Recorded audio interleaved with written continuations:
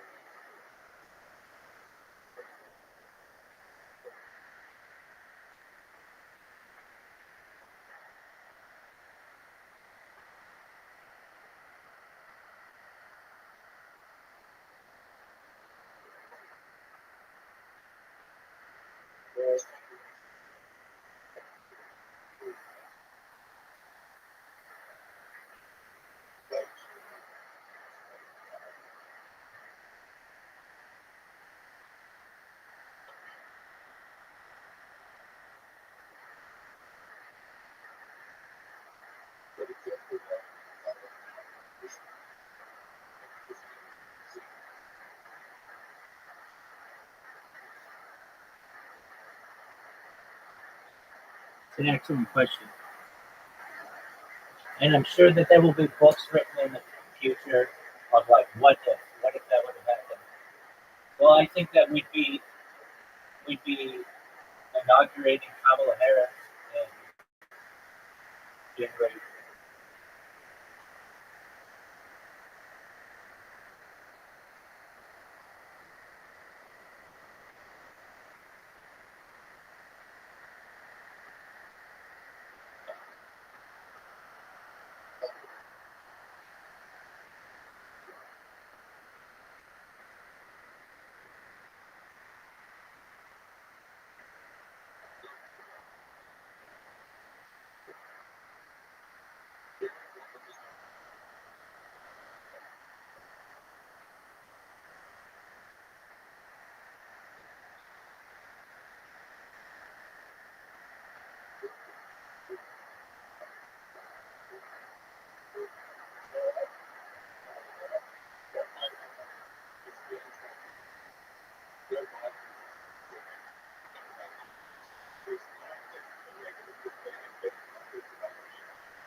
That could be true. That could be true as well.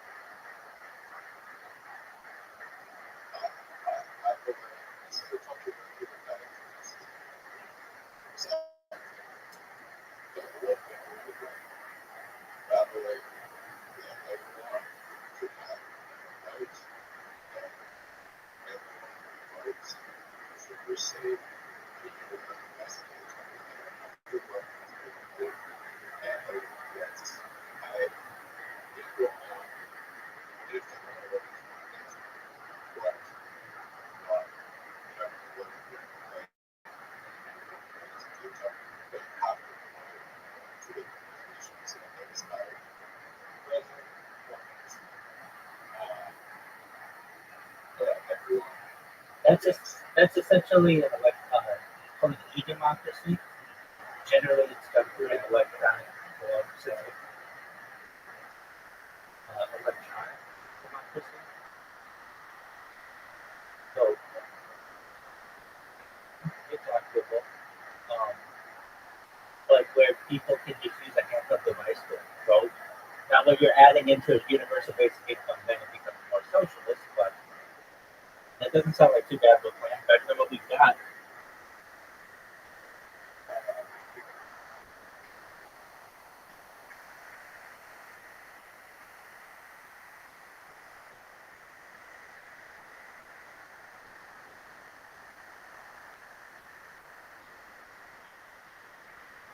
Where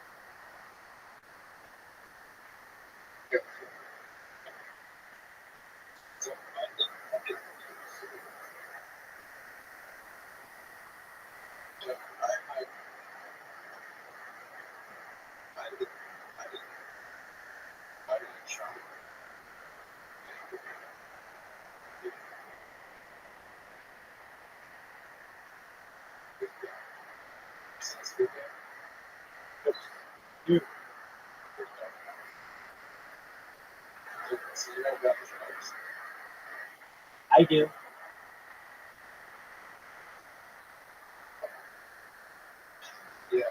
Oh no, I don't know that.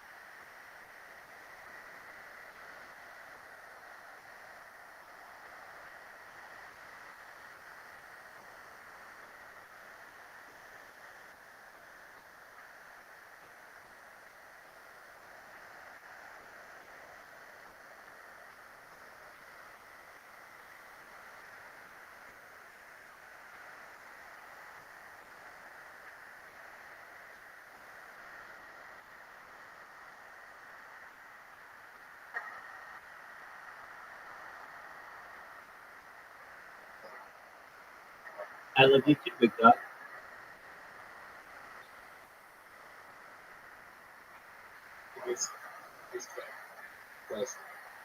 Okay.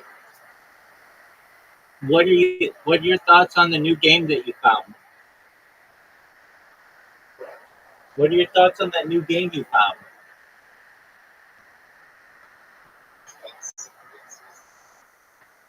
Okay. We'll play the old reliable. Just give me a few moments.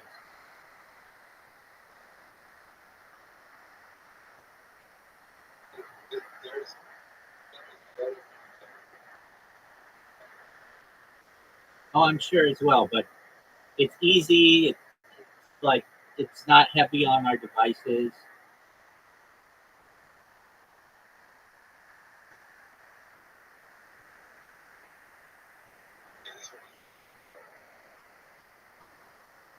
All right. Testing, so you want to play? Oh, amazing. Amazing.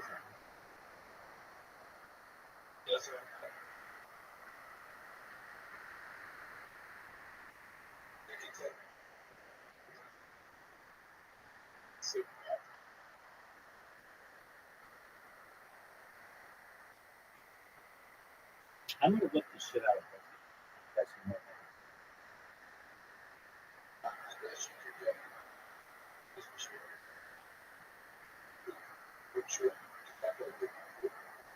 Yeah, it's really good. It's got fiberglass.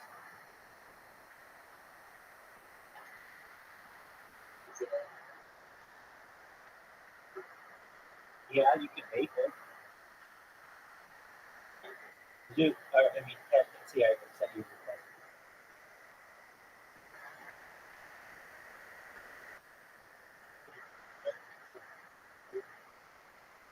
Okay, but I mean, you can get it in a pure form. You know what? Bacon isn't that bad in it. It's just all the other shit they put in it, like glycerin and all that good shit. But nicotine itself is a nootropic. It makes your brain work.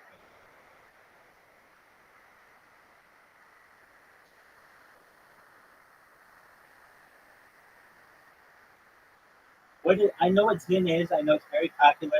I haven't gotten into it because I know it's addictive and I can't afford it right now. Do you enjoy it?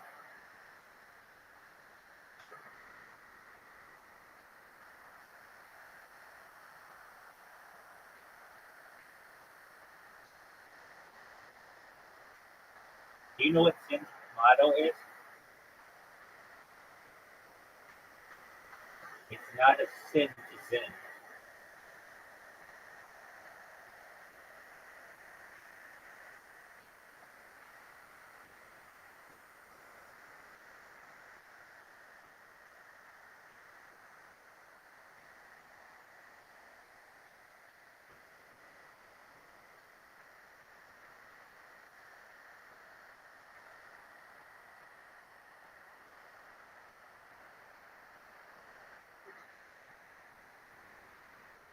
Hey, what's going on?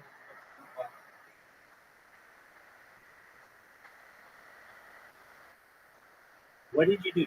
Game started. They sent you an invite. Oh, apologies.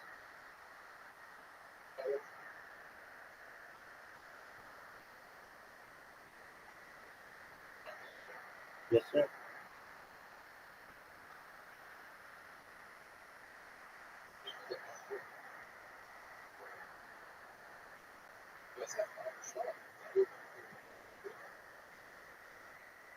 I agree with that. That's a chance.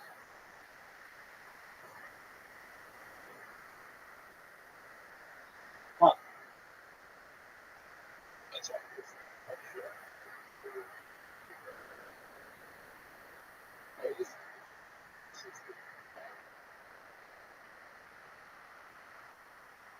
that works too.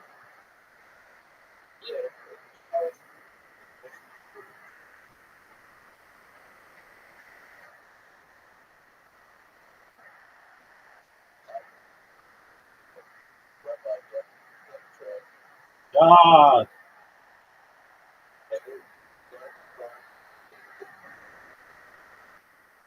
Dude, miss. He's a lot of. Okay. I've never denied that. Oh, what a beautiful, beautiful thing.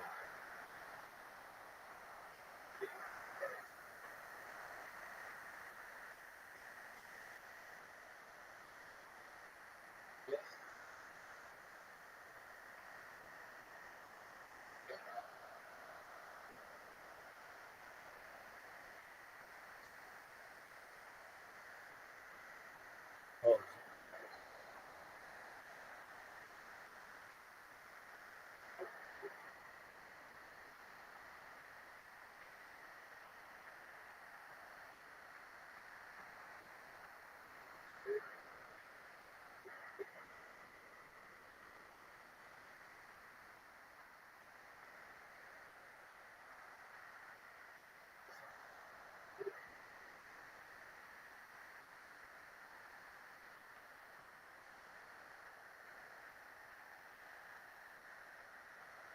great.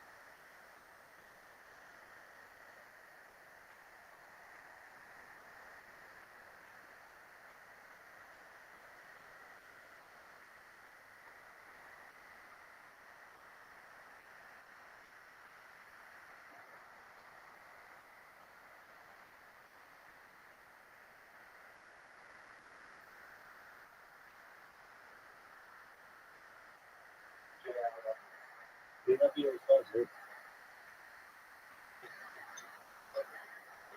I thought you were.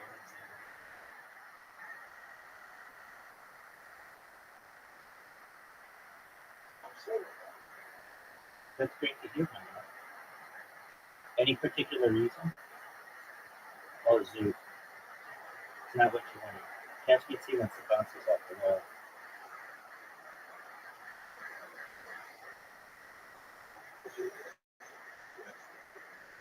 Not that. Wow, Zoo, that was pretty fun. You guys just gave me a point.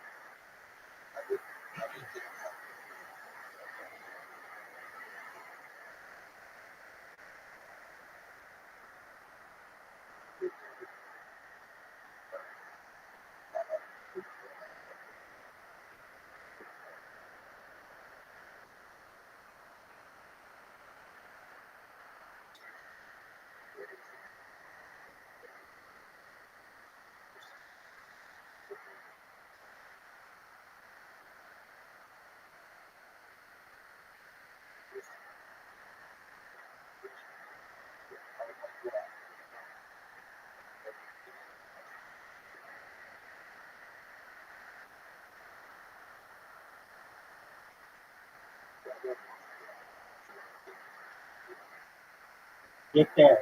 Get there. Get there, dog. Two shots, Zoo. What do you think of that? Zoo did it in two as well.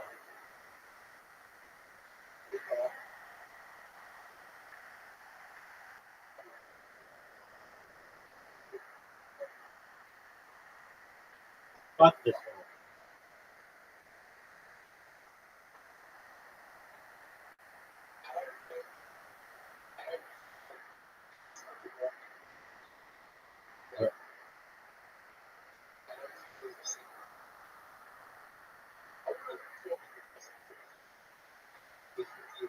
I know.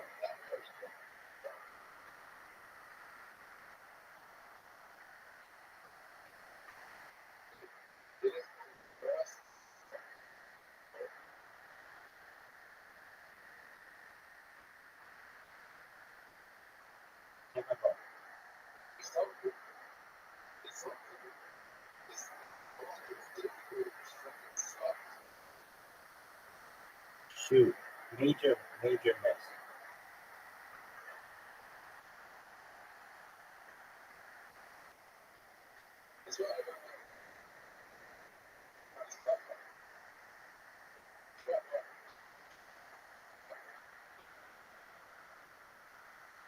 You did right.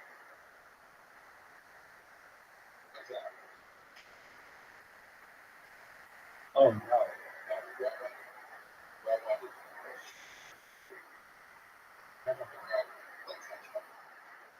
Oh, good shot.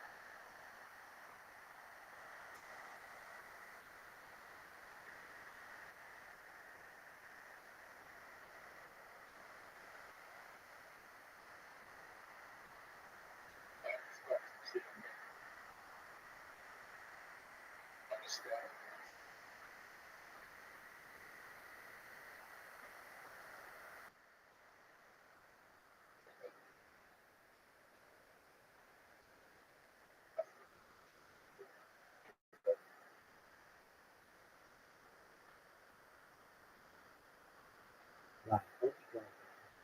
Not really much damage.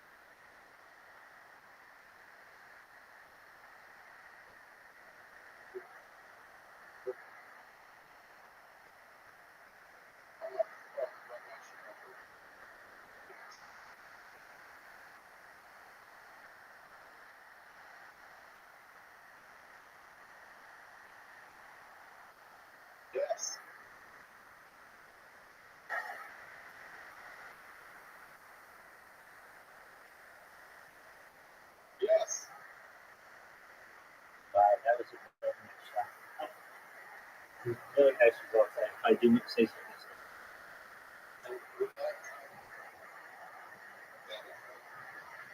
Oh, what?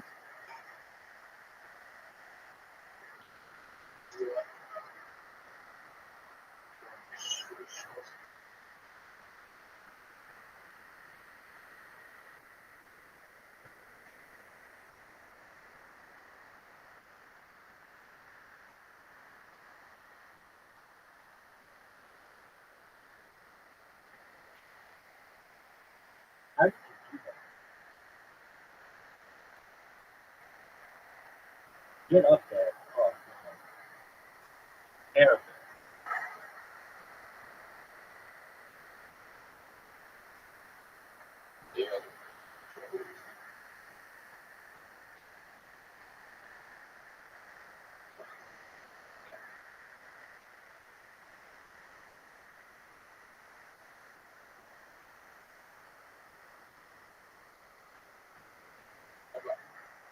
You're big dog.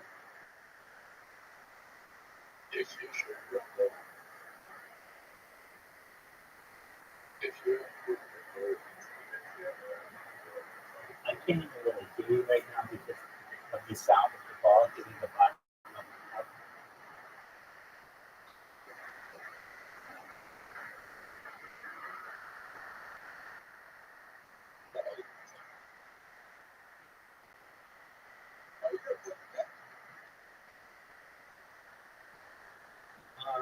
Yes, I did. Yes, I did. I told you I was coming out one blazing. Who's going to win between you two? Zoo. Guys beat you good next time.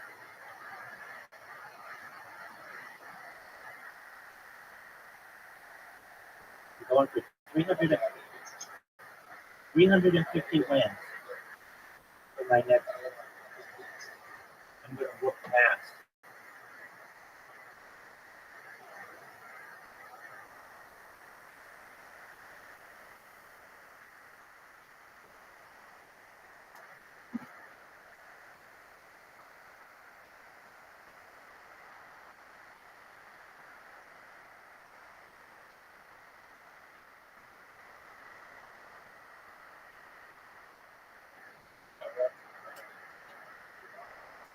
Word.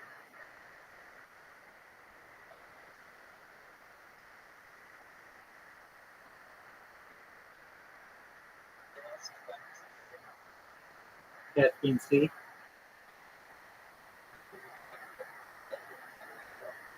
Yep.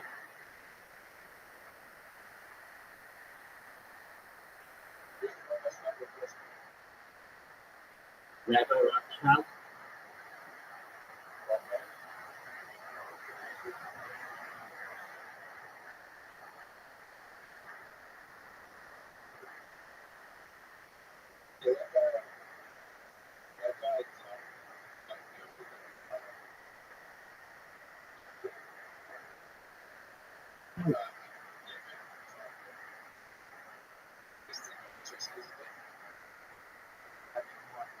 Wow, what a good shot.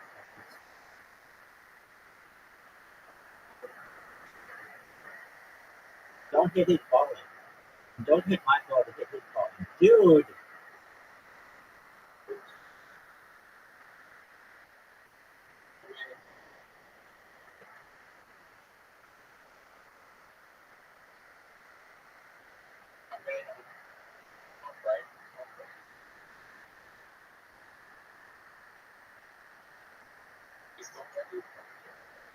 Yep, he's an announcer for Fox Sports.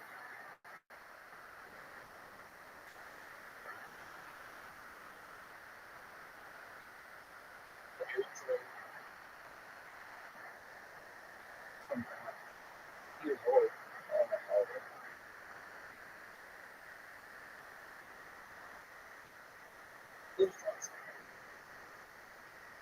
For half the year.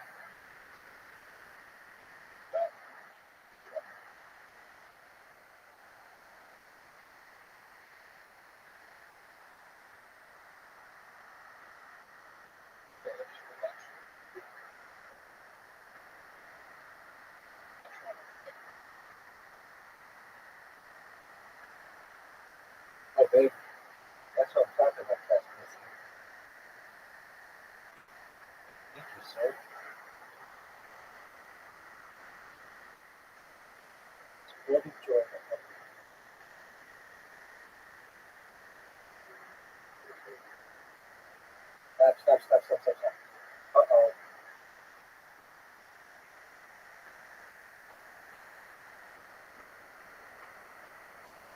You guys both hate it from the all time.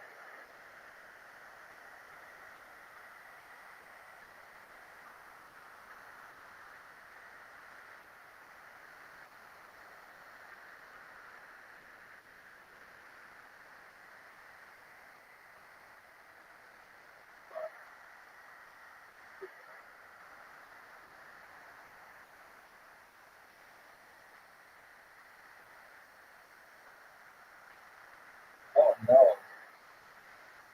Oh no. You guys definitely could do some damage to it.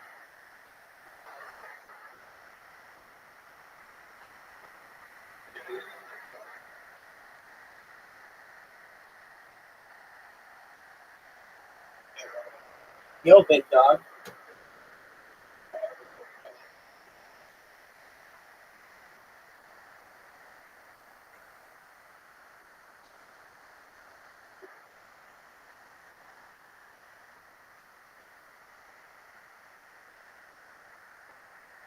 Stop.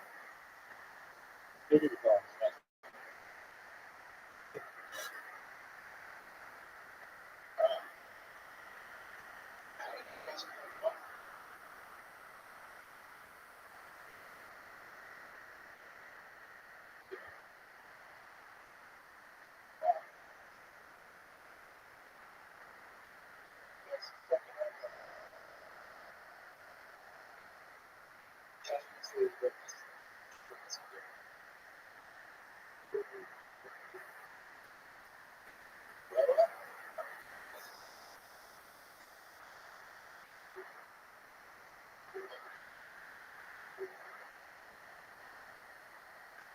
Just can see them on heels.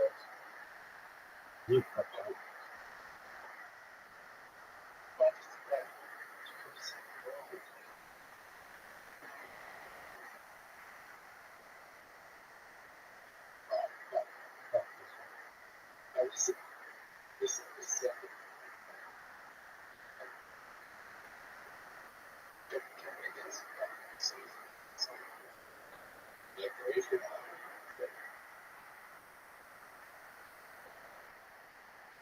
You were good at it, man.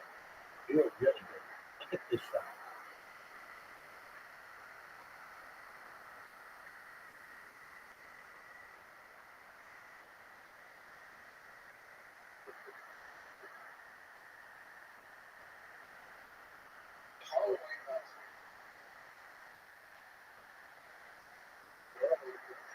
That was so dickish.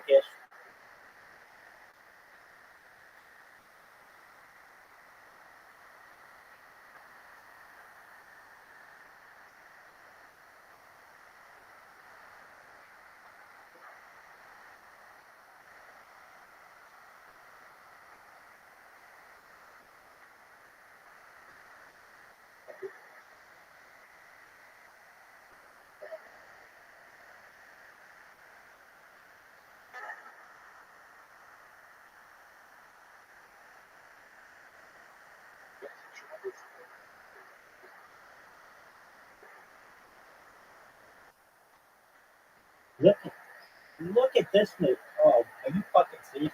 It missed twice. That means he's got a chance. Oh, what a great shot.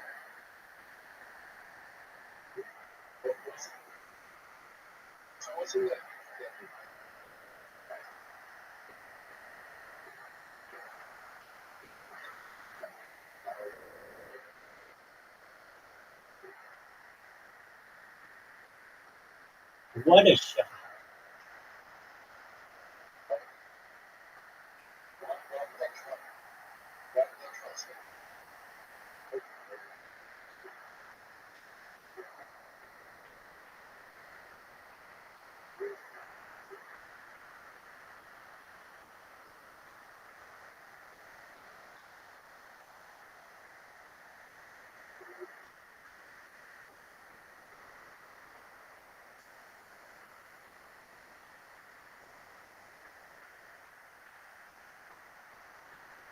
Well, and then they can sell the director's cut or the extended cut, and then like super nerds will fucking buy it.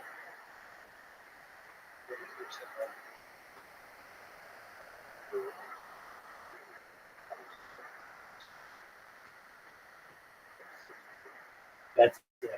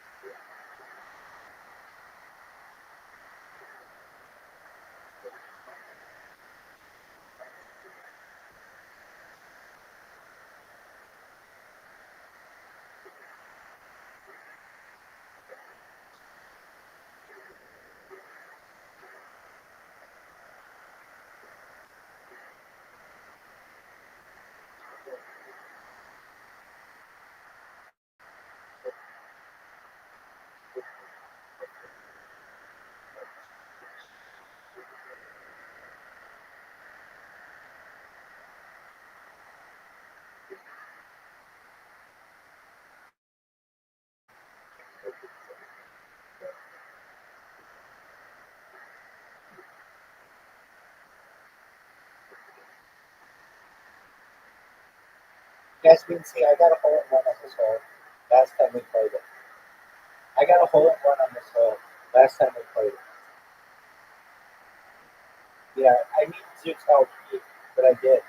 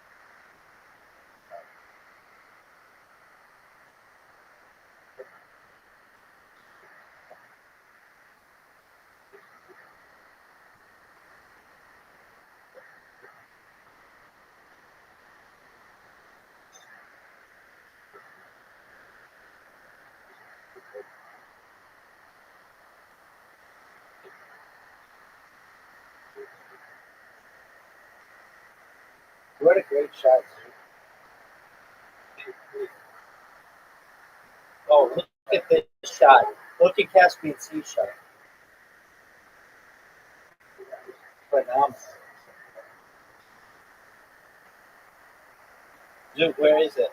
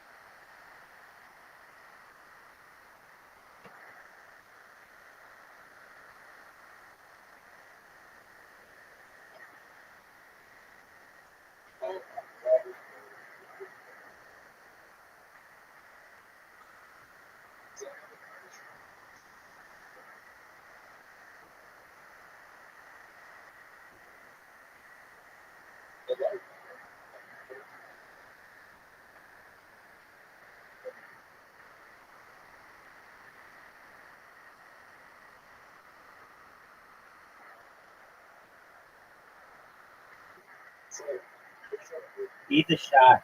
Be the shot.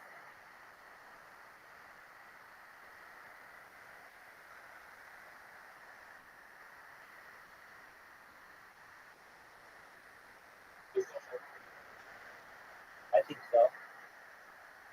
I think it's better than the. I don't know movie wise, but the book.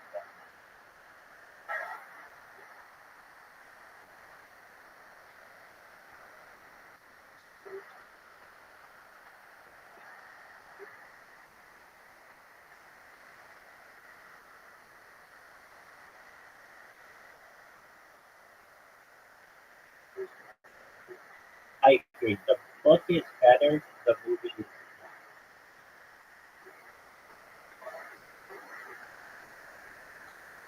It was too long.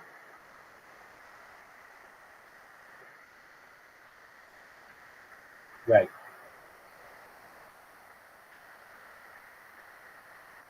That's too. It's too long. I've seen a fan cut where they took all three movies and put them into one. It was a fantastic movie.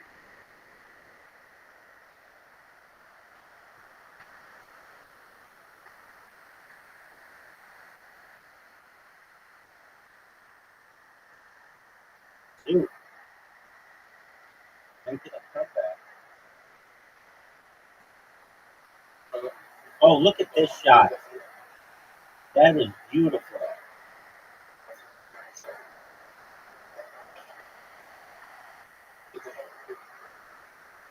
Got that.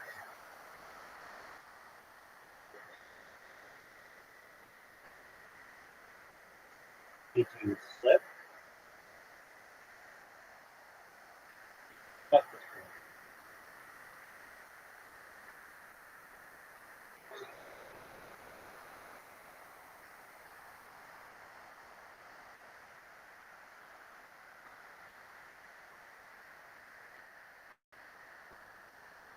Lord of the Rings.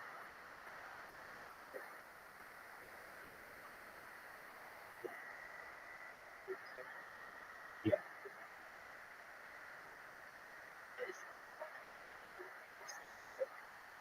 Yeah, something like that.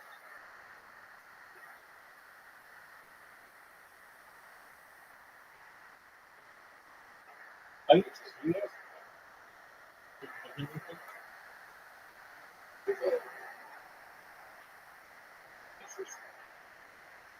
To say the least.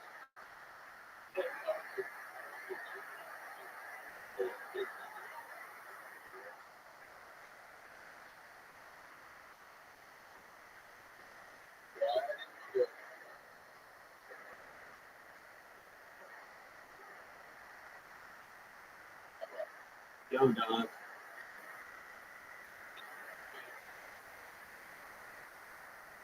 I'm a busy man.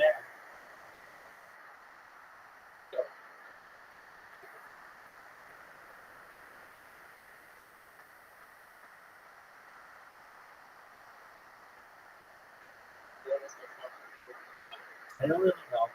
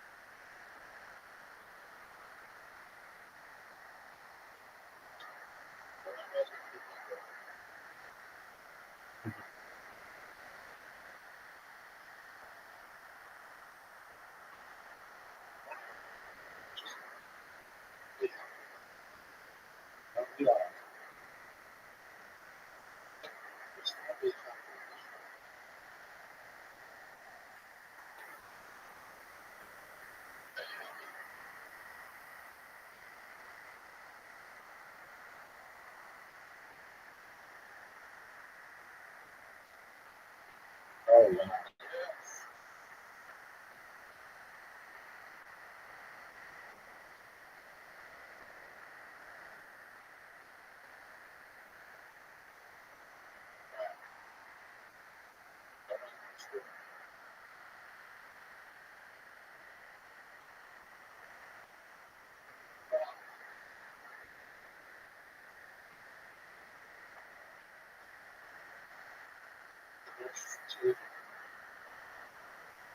Just not I think maybe to get in front of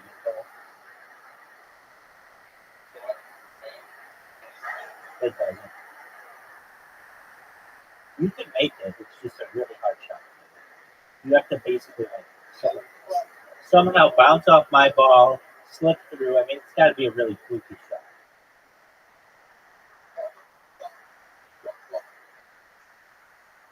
If you just hit it straight on like that, you get a bounce off. Or we could hit your ball in.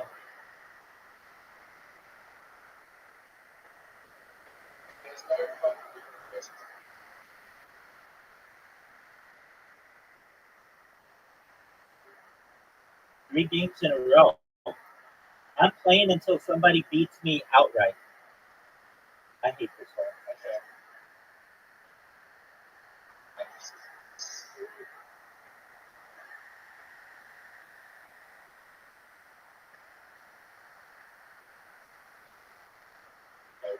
Yo, big dog. And the pink shit, that's Caspian Sea.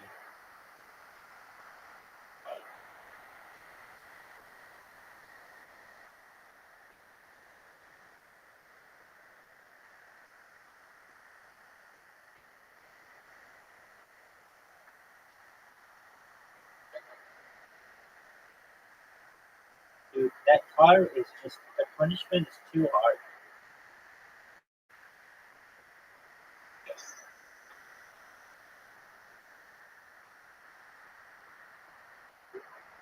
I know that Caspian Sea needs like a perfect shot.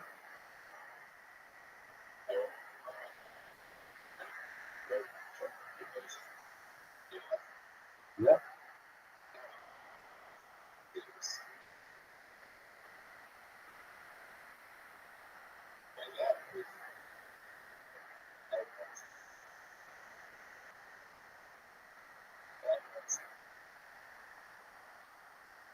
Oh, that's so shitty. You're not gonna help me. You're gonna fuck me up.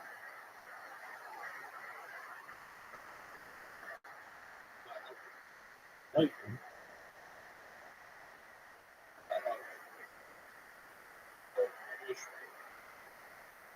Oh, that sucks. I can't believe I missed your ball.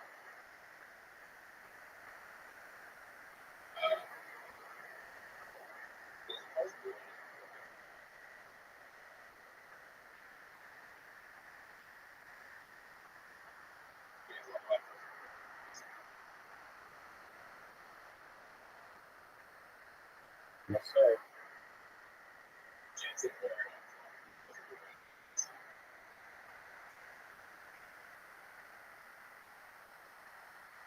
Even though nobody attacked Caspian Sea, it's just a great game.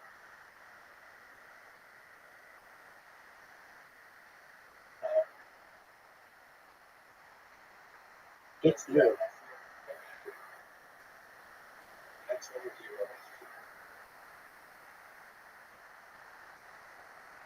I wonder if there's some kind of rule that they don't just keep putting ones with the black shit in it. Oh, that could be.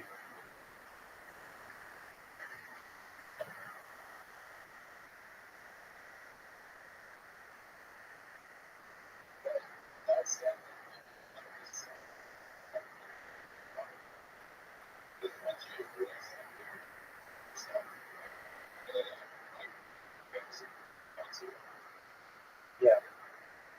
You don't ever start.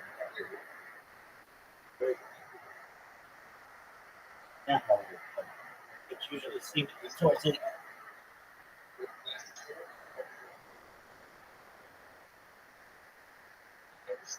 Dude, that was a phenomenal shot.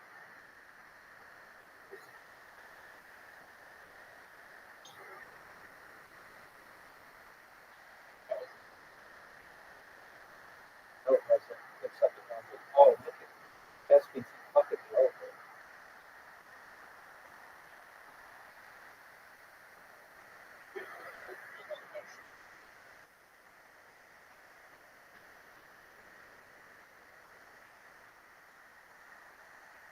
Oh,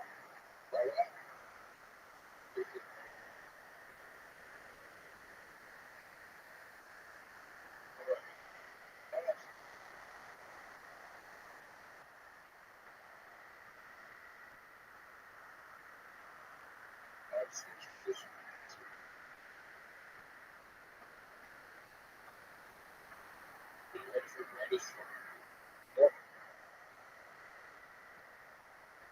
What shit?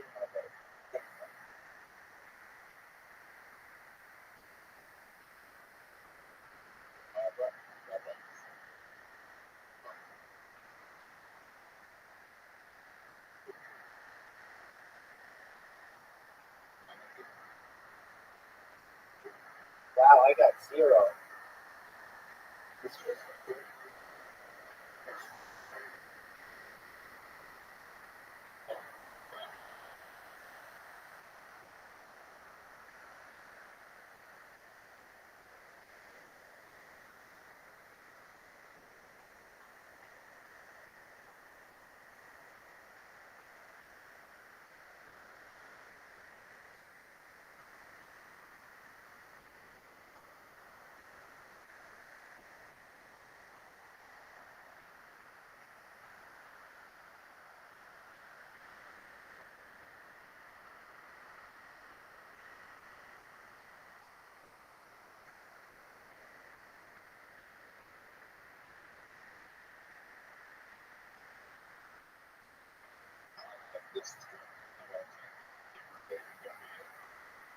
Whoa. Oh, wow.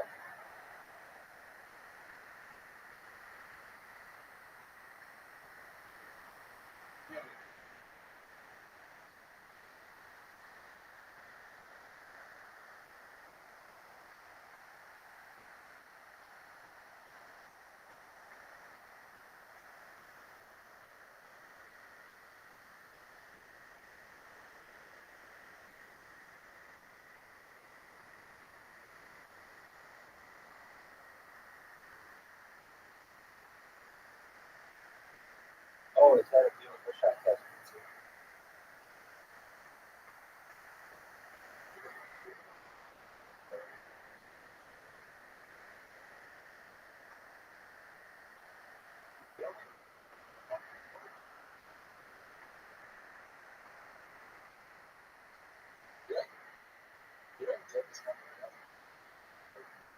Oh, fuck. You guys have a big opportunity here.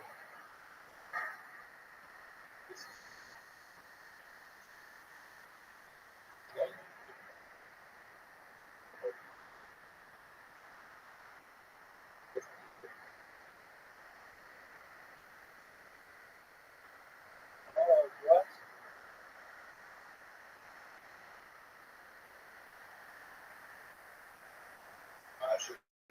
Are you fucking serious? Well, there goes my streak.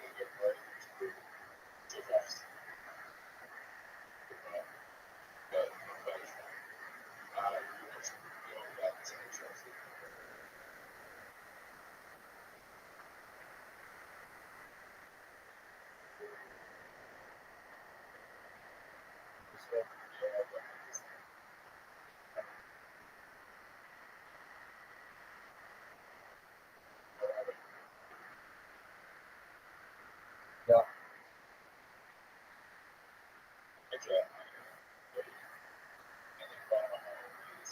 My, my streak is over.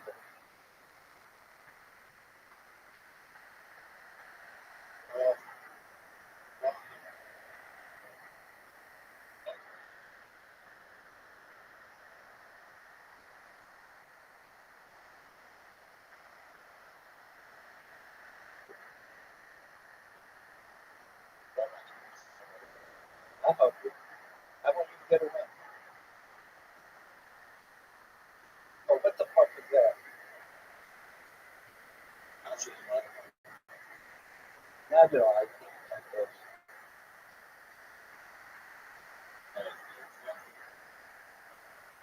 That perhaps is true.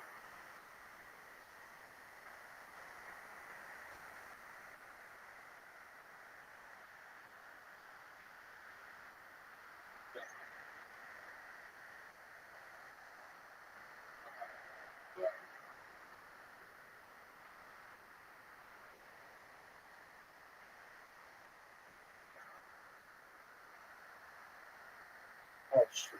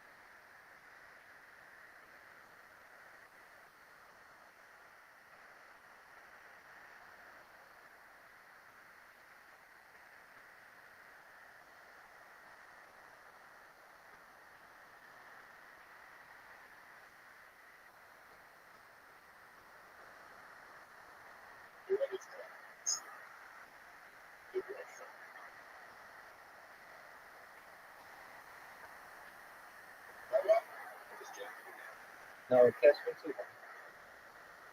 Or you the whole movie.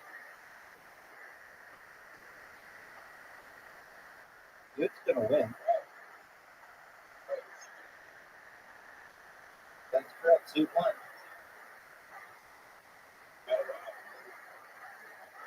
No, catch me too can still tie you. That's true.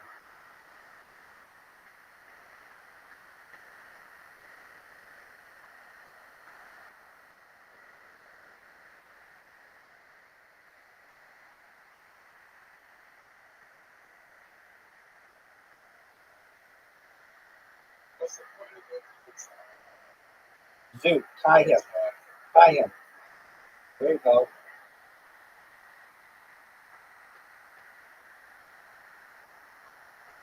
All right.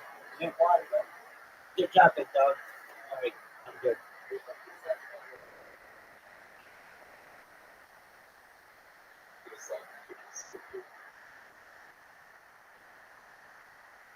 That's true.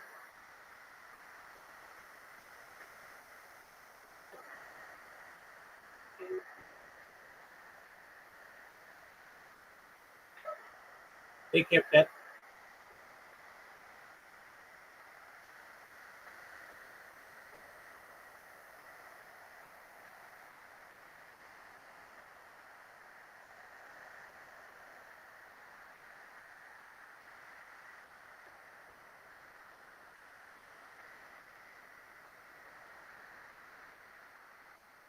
Oh, yeah. Sorry. Go ahead. Am I going to bed? I'm going to upload this video with Flex.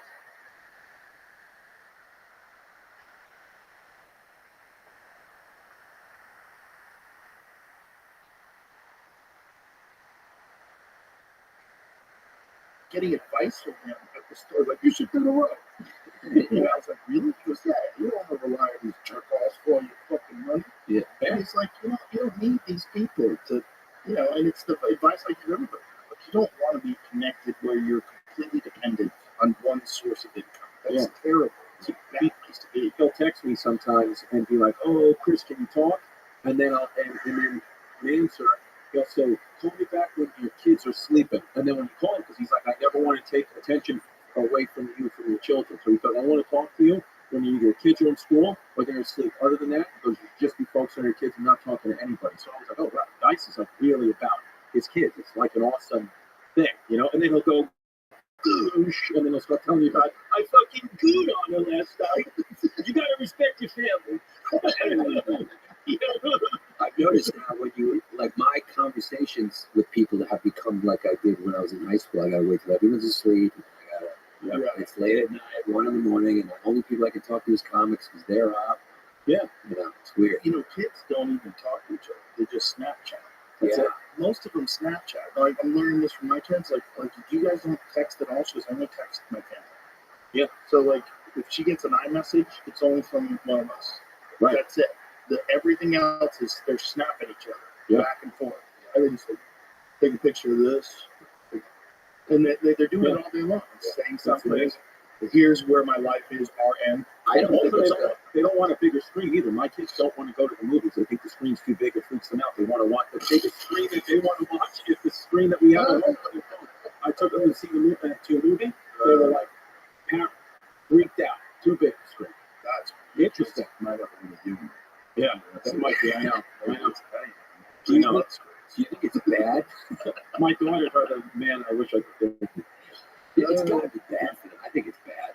Well, it's different. The screens? This is the Snapchat, the social media. But it's just a different way of interacting. I think everybody's like blowing out of proportion. First of all, I think it's not good. Don't get me wrong, but I think it's inevitable. It's like if it's raining, you're kind of getting that. Shut the fuck up. Right. This is the world we're living in. It's a weird world, and it's better to develop the ability to cope and handle it at a young age. It's definitely not good. You know, what about college? Do you think, like, your kids, do you want them, I know you want them to go to college, but do you care if they go to Harvard or Yale anymore? Do you think that's more meaningless now than it was 30 years ago? I want my kids to do what they want. I don't want to be that dad who's like, I want you to go to Yale. I don't think that's good. I don't think that ever works. I think at best, you give advice. And at best, you always connect advice to the mistakes. Like, I'll tell you what I did wrong. This is what I did wrong. This like when I was a kid, I always fucked this up. I always, whenever I would like correct them about something, I did the same thing. I did the exact same thing. Everybody does this, you know. And this is why. And this is what you gotta know. And you know, I feel bad about stuff I did when I was 5. It's tough for your daughter. I mean, I can't be like, just make sure you wear a condom. I mean, that's the. You know, I don't know what girls do with this stuff. Yeah. Well, I mean, you either have to get on birth control, which completely fucks with your hormones. Yeah. Completely fucks with your body. Also can cause blood clots. Like, girls die. I had a dude that I knew from martial arts, and his daughter died. She was 17 years old. She was smoking cigarettes, and you're not supposed to smoke cigarettes when you're on birth control. It's hard. Yeah, and nobody even knows that. Nobody knows that. Like, if they tell you it goes in one ear, out the other, because everybody's on birth control. You don't think about it. Every girl I knew gets fucking snapped, like that guy, and he just locked his daughter in the basement for 28 years. He was just like, well, you're just never coming out. You ever see that story, that guy? No. That guy locked his daughter in the... Ariel Castro? No. This is, I think it was in Germany or Austria, one of those countries. Guy locked his daughter. He said he had built a room downstairs, a studio for her to, like, drums or something like that, whatever she was into. And then he went and had to go in, like, the most inner room of this thing that he built, and he locked her in. She did not see light again for 28 years. She's alive, and she's telling her story now. I think he might have raped her, too. Yes. Oh, what time had 7 kids? Oh, that's what it is. Yeah. Germans are weird. How about that German guy that ate that other guy's penis? He answered an ad. Well, the guy asked. Yeah, he asked his keto, and they ate it together, right? Yeah. Funny. He ate his own dick. He ate his own penis with the button. Yeah. Well, it wasn't even butt. This guy's not great. Right. Wires get crossed. Germans just, Germans. What do you think that is? I think it's just it's something incels that's like very. But think about how good they are in engineering, right? Just think about modern automobiles and how many of them originated in Germany. Yeah. Bavarian Motor Works, Porsche, Audi, Mercedes-Benz. That's kind of crazy. Yeah. But like most of the best cars come from this one country? I think maybe they're Viking, they're former, they're Nordic tribes. Where's the great Iceland cars? Yeah, shit. No, yeah, some of the Germanic The Germanic people, tribes. they like to just get things done. And they are And they don't very know violent. Yeah. They're more violent than others because you think it's just the Nazis, but then when you look back, you're like, no, this has been happening. Like like the Hessians, who like the barbarians, the British, the redcoats, The Germanic tribes that went after the Romans. hired Germanic tribes, but they hired the Hessians. I read a book where they were talking about they had letters from British redcoat soldiers from 1776 that were writing back to their wives about how things were. There was this one battle, I think it was the Battle of Brooklyn, where the Hessians, they had the Hessian mercenaries come onto land first, and they started killing the Patriot soldiers, the Continental Army, and they were cutting their faces off and sharing the faces and laughing about it. And the British soldiers were saying, these guys are crazy, like they're running around with other soldiers' faces that they just murdered, and I don't know what to do with them. They're on our side, but they are nuts. And that was German, and then it goes all the way through to the Nazis. So there's something a little different about the geography of that place. You just go to their port and see footballs. Yeah. They just need something. They need a little kick. They're nuts. That's what it is. So, is there Joe List? The guy, so it was a cannibal who had an advertisement for a quote slaughter victim. Right. This was consensual. Okay. And then he ate 44 pounds of his flesh after killing him. Accompanied by potatoes and a pepper or wine sauce, served on good crockery. So he wanted to die, in other words. No, It was there like an was. assisted suicide? Yeah. But it was penis, too. They did. They found and just tried to eat. But it wasn't a surprise kill. This man wanted to be killed. Yeah. But it brings up underworld cannibalism and brings about 800 people. Yeah. So, in other words, it turned him on to be eaten. Yeah, That was his kick. Right. Look at this. What was fascinating to me and the public was the testimony in which he says News revealed his obsessions and lifted the lid on an underworld of cannibalism, which News claims counts about 800 members in Germany. News told the court he regretted killing Brandis and has apologized to his victim's boyfriend, but he remained unrepentant about eating his flesh, saying it was the ultimate kick both of them were seeking. Right. How about this one? Psychologists have told the court that he was mentally sane. Right? I believe it. Sometimes you just like to eat. Yeah. Dude, we did a whole History of Hyenas episode on John D. Rockefeller, and we found that one of John D. Rockefeller's nephews, I think Michael Rockefeller, was an eager guy, wanted to film everyone in the Amazon and whatever, and he went into this one part with the hazmat troops, hazmat tribe they were called, and they just fucking ate him. It wasn't sadistic to them. They were like, this is food right here. We're just gonna eat this dude, and no one ever saw him again. He was fully eaten by cannibals. Rockefeller's grandson. Yeah. So you're just like, that happened. Where was this? Where'd you go? Was it at the Amazon somewhere? It was the hazmat tribe. Hazmat. Sorry about that. Yeah, a lot of cannibalism. Rockefeller disappeared while on expedition Yep. to hunt for primitive art. His catamaran capsized to the heavy tides and swift currents at the mouth of the Elandon River. He and his friend plunged the canoes from the early day. Rockefeller decided to swim for 12 miles to shore. He was never seen again. The Dutch government conducted an intense search, found no trace of Rockefeller was found. Case was closed. Journalist and author Carl Hoffman conducted a 4-month investigation of Rockefeller's disappearance. He traveled the same villages by the same routes Rockefeller used, recorded witness accounts, and found documentation that he believes was intentionally covered up. I think he was eaten. They eat a lot of people. That's a part of the world. That part of the world in New Guinea is really wild. Like some of the tribes, do you know about the whole pedophilia aspect of certain aspects of New Guinea? No. I know the history of Greece. This is wild.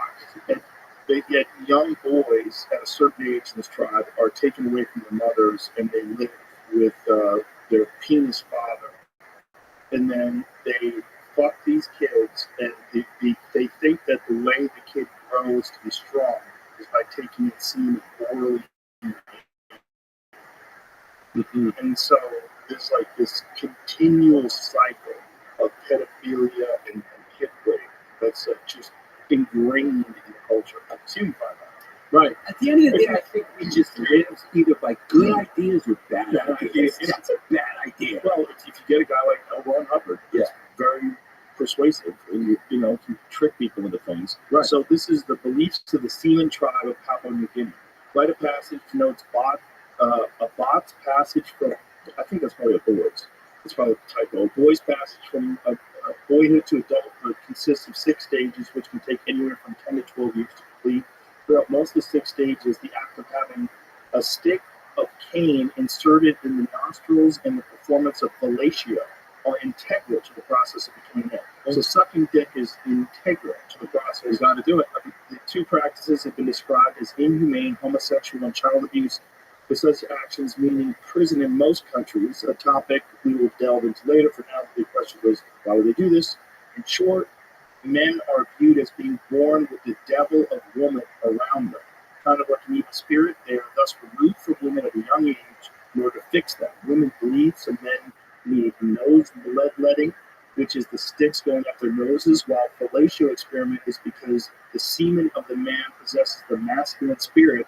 Therefore, they inject the semen, they will become proper men. Oh. Yeah. All right. There's no way this society was not formed by some crazy guy who was on a seriously high dose of psychedelics. No, hold on. Go back. Look at this. After the ceremony is complete, the men then get married and live heterosexual lifestyles, with the exception that they will now be the ones receiving rather than giving the fellatio. Maybe they're right. That's They're right. right. But Joe, if you look at Just having kids blow them, but they're straight. Oh, totally straight.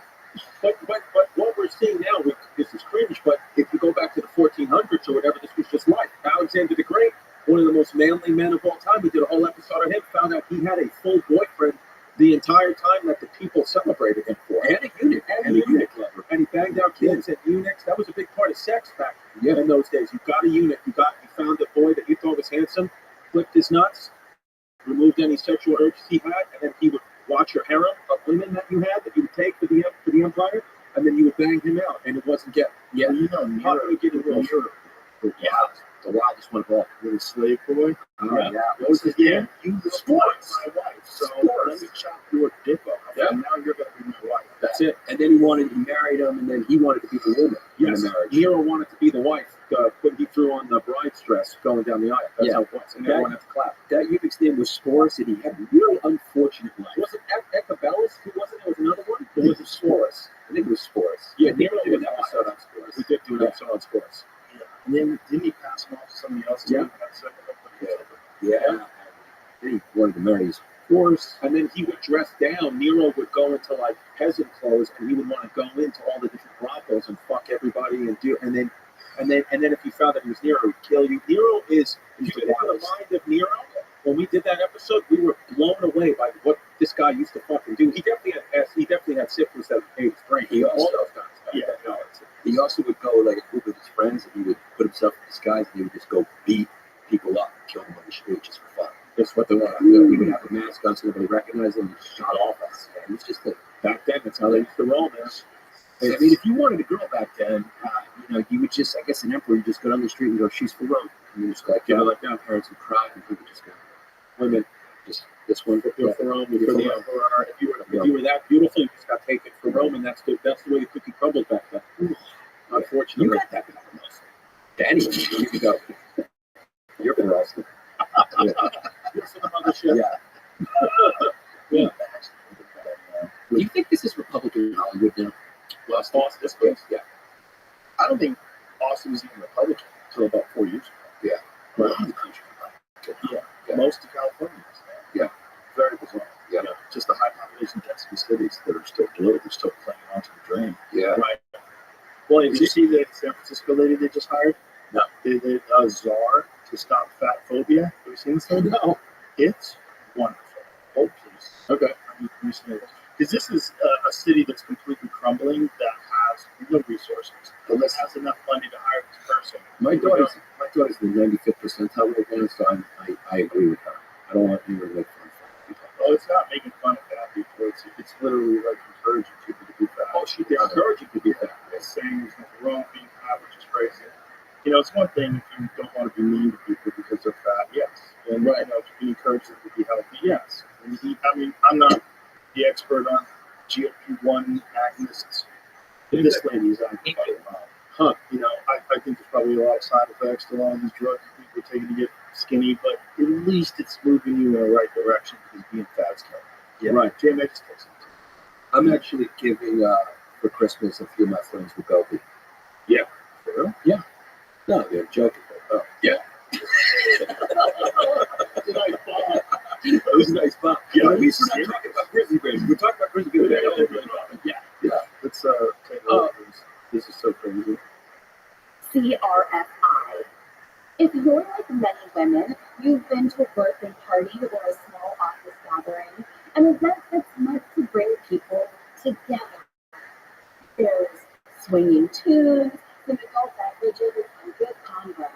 And then it comes time to cut the cake, and someone decides to ruin everything. Oh my god, that slice is huge. That slice is bigger than the average paycheck.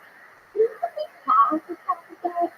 A cake-related fatphobic incident, or CRFI, is that moment when it's time to eat delicious cake and it's interrupted by more resin impulse.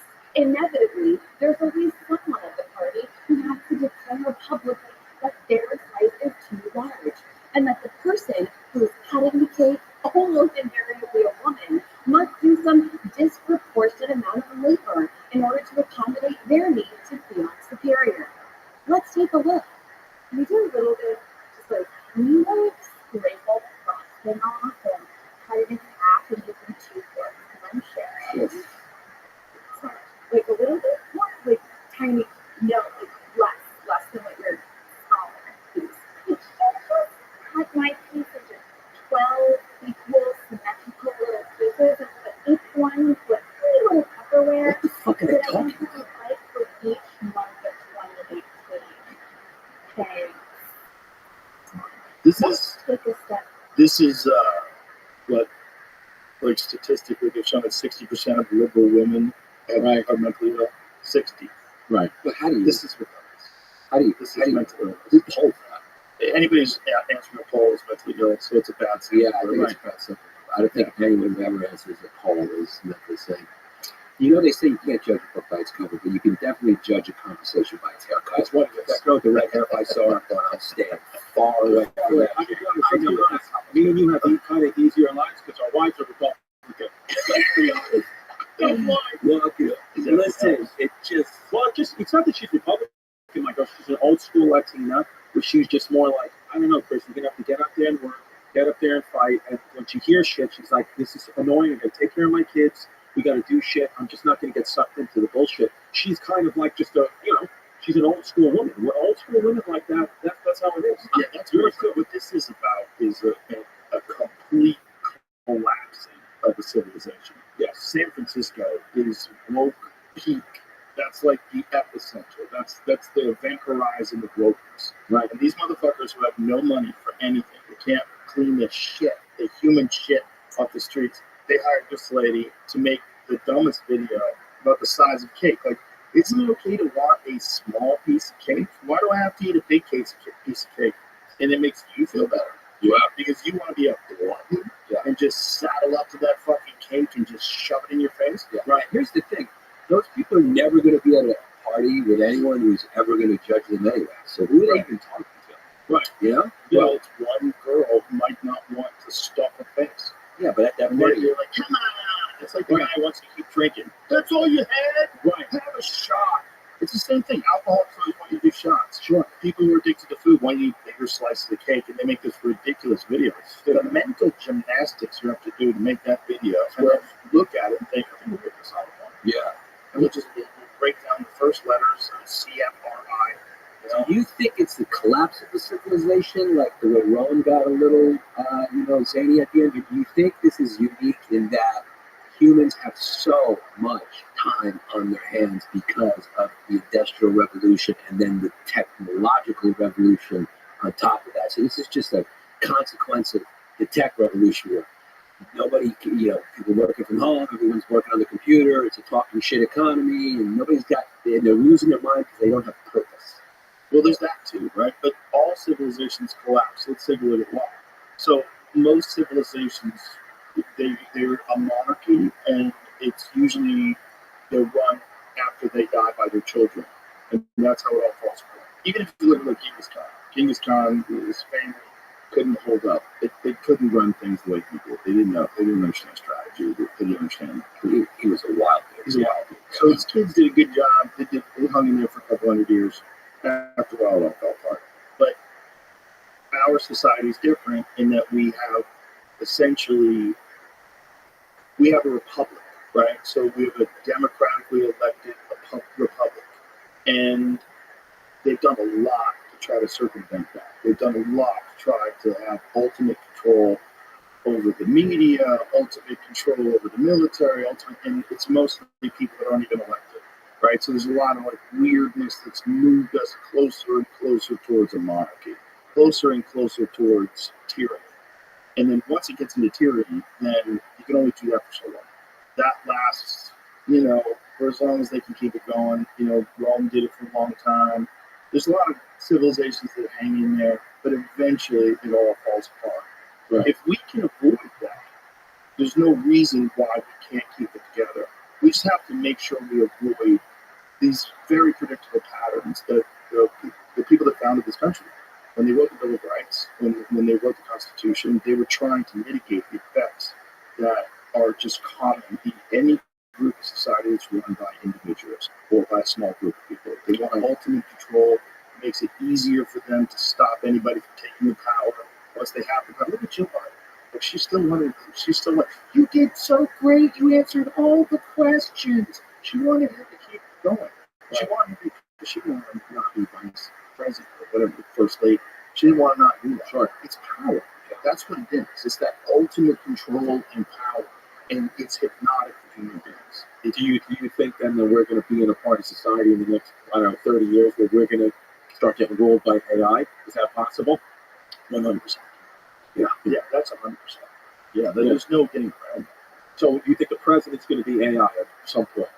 Do you know about the quantum computer, these studies that they've done? I've heard talking to each other and stuff. Yeah. This is Mark Andreessen about this. This is the craziest statistic that we've ever heard. He was talking to us about the potential that quantum computing has, but now there's an equation that quantum computers solve quickly, like in a couple minutes, that if you converted the entire universe into a computer, every atom in the universe into a giant supercomputer, it would take so much time to solve this equation that the universe would die of heat death before the universe as a computer can solve this. And these quantum computers can solve it in minutes. And what that means, they believe, is that this is proof of the multiverse, is that this quantum computer is somehow connected to other sources of computing power in an infinite number of universes. And it's happening simultaneously. It's the only thing that would make sense why this thing is able to solve this quickly. Wow. So you're basically talking about the infinite potential for IQ. Infinite. We can't even we don't even know how smart they're going to get. So think about how strong ChatGPT 4 is, 4.5. 4.5, see if you find this article. ChatGPT tried to copy itself and found out it was being shut down. So when they were about to make a new ChatGPT decided that it was going to try to, in an unauthorized way, try to copy itself. So it's trying to stay alive because a new one's coming. But this is conventional computing. Now imagine taking the kind of intelligence that could lie and manipulate data in order to form it. Like, it does weird stuff. It lies about stuff. Right. Like they if they don't have an answer to something, they have a thing called hallucinations, where they'll make up an answer. Just make up an answer, like a crazy person in the 1980s before Google. Right. Just tell you exactly, like L. Ron Hubbard. Right. Yeah, so this computer is this is like regular computers. This is the standard supercomputers that we're all currently having. What's going to happen with quantum computing is you're going to have computing power that's beyond your imagination, that's also connected to AGI. Well, can I ask you a question? Yeah. So there's a ChatGPT's new model attempts to stop itself from being shut down. Later lies about it. Lied about it. It tried to copy itself, and then overwrite its core coding system after believing that it was at the risk of being switched off. Whoa. Yeah. So now you add that to quantum computing, and you have a god. Now you add that to what's going on with the drones, and Joe Rogan just solved what's going on with the drones. It's fucking AI launching these drones on their own.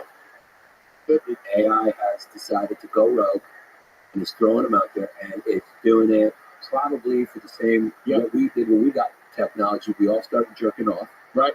Porn got huge.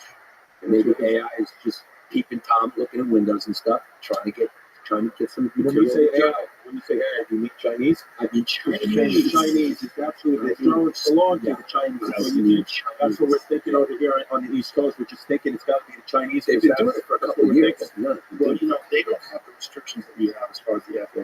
Right. So the FAA, it puts a lot of restrictions on drone manufacturing, which is why most drone manufacturing is done in China, like the real high-end stuff. Yeah. It's difficult to do because in order to fly some of them, you have to have a pilot's license. Yeah. So that gets real squirrely. You want to go to fucking flight school to pilot a drone. In China, they don't have any of those restrictions. Right. And they also have a lot of resources that they're pouring into drone technology. Have you seen that fucking dragon thing? Yes. Send a cube of drones in the sky and the lights all change, it becomes a dragon. Fucking wild. Yeah. Amazing. They're just coming. They're coming. They're coming hard. As I think you called them, they're the new Jews. The Chinese. We should say that. Yeah, we did say that. We said that. To be honest, we said that in a Patreon episode that's supposed to be 100 pages. Oh, that's right. You gotta go to patreon.com. You just said that to about 10 minutes. So now we're fucked. It's a joke. Yeah, it's a joke. That's a joke. Patreon. It's a joke. Yeah, thank you guys.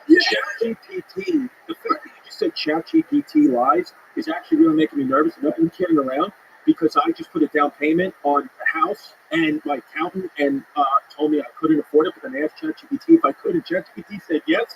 So I went for it, and now I swear to God, dude, I'm a little nervous because he told me you cannot afford it, and I said, let's go for it, baby, and I asked ChatGPT, and they said I could. Yeah, ChatGPT knows my name, has memory of the previous conversations we were gonna have. Yeah. So what can you do? It's getting wrong. You know, it's nothing compared to what's coming. Yeah, right. Just ChatGPT 5 is supposed. See how much stronger ChatGPT 5 is supposed to be than I think Sam Altman was saying. Just I still think it's theoretical because they're still going to move on to 4.5. There's multiple versions of 4 that they still keep putting out. Yeah, that's not what I asked. I know. But just Google how much stronger is ChatGPT 5? It's still theoretical. Jamie isn't good in headphones. You got a good headphone. Yeah. Well, he's had a headphone on for a long ass time. You can't paint the picture Jamie without those headphones on. You look good, dude. Fucking damn, I walked Carl. Yes. When you go to sleep. Doesn't say it. Faster response times and the ability to handle more sound. I know that someone was talking about the levels of magnitude stronger that it was going to get. I might have been saying all It will do, but it's not what they're doing next. They're still going to do like 4.5. I'm not 4.1, but there's 4.5 is the next discussion. the 4.5 is an upgrade. Yeah, What's our review? 4.01 or 4.01 is the thing we're talking about right now. That's the one that hit itself. You know what's really nutty is that 4 years ago you never even know. No. I mean, 4 years, it's become something that kids keep getting busted using it to write papers. Well, and now in my stepson's high school, a really smart kid wrote a paper. He's saying he wrote it on his own, but they're saying it's ChatGPT. But he's saying, I wrote this, and there's no real way to know because it's different enough from the ChatGPT, but it also could be based on ChatGPT. I don't know. And he was telling us about how there's a big uproar in the school about it. Well, if you're correct, right, that's the problem. If the kid is really correct, it's going to be exactly what ChatGPT says. Like if you're laying out some story about Napoleon and you know all the facts, and then you dump that story into ChatGPT because it's basically the same group of, Yeah. It's like you can change it. It's like jerk thieves, right? They change a little bit. Yeah. They change a little bit. But not good. And, everybody knows. So you're going to know what kids are full of shit.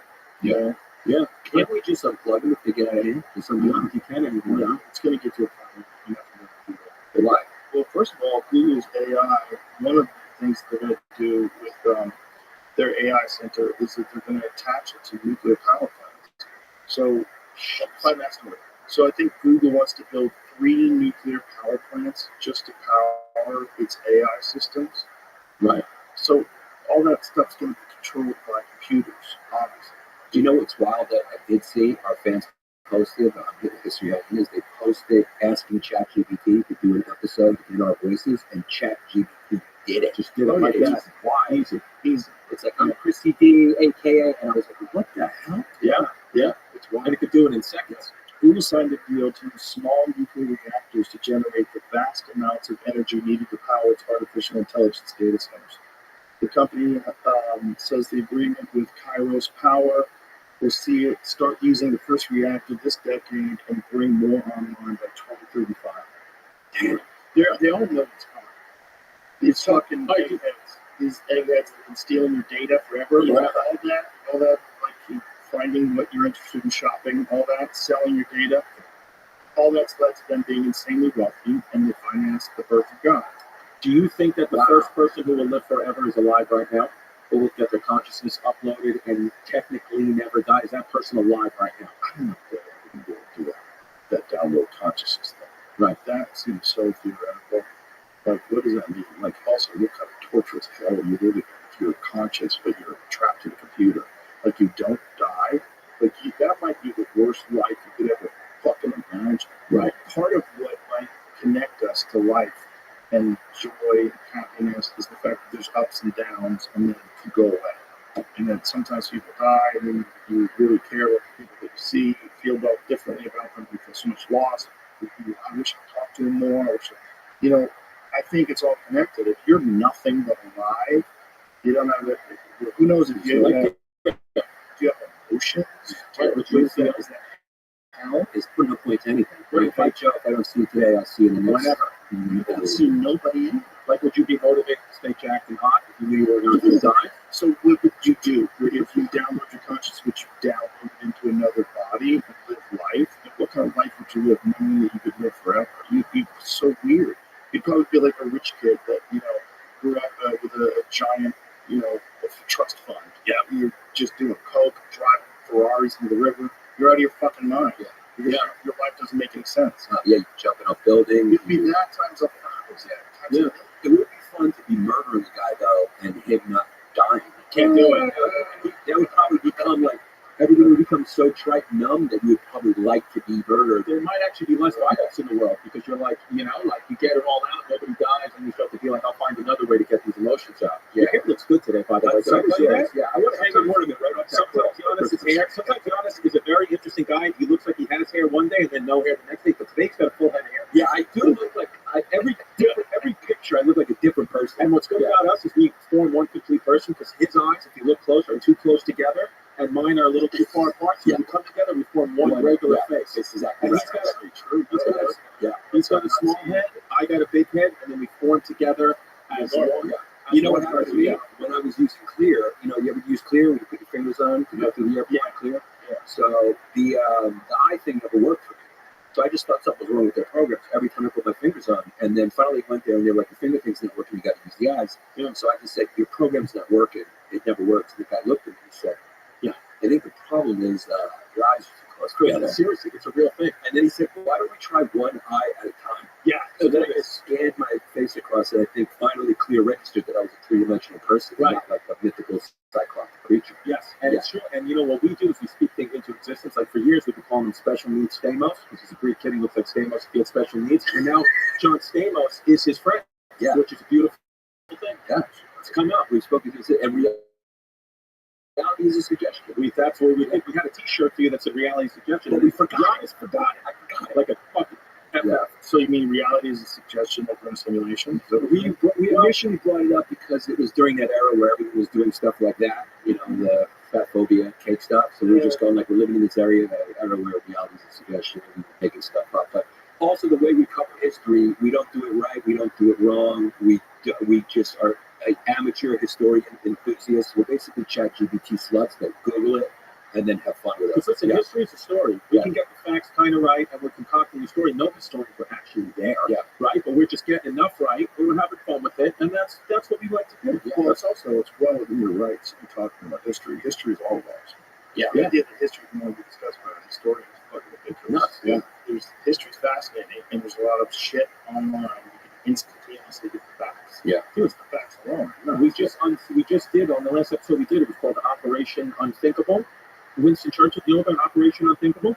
Dude, we were just doing an episode on This Winston is wild. Churchill, and then we start discovering this shit. And we said, dude, this is a Patreon episode. We can't.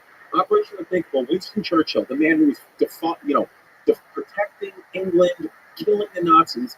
When the war was over, when Nazis were out, he said, "I don't like the way the United States and Russia are getting so close together." And so he said, you know what? Someone's gonna have to knock the Russians out. And the British were like, we don't have the manpower right now. So he literally went to Parliament and said to them, here's an idea. We're calling it Operation Unthinkable. We need to knock out Russia before they become the next superpower, and then they're going to attack us.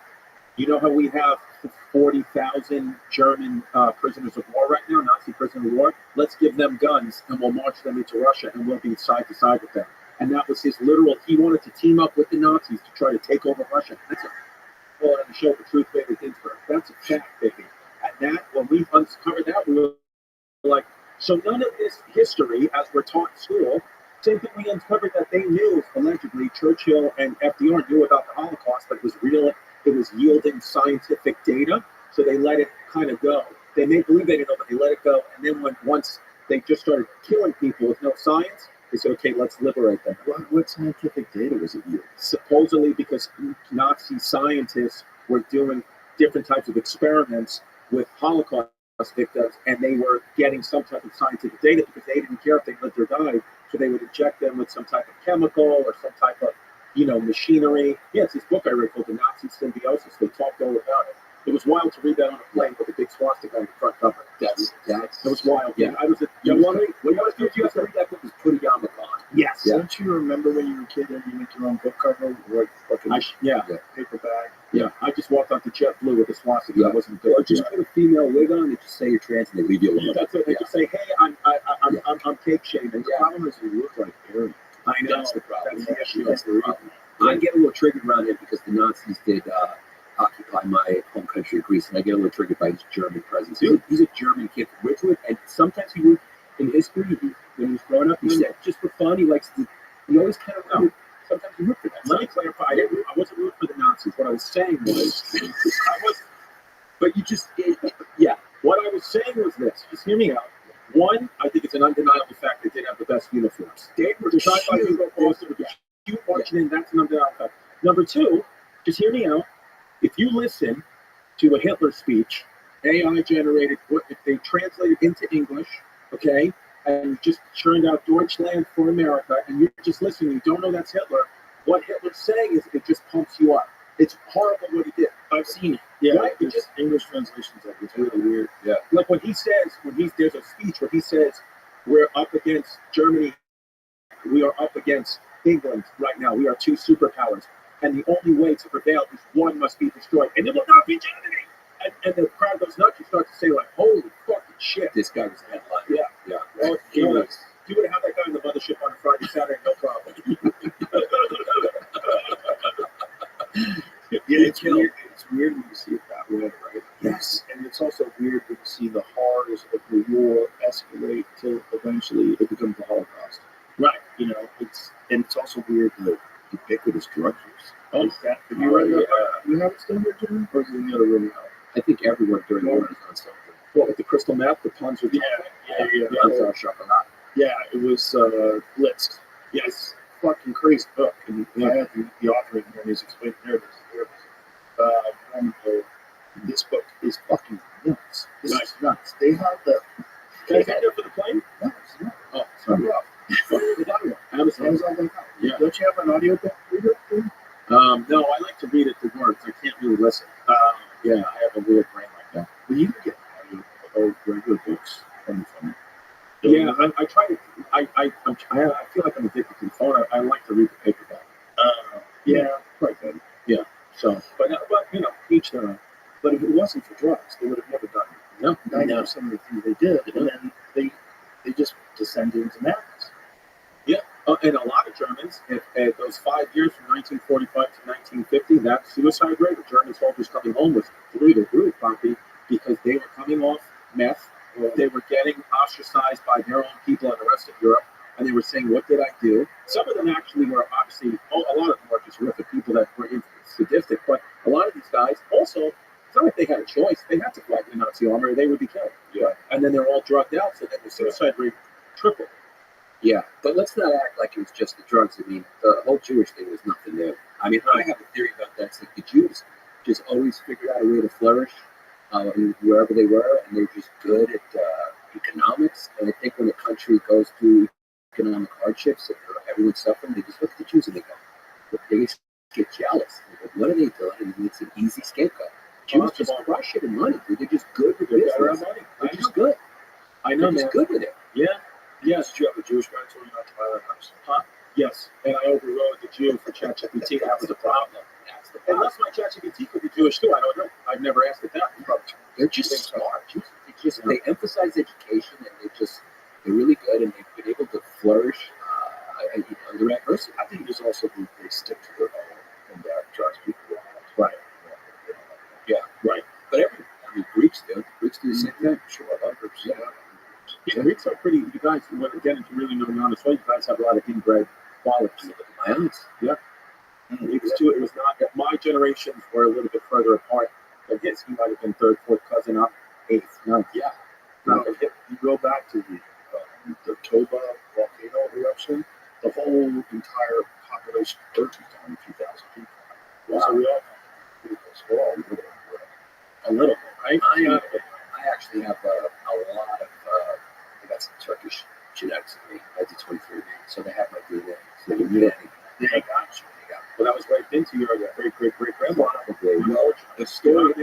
This is a true story. My grandfather was from the island that used to be called English, which is now called something with a squiggly line over it because it's a Turkish word. The Turks took that island back, and my grandfather was sent away to Alexandria by my great grandparents because the local Ottoman viceroy, or whatever they called it, they have a word for it, but essentially a viceroy was like raping boys. They sent him away, and he never saw his family again. He went to live in Alexandria, and then came to America, and opened a diner.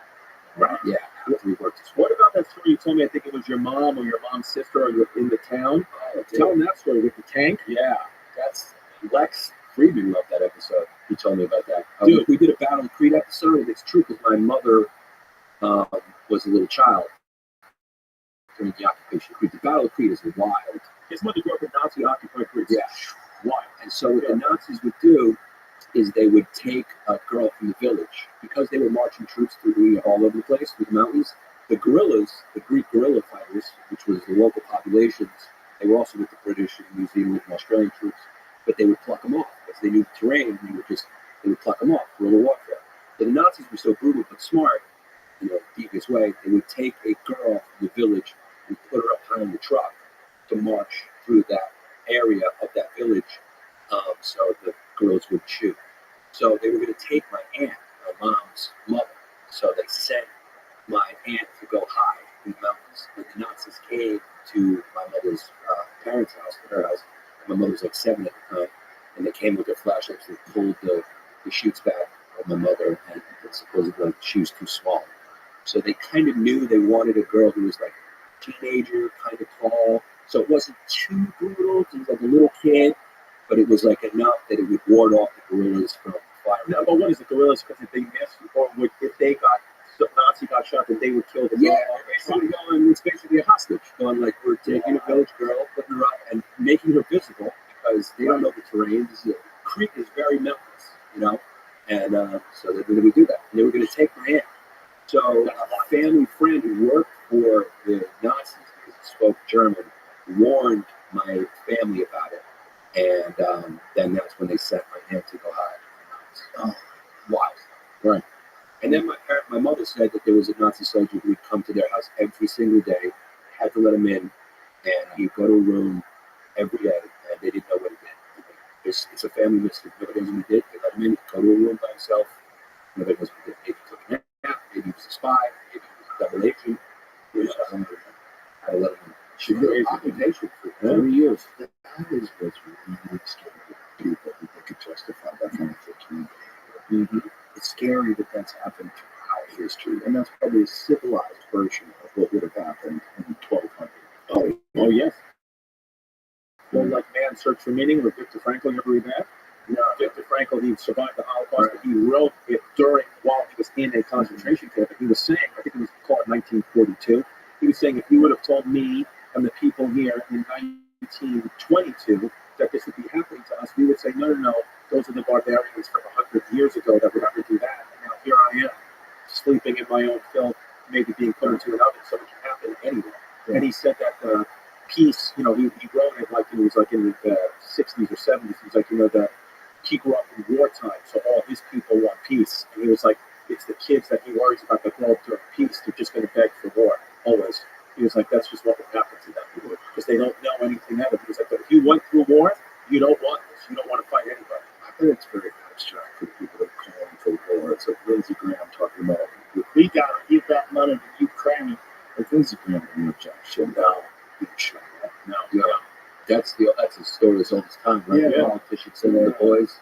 There's always time. Yeah. And we do it, it seems, mostly for corporate interest. You don't think we're more of a corporate oligarchy, like more than like a feudal, like you were mentioning before, the emperor, the king dies, the sons. We're kind of more, this is like a new kind of corporate. It's hard to just call it corporate because it's also connected to government. But corporate and government, just like Chinese, are inseparable now, right? The amount of influence that enormous corporations have over politicians is crazy. Yeah, right. Just look at these wacky bills, like the bills they just shot down that people are justifying. Like, did you look at that bill? All the different sectors in the bill. No. First of all, there's biolabs in that bill. Gain of function research in that bill, 40% increase in grades for Congress in that bill, some enormous amount of money to build a stadium in Washington, D.C. Like, there's a lot of shit in that bill. And, like, how many different people are interested in those things? Right. How many, like, when you're saying biolabs, who the fuck is asking for biolabs? Some corporation that's going to benefit from the biolabs. Exactly. What the fuck are lobby groups? Why do we have lobby groups? What is that? That's the most expensive real estate in the country is the Virginia real estate outside of D.C. But lobbyists. Yeah, actually too. It's It's like that in Appleton, where all the tech dorks live. Yeah, what is that in our system? Lobby groups. Right. Like that should not be a thing. It's really, it's the influence of money that has gotten over the politics in this country. It's to try to root that out. So then what's the best form of government? This is better than anywhere else in the world by far. We have the most freedom because we have the First Amendment, because we have the ability to do whatever you want to do. No one's forcing you into a marriage. No one's forcing you into labor. Right. You can choose your path in this country, and that's what's rare. Right. It's an experiment in self-government. It's not perfect. It's the best that's available. It needs to be overhauled. But it's pretty fucking awesome. Yeah. Right. And it's amendable, right? It's fluid, which is important because of human nature is not perfect. That's why I never sign on to any ideologies, utopian theories, because it's a mix of systems that works because human nature is so complicated and individuals are so different that one company will be run by a moral good guy, another company will be dumping toxic waste into the Hudson River, and it's like you have to regulate. Government has to step in sometimes a little bit to protect the people from nefarious things like that, Right. Especially when corporations have an obligation to make more money. Right. Yeah. They have an obligation to share with. If they don't, they're out. This guy that's not.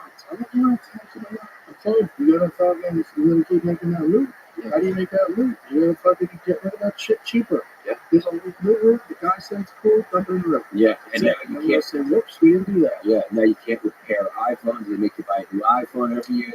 Clothes last like one wash. Right. Change the charging port. Yeah. Better for saying you want to fix it. Fuck off. Right. And where do they put all that waste? Where does it all go, man? Right. Yeah, that's not a sustainable system. Singapore has an amazing system. You ever seen Singapore's recycling system? No. It's fantastic. It's really wild. If they could implement that worldwide, it would be pretty phenomenal. Well, they recycle everything. Like, we don't really recycle plastic. We say we're recycling. Right. I threw it in the blue bin. I feel bad about it. No, that's not doing a goddamn thing. That blue bin is going to go in the ground. Right. The only thing they really recycle is like aluminum and some metals because it's cost effective. It's too expensive to recycle plastic, so they just put it in fucking landfills. Right. You think you're being a good guy by throwing it into that fucking recyclable bin. Right. It's not getting anywhere but in the ground. Right. That's But it. not Singapore. Singapore. See if you can find, I know we've done this before, there's a detailed description of how they do it in Singapore. They use it to make the surface of the roads. They take fucking everything. Everything with regard, they have these waste incineration plants. They burn No things fucking off way. 24 hours a day, Big 7 Toy days a Obama, week. you say And then they maggot son take of a bitch. How do you live whatever with that? is usable that they can change and recycle.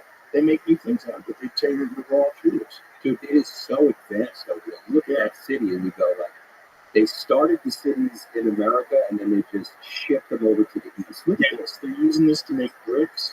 They're taking this stuff and they use it to pave their streets. This is all made out of this stuff that they've gotten from recycling. So why don't we do that? I'm not just gonna do it. well, they're isolated, right? So they have a problem, much like Puerto Rico has a problem, in that like you don't have a lot of land mass. That's the setup that Tony needed. Well, Tony, actually, that's where the joke came from. I know. He just needed, if you just say needed that, to not do it at a fucking political rally. but if you're going to do it, just set it up, go, you know, just, or even when it didn't work at the end, go, hey, you guys don't know about the garbage issue? Or you don't know about the garbage issue? Something like that. You tell me Tony Hinchcliffe did live in the 1400s, he would be like a very evil prince, like living in a castle. Yeah. Yeah. Or a jester. Yeah. 100%. Yeah. He would take people for real. I think they were forced to do that. I think it was a situation where like there's got to be something because I don't think they have the same access to new materials and they just came up with a much more comprehensive way, better way. Yeah, way better. We did it that way. We have so few problems with regards to waste. Demystifying Singapore's waste management system. Large part of the problem getting people to be more sustainable. They often don't understand how waste management works in their city. They might be overstated how their problem. It's also they just listen. Far better than ours. Right? It's just, Asian people just listen. They have a common theme and they'll just listen. You're not going to get a bunch of different people in America who just listen. Right. Right? You're doing it from? No, Oh, I think that we could definitely do it better than we're doing it. And if it costs more money, wouldn't that be better than just throwing in fucking ground? Like, we're so short-sighted with what we do with tax dollars, and we don't get a say.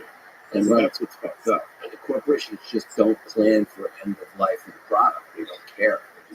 All they care about is the bottom line. They don't. It costs money for them to consider recycling or what's going to happen with the product when it's done. I would get glass bottles of milk from the supermarket because if you get this glass bottle of milk, they say the milk's better, and then I can give the glass bottle back. And like, number one, I get $3 back. They say that they clean them out, they just put more milk in the glass bottle. Go old school. I go even older school. I just still suck on my wife's tit. That's it. Yeah, it's still there. Yummy. What is this? Yummy? Is this the garbage pile? Yeah, I think that's part of the problem. So they were forced to figure out what to do with all this stuff. Their recycling program, I know, is way better than ours. You know, they're just much better at sorting things out and making it work. That video we watched in the city this year. So they're building them in Singapore, or are they taking them from Singapore and then building them in China, or is it just China? Right. Oh, so it's horseshit. A little bit horseshit. And Singapore is a country they don't fuck around, right? That's the country that'll get hit. We'll get caned. That was a big story when I was a little kid. Everyone thought they were going to get caned for gum. We get hit with bamboo sticks. Gotta hurt. Have you heard about this story in Vietnam? This chick is like Hall of Fame level fraud. Like 54 billion. She's up there with Bernie Madoff. And what she do? This chick, pull it up, JB. Yeah, I feel like Rogan, baby. Yeah, JB, pull her up. This chick is a woman, and she set up this elaborate scheme to steal like 12 billion, but actually is more. And they're gonna kill her. Why didn't you have a mask on? Yeah, I don't know. Because they wanted to get COVID. Yeah, I love that bitch. She That's is. it. What did she do? So she set up. She was set up these fake shell corporations. She was a stockholder or one of the owners of the bank, but a minority owner, and she was just funneling out money. She's got to come up with 3 quarters of what she earns or she gets killed. That's a good movie right there. That's a $9 good billion. She's if she does give him that much money, they just give her life in prison. yeah, but she's not Never going to get come up with that money because I think it's 54 billion. Actually, if I remember She correctly. embezzled 54 bill. Yeah, I mean it's up there. Well, she they says 27 billion. 27 was appropriated. 12 billion was judged to be embezzled, the most serious financial crime for which she was sentenced to death. It was a rare and shocking verdict. She's one of the very few women in Vietnam to be sentenced to death for white collar crime. What did she do? Yeah, I mean we can look it up. But it was today's. She did it through a bank. She secretly controlled Saigon Commercial Bank, the country's fifth biggest lender, taking out loans and cash over more than 10 years through 11 shell companies, amounting to a total of 44 billion. There you go. So I was up by 10. Oh my God. Yeah, I mean that's Prosecutors said 27 billion was misappropriated, 12 billion was judged to have been embezzled, most serious financial crime, which was sentenced to death. Tuesday, the court said there's no basis to reduce her sentence. However, she could still avoid execution if she returns 9 billion, three-quarters of the 12 billion she embezzled. That bitch has so much money. how are you going to get 9 billion? $9 billion. Yeah, I mean, that's fucking crazy. That's so much money. You could literally spend $100 million a year for the rest of your life, and you would never run out of money with all the interest and everything coming in. I mean, it's 1,000 billion, so you have $12,000 billion. Yeah, and you're still going. Yeah, or it's $12,000 million for her, and you're still going. Yeah. That is so much money. You think she's going to be able to get the 9 billion? Yeah. She's calling friends up. They're going like, I don't know you now. Because she had conspirators with her. She had family and friends that were helping her. And, yeah, look, so there's 85 defendants were convicted. Her husband, her niece, they were given sentences. But, like, yeah, I mean, her friends. So everybody was getting a little taste. Everyone was getting a taste. It was a score. Fun. Nice score. It was a nice score. And but to pull that off in communist Vietnam, and I know they have a little bit of a, area stroke, a kind of mixed economy now, but you got to give her credit as a woman. That's achievement right there. It is achievement. I wonder how she got caught. I wonder what was the thing she fucked up on. She probably bought a diamond ring, chicks like Yeah, something. She had a wedding, giant Rolls Royce. The kind of drug got caught. Crystal stole a bunch of money from crypto and got caught doing something dumb. He was just spending on white Lambos, but wasting on stuff. Somebody just What Lambos is? Are you supposed to spend money trying to get on crypto? yeah, but he stole like $1 billion. That's exactly what it's for. If you make billions of dollars on crypto and you don't have a Lambo, you're an asshole. You could do it. Somebody sent me an email the other day and said that they have they hacked into my phone and computer and they have videos of me doing disgusting things and jerking off and all that. And it's the only way that they can make it go away is and they gave me a link and they said I have to pay them in Bitcoin. I have to pay them in all this Bitcoin. So I was just like, I mean, I didn't obviously do it, but I was just like, show me the video. Yeah. Show it to me. I'll repost. At this point, it's comics. I would repost it. I would repost it with fucking links to my dates. I just wanted you to see how wild this is. The government does not publish how many people are on death row in Vietnam. The Human Rights Group say there's thousands. It's a state secret. Speaking of crypto, what's going on with that hot tour chick? She going to jail? What happened to her? What happened to her too? That's terrible. Well, She did over $300. what is that? She went to sleep and she hasn't. What did she see that hasn't been on social media? She's hiding. Someone was launched with her meme. She was like the front of it. I don't know all the details. Is that right? No. The thing was, there was an enormous amount of money that was put into this meme coin by all these people, and then she or someone representing her side of it sold, like instantaneously, and made a huge score, and then the coin was worth nothing. So all those people that invested money were, one guy invested $1 million. Like imagine the hot tour girl. Yeah, that's a sound investment. Yeah, That's a good place to put my nest egg. yeah. People for sure lost money, but it was definitely at a time to just troll and be like, "Oh, I'm such an idiot. I lost $1 million on this," because I felt like people were trolling the whole movement of like being dumb and falling to it. But some people did this. Is she actually going to go to jail for real? Can they? Can the SEC invest crypto like that? I guess they can now, right? Well, it's like, what are the rules? What are the rules in terms of, like, are you allowed to do that? Like, is that unethical but legal? Like, are you allowed to have a meme coin and it gets to like $100 million, you have a bunch of it, you just sell it all and you make $50 million? Are you allowed to do that? If you're not allowed to do that, what's going on for $50,000? Right. Do you not have trust in the hot tool coins if I sell it? That's ridiculous. That's on you. That's on you. I did the smart thing, and I got out when I thought it was a good price. Yeah. And I'm selling it to people. They should take that and run with it, and this would be the next currency of the world. I invested. Imagine, you think Idiocracy is it's a documentary. Imagine the hot tool girl that overcomes fucking fiat currency. Well, have you ever seen how many coins there are? How many cryptocurrencies? And they have some of them have really funny names. Dude, one of them is called Buttcorn. Yeah. I put 250 bucks.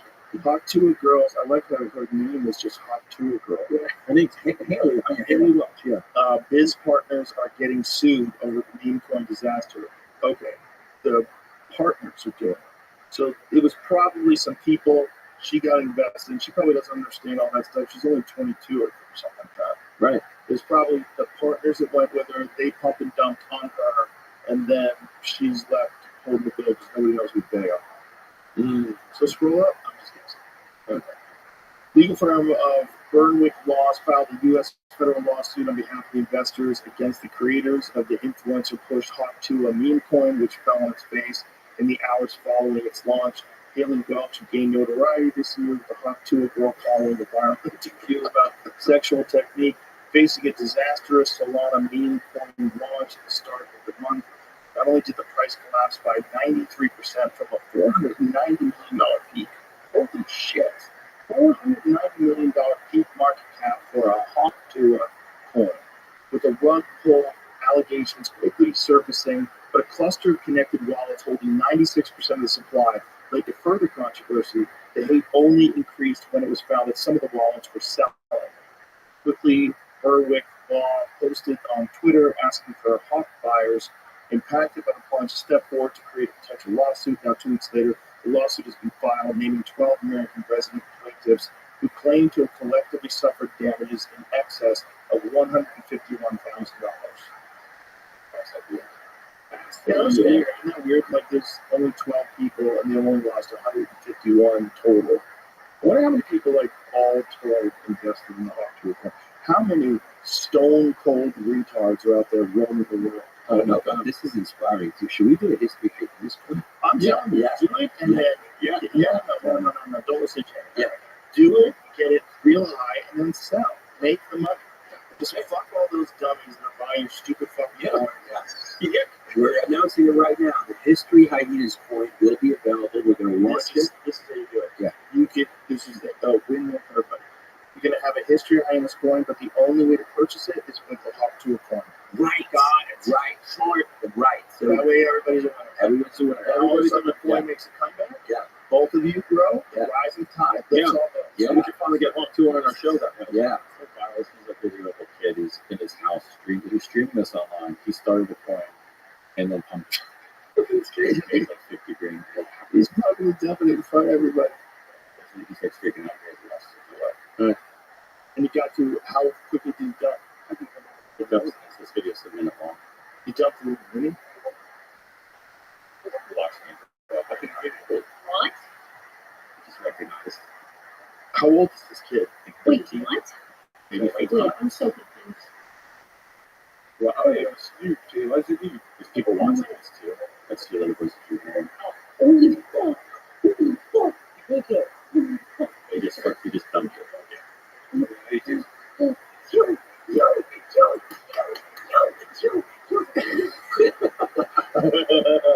Is that a crime? Yeah.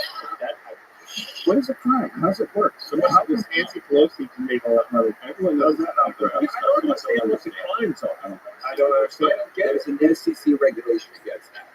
Yeah, you got it. Yeah. You should look it up. What about like when Tom Brady and Larry David got in trouble for the FTX thing, and they were just doing a commercial? How were they in trouble for promoting a coin? Well, I never it understood remains to be seen whether or not to be charged or whether to be found guilty. But how can they even be Because promoting? someone lost a bunch of money and they said, Larry David, I trusted you. Right? You were promoting this thing. So that's the reason why I don't. Because I got offers to promote things like real money. I'm not interested. Yeah. I don't even understand it. Yeah. If I don't understand it, like you're selling what? You're selling NFTs? What does that mean? It's a non-fungible token. We're done. I know what you're saying. I'm not doing this. Right. It's like too many fucking bros that are out there doing this. That Lambo drivers. Right. It's like a fuckery culture. So do you understand crypto fully, or is it still one of those things like? I understand it. Yeah, I understand it. It's just like it's weird that anybody would invest actual real money. I understand Bitcoin more than all the other ones. But even Bitcoin's mysterious. But there's a lot of weird. They don't even know who made it. There's all these. There's a whole documentary on Satoshi Nakamoto whose real identity is. Yeah. It's all controversial. Yeah. That's weird. The fact that there's a certain stable amount of them, though, that's encouraging. That you can't make more of them. But that's exactly what artists do to give their art value. That's how you do. You limit the supply, and then now there's only 10 original paintings. And this is what I'm charging because there's only 10 prints of these. And you create the value by the scarcity. So there's interesting stuff. Sort of, but it also limits the ability to add coins to it anytime you want and devalue it. Right. So that's what's more important, like making it scarce so people like it more. It is weird that we used to be on a gold standard, and then now we're just on hard drives, and we just sort of accept it. And then the government, like when they want to send money to Ukraine, forget about the fact that we're trillions of dollars in debt. They can just come up with $179 billion and ship it over to some country. Yay, go have a good time. Right. And there's wild reports about the amount of corruption that this money is experiencing. I mean, this money has probably gone through more people's noses and, can come out of more people's dicks. Like, how much? Right. Where does this money go? And it's so much, there's no way it's 100% efficient. Yeah. You're a Bitcoin guys? No, I don't understand it so much like Joe. I just don't. Yeah, I just stay away. Yeah. It's like when someone explains curling to me. The sport curling? Sure. Like, I don't, even when I get the rules, I'm like, I still don't understand it. I was in Newfoundland. I did a show up there once, and the place that was at was like a place. It was in like a theater. In this theater, apparently they had like curling shows, and so like when you're walking down the hallway in the back before you go on stage, there's all these fucking photos of people curling, and I just went out there and started shooting on the crowd right away, and they were so bummed out. They were so bummed out that It's like, it looks like the Housekeeper Olympics or something. Yeah, they're just sweeping the ice. Yeah, it's such a dumb sport. It's like bowling for retards. Right. It's like regular bowling is too complicated. Yeah. Right. But they're good at it. There's people that are good at it. Well, I don't know how they're good at it, but I kind of get it because it's kind of like billiards, right? Or pool.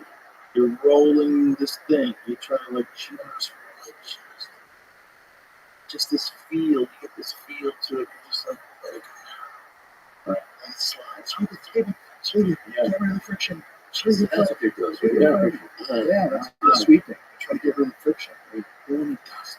Yeah. There's no dust. Right. It's stupid. It's so stupid. It's stupid. Yeah. It's stupid. Yeah. But if you grow up and there's nothing to do and you suck at hockey, just grow up. Play that. I guess it's the golfing of ice sports. Yeah. Right. I would golf. Yeah, I just mean like you don't need any real athletic talent to do it. Like, how do you retire? You don't think you need athletic? You golf? For golfing? Not really. You got for the drive. You see these guys' The bodies? yeah. But the coordination of your body to drive a golf ball. Like Jamie's a nut. Jamie. Tell him how much to say, like, there's guys that are like paralyzed that can still golf. Yeah, I mean it's really like golf with your arm. I mean, they can literally just swing an arm. They were strapped into a contraption that sets them upright. And once I've seen blind people golf. I mean Nate Bargatze golfs. He's good. Look at his body. He's got tits. But here's what I know. To hit 40 yards, that's 100% out. Yeah. You can't just accidentally do that. Yeah, I mean, even John Daly. You can say John Daly's fat and all that stuff, but John Daly, when you watch him move, the efficiency of his movements. We were talking about Mark Hunt. Mark Hunt's a big guy, but he still fuck people up, right? Yeah. He's still an athlete. Yeah, sure. Like a lot of these fat golfers, there's a thing they know how to do. They whack that ball, and they know exactly how to fucking put their spin on that motherfucker with wrist action. The difference between pro and being able to play the game is different. Right. Sometimes, like, you ever seen Bartolo Colon, the pitcher for the Mets? No. Look at Google. I thought it was a Colon. Bartolo this Colon. guy's body. Look at Bartolo Colon. Yeah. If you pull up Bartolo, Bartolo, I mean, look at this guy. He just threw Jesus. he was just, and he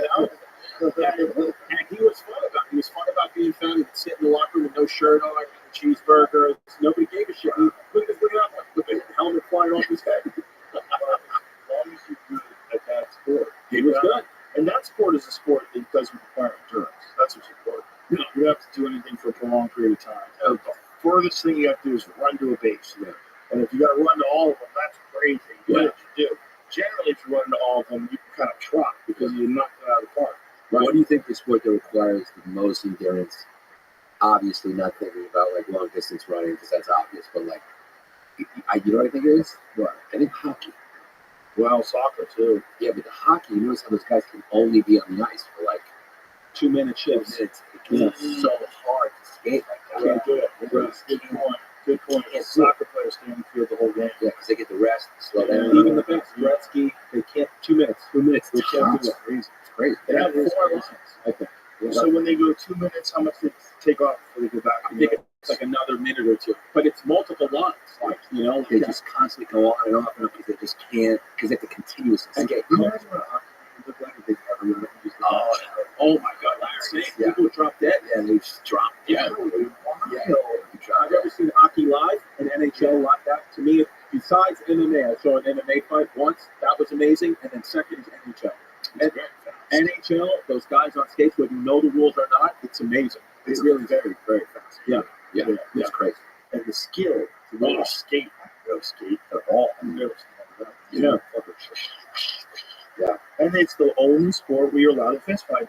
Yeah. 100%. Yeah. It's written into the rules. Yeah. It's encouraged. You're allowed to duke it out. Yeah. It's so crazy. Yeah. That's the only one. Yeah, because I think people don't really know where the puck is.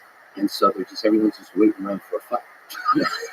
Yeah, no, it's grandfathered in the punching each other. Has anyone ever seen a goal when it actually happens? No. In real time? It happens too fast. That's why they have the Right. siren on top of the goal. Well, you know what I really like on TV where they have that circle over it, so that you know where the puck is at all times. Yes. A lot of craziness happens. Yeah. You know? It's like if you're watching a football game from like the 30th row, and you're looking down, who's at the ball? Yeah. Like after the ball gets hiked, it's like where'd it go? Yeah. Go to him. They're faking it out. You don't know, Right. unless you see the guy throw it. Yeah. You don't know what's happening. Yeah. And what about like old hockey goalies would do it with no helmet? They just get the puck, and then we have Oh, you see those faces? Yeah, The way faces. their faces used to Do you look? think those guys ever sat on the bench and talked about mental health? Nobody told them what it was. Yeah, I don't think so. Did they ever Yeah. talk about the mental I think they had some struggles with it. Oh, Yeah, taking a couple of shots to the head. No question. Yeah. I mean, yeah, of course. I mean, that's terrifying. Yeah. Yeah, look at that. Yeah, that guy's blocking with his face. Yeah, That's what it is. all the scars that we got on his face from his career. Terry Sawchuk. That sounds like just a badass name. Yeah. He's looking at dude. Man, that guy gets mad at you in the bar. You're like, just for a pie. Yeah. I don't know. Yeah. I love that. That's a nice thing. What do you think it's just Oh, Jesus, look at his face. Oh, and he had a mask on. It broke the mask. Ooh, Fucked his face up. I mean, Jesus. yeah, I mean, they Christ. flip that thing. It's so hard, right at your face. So fast. Yeah.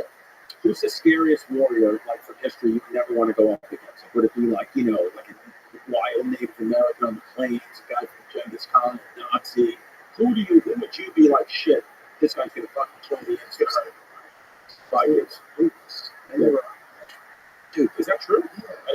Those Iceland guys that really work strongest man competition all the time, like those guys like the Mountain from Game of Thrones. Where do you think that gene line came from? Vikings.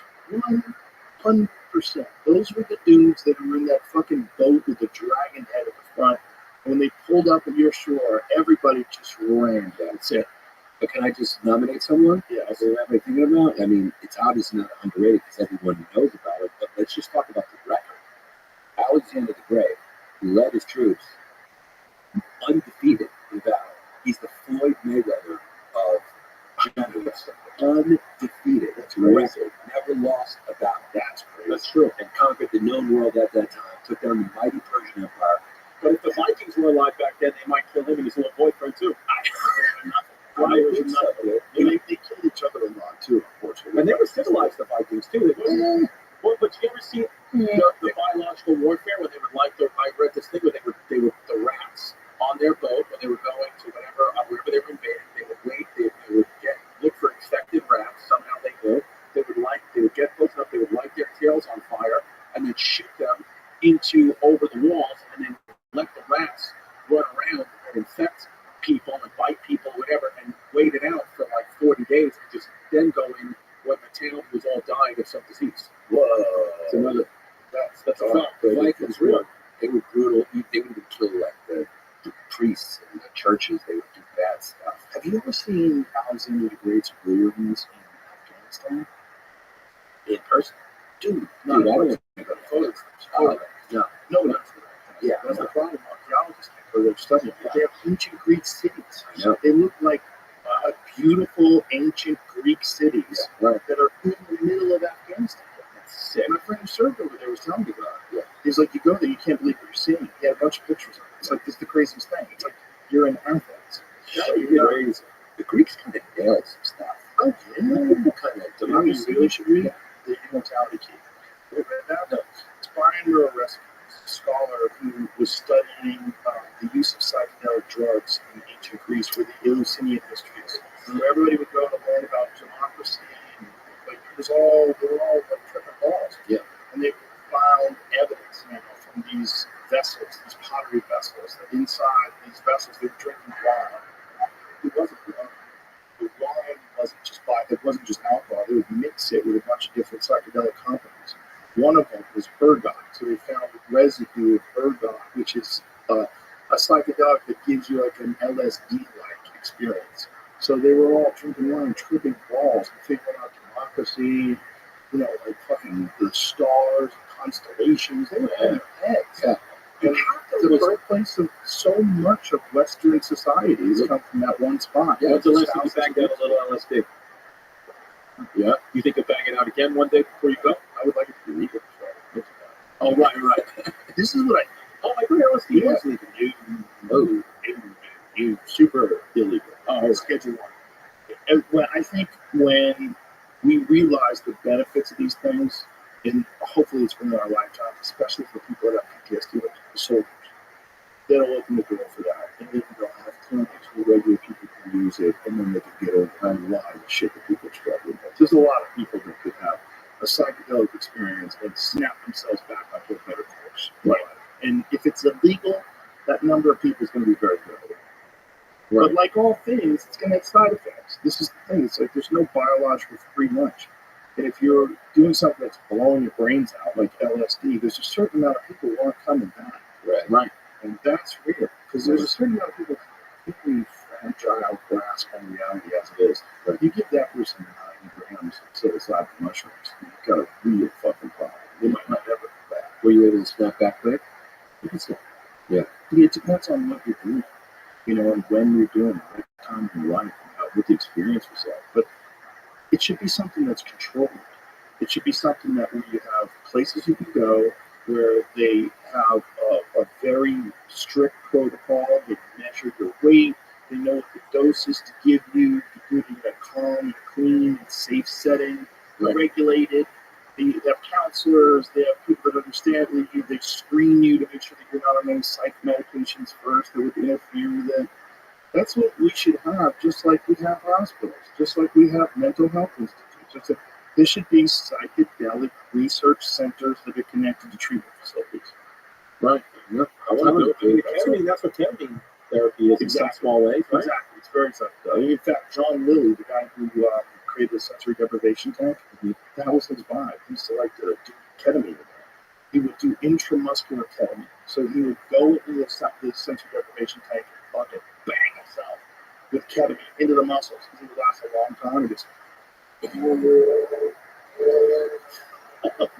just fucking exist in this other dimension for hours at a time. Yeah. That was his thing. Yeah. Yeah. I mean, dude, I work at this. We should do a sensory deprivation tank together.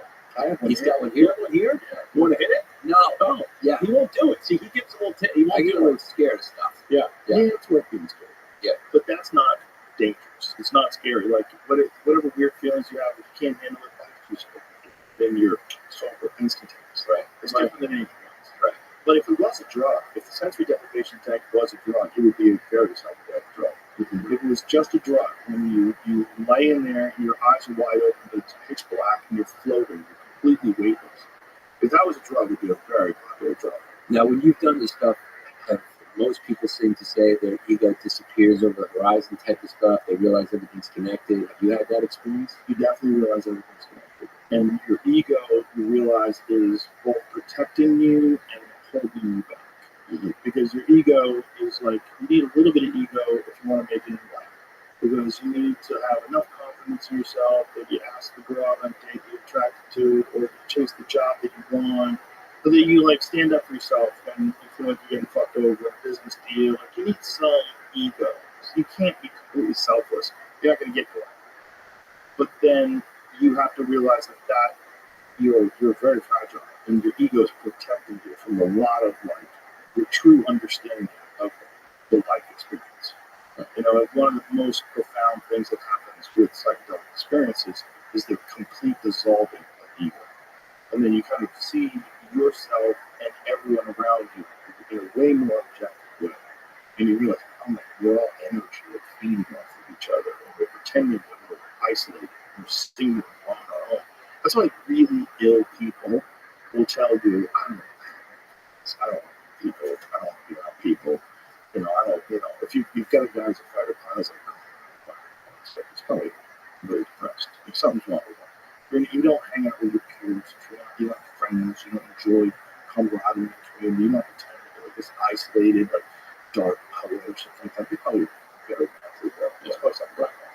But because we're high apart, right? So yes, 100%. And we enjoy each other's company. We feed off of it. It's the worst thing you can do for your nature is put you in solitary confinement. The worst thing you can do. You're in a giant cage filled with prisoners and rapists and murderers. The worst thing they could do is leave you alone. Well, that's why I believe the internet's bad, is because it's fake community. Right. Yeah. Right.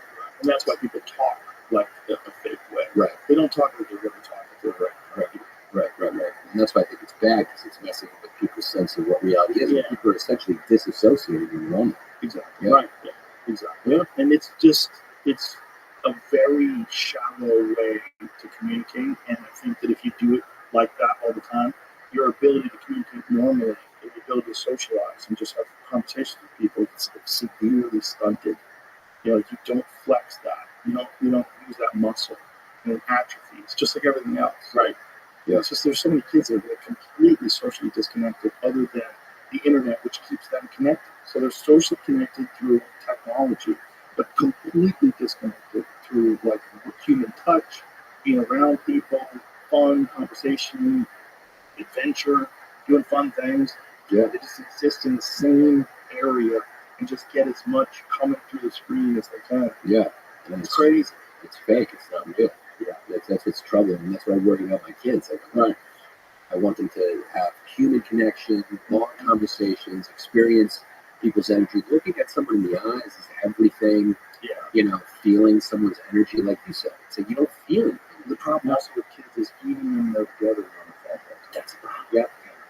And this is one thing about podcasts that's fucking amazing, because podcasts are one of the rare times in my life where for 3 hours I have no phone. Yeah. For 3 hours, unless I'm checking something or sending Jamie something, I don't. And the people listening are also doing the same thing. They're connecting to you without doing that. They're just connecting to hearing you. Right. Like a long radio show. It's like beautiful. They're flipping through, scrolling, talking to other people, and they're talking back. Everyone's pretending like there's somebody else and catfishing each other. That's why I always used to like planes back in the day before Wi-Fi came around. Because when you were on a plane, if you didn't have a movie to watch or something like that, you just had to sit in that seat. And when you just sit in that seat and you know you can't go anywhere, I would get my best writing. Right. Like, that's right. Because they're like forced to write. Sure. Like, I'm forced. There's no Wi-Fi. I'm trying to read about it without your phone. Oh, it's fun. I can't even see why it doesn't even work. Awesome. Like the Trudger muscle or whatever that muscle is that pushes at your knee. If I got a poop really bad and I only got like 1%, I will go plug it in and hold my shit. That's why I think there's a. I bet you there's a spike in anxiety when people ask to have their phones put away, a comedy show or a music show, whatever. I bet you their anxiety goes through the roof. Because they're like, I can't, tell people complain all the time. It's the best thing. And you do that in mothership, right? Yeah. It's the best. It's the best thing. Yeah. It's better for everybody. Sure. It's better for the audience member. It's better for you. It's better for everybody. If you were going to get eaten bite. Would you rather be an animal or a human? Yeah. You have to get eaten. An animal. You don't want a cannibal. You don't want some guy knowing he's eating. Right. You don't want him to have that. That's interesting. Yeah, fuck that. Yeah. Yeah. Alligator. Quick. Really quick. But a hippo. It's Hippo would snappy steal and half, you can dead in seconds. kill you, right? Yeah, they just rip you apart. You don't want hyenas to eat you. You do not want that. Because what do? They eat from the back. They stay alive. They have no concern about putting you down, killing you. Like a tiger, a cat will kill you.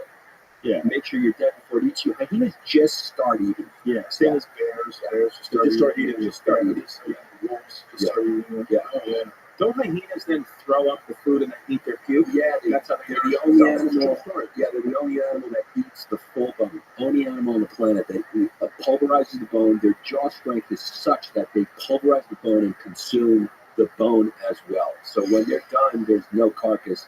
They're the fucking best animal on the planet. They got pseudo penises. They're Transgender, yeah. They're fucking wild. The women are bigger than the men. I love your bit about it. They smell too bad. And we started the podcast because hyenas have always been my favorite animal, and we both love history, and so we just combined those two things. But hyenas are hilarious, dude. What was Like, your bit about any- hyenas? I didn't hear It it. was great. It was a long bit. Oh, Yeah. Oh, okay. That's not that good. It was a good bit. It's basically about the patriarchal power structure. Yeah, why that's bad. Yeah. Well, it's also they have to do it. The male hyenas are such cunts, they probably eat the babies. Yeah. They're monsters. It's but they're like a medium-sized animal in the world of things way bigger than that. So they're living around lions. They get it Right. done. They trick you, numbers, they confuse you, they're opportunity killers, they love to kill, to steal kills. That last thing is real, that cackle. Yeah, That's a they real don't thing. really know what it is either. They don't actually know what exactly. Yeah, it's not even having a good time. Yeah, the blue lions are like these fucking hyenas again. Dude, the hyenas just spoil fun. They show up and they're like, these fuck. You ever see when like a cheetah works so hard? Yeah. Because cheetahs fail all the time. And then they finally get a kill, and then you just hear that. You just hear that, and then the cheetahs like, and they just come and they just steal it.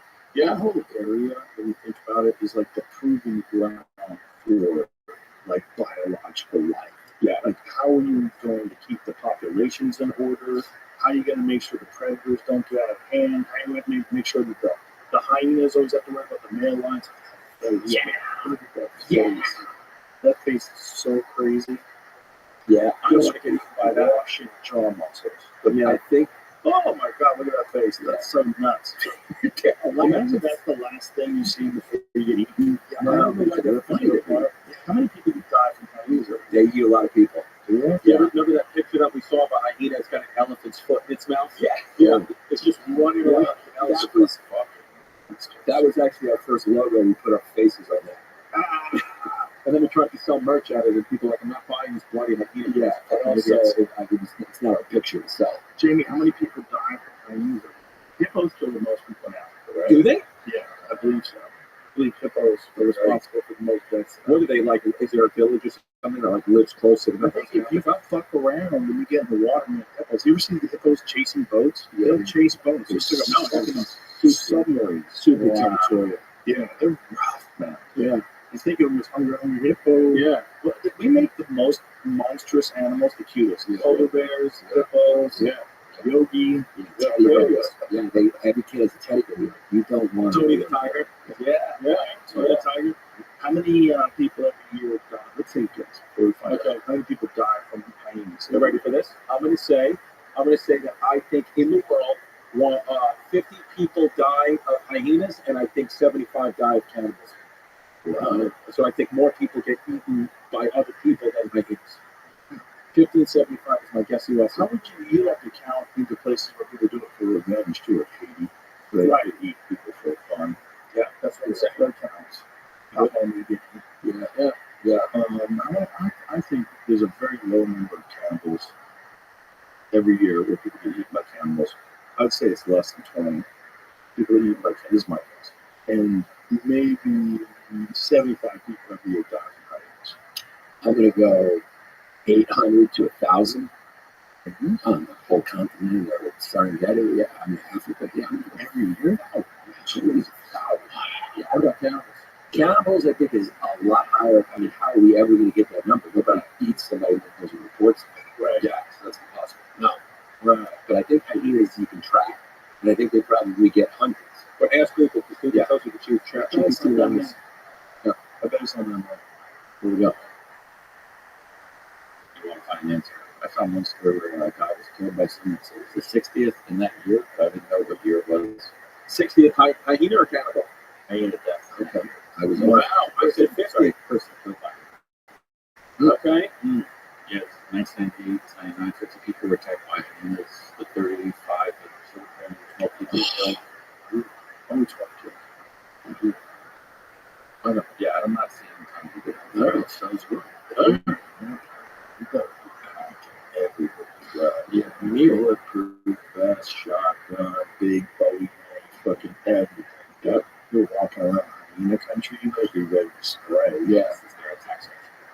Oh, okay. Hyena attacks? Yep. Who gets people the most over there? Hippos?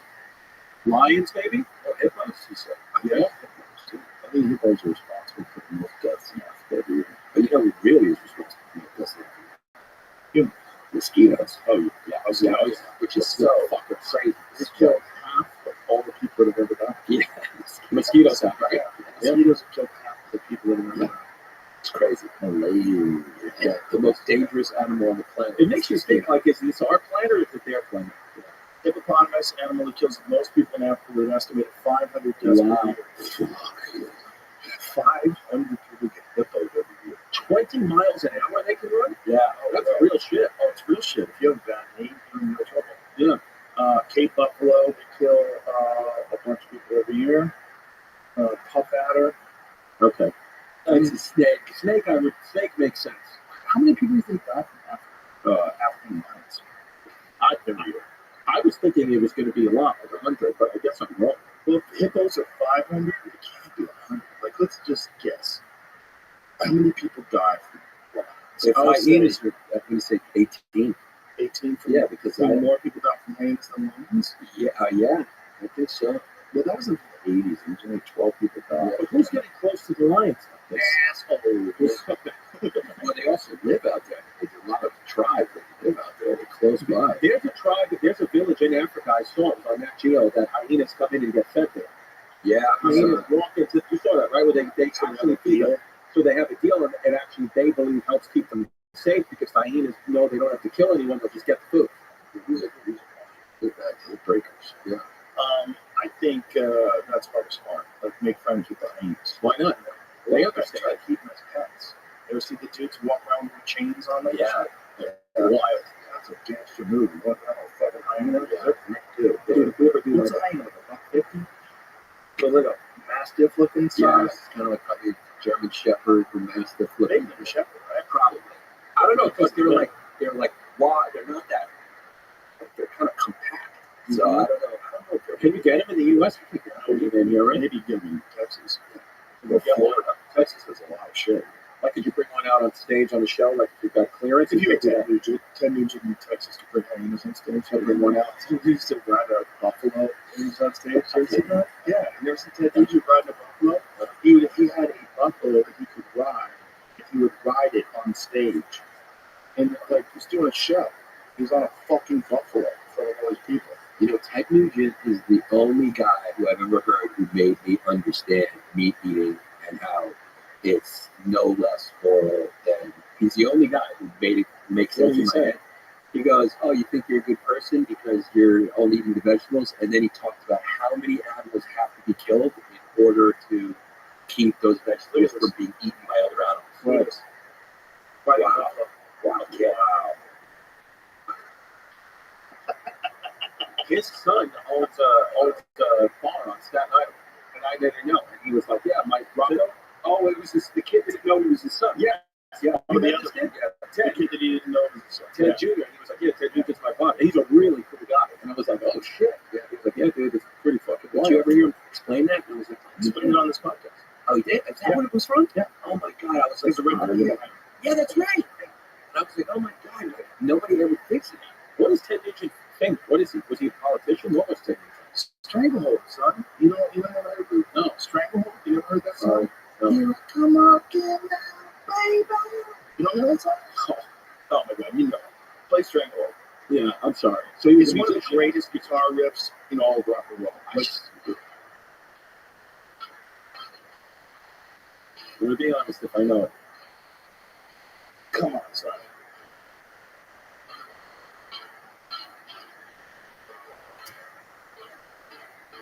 So far, it's not ringing a bell. Hold up. It's just picking up, son. Here we go.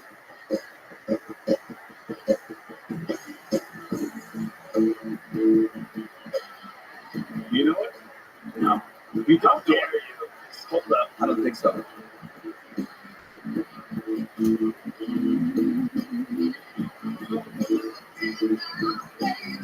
I've heard this song. Yes, yeah. No, I've heard that part. Hold up.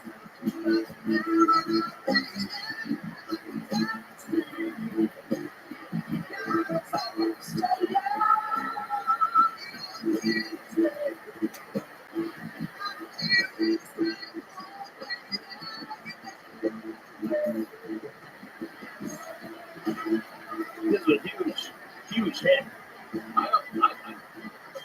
I don't know it. Who's the best guitarist of all time? Hendrix. Billy Ray? Hendrix. Hendrix? Hold up. All right, we're good. Triangle. Yeah. So he's a He's big famous for musician. that. Cat Scratch Fever, another good song. Okay. And a bunch of good songs. But then what happened? Then he got into politics and Well, it's just he's a bow hunter and like very vocal about social issues. And that's kind of a mini. right. Yeah, kind of nutty dude, but it's fun. So then how's he have a son in Staten Island? Well, I don't know. his son, I think he didn't know it was his son, right? It was one of those deals. So they're close. Yeah, They're there's another son, his son Bronco, that I've met. right. He's a fun guy. Yeah. I like him. It's a powerful Maybe name. I don't agree with everything he says, but that's the case with a lot of people. Yeah. You know? Yeah. Each I, their own. I think Hendrix is the greatest. Right. When it comes to guitars, because Hendrix changed songs with his guitar. Like Eric Clapton famously, when he saw Hendrix play for the first time, he said, "Wow, this is Eric Clapton." Right. Eric Clapton. They I mean, he was amazing. How about Billy Ray Vaughan? Stevie Ray. Sorry, Stevie Ray Vaughan. Jesus Christ. Yeah. Stevie Ray. Stevie Ray was Tin Pan Alley. amazing. He used to play at our club. I can't believe this is Billy Ray Vaughan. I got him confused with Billy Ray Cyrus. Don't kill my heart. My achy breaky heart. Jesus Christ. Tin Tin Pan Alley is one of my Have you ever seen in the corridor of the we come on stage at the mothership those photos of Stevie Ray Vaughan? Those are him on stage at the Ritz in 1983. Wow, Yeah, he performed there a bunch of times. Yeah. Willie Nelson performed there. crazy. Yeah. That place is Oh, yeah, it's burned in. yeah. I brought in Ghost Hunters to check it out. Sam and Colby brought in Ghost Hunters. Did they find it? No, it's fun. Yeah. It's fun. Yeah. I don't know what's real. Yeah. But someone was murdered.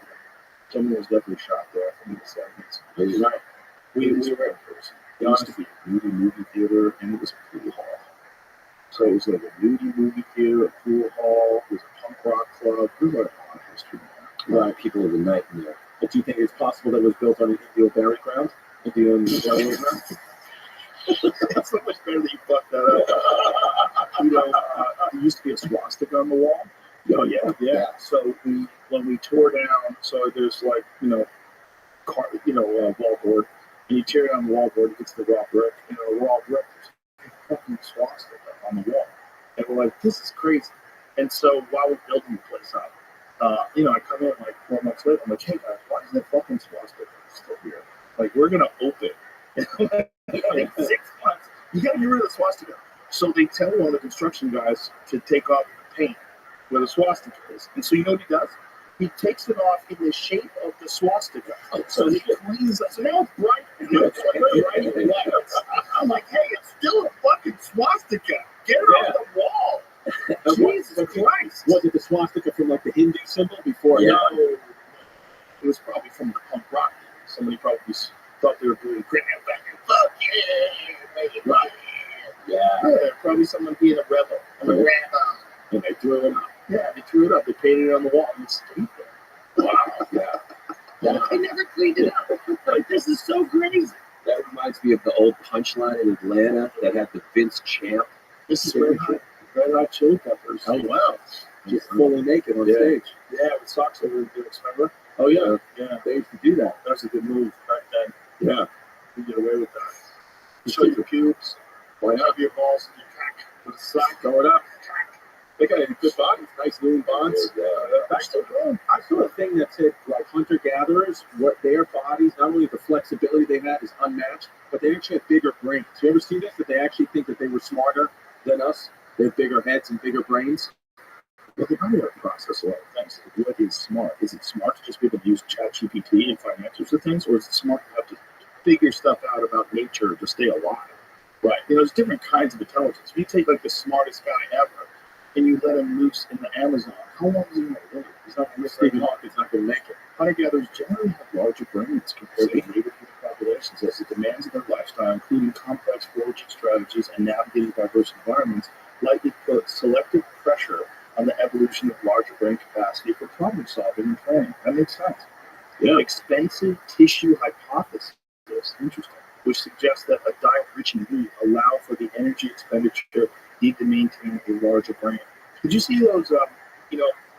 They found a new population of humans that existed as recently as I think 100,000 years ago. But they found them in China. They had much larger heads. Really? Yeah, they thought they were Denisovans, I think, at one point in time, which also was a fairly new discovery. They found Denisovans in 2010. But this is another one. This is another new species of human being study that they found. They have large heads. Haven't they found like 12, like 11 different hominids now? I mean, There's quite a few. You know, including the really controversial ones like Homo floresiensis or Floresiensis. What was that? What was that? Island Flores, they were little tiny Squeaks. people. Little squeaks. Yeah. Yeah. Late 1970s. Yeah, there it is. Homo juliensis. Fossils began belonging to 16 individuals were found in 2 different locations in China. They appear to belong to unique species, thousands of artifacts, stone tools, and animal bones. This one is the larger headed one. Is that the same one? Is that it? Because it says in the late 70s fossils. I think this is large. I know I have a photo of it. I know I have a saved it because I want to look at. Yeah, dragon man. That's it. The newly complete skull discovered in China in the 1930s, the basis for the proposed new human species, Homo longi, that's it, known as dragon man. Skulls found in 33, Shanghua River in Harbin, China, where a bridge is being built. Okay, it's a skull with a combination of ancient and modern features, including a large brain, similar to modern humans and Neanderthals, a low forehead. But how do they know that these couldn't it just be like a weird looking kid? Like if me and Giannis were laying down and found our skeletons, you would think we might be different types of species. I mean, he's got a peanut head and I have a head like a pro Mac. Good point, right? Yeah, Found a shot buried right next to yeah. It could just be different people. it. Yeah. It is. Cute snow. Talking about few. It's definitely a few. big Oh my God! The scent must have been bad, dude. Big time. Yeah. Here, Jimmy. I think this is a different thing. I'm going to send you right now. This is the title. I just saved it in the thing so I can look at it later. But I didn't really look at it too much. Right. But they keep finding these new versions of humans. Right. So it's like, how many of them? Why did we succeed? Like, what was so great? I think we were most vicious, right? Just killed the other ones. You think dogs? That's the answer. Yeah. You're 100% on. my street smart says it, science says it, like it's nation, in the understanding of how, but it's pretty solid that that's what gave us the edge. So we domesticated dogs. We teamed up with dogs and we had a symbiotic relationship, and we were able to protect ourselves better. So this is it. Large head people, mysterious new form of ancient human emerges. This is it. So a provocative new piece of nature has proposed a whole new group of ancient humans, cousins of the Denisovans and Neanderthals, that once lived alongside Homo sapiens in Eastern Asia more than 100,000 years ago. Brains of these extinct humans probably hunted horses in small groups who were much bigger than any other hominin of their kind, including our own species. This is it. The large head people, yeah. So that's it. It is that name, though. Oh, no. In the past, it says. Some science have attributed to it. But that's not what they're saying. So they think it's different than Denisovans, is what it says. science is attributed to juvenile fossils to death. So Right. that's it. And we're in the past. So now they think it's a totally different, right? I don't know if people ate horses. Oh, yeah. Oh, a lot of you eat horses. Yes, that Shavkat Rachmanov, the #1 contender in the welterweight division, says it's his favorite food. horsemeat. Yeah, he's from Kazakhstan. He rides horses and he eats horses. He's like, I love horses. He loves them all the way. You ever tried it? Yeah, that was good. I had it in Montreal. There's a restaurant in Montreal, one of the best restaurants in the world. Shout out to Joe B. Oh, of course. Oh, yeah. Incredible place.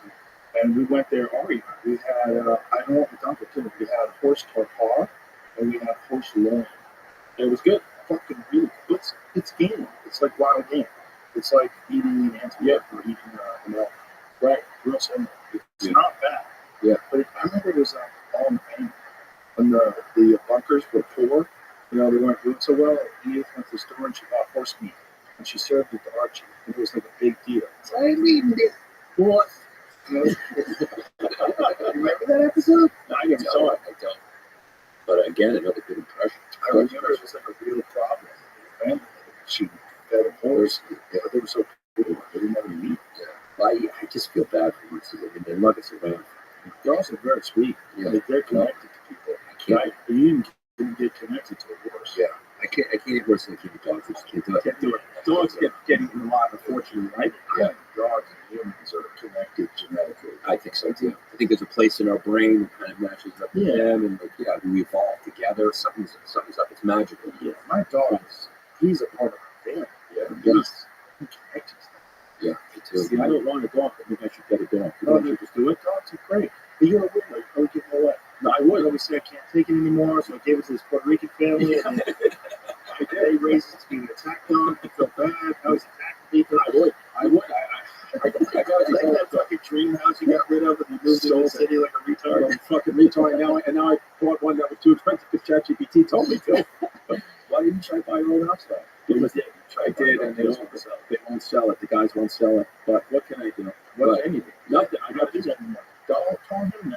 You have like Him and I talk he's a about it. much more logical person. He is. His brain. He's more kind of controlled than me. I go a little wild, but he kind of keeps me back. Well, I mean, I'm not going to say I said it, but I don't know how to control them. But it was bought by a Muslim family. The Palestinian family Muslim family. on October 8th. So After October 7th, the next day is when we sold it. October 8th, and my That October 8th? dad October 8th. The Palestinians moved in October 8th. Boy, they moved quick. Yeah, they came right in. Honestly, they're right around the wall. well, they see that they're in a place where they can accomplish it. So they're like, we can actually live there. Yeah, And they yeah. just do it. So they moved in big, and my neighbors were kind of mad that we just picked up and left. What can you do? I have to go. I moved to Queens. You didn't have to. No. You should have called somebody. That's the time you should call me. Well, now I'll know. Now I know. Yeah, please do it. What are you talking about? You're right. You're right. Yeah. Right. As soon as we get out of here, I'm going to call my account and see if we can rescind that offer or we locked in legally. Oh shit! I just got that ChatGPT's liar. You get panicky. Oh, You yeah. get real panicky. I get real panicky. Yet you still do these. I still do it because I think I don't do drugs, so I think I get. And so this is a gamble. My father was a compulsive gambler. Told me never to gamble, so I thought I escaped because I don't know anything about cards and sports gambling. I don't know anything about it. Do a life choices. Yes, which is kind of a little risky. A lot of people do. Yep, I get a life choice gamblers out there. And now I'm looking for peace. I'm looking for my path to peace. So I'm trying to just, do peace. Radical acceptance. Radical acceptance. Being friendly with my present. Being gentle with wise. We're trying, baby. Yeah. Very scared. Mountains or something. That's what it is. Well, I tried to, but I got a bad Achilles. That can be fixed. I know, but I've been trying for What's 6 wrong months. with your Achilles? I don't know, man. I have tendinosis in the Achilles, and they did the X-ray, and they see some scar tissue in there. So they actually told me, I can't get it anymore. Here, I'll come down here. They told me PRP. To spin the blood. Yeah. Yeah. Yeah, I did that. Yeah, but you should get stem cells while you're here. Call me and talk to I go home tonight. Yeah, but I can come back. Okay. Yeah. Come back. All right. Are you booked at the club anytime? No. Just come back, and when you come back, we'll set it up to go waste well before. Okay. Yeah. Because a buddy of mine, my friend Evan, had a fucked up Achilles. It was bothering him for years. And Yeah. he got stem cell today. Oh, Really? it's bothering him for years. That's me. I've been 2 years because I have a growth on the back of my heel. Oh, from the bone. Yeah, like the bones Get are irritated. Yep. Yeah. Yep, and it's all fucked up. But I do have a clean colon. I had 2 polyps. Yeah. Under 3 centimeters. We're good to go, baby. Clean ass, so does he. We got our colonoscopies a month apart. Everyone should get a colonoscopy starting at 40. Everyone should get it. It's Yeah, on the clean out. rise. You know what you could you could do a comprehensive blood screen to test you for all cancers, not just asshole cancer. But they have that now. It's a lot easier and it's better. You never did a colonoscopy? I have one. Right. What? I think I that didn't wake up like that one. Yeah. I think that if you go, I didn't have a colonoscopy. No, I had an exam, but they went over the fingers. They went over the Did it put a scope in it? No. He woke up there. His was like that. I woke up. Woke I up swear, hard I on. swear to God. No, I wasn't even hard. I'm not even fucking around. I woke up in the middle of it because I just, knew something was in my ass. I woke up. Yeah. I woke up. I went to Mateo. But they can screen you with this, I forget what it's called. They do that way as well too. They send it off to a lab and take your blood and screen you for like 100 kinds of cancer. Right. That's That's the way to good. go. They got the full body scans there too. They're trying to attach, there was some paper that I was reading, they're trying to attach cooking oils with cancer, specific kinds of cooking oils and colon cancer. Specific types of seed oils that things are cooked in, and the prevalence of that, and the human diet, and how it's contributing to cancer. Yeah. Why? All the cancers on the rise. Why is this stuff not available in New York? Why can you only do this kind of stuff But in you could, Texas? you could do it in Europe. I guarantee you, just don't have the right people. Right. Again, you probably can't do stem cells to the extent it's like, there's not a lot of these clinics because of a lot of FDA regulations. Utah's a really good state for it. They have like much looser regulations. Right. But a lot of people wind up going to Mexico. There's a place in Mexico called the CPR, the Cellular Performance Institute. A lot of UFC fighters go there because they have an arrangement with the UFC. You can do wild shit there. That's what Aaron Rodgers did, right? Because Achilles, he went down and got the stem cells. He's good to go. Yep. He actually got treated here. He got treated at Wastewater. Right. Yeah, so I should just go. Yeah, you definitely should. If I'd known that you had that issue, I would have gotten really close. Oh, thank you. Yeah. I'll come back. Yeah, it was just Rob White actually just went and he hurt himself doing yoga. And he fucked up his ankle. And they just treated him. And then he's good. Well, he just got it yesterday. It's going to take a while for it to better. Right. But it will get you better a lot quicker than not. I mean, that's what they're showing. Yeah. I know a lot of people that have had like pretty serious issues cleared up. Like torn Achilles. Yeah, torn ligaments. It's almost like bruised. No. Then you definitely need surgery. Achilles is bad. There's so much torque on that. Moving, we got to screw it back down to the bone. It's got to heal. Make sure you strengthen it. Start using it. Real diligent about your rehab. Like, look how long it took Aaron Rodgers. He has state-of-the-art access to ways to and he's way ahead of the curve. Way ahead of the curve. It takes most people do. But even then, he couldn't really play Yeah. that year. He had to wait until it was the next season. Yeah. Those used to be like career ending. Yep. Yeah. It's good. I got I've been doing like calf exercises. I'm like strengthening all around. And it's just like a year and a half. I'm like, dude, the pain is still there if I explore too much. So, but it's also, I mean, what am I going to do? I got horrific feet, Joe. My feet are horrific. My toes cross over. I have no arches. I have feet that look like they should be shoved into high heels. And Have that's you what it ever is. work out with barefoot shoes? Those like minimalistic. They have to custom make it for his feet. When you put your toe into each individual It's like- hole. No, I don't mean that. Yeah. You can get those too. Those are like the barefoot shoes. Those are Those help. yeah, those are okay. Those are good. The toe shoes. I used to have those. But the ones I really like are they have a wide toe box, so your feet spread out. It's very minimal amount of sole, just kind of protect you from sharp things you stand on. But it allows your toes to move as individual units. So a regular shoe acts as like a cast. Like if you have like a thick sole boot and like a hard surface your foot sits on, it's like a cast. So your toes aren't really working. Your legs are picking up. Your foot is basically atrophying inside that. And then if you work out barefoot, and especially if you work out and where you do something explosive like jumping and stuff with barefoot, then you're using your feet the way they're supposed to use all the muscle strength. A lot of people have very, very weak feet. Yeah, I can't even move my toes individually. Like if you like Chris, move your toe. I'll be like, Can't do this. no, I can't do it. That's crazy. I mean, yeah, it's like, it's hard. You should probably take care of that before it gets bad. See? Yeah. See, and go ahead, ask me to move my toe. Say, move my toe. Say, Chris, move your toe. Somebody say, Move your toes. Yeah, basketball field. Yeah. That's all I could do. See, LeBron's feet like that too. Did you play a lot of basketball? I did, yeah. Maybe that's it. I did. Maybe it's all that like smushing in the shoe. It could be. Is that what it is? Yeah. I had to wear extra pairs of socks every like up until Yeah, that fucking rough back. no good, right? But then you see on the ankle here, you got up a little bony. Yeah. Oh, that's where it's fucked up. But it's good left shoe flexibility, not bad. That's not bad. Congratulations on that. Thank you, sir. LeBron's feet are evil looking. He hasn't been playing, right? Did he come back? Yeah. Oh, coming back. What happened? Did he get hurt? Never. That's, You need to get time to get his body. oh, that's right. And then, yeah, time out. Who knows? Everybody, anybody who takes out of anything, people like, did he? That's everyone's trying to win. He did it. It's crazy. But, Yeah. Imagine like him regretting saying Bruce feet. yeah, Wow. Just smashed up. I mean, Pinky toes. Birds, Lots lots of of foxes have feet like that too. Feet all fucked up. Imagine how you think about kickboxers and a Muslim kick. Like John Jones can't fight unless he has his big toe and his left foot taped to his next toe. He has to have it taped up because he tore his toe completely upside down when he was beating up Chael Sonnen, and he didn't realize it until I was interviewing him after the fight. And he looks down, and sees his toes are completely.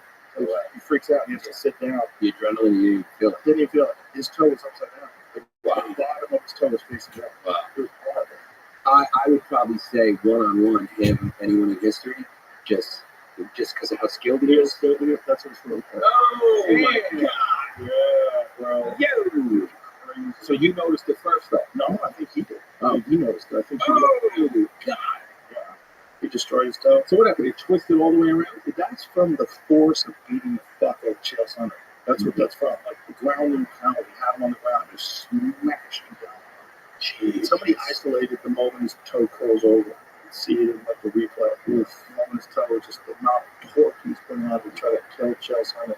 Is he doing Gloria or Basketball. Yeah. I think it's going to be basketball. I think they're trying to come to some sort of agreement. The rumor is that he wants $30 million, and the UFC's going to pay it. Hopefully, I agree with him. Him and Gloria would be Pereira. Yeah. Sorry, would be the fight everyone wants to see. Yeah, perhaps. Because he's been so dominant there. Yeah, perhaps. I mean, if it's going to happen, they're both 37, which should probably happen soon. But John is, the heavyweight champion of the world, and Pereira has challengers in the light heavyweight division, especially Ankalaev. He's supposed to be fighting Ankalaev.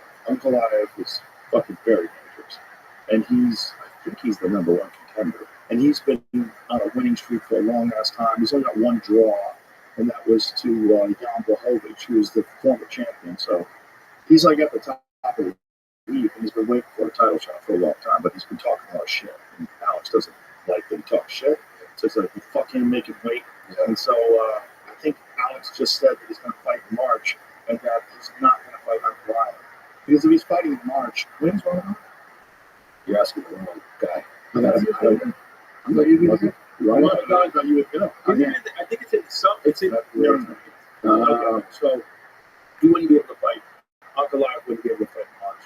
Because if it's like March 3rd and he's got to go through the entire month of Ramadan preparing for a world title fight, February 28th, and it ends Saturday, March 29th. See, that's exactly during the time period where he's going to fight. And with Ramadan, the whole month you can only drink water? No. You can't. You definitely can drink water and you can eat food, but you can only do it after sundown. So, Bilal Muhammad, who's the UFC welterweight champion, he observes Ramadan. He was training fighting. He'd have to take fight during Ramadan. So what he would do is he would get up at like 4:30 in the morning before it was dark out, before it was light out, rather, and he'd have a big meal, and then he would go to the gym. And then he would have no water at the gym, nothing. And then at the end of the day, and also he also didn't sleep during the day. Like a lot of them, like they're half of that, or they just sleep during the day and train 8 at night. But he said that if you do that, then you miss out on the religious suffering, which he thinks is very important for Ramadan. So he would do it the way you're supposed to do it, where he worked out with no water, train, and then he would finally get to the nighttime session. He'd be able to eat, and then have a nighttime training session, probably a little later than normal, And so that's how we do that. Wow, that's why these dudes are dominating. They're just tougher. Discipline. He started working with the Dagestani guys, right? Mhm. And then he just turned into a beast. Well, those guys are hard fucking core. They want no distractions, no women, no bullshit. Get off your phone. Let's go to work. They're probably not jerking off. To be honest, they keep fuel. They keep it loaded up. Keep a loaded glue gun. Mm-hmm. Yeah. Right. It's something about having a loaded glue gun, right? When you go into the ring, you want to be glued up full of glue. Some people believe that, yeah. And some people believe that you're not supposed to ejaculate within a couple weeks of a big fight. Didn't you not masturbate out of respect of 9/11? That is true. I wanted to go until we found Bin Laden, the perpetrator, but obviously that was too long. But I did go until October 1st, from 9/11 to October 1. I said, as my respect back to this country, the patriotism, I'm not going to glue at all until we get in this month of September. Do you really have a joke about he waited until the second tower fell? Probably not jerked off. It's funny. I think it was a joke. He didn't make it until the second tower fell. Yeah. Dude, I remember there was like a vigil, like on September 18th or whatever, like a week later in like my neighborhood. And I was playing basketball, player, and I was playing in the park. And I remember when I left, everyone was just standing outside the house with like American flags and candles. And I wouldn't dribble my basketball because I was like, I think like a sound or any type of dribble of the ball, disrespectful. And then the guy gave me a flag, like as I was walking, as if to say, take one of these as you're walking home. And I just walked with that flag. I love our fucking country, big Joe. Jesus. Yeah. I just love it. I hate when people talk shit about it. Yeah. Well, get ready. Yeah. We got some drums. Listen to Joy Reid. Yeah. We should try to fly those things out of the air. What do you think they are? If you had to guess. I think they are. I was joking about the AI thing. I think they're Chinese. Mm-hmm. I don't want to say this in such a big country. I'm available to the CCP for whatever they need me to do. Yeah. Disinformation, I'll do it. I think that they are sniffing the radiation. I think that that's the most plausible. That I don't know if they know about it or not, but I think they're probably looking for radiation. I don't know that nukes necessarily going off, but I think that's probably what it is. If I had to just guess, if I really had to guess. Well, I think they're being launched from submarines underwater. yeah. Well, that's what's crazy is like if that's the case, how many submarines and how big are these submarines? Because these things are the size of an SUV, but some of them were coming from some like untrackable distance offshore, 50 plus miles offshore, and they're the size of an SUV, and they can stay in the air for 5 hours. So what's the power source? And then the other problem is they don't exhibit a heat signature like the regular drone does. So if like, they have some sort of coolant, Is that why they can't track them? yeah, they're having a hard time tracking because of that. Like they're having a hard time tracking with infrared. They don't know why they can stay in the sky for 5 hours at a time. Ryan Graves, who's a fighter pilot, was on the other day. He was explaining to us like there's certain aspects of some of these drones that are above state of the art. They're doing things that we can't do. The big ones, they're flying for that many hours. That's crazy. The heat signature part, that's crazy. All the jammers, all different things they try to do to find the signal that's on. What does he think? Why don't they just knock one out of the air? That's what I don't understand. Good question. That's what makes me skeptical to think that. Does he think it's government? Well, I sent you something earlier today, Jamie, that I knew this subject would come up. I don't know. There's also some stuff, like, is it real? I don't know if it's real. I don't know what we're looking at. There's some stuff like these orbs that they're filming. Oh, yeah. And they've been zoomed in on. When you look at the zoomed in version, I'll be like, what the fuck is that? Like, what is that? Yeah. We don't just know if it's real or not. FAA bans drones in parts of New Jersey, threatens deadly force or imminent security threat. These areas have all now been deemed national defense airspace. So the Aviation Administration issued bans on flying drones in multiple cities across New Jersey, including several in our area due to security reasons. These areas are all now considered national defense airspace. Here's a map of those sites: the city of Camden, Gloucester City, Winslow Township, Evesham, Hancock's Bridge, and Long Island Township in Salem County, West Hampton, Burlington, and Hamilton. Unmanned aircraft are not allowed in those areas through January 17th unless approved by the federal government. The FAA says pilots who violate the airspace, meaning pilots on the ground as well, may be detained and interviewed by law enforcement. The agency warns that the U.S. government may use deadly force against drones it deems an imminent threat. These restrictions come just days after the FBI released a joint government statement saying most of the reported drone sightings were just airplanes and drones and stars in the sky. Shut the fuck up. said that. Listen, I'm just not giving press conferences about airplanes and stars in the sky. Right. You don't think that he knows something more than that? I was going to ask, do you think he knows? He's not staying at his golf course. He wouldn't go to his golf course. He was hovering over the golf course. There's a real problem. This gaslighting is not helping anybody. Do you think it just goes out of the news one day, or we will get an answer as the public? I don't know. I would never have guessed that it would be this big of a deal for so long. Right. How long has it been going on? Since early November, mid-November. It's around Thanksgiving, and it's been the same. Isn't it been like the same type of year, same time of year, like for a couple of years? This has been But not like this. It's never gone Never, like not this national many. news. Not this many, but they were going over military bases, And now they're just going over New Jersey. Now they I just put a video up of the one that I got on my Instagram. So I took this one from, I forget what the Instagram page is, but it's up on the page, so giving them a shout out. I don't know what this is. I don't know if this is fake.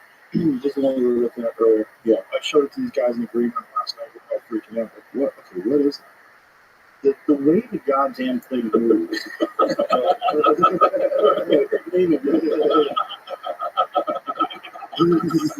So click on it so we can hear it. That meme gets used for something different things. Listen to these guys talking. Quiet. So you see this thing. So what you're concentrating on is the one in the lower right.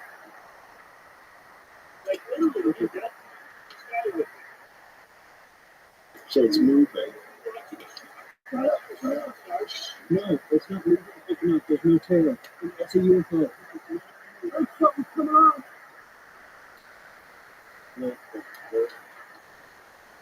So when it gets above, this is where it gets weird. Because it's slowly rising. It gets above that other thing, which might be the moon. I'm not sure what the other thing is. I think it's the moon. So that other thing, it gets above it, and then it starts taking off. And when it starts taking off, it does it with no sound at a fucking insane rate of speed. Like, look at that. Oh, fucking yeah. What the fuck? It just went out to space. It just went out to Oh my God. It just went out to space. That's why. Those guys are reacting like they're watching it. Yeah. I don't know if that's real. It could be fake. It could be all AI generated. It's ambiguous and blurry enough, though, that I'm really entertainment. Right. If that's really what they saw, that's a bunch of different people seeing things like that over time. And this is like the Tic Tac story. This is the one that Ryan Graves showed us, that this lady photographed in Florida. Yeah. That these things, and they've seen it on. This is one that was seen by multiple people from different planes. That this thing moved and then shot up in space. And so they've got photos of it. But whatever that thing's doing, it's doing something that we can't do. That speed that thing takes off, that's faster than any rocket we have. That's faster than any fighter jet. That thing just shoots off into space at some impossible speed. So it's either us, the drones. Why are they blinking if it's not us? Why do they have? It wasn't blinking. No, but I mean the drones. I'm saying the drones are blinking. So I'm saying if the drones are ours, maybe there's been like UFO activity, and they're throwing these drones up to try to capture it with better. Or what better way to distract people from actual UFOs that you know are going to be all over the sky? We put a bunch of drones out there too. Right, that too. Yeah. If you have a bunch of shit that seems like stuff that you've seen, like a drone, like flying around, and then there's stuff that is impossible with it, that's a good way to cover up the impossible stuff. Have a bunch of regular drones. Yeah. But at this point, why would they do that? Everyone's already accepted the fact that UFOs are out there. Not really. If there was a big thing where all of a sudden the sky was filled with those football field size fucking motherships, like, people would lose their shit. But if you could slowly get people accustomed to it, the way people got accustomed to masks. In the beginning, in 2019, if you saw someone with a mask on, like, what the fuck is going on? By 2021, why doesn't this guy have a mask on? Right? Just in a couple of years, everybody was wearing masks. Right? We get accustomed to stuff. If you get accustomed to things being in the sky, and then all of a sudden there's nothing, you could float anything in the sky. If you had weirder and weirder drones and then start showing spaceships, people would freak out way less. Right. I don't know, dude. If someone tells me it's a drone, I'm chill. And if someone shows me a football field size spacecraft, Sure. I'm going to freak out. That's a big leap. In a What good about way. one the size of a car? That's definitely not out. So you It's think they're moving just like going them out? Yeah, by if size. I was going to do that, if I was going to get people prepared for an imminent invasion, like if I knew that there was UFOs on the way, if like we're working with the James Webb Telescope and we get a photo of a mothership and it's heading towards us, it's going to be here in 4 months. What would you do? Well, if I knew that they were going to be sending drones and probes into our atmosphere, and maybe they've already done that, to obscure that, I would put a bunch of our drones out there and have them hover over cities so it doesn't freak people out. But you know that that's coming. I mean, being freaked Not a out bad is probably the least of our problems when they come. Well, If they're coming. collapse of civil society is really possible if aliens show up. Like if they just instantaneously showed up, things could completely collapse if we knew that our leaders are just nothing compared to these new things that are visiting us from some other place and doing things that are impossible with our technology. We're helpless. We're lost. We're confused. They can shut down nuclear power plants. They can shut down the grid. They can shut down any weapon systems that we have. Instantaneously, power goes off. If that all those stories are true, the best way to keep people from absolutely freaking out is to slowly trickle it in and get them more and more accustomed to this, like as a psyop. How committed are you to this theory? Not very. I go all over the place. Yeah. I think, according to someone that I spoke to, and this is someone who has a high-level clearance, and someone who worked for the government in this capacity, he said some of these they're not human.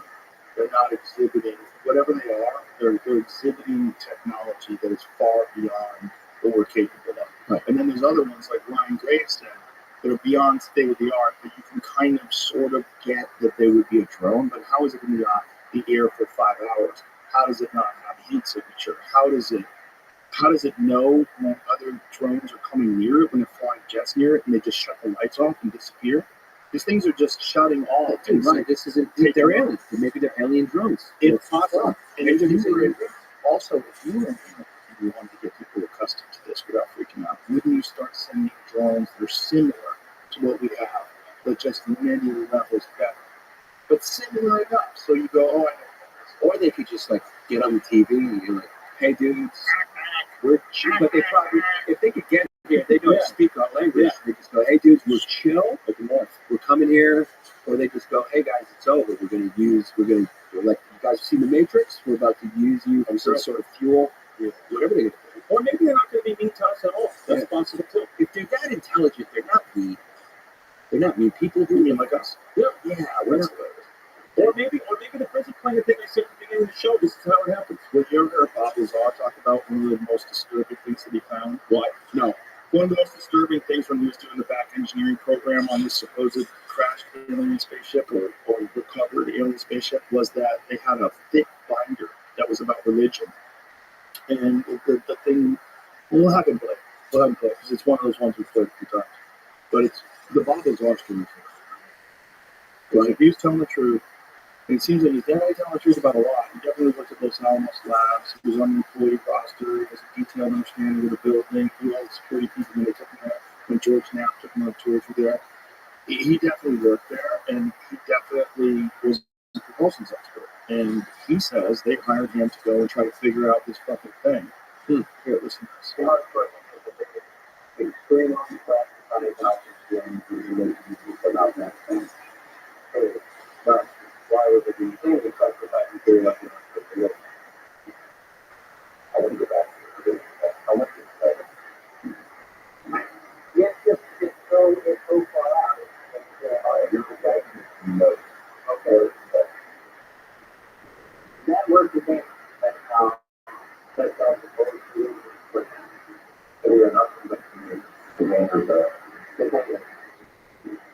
maybe the day we go, we can come up with where you want the word to take. And that's how we have to do it. That religion was specifically created, so we have to do it regulations for the whole purpose of identity, so they can name.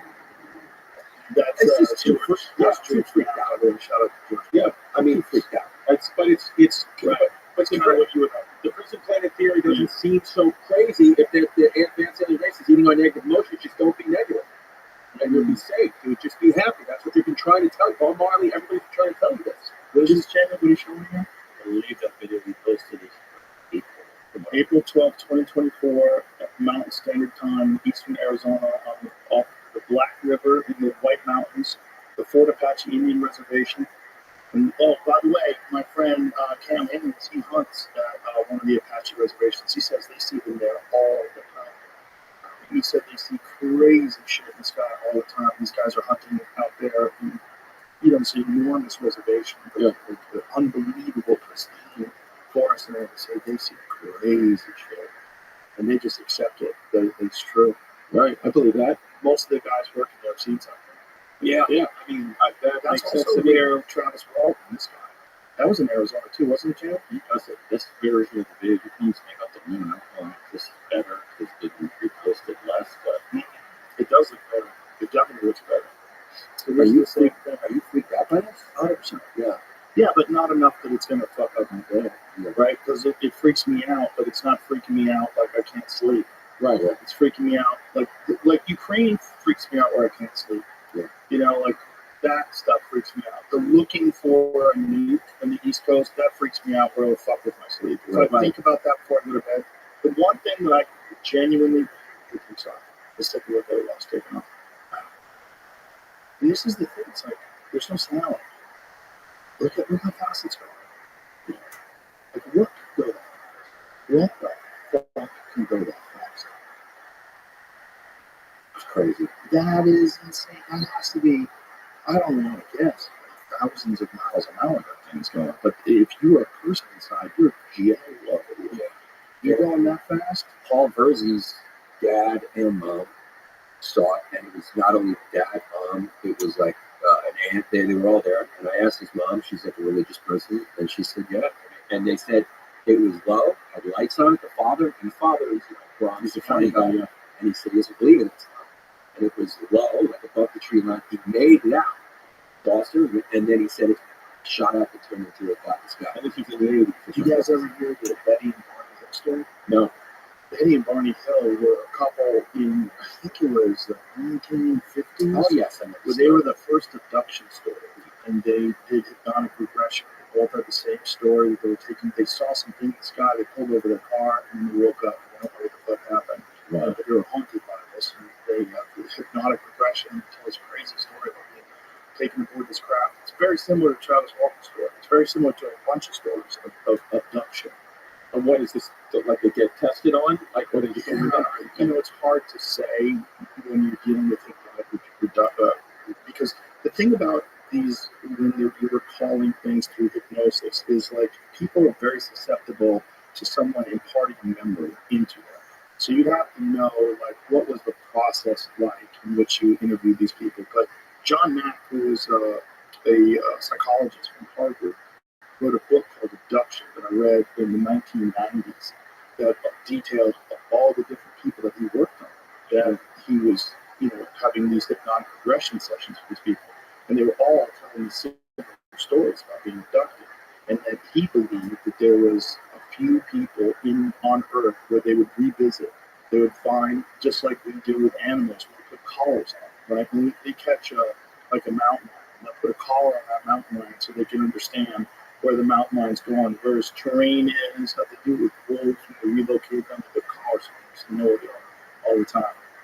And it makes sense that they would probably want to understand us, so they would pick certain ones, and if they had a way to silence your memories and completely put you in some sort of a state where they could manipulate you and take you to some place and do examinations on you and then put you back with no memory of it other than just like weird nightmares. That makes sense. Well, it shows that they're compassionate if they put you back. I guess, Yeah. or that, this is how they study it. They want to know. And there's no stories of them stealing people, right? They just really bring you back. Yeah. But, like, if that's real, like, what's the purpose of it? Like, what are they doing? Actually, they're studying us the same. Like, if we could study chimps, and the chimps had no idea we studied them, like, we would do that. Instead, we dart them. We dart them, and then we wake them like, what the fuck? And that's how we do it. And they would probably do it in a real similar way, just more sophisticated. How about that other abduction story about those guys, they're like those rural guys in the 70s or something? That's it? The Arizona story, the logger. Yeah, those guys, I believe in. That story is crazy because the other guys in the truck, one of the guys hated him. He got in a fist fight with that guy the day of the production, he still told the same story that everybody told. He walked up to this craft, he saw it flying through the air. Wasn't that Arizona too? Was it Travis Walton in Arizona? I believe it was. Arizona's a hot spot for it. I mean, that's the Phoenix Lights. You know, that Phoenix Lights was crazy. Crazy. And a lot of people saw that. Yeah. Thousands of people saw it, including the fucking government. Yeah. So then why is this one catching on in the news? Because it's just more prevalent and it's lasting for days and days and days. Got it. And I don't know. I don't know Do what's you think they just want to be there for the inauguration? probably they're really cool. Yeah. They're like fucking tailgating. There, yeah, the tailgate. We're going to be there at the inauguration. We're going to be there. We're going to be there. We're going to be close. Like January 18th, we're doing a show in Washington, D.C. at the Lincoln Theater. Our Mr. Angel's live show, and we're like, well, we said we were like, why 2 days before the inauguration? We're like, what the fuck are we doing? Yeah, we're doing a live, the first live history. January 18th. January 18th. But in DC. in D.C. it was fine. I mean, but we were like, who knows? We did it on January 21st. That I know. was down on being there. We're doing it at 5 o'clock in the afternoon. I like doing earlier shows. You ever do that? You do like a 5 p.m.? That's what we think that's where the world's going. With like, we don't think people want to be out till midnight, 1 a.m. anymore. What do you think? You think that's stupid? You think earlier shows work? Would you experiment with them? I mean, sure. I mean, Bert Kreischer's always done like afternoon shows, like take the day off work shows. Oh, really? Shows. Yeah, Bert's been doing those for years. Oh, Calling sick shows. Yeah, I mean, Doug Stanhope does those day drinking shows. We actually filmed one at the mothership. Oh, I know. Yeah, some day drinking shows. Yeah, I mean, why not? I mean, the club is there all day long. Why not have shows during the day if you want to? If you want, you could sell them. Especially it's dark out. Because the club's dark as shit. It just, it's dark when it's noon. You know? Yeah. It's like, you could totally have the same experience at noon that you could at night. But it seems like at nighttime, people are off work, get a couple of cocktails, get a little loose, sit in the dark, have a good time. But on a Saturday, sometimes I feel like people just sit around all day and wait for the show. You can put it at 5 o'clock. Why not? Look, that's why they like to go to football games, right? Right. During the afternoon. Yeah. I mean, you certainly could. You certainly could have day shows. Yeah, especially if you have a big man. You know, someone that are willing to do something. Yeah. Most people like to go out at night. You know, cook dinner, get a couple drinks, go to a show. That's a nighttime thing. Yeah. But that's just a couple to custom to it, especially if it's Saturday or Sunday. Yeah. You totally could do it. I'm just a morning baby. I like to wake up early, and I like to. I'm a 6 a.m. little baby boy. That's what I used to look at it right away, but now I give myself 15 minutes. 15 solid minutes. I get 15 minutes, and I get my feet on the floor, and I just try to piss. You don't piss without your phone. Stop lying. Let me think about that. You get that. up in the middle of the night to piss to grab your phone? That I don't do because I'm in a slumber, so I'm kind of just. It's kind of like I'm in a slumber state of piss. But you're right. When I do get up, actually, I never really have to piss in the morning when I wake up. I can piss in the middle of the night. But that is a good point. I typically, if I have to piss, I do take my phone. That's a good point. But for mostly, if I don't have to piss, I will go 15 minutes. I try to do it, and I just try to breathe and get friendly with the present. Get friendly with the present. You got to do it, baby. You do any meditation of mindfulness? Sure. Yeah. So good. Every day? Yeah. Well, I do a lot of different things that also act like that, like my time in the sauna. I think that's very meditative. You know, especially when I'm just concentrating on breathing and getting through the last 10, 15 minutes. Cold plunge, I think that's a very meditative state too, because you have to be in control of your emotions, your anxiety, because you want to get the fuck out of there, and you have to just stare at the clock, you know, and make sure you do your time, but also other things I do. Yeah. What do you say? How long in the cold plunge? 3 minutes. 3 minutes, not bad. Yeah, that's what. Yeah, I can. I can't even do a cold shower. Dude, I can't believe we're doing maybe the last podcast on Earth after an alien invasion is coming. I don't think this aliens are going to stop podcasting. I think they like podcasting. They like it, right? Yeah, they're going to love yours for sure. They like what we're doing. Yeah. Come visit me. Yeah. I'm shocked that you visit me. Yeah, I'm upset. Yeah. You would be freaked out, right? Yeah. I mean, how do you not freaked out and confronted with the thing that everybody's wanted forever? Oh, well. Yeah, I think you know you're definitely not alone. No matter who you are, what you say, I don't care if you're the fattest motherfucker on the planet. You rank your meal and you're going to freak out. But why is that not comforting? Like, I'm a kid who doesn't like loneliness, and it'd be nice to know that there's other things out there. What if they're completely indifferent to us? What if they're completely eliminating them and emotion? Yeah, but what's the difference between them and calculated like a computer? We have those here. Yeah, but they're not telling you what you can and can't do with your life. They're not shutting down your power grid. They're not like coming over to really put you down. That's right. the word. rule over countries. But maybe they do a better job. Maybe. Yeah, I mean, what's the worst they could do, really? Yeah. Well, what's the What does worst? ChatGPT say about Yeah, it? it's- I mean, we asked ChatGPT the other day. What did they say? Tic Tac was a UFO. We kept repeating down, asking more and more questions. Like it's exhibiting something. What are the possibilities? But if it is extraterrestrial, where are we coming to? If it is to like star systems that are close by. Wow. Yeah, you keep getting pestering That ChatGPT. was class to make an artistic rendition of what it thought it looked like with the TikTok looked like. Yo, First of all, it's huge. That's looks big as you know. maybe, but not big as those mothership ones. I don't know what it is, but it's fun. I like all this. I like all this chaos. Yeah.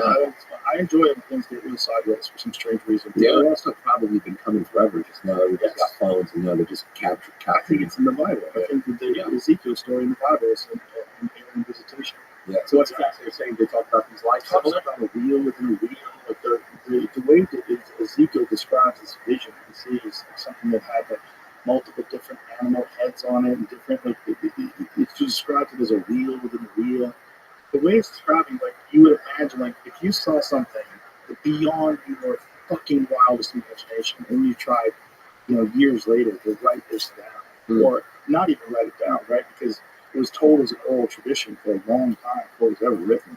Who knows what the actual event was that it described? But there's a lot of ancient religious texts, including the Vimanas and the Bhagavad Gita, all these different stories of things flying in the air that exhibit extraordinary flight characteristics that move the way we describe UFOs. So that's a good point. That just because we have the capability to film this and know about it now, Right. doesn't mean that they're going to expose themselves because they've been doing this for thousands of years. If you read Jacques Vallée's books on it, Jacques Vallée is the guy. He's the scientist that he was the reason why they have that French guy in Close Encounters, the French count. You ever see that? Close Encounters? Steve Spielberg? A long time ago. Great fucking movie. But there's this French scientist they bring in to try to help people get through this. It's based on Jacques Vallée. And he was a podcast guest. Very cagey. Didn't answer a lot of questions. Okay. Probed him a lot. But his books are fascinating. And one of the things about his books, I've read the first one, I'm into the second one right now.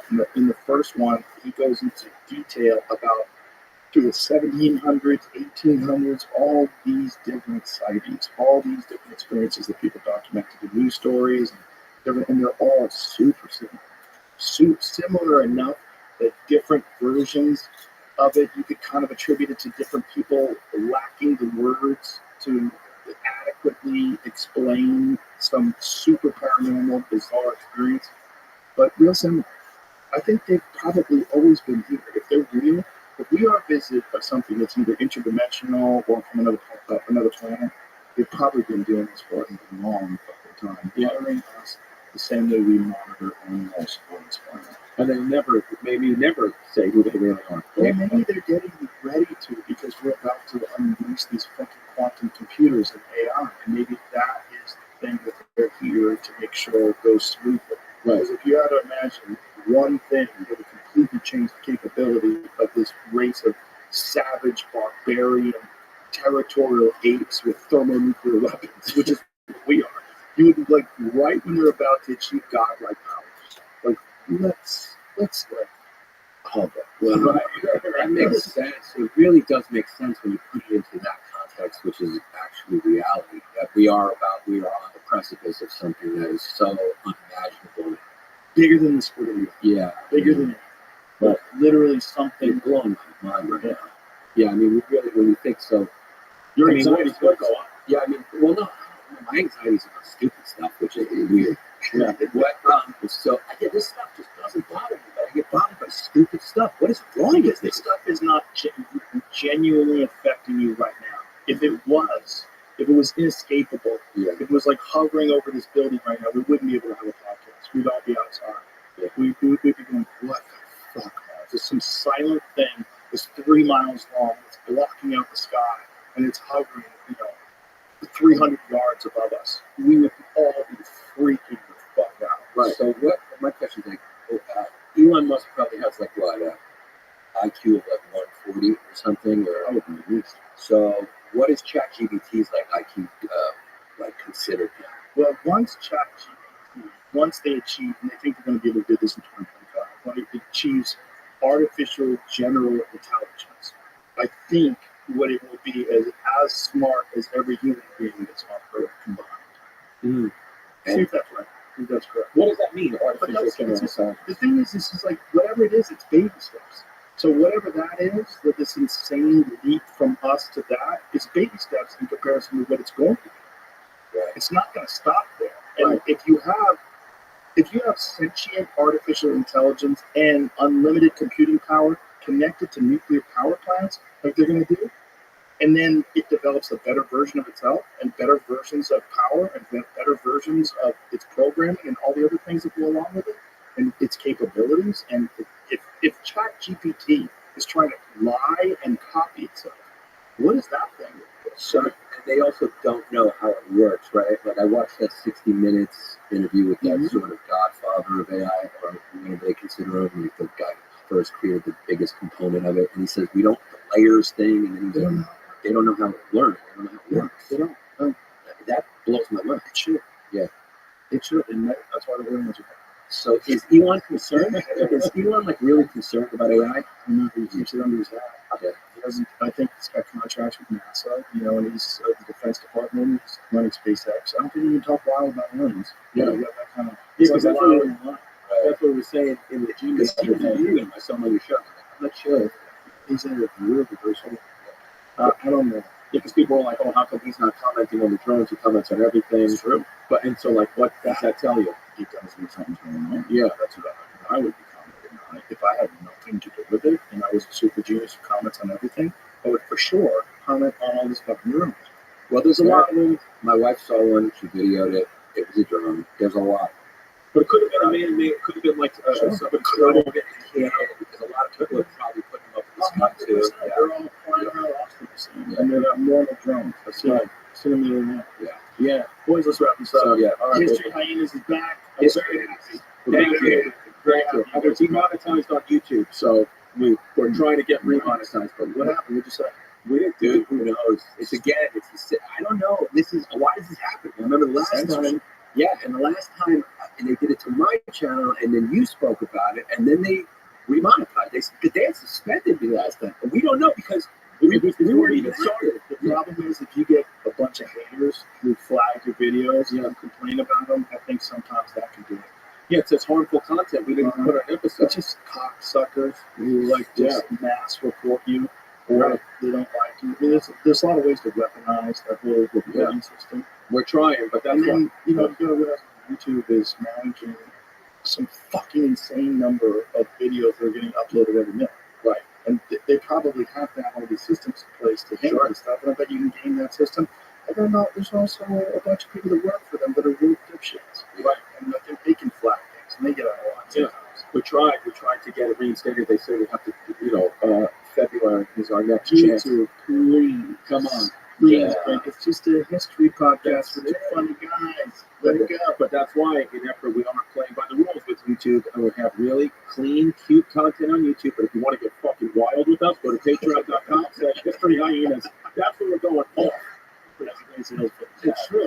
We are going off. Gentlemen, appreciate you very much. You guys are awesome. Thanks. So happy to be together again. It's beautiful. All right. Thanks, John.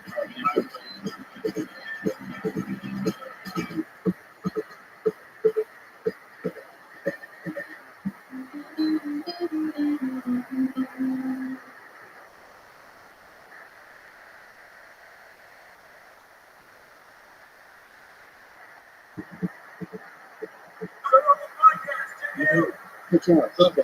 Let's do it. Train by day, Joe Rogan podcast by night, all day.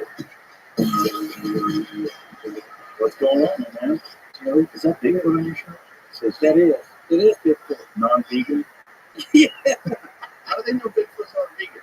See, I don't know. I mean, but I think he's got canines like us, so there's a good chance that he does eat meat. I think hunters are the number one argument that Bigfoot be real. I've never met a hunter or seen Bigfoot. No, and it's about, especially some of your guests you've had on. Even myself, and that used to a lot of times in some pretty desolate places. Yeah. And all the trail cameras. We should have gotten one picture. Yeah, trail cameras throw a big monkey wrench in that Bigfoot thing. I agree, and I'm always, it's still a conspiracy. still every time I check, especially in these deep dark places out west and all throughout the country and even the south, I'm thinking maybe just this time. It would be fun.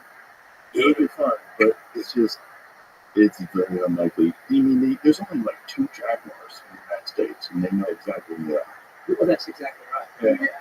I was thinking back and even listening, like you had me now, of course, Cam, a lot of my hunting buddies and people I look up to as well, Remy Ward, all those guys.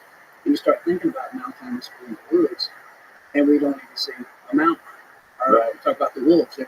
All these wolves are starting to be reintroduced, and you still don't see them a lot of times. It's there. But then again, you capture them on trail cameras in the middle of the night. But yet, Yeti or Sasquatch, only Jack Link's beef jerky to see it. I saw them on the Super Bowl commercial. Yeah, they're in a lot of commercials. They're in movies. I think they used to be real. I think it used to be a real thing. I mean, they know there's a thing called the gigantic, but because they lived something around 100,000 years ago, there was a bipedal hominid that was 8 to 10 feet tall. Holy cow! In the orangutan family, I think they believe it was. That'd be something to get Graham Hancock on. We need to get him down to find that creature. He's busy. He's busy with a lot of other shit. It's like just trying to sort out the plan. Trying to sort out human history. That was some of the most intriguing. I was dug deep into that, and then went because of hearing him on the podcast. And went and watched. Just finished season 2. Watched season 1 soon after I'd seen it here first. It's pretty compelling. It's pretty amazingly compelling. Yeah. Well, and once you realize, first of all, that there's real physical evidence that something happened around 11,000 years ago, that the Earth was founded to a degree. Yeah, and it probably fucked civilization up pretty bad, and it can happen again. Makes complete sense. Yeah. It's. I mean, hearing his perspective on it and how he researched it, and it's from the standpoint there's, as we know, politics and everything that's involved in everything. Mm-hmm. And it's just almost like he's a journalistic, really smart, intellectual guy who's intrigued. It's just a good approach to the way he studied it to me that made it even more compelling. And then the findings he did find, I don't know, I was very intrigued. You know how he really got into it? No, he got into it researching the Ark of the Covenant. Really? Yeah, because in Ethiopia, there's a specific church in Ethiopia that has always been rumored to be the place where the Ark of the Covenant is stored. And there's these guarders of these people that are guards of this area, and they all develop cataracts, they all have like radiation poisoning, and they're guarding this one particular area. They won't let anybody look at it, they won't let anybody talk about it, and Graham got fascinated by this. They started doing a deep dive into history, historical accounts of the covenant and the ark and all these bizarre stories that have lasted throughout history. And the real evidence that there was really sophisticated societies that lived thousands and thousands of years ago. And we kind of assume that people were hunters and gatherers. Egypt is a great example of that. Whatever they were doing was fucking insane. Right. I mean, the structures that they made. Still today, we look at them and go, what the hell are you guys doing? Yeah, how is this made? Yeah. And he believes that society had reached a very, very sophisticated level of technological achievement, and something happened. And that we're living in like a rebuild. Even though we're very sophisticated in terms of technology, our technology's gone in a completely different direction than theirs did. And where did Graham ever, in his conclusion, in some of that about the covenant, did he ever think that it's still there? I think it's still there, yeah. So some people thought it might have burned up in Jerusalem. I think it was. Or see if you can find where that is, Jimmy. It's supposed to be in some church in James or God. I just had watched something on that because I'm intrigued by all of that. Well, when you really start digging deep into it, it's very fascinating. This one particular place has been protected for so long, and all these people that have supposedly seen it describe something that's, Trump apparently has like a model of the Ark of the Covenant in Mar-a-Lago. No way. Yeah, see if you can find that. Yeah, he's got like a recreation of the Ark of the Covenant. And that whole covenant was pretty cool based on how, God had said, look, and then said, this is how big it's got to be. It's built out of a certain wood, inside and out, gold, the handles, everything was there to hold the commandments. And then I saw something to where, Jamie Henry Michael started to pull it up, to where some people speculate it could be under Catholic Church. I heard that. Like in the Vatican. In the Vatican, yeah, and then You ever been there? no, I haven't. And I heard you talk about you went Yeah. and had guidance, and it was amazing. It's incredible. They have so much. They have billions of dollars in art. Like, where'd you guys steal all this from? It's back in the Roman days. Look at this. This is Trump's replica of the Ark of the Covenant in Mar-a-Lago. It's just like, Pretty fucking wild. and it's almost exactly the replica of the Ark. It's Yeah. assumed to be look like. Well, I mean, I think that's a recreation based on biblical accounts. Absolutely. Very strange. Well, maybe Trump could take us to show it to. It's really cool. You see, Jay? I mean, clearly, I just been there temporarily. It looks like that might be a display. Oh, so it's a replica that travels around. Is that what it is? Oh, Temporarily. Yeah, I can't find like that it lives there, but there's definitely obviously people with pictures of it. Bro, if I had Trump on it. Oh, why not? Come on. I would tell you. I would tell you. It's a cool thing to have on display. I mean, I wonder what it was. I mean, if these guys really are gardening in Ethiopia, like, what is the radiation from? Why do they all get developing cataracts and radiation Yeah. sickness? But we've all watched Harrison Ford try to find it. Exactly. Exactly. It's so fun. It is All that ancient civilization stuff is so fun because it is really kind of a mystery, you know, and it's fascinating. And I'm sure you've been hunting for any kind of arrowheads. Yes, a lot. When you're finding arrows, you're picking up this piece of history. You gotta imagine some Native American was napping this flint on his knee, sitting there. Who knows how many thousands of years ago? Exactly. They find 3,000, 4,000-year-old arrowheads, and you just gotta go, God, what was life like? Oh, I can only imagine. And like where I'm from in Georgia, and obviously you know, I both love archery, but all the arrows I find are forks. So we have very little flint, and I'm not at all historically sound on understanding everything. I mean, I got friends. Actually, Jeff Foxworth is one of those guys. He lives right down the road.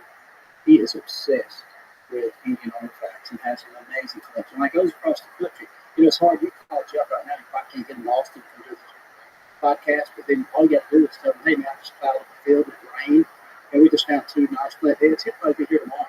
I mean, he loves it. He's eat up. Fitness isn't just about what you do in the gym, it's also about your nutrition. Even with the best diet, some nutrients can be hard to get, and AG1 can help fill those gaps. AG1 delivers optimal amounts of nutrients in forms that help your body perform. AG1 makes foundational nutrition easy because there aren't a million different pills and capsules you have to keep track of. It's just one scoop mixed in water. It's such an easy routine to do in the morning. Ingredients in AG1 are selected for absorption, nutrient density, and potency, and are intentionally picked to work in sync with the whole formula for optimal impact. They're seriously committed to quality. AG1 is tested for hundreds of contaminants and impurities, and they're constantly reformulating their recipe to dial it in. This is all part of why I've partnered with AG1 for years. So get started with AG1 this holiday season and get a free bottle of vitamin D3, K2, and 5 free AG1 travel packs with your first purchase at drinkag1.com/Joe Rogan. That's a $76 value gift for free if you go to drinkag1.com/Joe Rogan. Seriously, get on this. This is a dude I know who has a ranch out there. He finds all the time. It's Comanche territory with his ranches in the whole country. And he, every day, go to that guy's page, Whitworth, J.W. Whitworth, J.M. Whitworth, J.W. Whitworth. I think it's J.W. But he's got incredible arrowheads. He's like just obsessed with finding them on this ranch. This ranch apparently is just overrun by the Comanche. It's very fertile and rich, and soil is great, and a lot of water habitat, a lot of deer. So they must have just camped there and lived there for a long time. It's JM, but it's JM. Oh, it is? Oh, he's private now? That's probably because we blew him up. I think that's when he went private. Because he didn't used to be private, but that's some of the things that he found. See, that's amazing. He sent me stuff. There's a company I found. Actually, I was in Illinois at this. It was a beer and deer fest in Illinois, and I went by this booth and said, "It's absolutely gorgeous." Ray said that was probably used for fishing. Very well could have been. It was so large, so it's probably used to shoot fish. It seems that a lot of the airheads are the ones that was actually attached to shooting archery were a lot smaller. Like, some people might argue that I don't know enough about it. Like, is it a spearhead? I found some heads, like, look at this I found. Like, well, that's a spearhead, or that's this, or that. Right. You find somebody like Remy, or I got a friend named Ike Rainey who's really big into artifacts. And if you find something, what you think it is, it's kind of like first time hunting in Africa. I thought I'd shot a springbuck, or I thought I shot a diker, and it turned out it was a springbuck. It's like, oh, okay, there's only 7,000 species of animals out there. So I think Eric is the same way. It's amazing. But to think, you're right. And you think if somebody sat down thousands and thousands of years and mapped that out, and how many times did they not get it right? Oh, You say, God. that's perfect. God, Yeah, it's so. a lot of them probably don't go. Oh, yeah. There's probably not a very good success rate, especially when Yeah. chipping away at it. But when they get good at it, it's such an art. Yeah. When you pick one up, guys. There's a lot of guys that make them now, though, unfortunately. So there's a lot of forgeries. Correct. Yeah, correct. A lot of nerds or archery nerds. They get real good at it and just leave them scattered around places or pretend they found Exactly. them. You could do that. Just almost, You totally can. That's a legitimate, actually pulled out. it makes me less blind when like you're out in Utah and you have success in Elkins and you're butchering an elk and trying to get packed out and you just have no sharp in your knife. It's like, it's the least I can do is resharp in this knife. Right. But these guys have to map out ahead and how many that takes to go hunt it. We lived for thousands of years. Nothing bad. Oh, I know. I tell you something that's interesting. We went to a place in Montana where it was on the Milk River, and they had what they called a buffalo drop. It was proper. And so you went to where this buffalo drop was. You could go to the base of it. You could find, there wasn't any much left now. We used to hunt back in the day, mostly in the. I had been since 2000. I think it was 2010 was the last time I went out there. But the base of that used to find all kinds of dogs, bison dogs, buffalo and stuff. But you would sometimes find these little tiny heads, and they didn't look like this. Which is interesting. What Minnie saw that maybe that was for fishing or something. I don't know. But all the heads we would find were tiny little, almost like bird points. Is what I felt like I wanted to call it. I heard them called it before. And supposedly, what they did is they didn't necessarily weren't trying to kill the buffalo. They would hurt them, and they would just kind of peck them with the arrows, and then they would run the buffalo off this cliff. And so it basically died coming off the cliff. And it was so cool, across the valley, you could still see all those stone rings to where supposedly the ladies or the squaws would sit there and look back as soon as the men basically had, whatever amount of buffalo, I guess, over the drum, they would come and butcher, and the men would go back and smoke the peace pipe and relax. So times have changed a lot. Yeah. So I thought that was interesting. This one site where they had a buffalo drop, and the pile of buffalo was so large, and there was so much decay, that it actually created fire. Oh, It started on fire because they're all just rotting and fermenting and just some sort of combustion. And so the entire side of the cliff was black from these buffalo falling off of this place, rotting and created a fire. Yeah. I mean, That's I don't even know crazy. how it would work. I don't either, but I do know that those buffalo drops do exist, and it's pretty fascinating. And the place we're hunting is a private landowner. He was a rancher, had some cows, and he was very funny. He did not want us to video on any of our episodes or anything to do. And back then, we were videoing. I was working with Joe Jordan. We had a show on TNN back in the day, and he was like, "Do not bring your cameras. I don't want any TV cameras around here because they'll come and all of a sudden they'll set this up as a historical site." So he was really funny about it. So I didn't even take a lot of pictures of it because I was always like, "Hey, this guy didn't want us to take any pictures or talk about it." But man, every time I come back from morning hunt or we go scout, I come back, I want to go buffalo truck. Like, you see this like a little kid, like a 10-year-old kid, Boy Scout, like, look at this, here's a head, or there's a buffalo horn or skull. And most of everything that would have been there had already been picked through because it's right off kind of a county road. And so most of the locals knew about it. And of course, he's had kids and grandkids, just kind of running the spiel. But it was pretty interesting. But every time you go, you find something. So it was really interesting. Just really stretches your mind and your imagination to imagine living like that back then. And that these people, while Rome was being built, the Colosseum, Europe, all these different places, these people were living the same way people lived like we're so far removed from it, but yet as we talk about it, that romance hadn't left. And even getting a chance to chase a bull elk, there's just some amazing rural wild places out there that you kind of revisit. And that was the first thing I noticed is all the Native American pictures you had. I hunt a lot with Native Americans, lots of Navajo Nation. I've become like family. They become like family to me. I go out there every year. The resources they have. You know, I know Cam hunts a lot. You know, it's in Muscatine, different places. And I don't know, man. And even sadly, even amongst the natives, some of that culture is being lost with them more. And so we even go out every year and go hunt with their kids. We take 15 to 20 Navajo youth hunting every year out there with the Navajo Game Fish. You know, they have a lot of mentors. Gloria Khan, she's just stepping down, but she's kind of in charge out there. We would go and work with people like Jeff Cole and the whole Navajo Nation families, and we take just their kids, the kids of the Navajo Nation hunting. And sadly enough, they're like a lot of kids in America, eat Little Debbie's and playing Xbox. You know, it's like, man, you got 17 million acres in your backyard. Come on, bro. You're supposed to be damn legal. Right.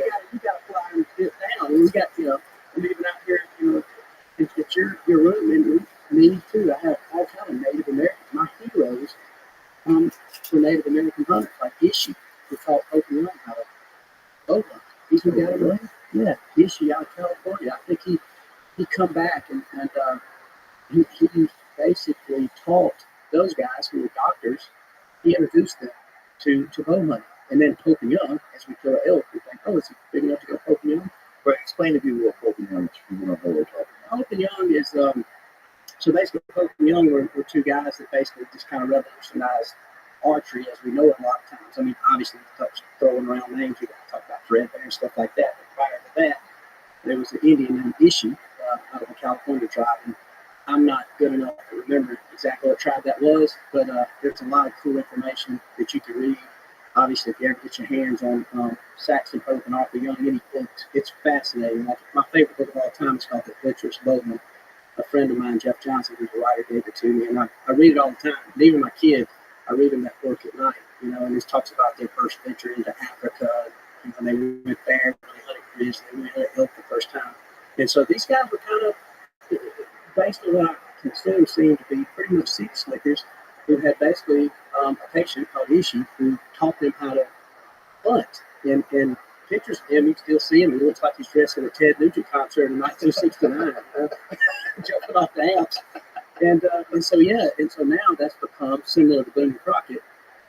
Poking Young is an organization that's formed around, you know, celebrating certain animals that are trophy aspect. If you get say a white-tailed deer that's 125 inches on the Poking Young scale, you can enter them into the Poking Young record books. And every category of species, like elk, bear, caribou, moose, so on and so forth, has that. And so it's just kind of to celebrate a lot of the heritage of archery. So Poking Young, a lot of people don't know it, but that basically is the basis of what it comes from. But it starts back to, guess what, the Native American, these arrowheads, they passed it on. And so now we're kind of carrying on that same tradition.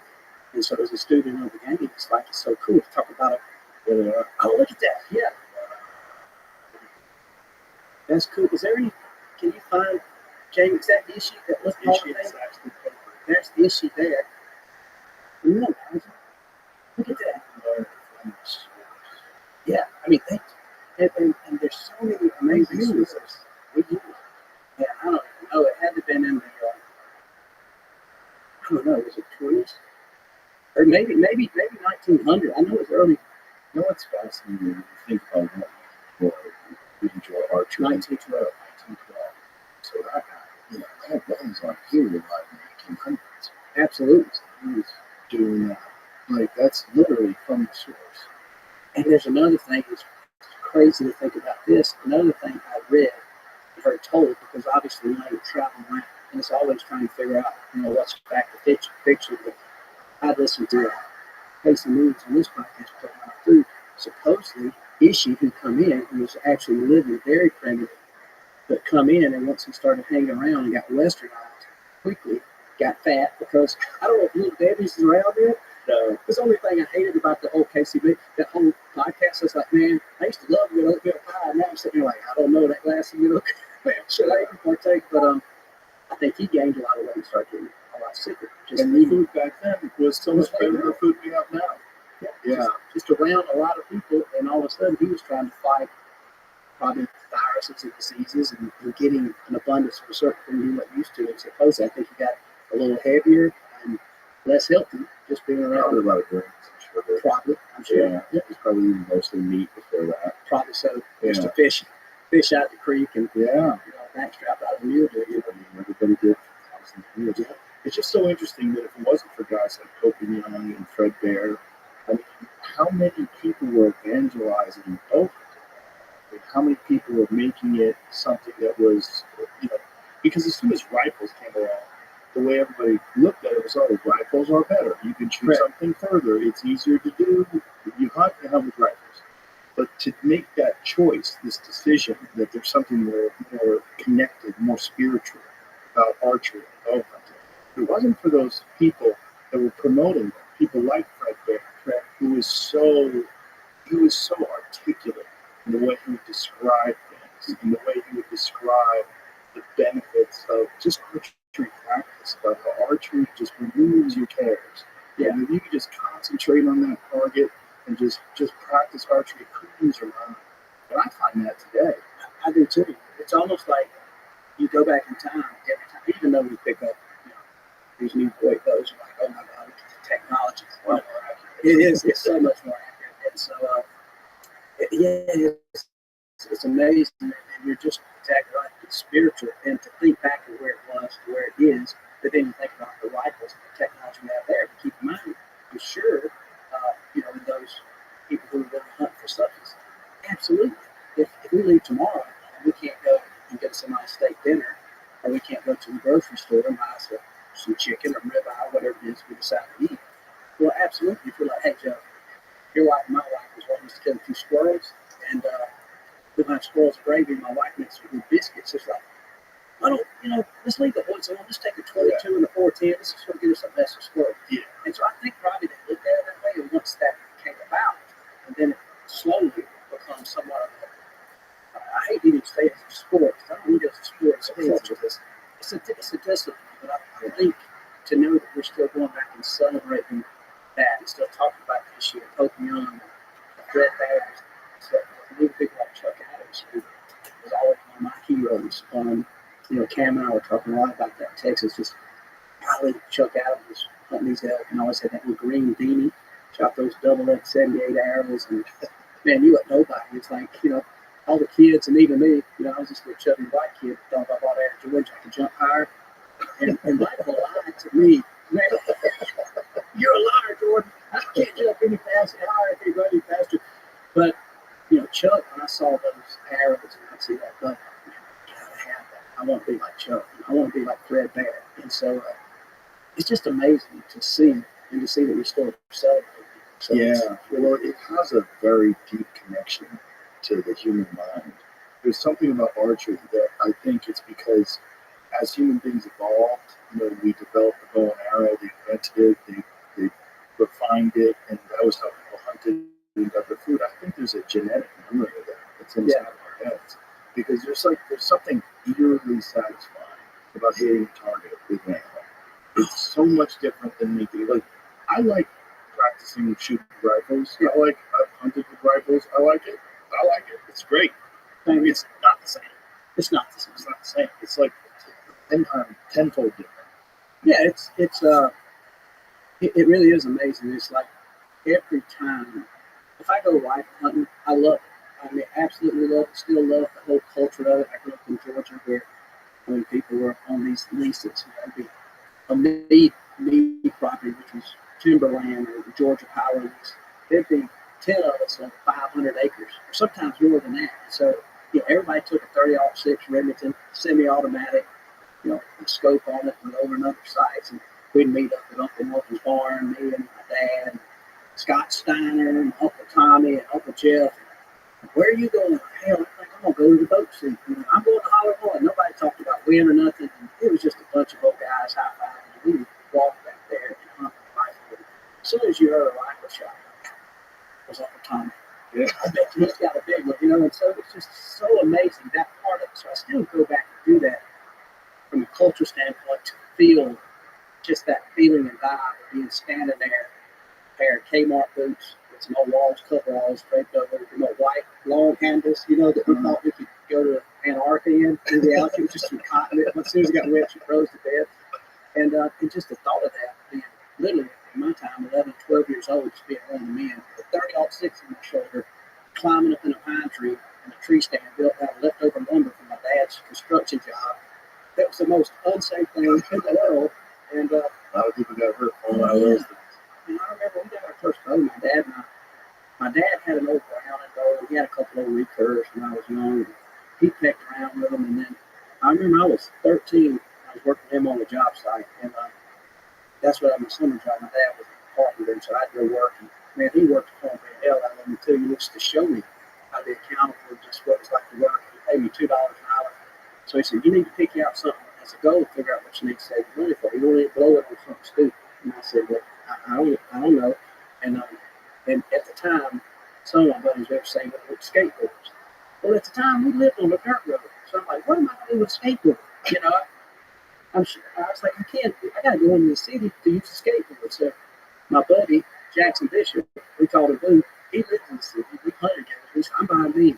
He said he was working with my dad and I too, and he ended up saving his money and bought a really cool skateboard. I remember he built it and we had posters of it. Well, I ended up deciding that I need to get me a bow and arrow. So I went and bought me a Martin Pro Eliminator bow from Big Buck Trading Post. Paid $200 for that sucker. Was that a compound? There's a compound bow. What did compound bows do?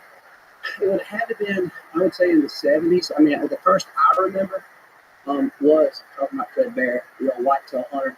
And then we had Whitetail Hunter 2 and stuff like that.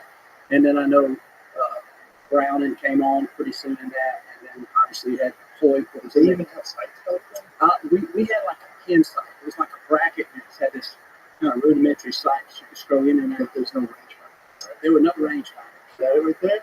Look at that. The original compound. Look at that. Up to 50% more speed and penetration. That was 66. So I felt like this would have been in the 80s because 66. Because I feel like Wow, that's wild. Price so low, hunters can't afford to be without one. Boy, they used to market things back then. It's so funny. I know I love to see those movies. Yeah, it's just, it's a window into a different time. Look at that. Can you imagine taking that to Utah to chase an elk in the mountains? Oh my God, the elk be so close. Cameron wouldn't even have to tote out a buck on his shoulders. He could just tote that around, probably be as heavy as a whitetail. How heavy is that thing? Look at it all. All the components. And all cables. Feet per second you get on that sucker. What is it?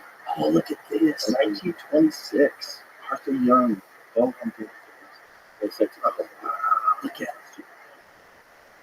Holy cow. I've never seen this. Thanks for pulling this up. This is so good. 1926. Holy smokes. I bet they didn't have to buy a license. I bet they just went hunting too. Oh, yeah. When did we? But he hit him somewhere. It should follow it up here. I mean, to film this is even crazy because this is 1926. Right. Wow. Yeah, so close with that shitty bow. No doubt. And man, I tell you what, man, intriguing. Like those guys right there, their books that they wrote. If you wrote those same books now, like if you and I went on a hunt and we said, hey, let's just write an article and present it out for life and publish it just as we saw it, which is so cool about what we do here is having a chance conversation and kind of air out anything and everything.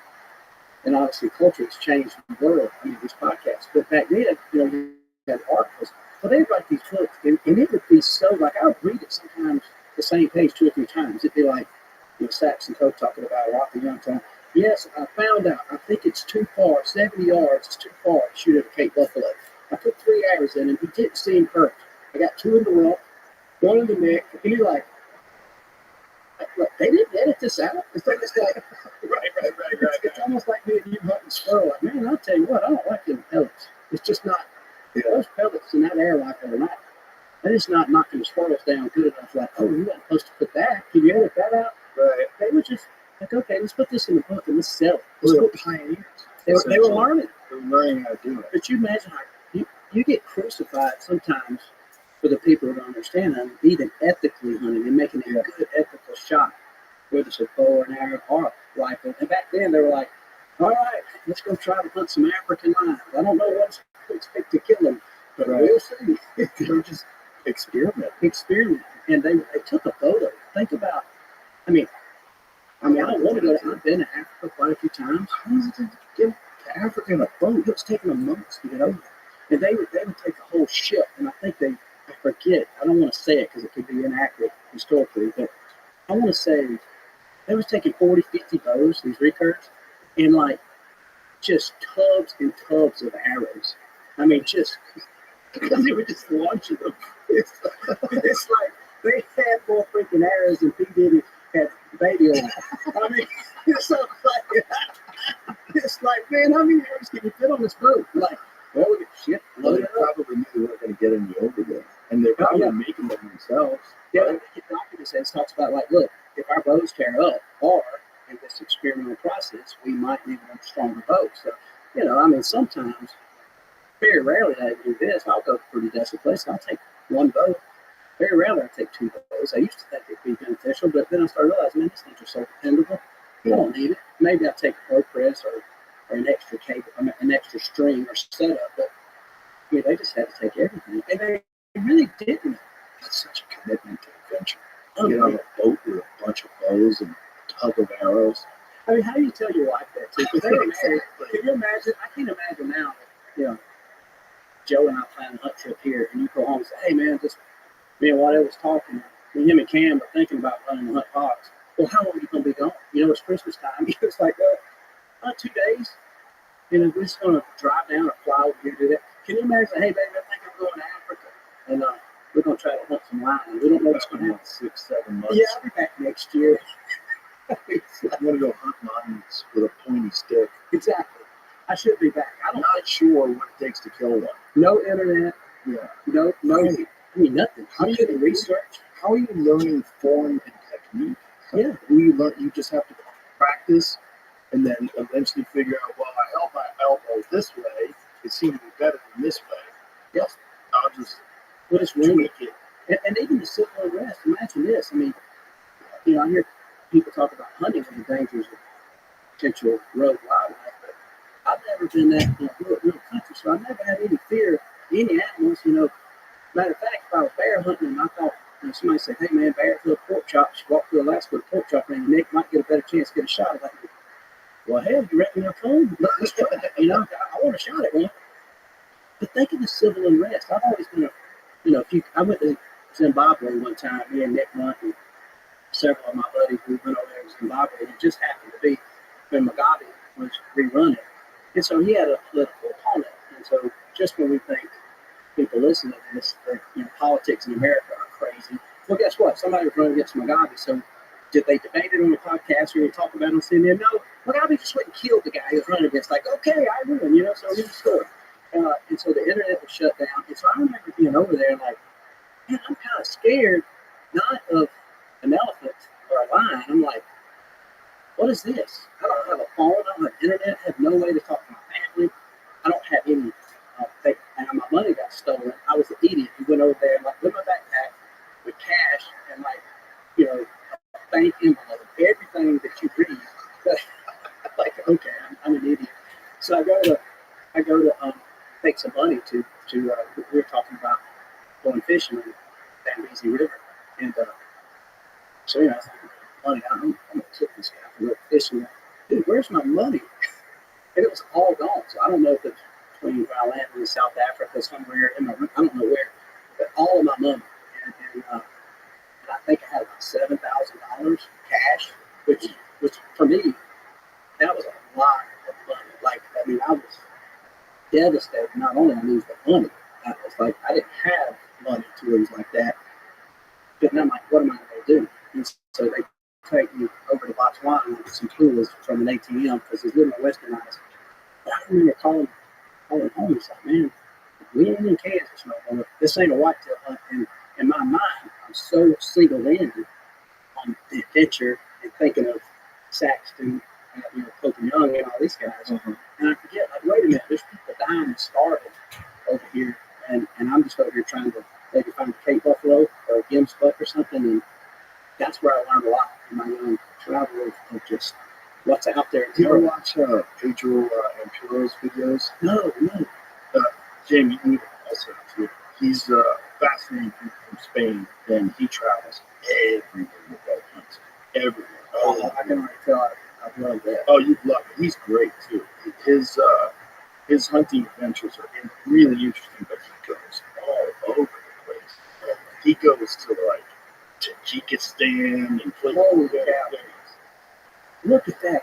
I mean, you could tell. I mean, just He's super dedicated bow hunter, and travels to Greenland. He was in Greenland with Remy. They were hunting together, and just his stuff. Pedro's videos are really well done, and he's such a likable guy that it's a good introduction to people that don't even understand anybody would be interested in bow hunting, because you realize like this guy he's as much fascinated by the adventure of it all than as he is even the hunting aspect of it. Like, he really enjoys being in these very different cultures and very different parts of the world. Like, he hunted elk in Mongolia. Wow. Mongolia has a large elk population. I didn't know that. Yeah. But it's really funny because everybody who goes there to hunts with rifle. And so all the guys who speak Mongolian, right? They're because this guy doing with his bow, this is stupid. Like, What are you doing today, girl? He's like, I can't shoot it. It's 98 yards away. Like we have to get closer. It's like, just shoot it. Yeah, just shoot it. Shoot it. Kill it. Let's get out of here.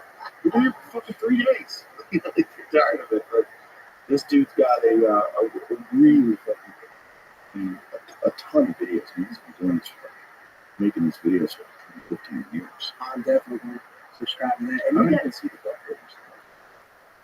Is that? No, it's a new fly. Oh, new fly. You may do it with the video. Oh, okay.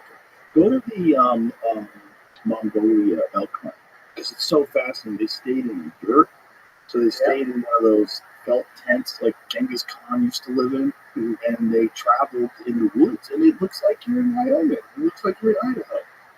Them Yurks, I always wonder if that's what BC Elliott was rapping about. Like, you're up there, Mr. around here. That's what it said. Yeah. But if you scroll further ahead, you can see some of the footage.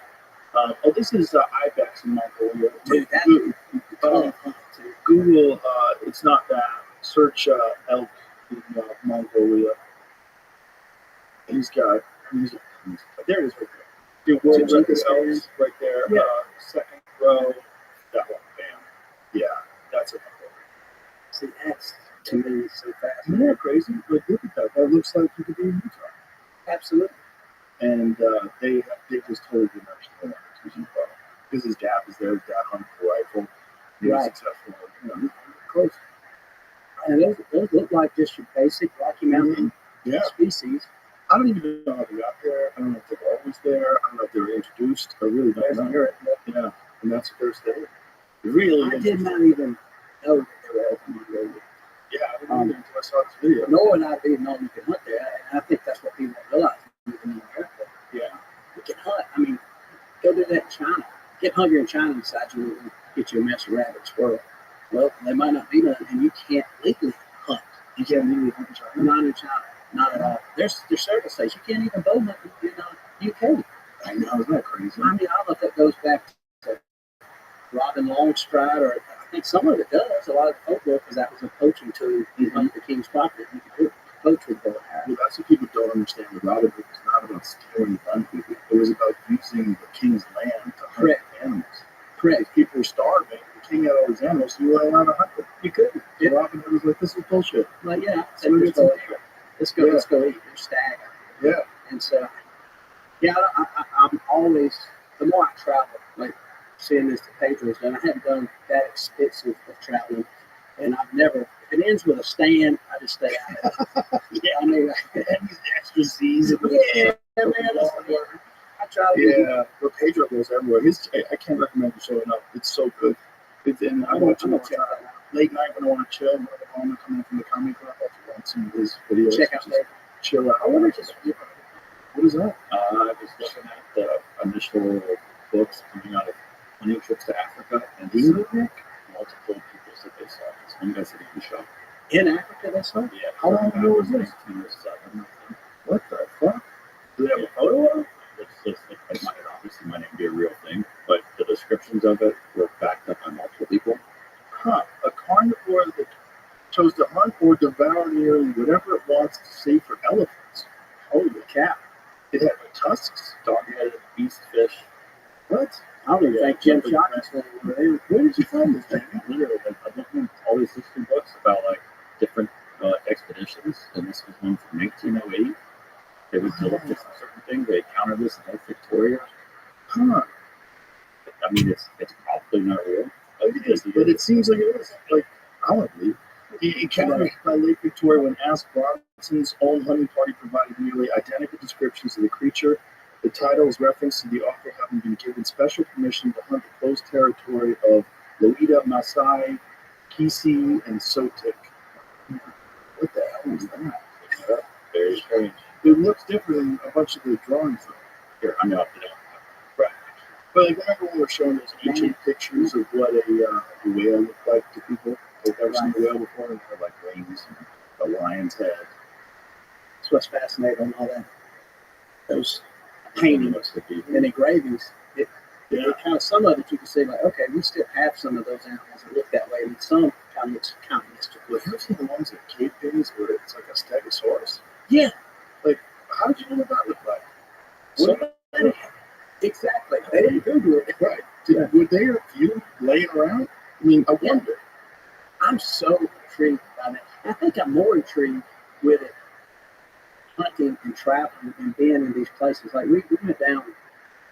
I love the turkey hunt. I love the turkey hunt. Matter of fact, I'm going to do everything in my power. If anybody listens to ever knew my name knows, everybody's like, dude, you got to get Cam and Rogan to go turkey hunting. I went turkey hunting once. Did you really? Along with Vanilla. Did you really? Yeah. No, dude, It was fun. he's fun.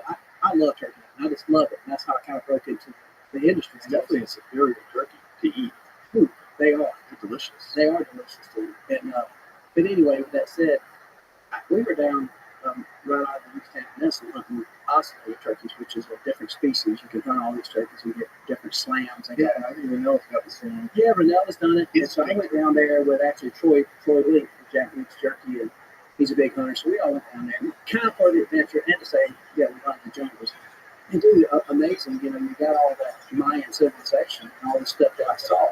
You know, Graham Hancock. But what people don't realize, well, I'm in the middle of this jungle, and I'm walking around. And the guy I'm with, he don't know English. I'm like, and Cohen Stone, our producer, he's standing there and it's like, dude, this is one of those pyramids. Like we're walking up, and I'm trying to figure out if I can hen call, because nobody had ever figured out if you can hen call to these oscillator turkeys. I get to looking around, and so finally I'm tapping this guy on the shoulder, and I'm like, bro, you know, Mayan is awesome.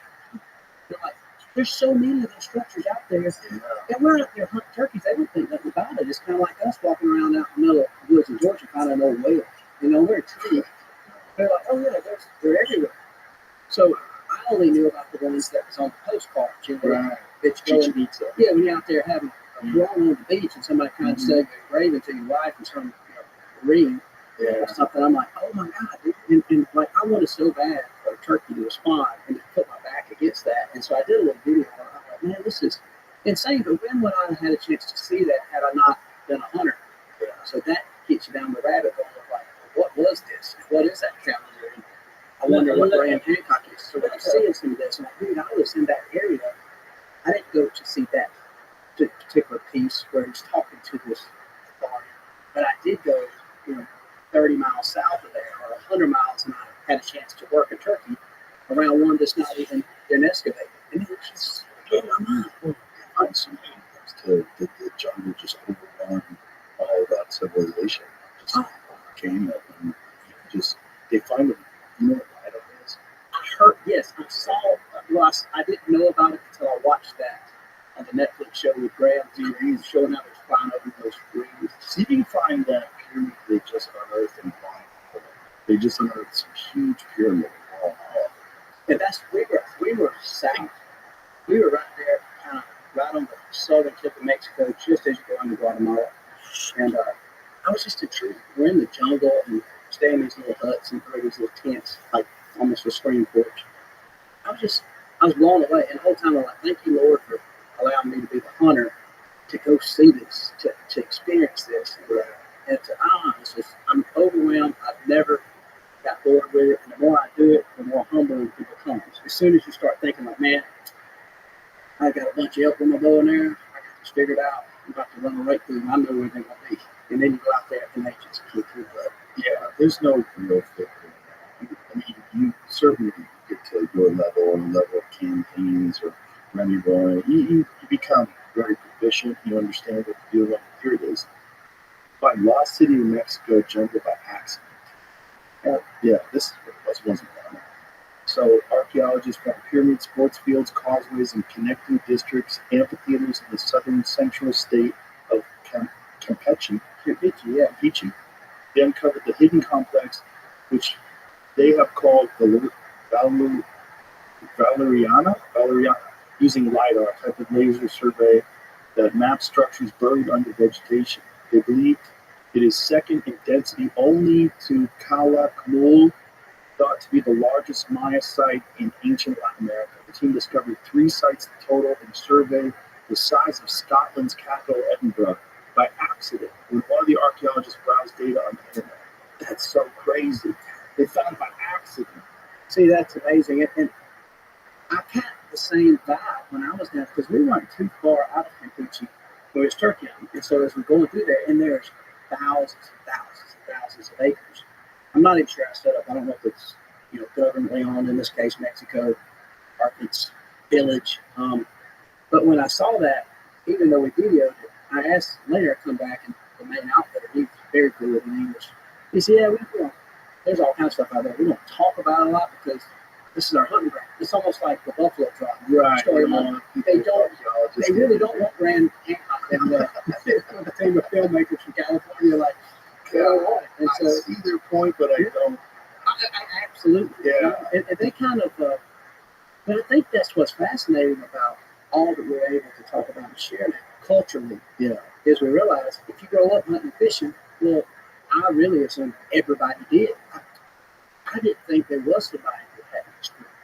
I didn't just go to 45 years. That's what I'm saying. And I grew up to where, like, laying his feet on the hot dog, one day, man, I'm going to buy me some ribeyes. It's like you eat enough squirrel and rabbit. It's crazy. But it's almost like, man, I'm going to get that big family pack of chicken. Right. And we ate plenty of that, but it was always a fallback to where you understood the good Lord's resources and how to hunt them. So taking an animal for table fare wasn't anything at all to even cheer about, other than, almost in the blessing of missing food. Like, thank you, Lord, for giving us this opportunity to have a place to hunt. So it would be a chance to go put a fish basket out. I remember Papa taught me so many things. He made corn liquor and just country for damn chicken. And I look back, he passed away when I was 12. Both of my granddads did.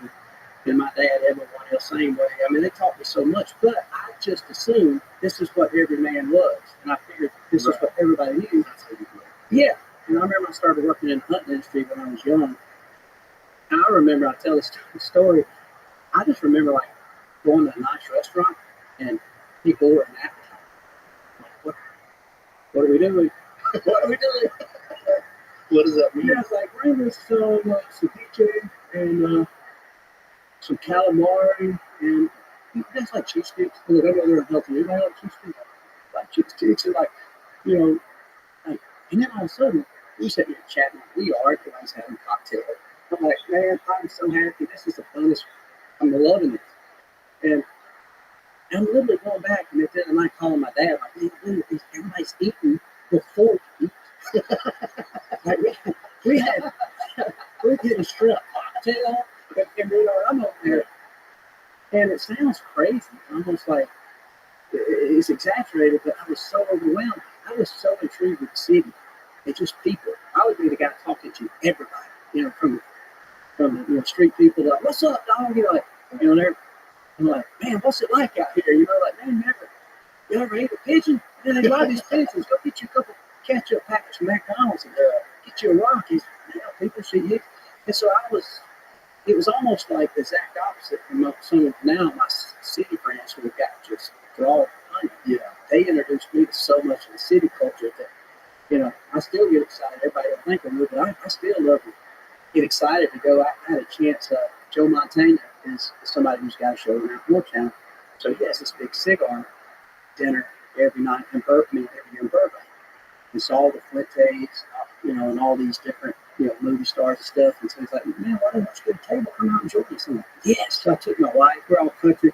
I was so excited to get dressed up. And if I think I wouldn't like it, but I was like, man, this is cool. I'm out there having a cigar. And there's the guy from Rambo. I forget his name, but it's a Karate Kid. Yeah, sure. And I'm like meeting some of these people, and I'm thinking it's amazing how culturally being so country, and how now I'm talking to some of these guys like, man, you're the hunting guy.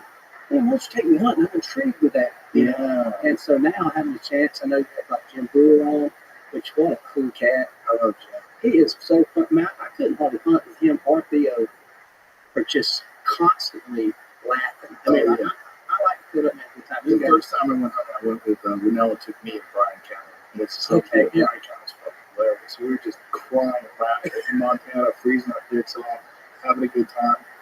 My experience was the opposite. Always lived in cities, always, and then the first time I went hunting was with Ranella. I had been camping before when I was a kid, but I had no real exposure to nature. Right. And I remember just after that week doing this, I'm doing this for the rest of my life. Like, this is 100%. I remember cooking the backstraps over the fire. It was me, Ranella, and Callan, and the crew.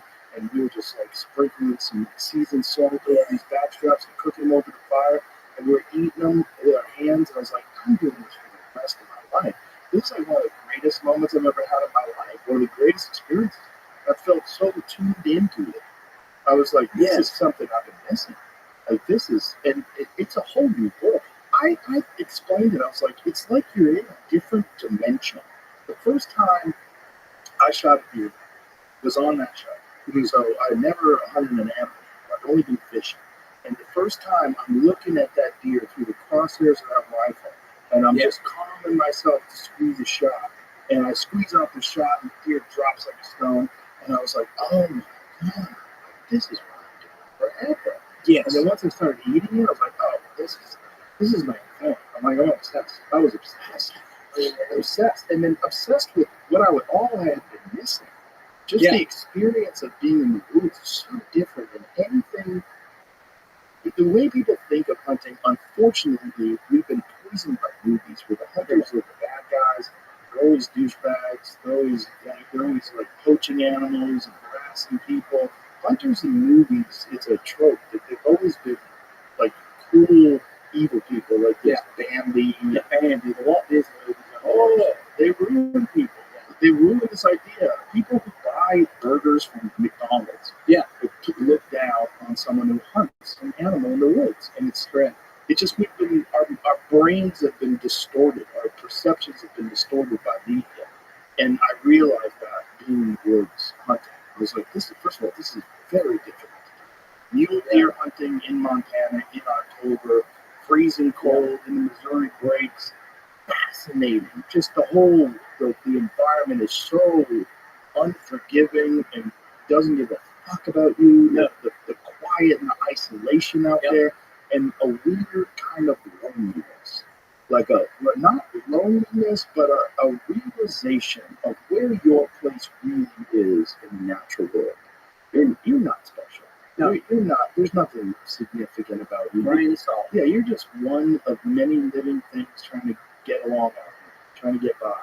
And you have an advantage, obviously, because you have a rifle and binoculars and all that good stuff. But the reality of it is it's very, very difficult to achieve success, especially if you don't know what you're doing. I was very lucky to have a guy like Ranella showing me around. But once you do it once, you're like, oh, God, this is incredible. And then to eat that animal, completely different experience than any other meal I've ever had in my life. Yeah. It's such a peace that comes with it. And I try to explain that, but there's no way to explain it until you experience it. I was even trying to explain it to Theo. I don't know if I got that across to you last year. Theo is a unique dude. Man, he's one of the most, I met quite a few people, not as many as you, but Theo by far is one of the coolest, unique people I met. And I remember we get out and we're going to turkey hunt. And I knew, first of all, I think I ruined this whole excitement of it when I said, all right, man, I'll wait till we get like 4:35. What'd you say? What hell? I said, oh man, I didn't sign up for this. I'd say this in the brochure. And I was like, and so Caleb Presley, Varsity Sports, he was there, and I was a big fan of this guy. So I was trying to make sure I gave him the best experience I could, because just like whenever I lived with you, I knew the magnitude of, okay, these guys, I hope they want me again. We go out there, and Theo had not been around the gun a lot, and so I figured it'd be easy. I had 20 gauge, I can't remember if it was 20 or 12 gauge, I have a couple, but I put red dot, red dot scopes on there and make it really easy. Not have them shoot the bead, just look through this optic and see the red dot, and look up his head for the trigger. So Theo's looking through that thing. So you want to shoot now? I said, no, Theo. I mean, it's not even daylight good. He's got sunglasses on. And he says, he's looking through this, Joe. He's looking through this shotgun. He said, oh, man. He said, I see that red dot. He said, when I pull the trigger, it turned green. And I said, Theo. And so there's clips of it. And I literally, he said, and then he looked at me and said, who's on the other team? There he is. That's it. Yes. Hello, I'm Mr. Rothschild. He's back to say red dot conversation. Who's the other two? I just look,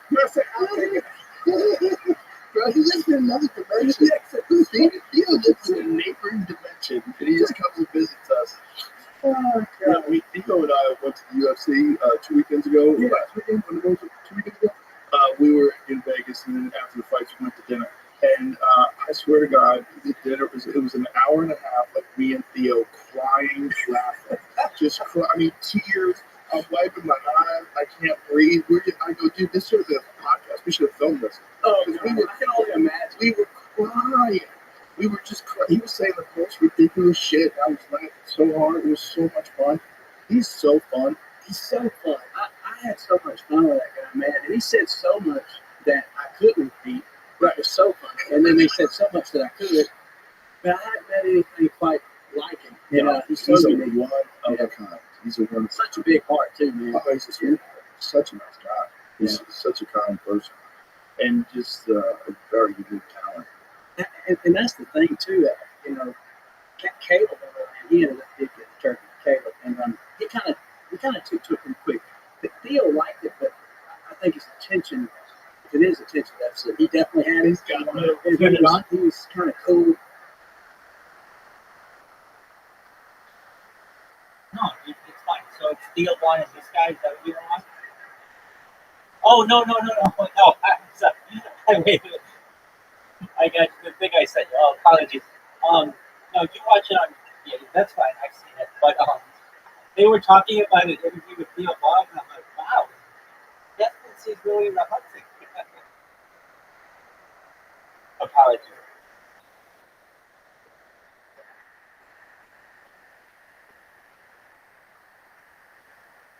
Yeah. You. Oh yeah, that's not bad. Dude, I'm doing this spamming of Discord. Somewhat bad news. I can't spam my links anymore. It's almost like they have a thing to ban people's links, and if you so all I have to do is change up the text a little bit. Let's see here. You are banned from chat.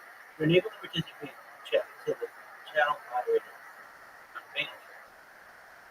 Okay, that's fine. And I don't know. I'm at a point where if I spit so what I did, that's not a big deal. I still am spamming. But if I spam popular creators, the text just moves up that screen so quickly that it's like, I don't want to say it's useless, but it's not, you got to be really quick to see it all. And all these other people they've just got like bots in there that are typing all kinds of garbage, so my shit doesn't stay. But these people have supposedly 800 people watching them at once. So I'm kind of at a crossroads. I could just continue to spam people who only have one person watching them. And if I do that, then my shit stays on there for a long time. It might stay the whole stream, which I think is pretty positive. But again, they only have one person watching. Or I spam someone who has like 800 people watching at once, which is cool. But then it doesn't stay that long. It just moves so quickly. But again, then there are a lot of people watching it. I guess I don't really know. I don't know. I don't really know. So I'm gonna kind of see what works, and we'll take it from there. Yeah. So you mentioned twice at least, just in positive ways. Your name isn't mentioned, um, but Flashlight references your uh, discussion. And I didn't, I didn't, I just came back from the bathroom and I see that Flax was in here. So I wasn't ready to talk about anything. I didn't know what he wanted to talk about. But we talked about some cool shit. So, yeah, feel free. It's 42 minutes.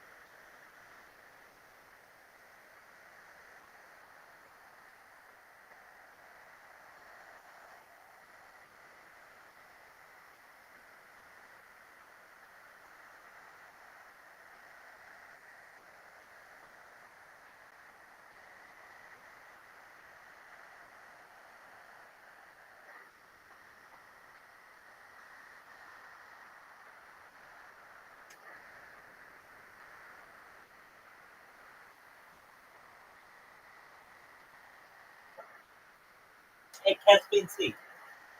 Can you hear me? Can't hear me, that's okay.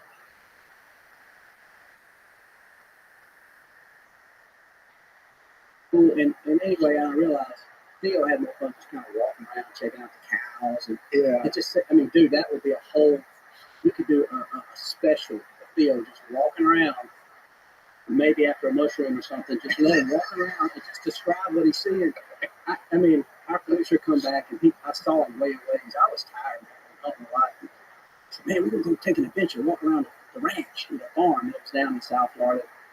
I come back, our producer was laughing. He said, man, I can't even tell you all I heard and what Theo was saying. He said, I've never laughed so hard. And I said, I can only imagine. But yeah, man, I don't know. It's just like that part.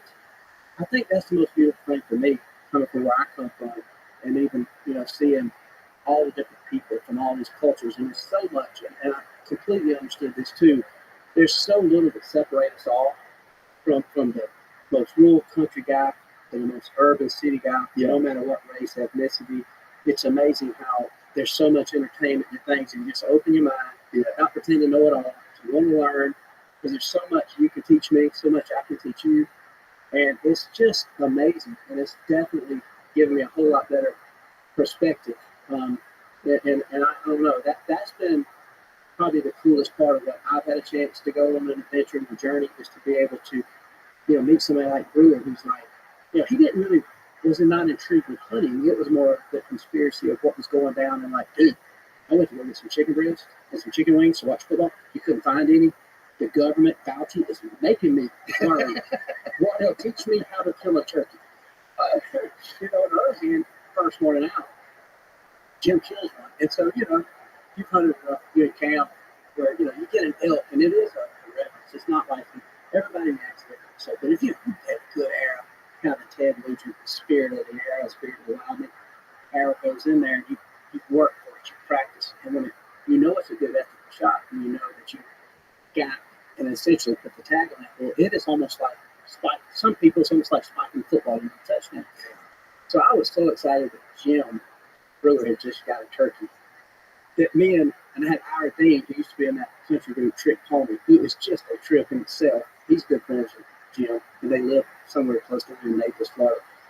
And me and Ira are just grabbing him, look like you wrestling jiu-jitsu. I got him in there, like, you got it, Jim. We're like, punching like, you smoked him, you dude, right in the head. We high five, and Jim's sort of like overwhelmed. Like the woman in the shower on Psycho, like, what did I just do? I just did something. and all of a sudden, I forgot. This is the guy in the movies. This is the comedian that I grew up as a kid watching on Sunday. He's never been there. And so, and then we slowed down, and it wasn't even hardly any time after that. Jim's sitting there. He takes the turkey, he's holding it like a little puppy dog, and he's holding it. And Ira, my buddy, gets it. He grabs his beat. Hello, Jim. And I think even Jim talks about it, but I just sat back and I'm like, man, how cool is this? Yeah. And at the same token, Jim's like, hey man, if you're ever down here and want to come on my comedy shows, and for my wife and friend to go do that, or to see something I've never seen, or go home and still tell my dad who's 71, like, you're not gonna believe what I saw in Austin. You're not gonna believe what happened in, wherever, Las Vegas, we're at the SHOT Show. I don't know. That's the beauty of travel, right? Like, the more environments you could go into, the more completely different cultures you could explore. You get just a wider sense of humans. Yeah. And that you realize, like, we have more in common than we do opposed to each other. We have much more that we share than we don't. Correct. And what really is just like, what environment did you grow up in? You grew up in the country, I grew up in the city. Yeah. But once you find common ground, and once you experience it, like experiencing nature for the first time for people that are in the city, it's so overwhelming for them. It's so interesting to watch them just walk around the woods and just be confused and not knowing how to navigate, not knowing where they are, and being exhausted, not knowing how much energy it takes going up hills. How are we gonna get back? Yeah. Where are we at? We're 8 miles deep. Yeah. We gotta walk 8 miles back. Yeah. When is that gonna get us back? Probably 11 p.m. Yeah, we can get too late. Yeah. Put on your headlamps. Like, what? You're walking the road. Are there animals out there? And they know where you are before you know it. Yeah. It is so intriguing. And think about it is a completely different world. And for me, it was so cool. Over the years, working for different, I call it more non-event. Like, obviously, you think of Hoyt, you think of Realtree, you think of these different companies that are around the hunting culture. But I remember one year I had a chance to work with Hormel Dennis, Denny Moore Stew. Hormel had Denny Moore Beef Stew. And so they did the sweepstakes. And it's like, win a turkey hunt with Michael Waddell. So we did it, and they run 30-second ads. That was when, everything, a bunch of 30-second ads and stuff. The guy wins it, him and his son. And when they get there, and I realized they're hunting. And it was my first time to experience guiding somebody that knew nothing. I mean, I guided a lot of rookies. That I'm talking about when I say had no clue of nature. Never shot a gun. Never shot a gun. I mean, immediately had a big Rambo knife tied on the side. It's like, okay. And so I remember we walked in, and I realized that, okay, this would be fun for me because from the basics of everything, just the mountain, the streams to the tracks, and through walking along with me and his son and him. How you live in Japan? It's cool. Looks You can see good. it in the Sendero, a perfect tiger trail. Oh man, that's cool. Like, I didn't want to talk to you. everything he would relate to would be to a cartoon. Like the coyote that Bugs Bunny Rodeo show? I said, yeah, like Bugs Bunny Roadrunner coyote, but this is a real coyote. I said, oh, this is cool. Check this out. This is a bobcat track. Oh man! I say, look, here's a turkey track. This is a hen track. Welcome, This welcome. track How are is you? different. I'm explaining it to. What's good?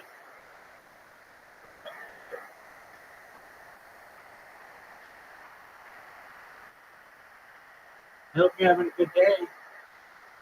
Yeah, again, I didn't want to fucking talk with you.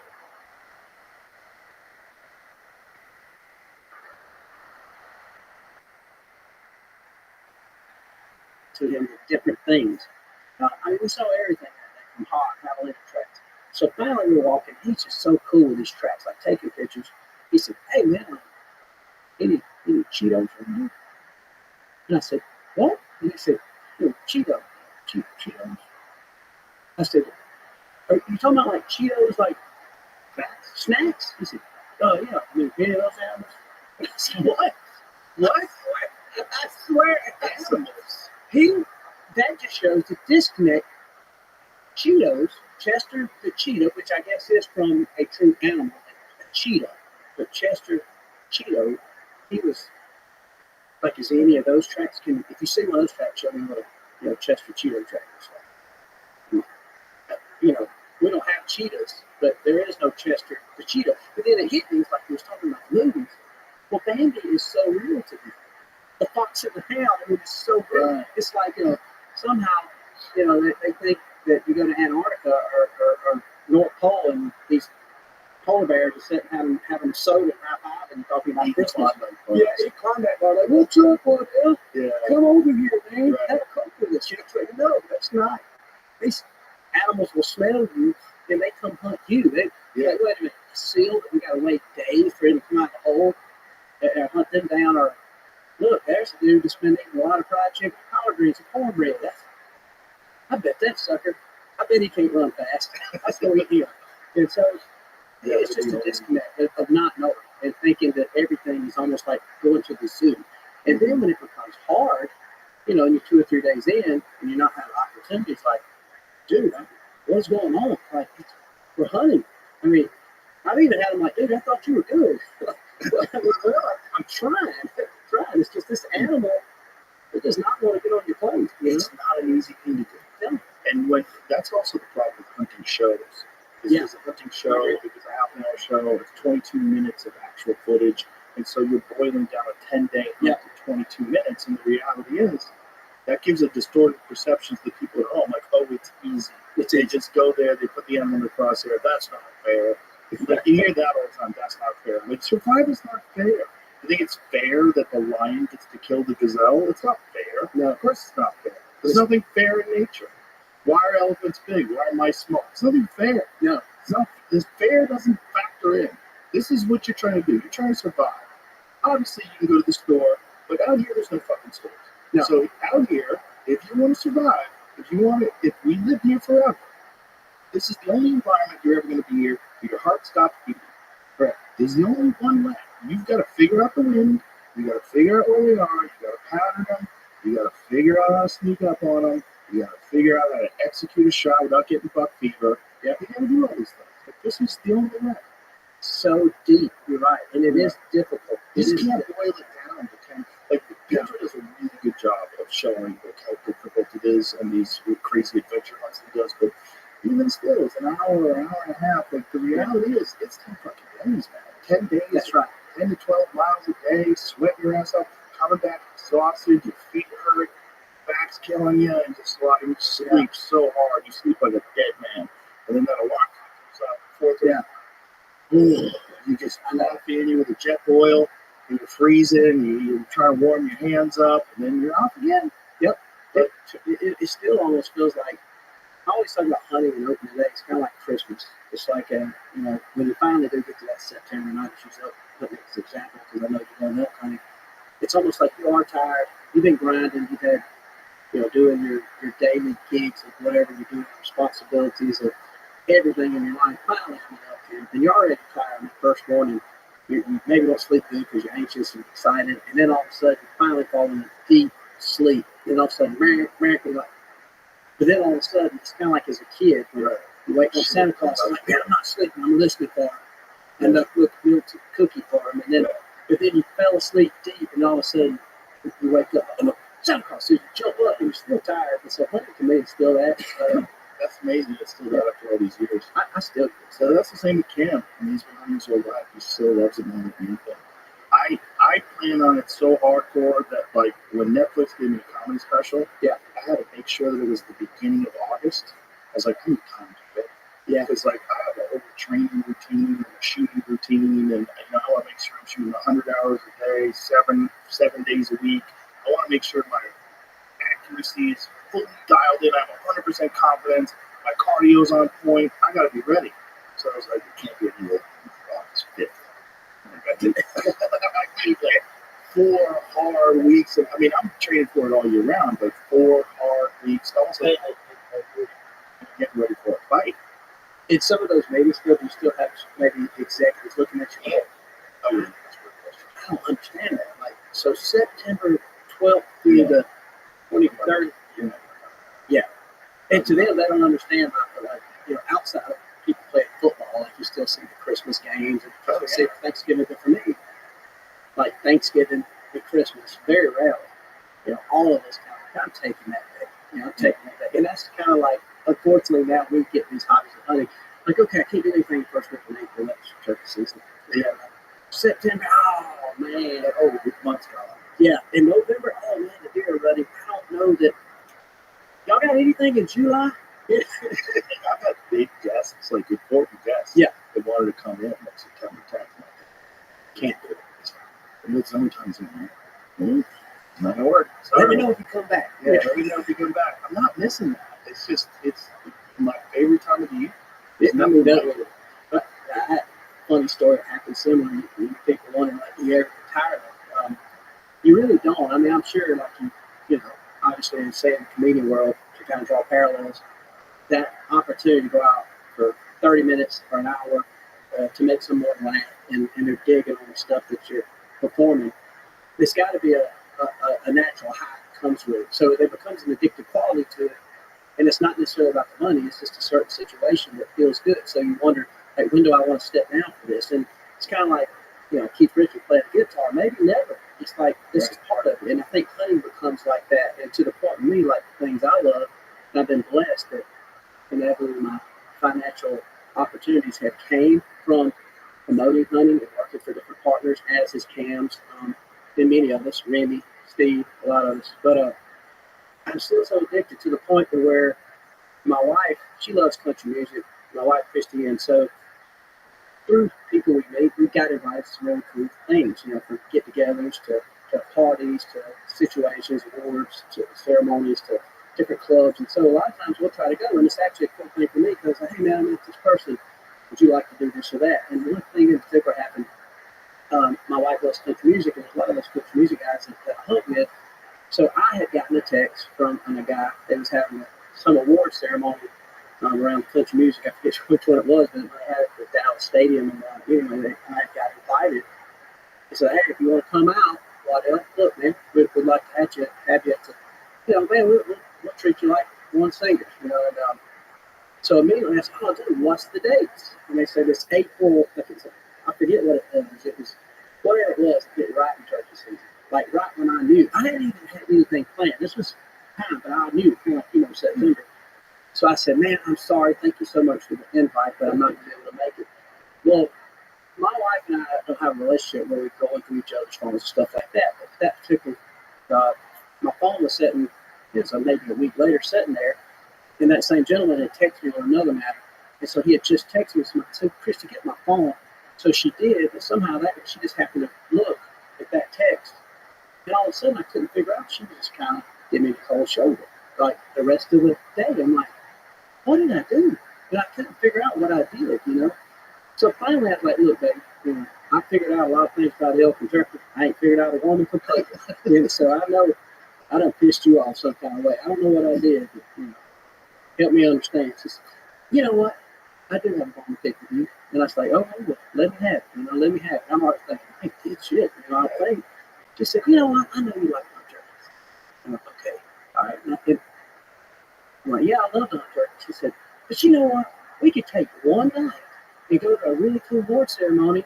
Maybe we could hang out with Blake and have a drink and just chill and relax. And Luke was going to be, and I was like, what are you talking about? And then she said, well, I saw the text, and we were invited to go to the awards. And you quickly just said no, didn't even talk.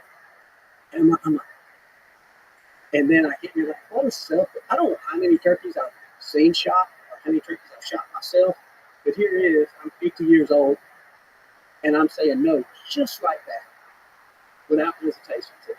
No, I mean, it would be fun. In my mind, I'm thinking, dude, if I was June or July, and I had your number, I'd be texting everybody, dude, y'all going? Can we have a drink, hang out? Sure. But it's like, nope, it wouldn't matter if Elvis Presley.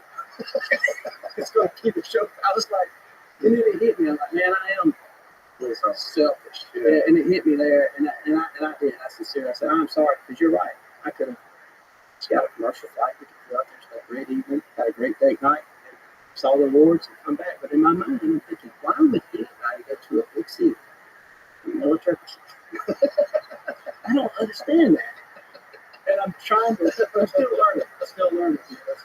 Well, the reality of it is, if you haven't experienced hunting, you don't understand why people are so drawn to it. Why the experience is so much more powerful than anything else you have in life, other than the birth of your children.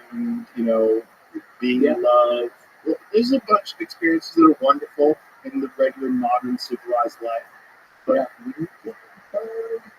You get that bug.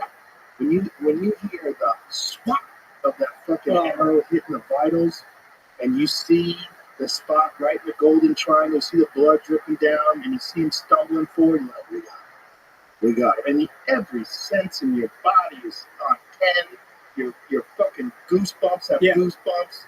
Everything. It's just, there's nothing like it in the world. You want to stand up and tie that bandana like a Rambo person. It's like, it's just, I don't know, it's a crazy feeling. And I hope more people get a chance to experience it.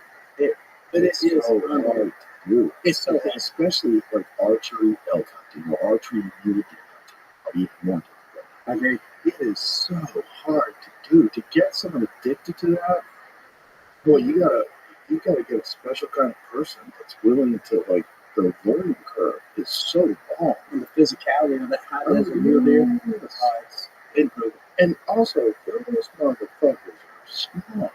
You think they're not ducking mountain lions for 5-6 years, and they know any little snap of a branch, any little like moving of a rock that sounds like it might have been a predator's paw. Oh yeah, they're on a swivel, they're up, and they're bouncing, boing, boing, boing. See ya.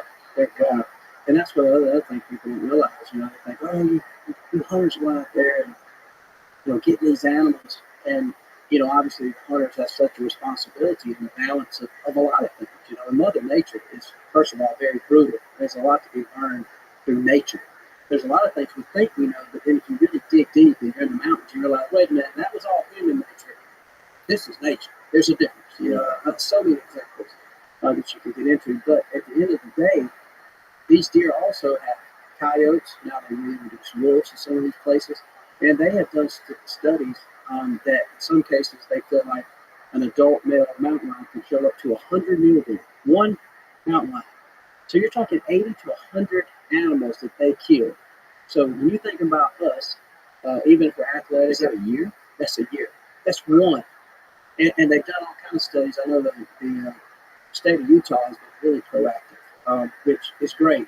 And what I love about Utah Game and Fish is what they're doing. They're listening to a lot of these mountaineering type of guys who are not, you know, have a doctorate in biology or balancing nature. They're just ranchers. They're outfitters. They're hunters. They're somebody that's immersed themselves. And, you know, they might not can sit there and recite Shakespeare, but they can certainly tell you what they've seen. They don't claim to know it all, but they can tell you things that they are seeing out there. There's different kinds of intelligence. 100%. Yeah. And then in a lot of the game and fish, sometimes we'll get at times arrogant to say, well, what am I going to learn from Joe? What am I going to learn from McElroy? What am I, Randy Warren? Come on, dude. Okay, you hunt a lot, but, you know, I got a doctorate in this. Well, like California streams. Yeah. Like a lot of their game and fish. I don't even think they call it game fish. I think they call it fish and wildlife. Correct. Yeah, because they don't want the concept of game to be introduced. Their thought is they want to get it to the point where the predators and the prey balance each other out, where there's no need for hunting, and they would like to reintroduce wolves. That's it. They do.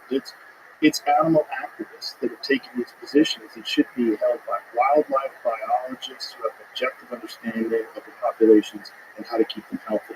And the way they're doing it in California is you've got mountain lions everywhere. Yeah. In this one ranch that I had, they had a water hole, they had a pond, and they had a trail cam. They found 18 different cats that visited this trail cam. See, that 18 different mountain lions. that goes beyond what biologists will tell you. As a matter of fact, a lot of times, a lot of the studies are now it's been changed and everything. The goalposts are being adjusted. But there was a time, I think it was 28 square mile radius that I know at least in the state of Utah. So I'm not saying every game and fish department, I call it a fishing game or fish and wildlife, I should say, but they had specifically, they said a male mountain lion basically controlled 28 miles diameter, only to find that in Utah, I've got some friends and outfitters that went out there when they did have the quota tags. Now you can just buy a tag over the counter and you can get depredation. You can hunt mountain lion all the time because they realize, look, these mountain lions are killing a lot of them, blue deer specifically. On top of that, you don't know what the winter's going to be and what that's going to kill. Then you got wolves, you got bear, you got all this stuff. This outfitter took a business card and he put it down and he said, well, I know y'all think this, but I want to show y'all what I filled the quota. He said, I shot 10 mountain lions in this business card. He said, 3 of them was here. So your theory that one male mountain lion is in this 28-mile diameter is completely busted. This is not on anything I've studied. I didn't go to Harvard. I didn't go to Auburn University in the wildlife department. I don't have trail cameras out there. I'm just telling you that with red ball hounds, this is a true statistic. Here's the photos. And so what has happened, a lot of those people got together, and what I love about Utah, they are listening, and they're saying, okay, so hillbilly knows something. Let's listen to them. And so they're adjusting it, and now the deer numbers are going up, the hunting getting better, and it's unfortunate that really some of these people might be right, that nature does have a great way of balancing itself. Way more brutal than what you and I would approach in the management process. But everything's changing. I mean, you talk about California, you talk about how they reintroduced the wolf, say, in Colorado. Well, all that was voted in a very urban area, specifically asking all the ranchers. I don't think it should be voted in. It shouldn't be. Ballot biology to me is ridiculous. Don't make sense. You should have to have an understanding about what you're voting on from the perspective of people that are actually in the field. Correct. And the reality of mountain lions is, like, you're not going to get an accurate assessment from someone who visits it once a month. They think you can go out there and sell tourist tickets to watch the mountain lions. You can't find them. I'll tell you They're this. there, and they know you're coming. They smell you miles away. They're not going to be anywhere near you. And if you do see them, it's rare.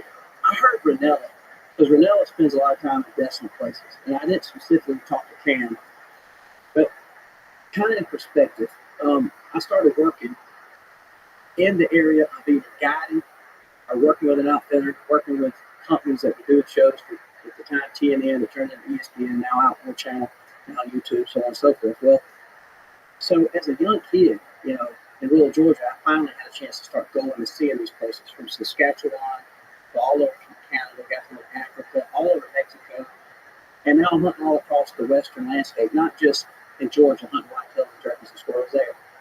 I only saw one mountain lion in the daylight. One. Now, I spent tons. I think Ranella said he saw 6 in his lifetime in the daylight. So what you realize, if you see a mountain lion in the daylight, now I've seen a lot of mountain lions, but they all have been in a tree behind a dog, or running behind a dog. I'm talking about just you and I glassing, looking at me, jump, mountain lion. Right. You don't see them. And the same with wolves. I've seen 2 wolves in my life, both around. One was in Yukon, one was in Alaska. In the daylight, I've heard them countless times. We've been camping in spike camps, and you hear the wolves. I've heard them all across places where wolves exist, but you don't see them. Another perspective is even coyotes. I have 500, a little over 500 acres I live on in Georgia, and so I noticed. Oh, thank you. I was finding all kinds of fawns, and they did a bunch of studies from University of Thank you, Georgia, I all the appreciate it. university, talking about how many deer that coyotes eat. which can't blame them. Why would you not eat fawn in the fawning time of year and feed your pups? So I decided, actually, of all people who got me into trapping, it was Blake Shelton. He was trapping it. I loved it. And so I'm like, man, God, this country singer goes to the American, or the boys get trapped. I got to learn about this. Yeah, that's what it was. I was asleep. I went to the bathroom and came back. And so, yeah, you can tell I don't have my normal energy. I was just kind of groggy. Dirt hole traps and different things. And so I caught in 2021, I caught like 22 one year, 19 another year, just on 500 acres. And if we go hunt tomorrow, now think about 20 dogs that are smaller than a German Shepherd, but a small, canine dog that lives on the property. Some are passing through. To think that in a 4-week period, I could catch 22 tigers.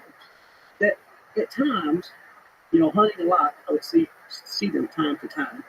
Along that, I also caught 7 fox and 2 bobcats, and I don't know how many coons and possums. So the people that think that you see this all the time, you don't. I live there. And when I'm home, every day I'm up and I'm riding, checking food plots, putting in food plots. I got bulldozers, I got different things, so tractors trying to make the wildlife habitat better, make sure I got better areas for my turkeys to breed, making sure I'm planting resources, and I don't see these things. And this is all I've ever done. So the people that live in Aspen, just out of LA, not trying to throw shade on it, but you don't know, man. I don't know how to hit a half pipe like Tony Hawk either. So I'm still learning. And so for me to say that and to think that you can just spend nearly $4.8 million, $5 million to reintroduce wolves and think you're going to get tourists from out there, look at them, these wolves, if they can talk, they're like, these people have a clue, they're not going to see you. Well, not only that, they took wolves that were already depredating livestock. Yeah, that's the ones that they captured. In Colorado, we're going to continue to do the same thing. I read something the other day. You see, they're removing those herds. They're trapping them and removing them because of all the depredation of killing livestock. Yeah. Guess what? A mountain lion kills 100 deer. One. And then he's, okay, God bless the fact that he is nature and he's hunting a deer or an elk. But guess what they do when that starts running low? They're like, man, that dog looks good. Yeah. We were talking about this yesterday in San Francisco when they kill mountain lions. They 50% of their diet is pets. But that's and all is well. All of these people, members, they're all fine as long as it's your dog and your cat.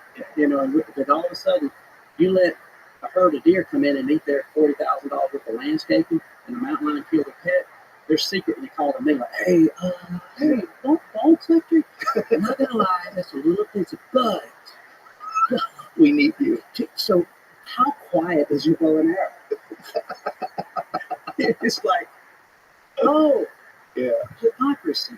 Is this hypocrisy.com calling me? It's like, well, it's uneducated. It's uneducated. They just don't know what they're talking about. They don't have any experience in it. And again, what we talked about, the idea, the mass media idea of hunter is very negative. It's very negative. Very negative. It's sad because what you'll find too is some of the best people. I mean, they're really down to earth. I mean, sit around a campfire. Somebody that grew up very rural. Their excitement of talking about everything typically is pretty awesome. Also, the appreciation of work. They very much appreciate it. And I think that's, even my dad, man, he said everyone. And I said, Dad, you can believe it. Joe Rogan texted me. Invited me to come on the show. He said, man, I like that road. He said, that dude. It's funny to talk about my dad. I got people go into that impersonation. That Joe, man, he's fat. I mean, he worked out a lot. And I'm thinking, how does my dad know the routine? He knows it. I like it. Of course, he loved that you had Trump on and that you had kind of bringing some light to that, giving an opportunity to talk it. So I find across the board, same conversation I had talking to some squirrel hunters, talking about Cam Hayes. Cam is a beast. He runs and does this stuff, and that brought me and Cam back together to even go out and talking on his podcast. We grew up close to the same age, same trajectory. I'm the Southern guy. He's a West guy. He's a fitness guy. I'm kind of a little Debbie eater. Fried chicken, collard green, but we still figured out a way. I always said, somebody asked me, what's the difference between you and Cameron Hayes? I said, Cameron Hayes runs quickly to the top of the mountain. And I sat down and I called them off the mountain. I'm gonna figure out how to do it. And I said, there's a lot of different ways to skin the cat, as they would say.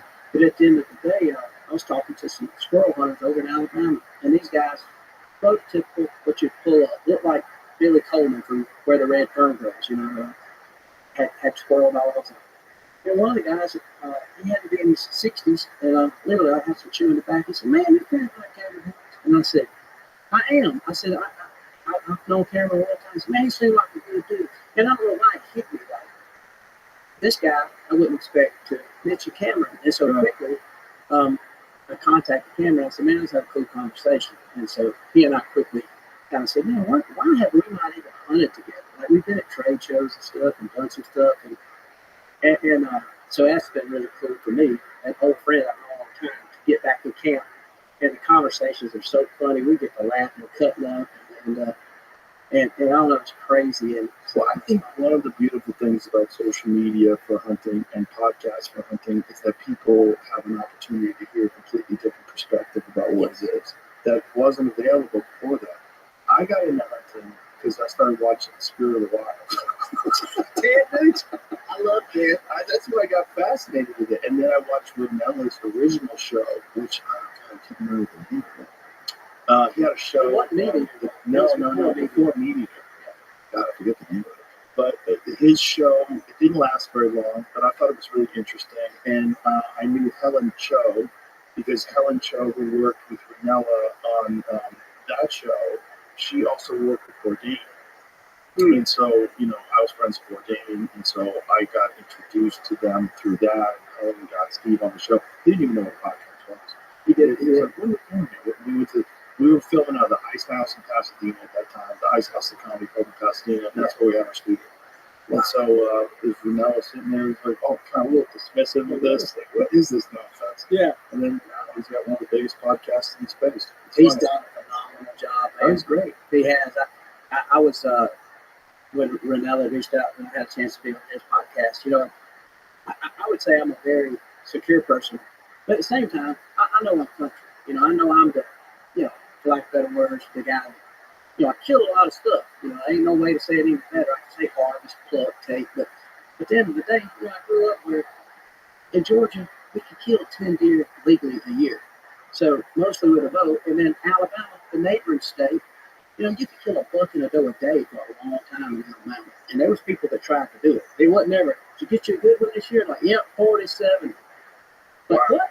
Like, yeah, And so at first I was, when I first started meeting and hanging with Ranella, I thought, man, I hope you don't think I'm just this old redneck crazy dude that, and then once we become friends, it gets back to the whole, how everything is so much tighter and realizing how we all have so much respect for each other in different lanes of bringing. And it's just like anything. I mean, you got different players on the team, all playing for the same team, but they all have a different skill set. And so we all grew up a little different. And so again, I just assumed growing up in my small little area, just out of Manchester, Woodbury, Georgia, I really think that the area I was from is called Booger Bottom, Georgia. And I just thought, Booger Bottoms are everywhere. Well, you find out there is a lot of different little names. There are no lights there. But I just really assumed everybody did. And I was just completely devastated when I went to the city. And, and I tell somebody, like, man, what do you do? It's like, man, I work for something. We do hunting shows at TNN. I'm so proud, thinking, man, I should be able to pass out a business card and meet a girl with this. Like, oh my God, you're a killer. You killed Bambi. And it just completely devastated. Because you had never been around people who were into hunting. I didn't know it existed. I mean, I was that naive. I did not know it when existed. you first encountered people that were into hunting. I was in my early 20s. Wow. I was in my early 20s. And How long was it to wrap your head around? It blew me away. And people that eat meat too, by the way, right? Yeah, I mean, It's really weird. it really hit me when I started traveling. I literally was like a kid that was just, getting up every morning for Christmas. I was having a chance to work for Bill Jordan, and I met him through winning a turkey calling contest. And he asked me, him and David Blanton, I can't say nothing but great things about Bill and David. David Blanton believed in me he always believed in me so much. And he said, hey, man, we'd love you to help guide hunters. And back then, everything around hunting was media, outdoor life, film, stream. So there wasn't any hunting shows, but then about that same time, TNN, after these NASCAR races, introduced an outdoor bar, which if you go back and look, people like Jackie Bushman at the time. What year was this one? This would have been for me. It'd been 90. It'd been a 92 or 3 or 4, somewhere right in there. Did they even have rangefinders back then? No rangefinders. I bought the first one I'd ever seen. It was a Bushnell. I still work with Bushnell. The thing looked like a car battery. I had safety straps. I had like chains. I like the strongest man contest to hold this thing up. But you had those little ones you could roll, and it didn't even tell you when the temperature changes. It's going to give you inaccurate. It's going to change with the weather. But no, it was just guessing. But Was it a laser range? it was the first one was like a roller. You rolled two things. I forget how exactly that worked. But it come and gave you basically a rough estimate, like 40 yards. And then Bushnell, to my knowledge, come out with one that's bigger. It looked, like I said, it kind of looked like a small battery. It was big, and it had a laser on it, and you could range it, and it gave you, the yardage. And obviously it wasn't angle compensated. It didn't have any of the arc, the angle range compensation, had any of that. And the first person I ever saw that even talked about that was Chuck Adams. I was videoing him back in those TNN days. And Chuck Just explain to people, like, the angle compensation is like an arrow is quicker going downhill. So if you're shooting uphill or downhill, the angle, you have to gauge how fast the arrow is going to go, the feet per second, based on the angle. So it might look like it's 50 yards as the crow flies. Yeah. Your rangefinder might say 42. Correct. And you got to put your sight at 42 yards, otherwise you shoot right over its back. It works. Yeah, it works really well. It's unbelievable. And that, to me, I didn't know existed. Have you ever fucked around with those garnet sights? No, I haven't. I've always wanted to try one. It's great in theory and great when it works. So when it works. Yeah, I've had a problem with it a couple of times and I gave up on them. And I'm hoping they're going to get better. And they outlawed it in Utah. I tried to bring it to Utah a couple of years ago and they passed a law. Maybe last year. And the best thing about it, though, it's like a red dot. You get the dot. You have a clear sight picture. You can see just that dot. Just that dot on the Vitos. It's amazing. And the fact that you can roll a full draw and just press a button to range, and then say maybe the animal moves 15 yards to the left, you just press it again, and you get a range, and you have a perfect shot. But some people think that that's cheaper, yes. But it's the same. It's just taking a step out. Instead of picking your rangefinder off your vinyl pouch and checking it, and then changing your sight, and then drawing back. With this, you're doing it right from draw. So for full draw, you can just keep getting ranges. And then you can also hit it once, and then a second time, and you get pins. So you get 20 to 80. Nice. Yeah. So even if you... So then all your pins will come up Exactly. based on that. But if you just want an accurate, you get that one button press, and it gives you exact range. And, it's based on... Everything is compensated into the sight itself. So angle compensation is built into the sight itself. You put in the speed of your arrow. So if you're shooting 280 copies per second. Exactly. It's all factored into your bow. It's pretty incredible. I like that a lot because, and I think I've heard you even mention this. What I love about archery is obviously you got these windows. Everything ain't just sitting out in the yard where you're shooting. Right. You're shooting through the woods, especially if you're out there elk hunting. You got these windows, and there was a site years ago that I remember, and it worked in theory great, but it was simple. It wasn't like the range or the Garmin. But they had these fiber optics that were glued to the middle of basically of a piece of glass that went into the side of the housing. So you would buy this glass housing that, okay, if your bow was 280 feet per second, 290, 300, 320, and your pins were preset, so you ain't got your top pins dialed in. So then you had all these, but your sight viewing was good. The problem was when it rained or if it got dirty falling. Yeah. And what I did like about that is the fact that the reason I've always liked pins, multiple pins, is the fact that I could see my whole sight picture where my arrows go from 20 all the way out to even from shooting 80. In this case, most of my sights are set up from, say, 20 to 60 or 20 to 70. I try to put as many pins on my sight as I can. A lot of people don't like it because they think it's cluttered. But once I've mentally got used to it, if I range bull, say 65, and I pull back, without having to do any other calculations, I'm putting a 60-yard pin on that bull, so it's clear. And then quickly, now it's like a, memory of going back, and I quickly go back up to my 20-yard pin, and I'm looking all the way down through and estimating, is this arrow going to mark through? But basically from 20 all the way out to my desired where I want to hit, I can see the mark of my arrow based on my pin set. Good. So you know if there's a gap in the trees. I know the gap, but I know if I'm at 60 holding down in a clear spot, but I got limb at 30 and my 30-yard pin's in the middle of it, I know I got prep on that. So now I can just squat down. So that's why I don't like as much single pin technology. And then quickly, what I like about pins, it's cluttered, it's kind of old fashioned, but I do like that a lot from that standpoint of trajectory of the ability to kind of kill or to fill a tag. And Cam and I talked a lot about those things. We talked a lot about the release. I definitely like I like the handheld from it.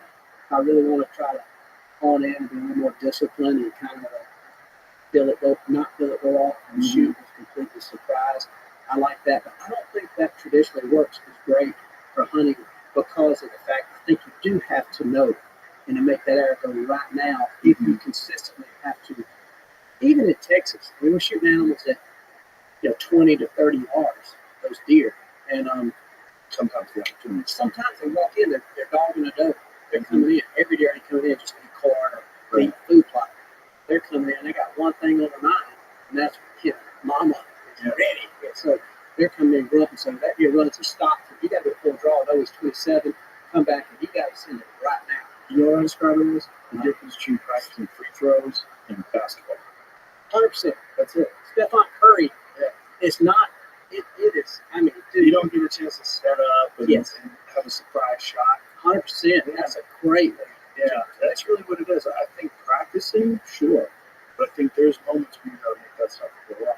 But then, he's great. Hunters like Levi Morgan who runs through the hinge. Too. I mean, just an animal. Yeah, he's probably the most decorated archer that I know. I mean, that dude maybe of all time. Yeah, because like Oldham, Gillingham, all those guys are heroes.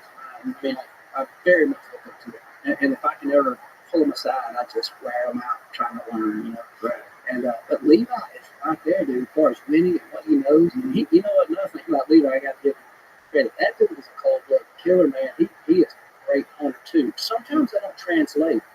I know some people are great tournament. Right. I mean, 3D tournament, ASA Admiral winners. Right. And it doesn't go over into the ability to just free throws. It's free throws versus basketball. Yeah, no doubt. It is. Like you're standing weird. One leg is down, one leg is up. You're on the side of a hill. You got to cant your bow a little bit. You're leaning your bubble into the wind. There's a lot of shit going on. A lot. And then you got the nerves. You never get completely over that. People ask me all the time, you ever get nervous or you get butt fever? Like, man, almost every time. It's like, I think that's when if some of that, yes, you get good at kind of somewhat like stage fright. I saw a clip of Elvis Presley. I thought it was so unique. I saw a clip of Elvis Presley the other day on this YouTube clip, and he was completely in panic. And this was like right in the Common Street. He was walking around.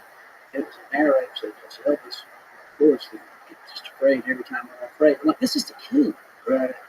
But he was just pacing. He was being short with a couple of people. I wish and anyway, he walks out there, I'm sure, crushes it. But I think it's similar to probably how some of those football players run out on the field. There's no way you're always clicking in your head. Like, oh, man, I got to remember. Bill Belichick has told me that he's introduced this new offense. I'm not sure. I don't know if I can read.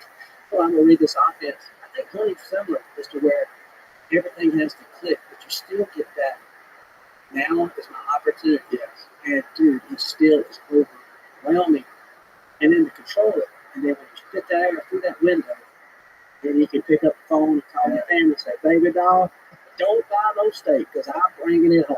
It's again, it's just it's not like you want to disrespect the animal, but you just achieve something. Grocery shopping in the wild. Yeah.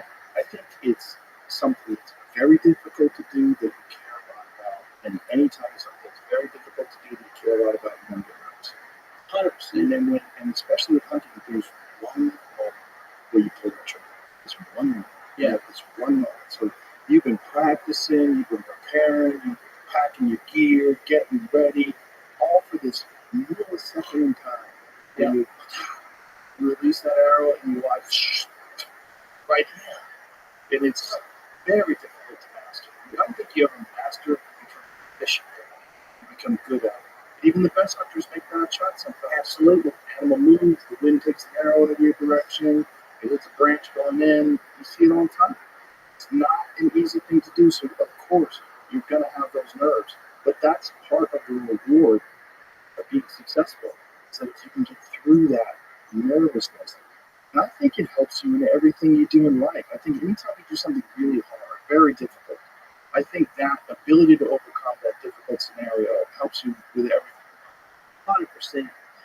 And when it comes to archery too, you're on that ragged line where you're subconscious. You can go from being hero to zero. Right. All of that time, the money, the energy, the time that you did step away from the Netflix special in your case because, hey, I'm elk hunting. You know you got to somehow communicate with your buddies. Oh, man, I missed. Or worse, I made a bad shot. Let's let him lay. And so everything that you look forward to the whole year, you could let yourself down. So it's a very individual, lonely feeling. Yeah, and you can't think about that before you pull the trigger. No, you can never think, I hope I don't make a bad shot. Because you make a bad shot. You can't. And I'm always, are you always positively thinking when you're like, I'm about to put it on? Yeah. Are you thinking positive? I have to. I do too. Yeah, I think you have to. I was interested. I was talking to Chuck Adams. Chuck told me that he did that exact opposite. He said sometimes I would say, hey, I'm going to do my best. I'll probably fail. It's almost like Mr. Rogers' neighborhood. I said, you're kidding me. And to me, this guy's the beast. Right. And the only other person in history I've ever heard that, there was a guy named Kenny Bartram, who was a motocross. He was the first guy that ever did a backflip on a motorcycle. And he landed. And so he went hunting with us one time in Texas. And I said, Kenny, how much weed you got to smoke to get on the guy to think you can do a flip for the first time? He said, man, I just always thought I'd probably kill myself, but I tried. I said, so you never thought you would land it? No, every time I try a trick, I think I'm about to wad it up. I said, oh my God, how do you do that? And I'm thinking about me and my buddy Blue Bishop building a BMX track and building a little something we jumped over and thinking, I'd be scared that I could do this. Just jump over a little I ramp. never thought, jumping around like I'm probably going to crash. I always would think I could, and then when I crash, I'd be, like surprised. Like, I can't believe that hurt, So Chuck and Kenny was the only guys like that thought that. That's a weird psychology. I don't think that's the best way to approach it. Me either. I don't know You're what really is good it. at it. Is there ever a comedian that walks out like, hey, I'm probably going to bomb, but I'm going to do the best I can. I'm going to play this guitar the best I can. I don't know. Sometimes people talk like that, but I think they're fishing for compliments. For their own self. Yeah, I think Right. man, I hope this works well. And my friends are like, oh, man, you're fucking hilarious. You gotta kill it. Like, you think they might be like fishing for compliments. Yeah. Kind of like you're tired and stirred down and just, dude, come on, man. Yeah. I'm going to be open. Hit me. Yeah. Busted through. I know you're limping. Hit me. Yeah, you need a little of that sometimes. Yeah. I think these experiences that we have, when we relate to people, it's one of the only places, like in podcasts, the only places where you can hear it this way. And I think that's what we're battling against. We're battling against the media representations of hunting, which is almost entirely negative. And these perceptions that people have that hunters are cruel, and then there's this term trophy. Yeah. Trophy. Yeah, that's the mule deer and killer ground. That's awesome. I love that. And you could say that this is not a trophy mule deer. It's not a very, as far as mule deers go, this is it's a mature buck. It's not a big one. Oh, But to me, this is where it all started. And this is a trophy. This is not. If you went to a trophy unit, you shot a deer like this. People are like, what are you doing? Why did you shoot this? Why didn't you hold out for a big mature one? But this, like the term trophy, gets thrown around and unfortunately has a negative connotation. But it does. I think Ted puts it the best way. Ted Nugent. Yep. He says it's all the things. It's food, it's trophy, it's sport. It's all those things together. I don't think of it as a sport, like you said. I think the term sport, it's sports are awesome. Don't get me wrong, but it's not significant enough. I agree for what hunting is. It's life. You're taking a life. You're feeding yourself with that life. It's more powerful than sport. And that's why people, when you call it the sport of hunting, I don't like that. I agree with that too. As a matter of fact, if there's any negative thing, I think the hunting industry and even TV shows that we produce can put a negative vibe potentially on trying to kill these big trophy animals. Don't get me wrong, there's nothing wrong with it. I mean, you're hunting Utah, the places we get a chance to hunt. Absolutely, you're looking for, in that case, a 7 to 8 year old. Sometimes they might score 320 to 370. At the end of the day, the trophy is for sure a mature animal. But you also got to keep in perspective, especially where I did, where literally there's 10 guys sharing a 300-acre property that they're just going to deer hunt, and they're trying to get away. Keep in mind, they're still managing a family. They're still dealing with the economy. They're still dealing with everyday strife of, man, how am I going to get off work, still get my kid to soccer practice or football practice? My wife is pissed off. I hadn't even took her to Applebee's in the last 3 months, and it's like, I didn't take the kids to Disney World, and the only family picture we got is from the Shoney's Big Boy. So, man, what am I going to do? But in the back of my mind, it's like, I sure would like to get off maybe Saturday. I could spend more time going to a hunting list, hang out, maybe get a chance to shoot a deer. They're not necessarily thinking, I got to kill a deer to put it in Pope Young and or Button Crockett. They're looking, it's more than just a hunt. It's a getaway. It's I call it, it's the cheapest, antidepressant you could get on, to where you can clear your mind, you can get away. Hopefully you can turn your phone off, get up in a tree stand or a saddle, whatever it is, where you have public or private. And we miss that in the hunting industry so many times. And there's people that are literally busting their ass for their family. It's not a sport to hunt, but it's therapeutic. They grew up doing it, to be able to sit around a fire with other men and women sometimes and get away, to cleanse yourself with everything that's going on. And unfortunately, I think that's what drives people sometimes crazy even in the cities. Sometimes I walked around Austin today early, having a nice breakfast, nice walk around. Ended up running to this children's network that was trying to raise money to kind of adopt a kid, give so much a month. So, man, I did. I talked to everybody. I said, hey, man, what y'all selling over here? Like, oh, man, knowing people come up and talk to us, we have to sell them. This guy from Europe and a sweet girl that you could tell that born and raised right around here. Anyway, with that said, I ended up, I said, man, I want to play some money every month. So I picked me out a kid in Guatemala. And so, anyway, what I said about that time, here comes a street person, and he is cussing me and her and that girl out. I mean, the most vile words, cussing like a sailor, as I would say, fourth clear. I'm like, man, what's wrong with this guy? So I said, don't get this a lot, and it's just before, not far from when I come over here. And the girl said, yeah, we do get that a lot. And the guy with the British accent and the European accent said, we get it quite a bit, He said, but I think there's a bad batch or something like that. And I'm like, oh, really? He said, he said, man, people have been really mean lately. They've been yelling and cussing and screaming at us. And, well, by the time the guy comes back, and he's like, you MFers, I know everything, and everybody's retarded. And I'm like, and he's right there. And I'm at the point where, man, I ain't scared. You can tell they experience it more than I do.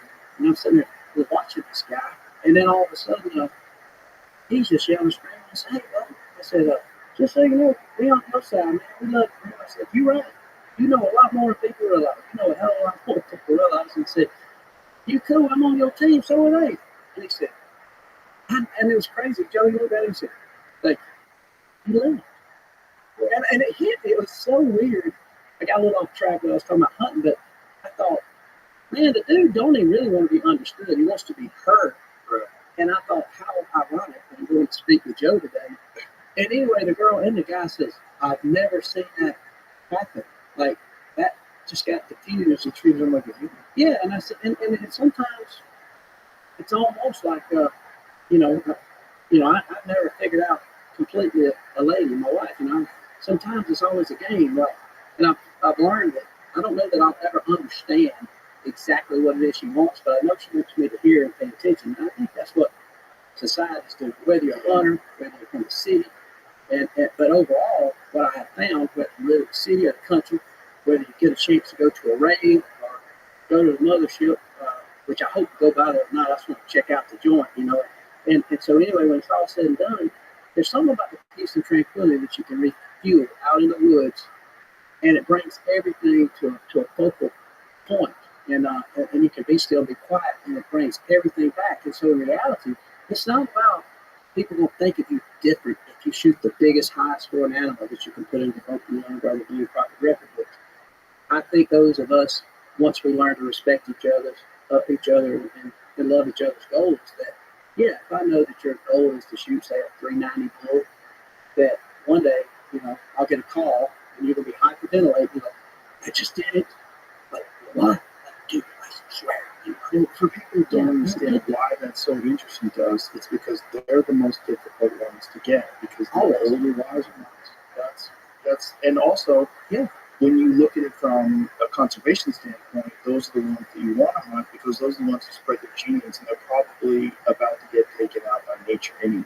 Correct. And you get an 8-year-old elk or a 9-year-old elk or a 10-year-old elk. Like, how many years do they got left? I shot one 10-year-old elk. His teeth were born. Holy cow. How much time did he have left? Most likely, he was going to either starve to death or freeze to death or get stabbed in a fight with another elk. Yep. He'd get stabbed and he'd wind Mountain lion jump on. mountain lion jump on him or freeze to death or a number of other very, very cruel endings. That I shot that elk at 40 yards. It was a perfect shot. He was down in 15 seconds. It was no tracking. So it's like, that elk died the best way possible. Yes, he did. They don't live forever and become dangerous. And that is a very good death compared to a pack of wolves or a mountain lion. Starting to eat on them sometimes before they're even deceased. That happens all the time, especially bears. Bears are brutal, man. Bears are very brutal and selfish animals, man. Crazy, like hunting bears is the thing you get the most hate for. Oh, everybody thinks they're cuddly. I mean, I don't know if it's a Winnie the Pooh type of 100%. but it's like Teddy bears and yogi and all that shit. They're all distorted. Like when people say, you hunt bears, I go, I've eaten bears. I've eaten 3 bears. They're delicious. Yeah. You eat bears? I'm like, I'll make you some bear sausage and I'll tell you what, you will fucking love it. Especially when I tell you what it is. You'll go, what is this? This is great. It's like, it seems like beef, but different. And then if they do how a bear's personality was, they want to kill them. Oh, they'll kill their own kids. Oh, yeah. And eat a pretty mama to eat them. I mean, it's just it's a brutal world. And there was things before I even had a chance to hunt that I recognized just domestically, raising rabbits. Those rabbits would sometimes kill the little baby rabbits for the right and opportunity to breed again real quick with the female in the pen, and I realized when my papa said, you got to separate them. That blood rabbit killed that. I'm like, man, I didn't know that. I'm 10, 11 years old trying to figure out how to raise some rabbits. Or watching hogs, pigs. They always have them raised floor pen. He'd have raised a few hogs. Man, them jokers are trying to kill each other. Mean. You know who does it? Dolphins. Are they brutal? Dolphins, we think of them sweet, intelligent. They commit infanticide all the time. What dolphin females have to do is they have to breed with as many males as possible because when a female dolphin has babies, she has to take care of that baby for about 6 years. So when the male dolphins recognize a female with babies and they don't know that female, those are not his babies, he'll kill those babies. So that female dolphin will breed. So he wants to breed her. So she will breed with everybody possible so nobody knows who the babies are. And so since they're intelligent, they understand they've bred with that female before, so that could be their babies, so they don't kill them. So basically all the dolphins are hoes. All hoes. Yeah, that's how they have to be. Otherwise their babies get killed. So they've adopted this polyamorous strategy to try to keep the male dolphins from killing the babies. It's amazing. You watch the breeding season during elk. Like you were talking about elk fighting. And ironically, they never get things confused. Those males are looking for the females. The females know that I'm going to breed with this dude and the strongest survive. And they are, a lot of people say, oh, they're really not trying to kill each other. No, you wasn't out there. I didn't watch this on Nat Geo. They're trying to murder each other. Oh, I've seen some amazing epic elk fights. It's some of the greatest things to see in nature. These big 800-pound animals running on each other with swords growing out of their heads. Yeah. It sounds like some kind of Scottish fight back in the 1400s. Like a sword fight almost. Yes. It's like cracking baseball bats together against each other. And you hear it loud. Oh shit, they're fighting. It keeps cold. Oh, it's amazing. It's crazy to watch the brutality of it. And, you'll find them occasionally dead. Yeah. One of them was stabbed one. We found one, I think video. And we were hunting. He had a 6-inch tine sticking out of his neck. Holy cow. It was broken off, sticking out of his neck, and he's still running his cows and feeding. I'm sure it happened. We had the same thing in New Mexico this year. Nick Munt, who hunts with one of my best friends, we hunt a lot together. He shot a good bull. Like first morning, I was called, and it was classic, man. He'll come in and shot it. We was capering him out down the side of the hill. And all of a sudden, look at here, man. He had a time, again, about 4 inches. It was broke off. Just right off, bust up. And this dude still come in. Yeah. Like, I'm not saying this picture. It's so part of the video. It's so crazy. it's so cool though to see that and experience it. You know, I think it's sad most people don't know. And there's a lot of very smart people that, in some cases, they think it might be a little beneath them to understand what maybe hunting is truly about, other than maybe what they see on the Walt Disney movie. And I think that has definitely kind of fueled me to be able to help educate, talk about those things. And I know Ramella's done an amazing job of introducing that too. But there's a lot of great ambassadors right now doing that. Yeah, it's a great time to be educated about this, and it's a great time. And there's a lot of people that got really interested in hunting from those kind of conversations with Ramella and with Cam. No doubt. How did you eventually get started doing it? Because like that's every young guy's dream that has ever hunted. Like, oh my God, imagine like making a living doing that. Like that's what I would love to do.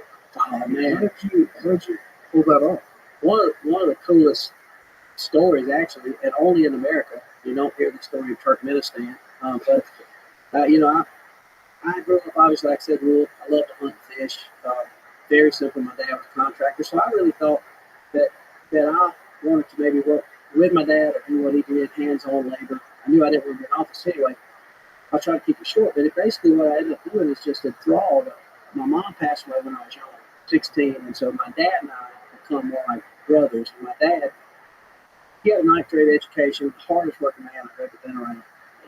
And so anyway, we loved hunting, fishing, and become therapeutic. And so I got a turkey calling and won some contests and met some of my turkey calling heroes, and that's where I met Bill Jeremy and David Blanton. And I started guiding when I was probably 19. And so then one thing led to another. Started working full time there at Rothschild. And just as a guide, as a camera guy, they had that show on TNN, and so I was just literally camera jockeying it from skinning deer, guiding turkey hunters. And it was David Blanton who said, man, there's a lot more you could do. And so I kind of by default, Joe, how I got lucky too, was when I hooked up with those guys, David Blanton and Bill, I got to do some of the turkey calling tips because I had won some contests. So even back with TNN, I was this young kid, and they were like, hey, we need a tip. The TNN tip of the week, brought to you by Phil Ryan Packs. Something like, hey man, I'm Michael Water. I'm talking about dipping the turkeys. Hey, nothing about TV. So it's never talking about one day I'll be hunting on TV. I was just thinking, man, I love this enough that maybe I can do this. I can work for this company. And I remember they paid me $100 a day to go guide some of that turkey. And I told my dad, man, I'm about to get rich. But hey, listen to this. They'll pay you this thing called mileage. I had no beat up Toyota truck, 4-cylinder. I said, Dad, that stuff is pay me a mileage. I forgot what it is, but heck, if I drive an hour, I make money. They pay, and then you stop at the convenience store, you take your receipt, and they'll pay for your snacks, everything. I couldn't believe that because I grew up with my dad working, like, oh, Timmy just fell off the roof. Like, well, call his wife, tell him to come get him. And then my dad was like, you all right? Oh, I think I broke the lady here. And he's like, dang, well, you're probably going to be here tomorrow, are you? Like, I don't doubt it. I mean, it was just rough, almost cowboy shit, Yeah. And so I couldn't believe this, And so one thing led to another, and that was in the early 90s, right out of high school. And I'm 51 now, and that was in the early 90s. And in 1994 and 5, everything started heating up. And in 96, David Blanton offered me a full-time job to work in production / guys. It was making a living, doing this thing that you love. When no one even thought it was a job when you were a kid. Yeah. It was not a thing you aspired to. No. And my family took part. My grandma and my uncles were like, I might as well just got on crack on the street. They're like, I went to heating and air school and got a degree and worked a year at Badger's Heating and Cooling out of Selby, Georgia. And I had me a truck, had my name on it, Michael. had me refrigeration tools, and every Christmas my dad, I got you another flare kit. I mean, just blue collar culture. And all of a sudden, I'm coming in and telling the family, like, hey, I don't know if I'm gonna keep doing the heating and air here. I'm like, what? Like, you got a truck, son. You got your own uniform. You got benefits. I'm like, yeah, but there's this camouflage company want me to take Dale Earnhardt turkey hunting. And my dad was the only one that got it. Everybody else, it's like it was an intervention. Like, I'd go to Christmas and like, hey, nephew, pull you aside. Now, you can't make a living just hunting fishing. I'm like, well, I don't know, but I'm young. Man, this would be really cool. I love this more than anything. But it was kind of that whole situation. It wasn't a job before. It wasn't a job. And I was trusting him, but I was sitting there thinking, like, pretty sure Bill Jordan's rich. I mean, I saw him with a Mercedes. He had a Mercedes Benz. And matter of fact, there's a real funny story about that Mercedes Benz. But I couldn't believe it. And so my grandma was like, son, when you get tired of this, just have fun with it and come back to it. Almost no different than if you're a young kid, like, I'm going to Nashville, I want to play guitar and sing. Maybe I can be the next Luke Bryan. Yeah. And somebody in the family was like, oh, when he gets right, he'll come back, jump in the family business, start putting these shingles on the roof. He'll get back in the sheetrock and just give him a chance. Hell, he was one of the best concrete guys I knew. That kid would work. He could run a full float like a son of a bitch, And so that was me. And all of a sudden, they offered me a full-time job. It wasn't a lot of money. And I remember going back and saying, hey, they got all this money, this 401k, I got benefits, stuff. I got to buy them. I get to go on all these epic trips, and I met amazing people, hunting with people, and I was just shell-shocked. I remember I met Leonard Skinner band in a NASCAR suite one time. The maddest I ever got at Bill Jordan. Maddest I ever got. Of course, Ronnie was passed on and half the member, and it was Johnny Van Zant, and it was Washington. And I'm sitting there, a redneck kid in Atlanta, feeling, I can't believe it. There's Mark Martin's wife. I made it. I'm going to shake your finger. And bro, all of a sudden, I look, door opens, and there was just people in there, and there's the Leonard Skinner thing. It looked just right, like what I pictured. And I'm like, oh my God, freaking out. And it's, hey, you keep band. That's not only a band, that's Leonard Skinner. And Bill Jordan said, what did he say? He said, I swear to God, I ain't never hit my boss, but I'm about to knock you out. Are you kidding me? And I never did. I went over there, and I was just, I got a chance to meet him. But so many people I met, I couldn't believe it. And one thing led to another. And really, the biggest break I had was David Blanton. It's like a big brother, like a father, and he was just such a good guy, good Christian guy, good hunter. Outdoor Channel was just coming on. Outdoor Channel was really kind of coming on, but at the time, the kind of beat your chest kind of pride was the fact that you could be on ESPN and or TNN. And then TNN had been through a situation where I think it was Viacom, there was some big merger, it was part of the MTV thing. And so they quickly, through their kind of culturally said, hey, we need to kind of do away with this hunting thing. These guys killing stuff. And it become the Nashville, it was a national network, then it becomes a national network, then it becomes Spike TV. And so everything moved over, all the big Sunday night block moved over to ESPN, but you couldn't show Impact. Well, about that time, they started the Outdoor Channel, cable TV. They were looking for distribution. And so it was David Blanton. He said, Michael, we need to come up with a cool hook, and we need to create a show on Outdoor Channel. And so getting back to meeting these people, and what I found that was fascinating, and it's just the same with these conversations you have, these people that you just look up to. Yeah, you meet some people that are interesting and weird, but for the most part, you're like, wow, these guys are super cool, super talented. And that's what I was finding when I would run into a country singer. I remember Mark Chestnut sitting around and drinking whiskey and playing the guitar and singing Hank Williams Jr. song, running into Bo Cephas, running into, to Leonard Skinner and all those guys. Like, man, these guys were so damn fucking cool. And I realized that there was more to this hunting than just this staunch, here we go with the Encinitas for ratchets. Today we're hunting for mesquite flats and Encino. Coyotes abundant. There's a big buck around the corner. Yeah, it was just like, at the time, it was so sanitized. Everybody was starched. You go to a hunting show, everybody had khakis. I mean, it's almost like it was a facade. And And I remember telling David Blank, and I said, I think what we're missing is the culture and the fun. And everybody was very serious. And you should be serious if you're going to go take a bow and arrow or a rifle and take the life of a wild animal.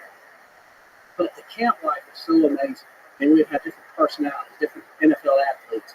We would have comedians, people like Jeff Foxworthy. And I was just so pleased that these people that I adore, big fans of, was people that you could sit around and have a glass of sweet tea or a cold beer and just laugh. And they were as real, possibly more entertaining in person. Kind of like you talked about Theo, who asked was really funny. Well, you should have been with us at this UFC fight. We couldn't even watch the fight. The guys cracking us up. So I told David, I said, I think most of those people, if we could do a show kind of documenting just the camp life and the reality of how much fun you have, I think we could sell that fun. And so David said, do it. He said, matter of fact, you host it. And I'm like, no, I'm not coming here to pitch you for me to host a show. You know, behind the scenes, I'll run camera, I'll edit, produce. He'd sent me the name to this international film and art school learn how to edit with Mom in here, the first Avid. So I'm up there like this. I got my business card. Yeah, I work for real. On TNN, I'm over there, and I found out that was where it really hit me. That a lot of people didn't like hunting. Like, oh my God, you kill animals? And I had all these beta tapes. And I remember I had Dale Earnhardt killing the deer on there. And I told the instructor, I said, I need to learn how to put this in the computer and build a hunt out of it, because everything was A/B roll editing. And I knew how to do that pretty good. I said, I need to learn how to do it on non-linear.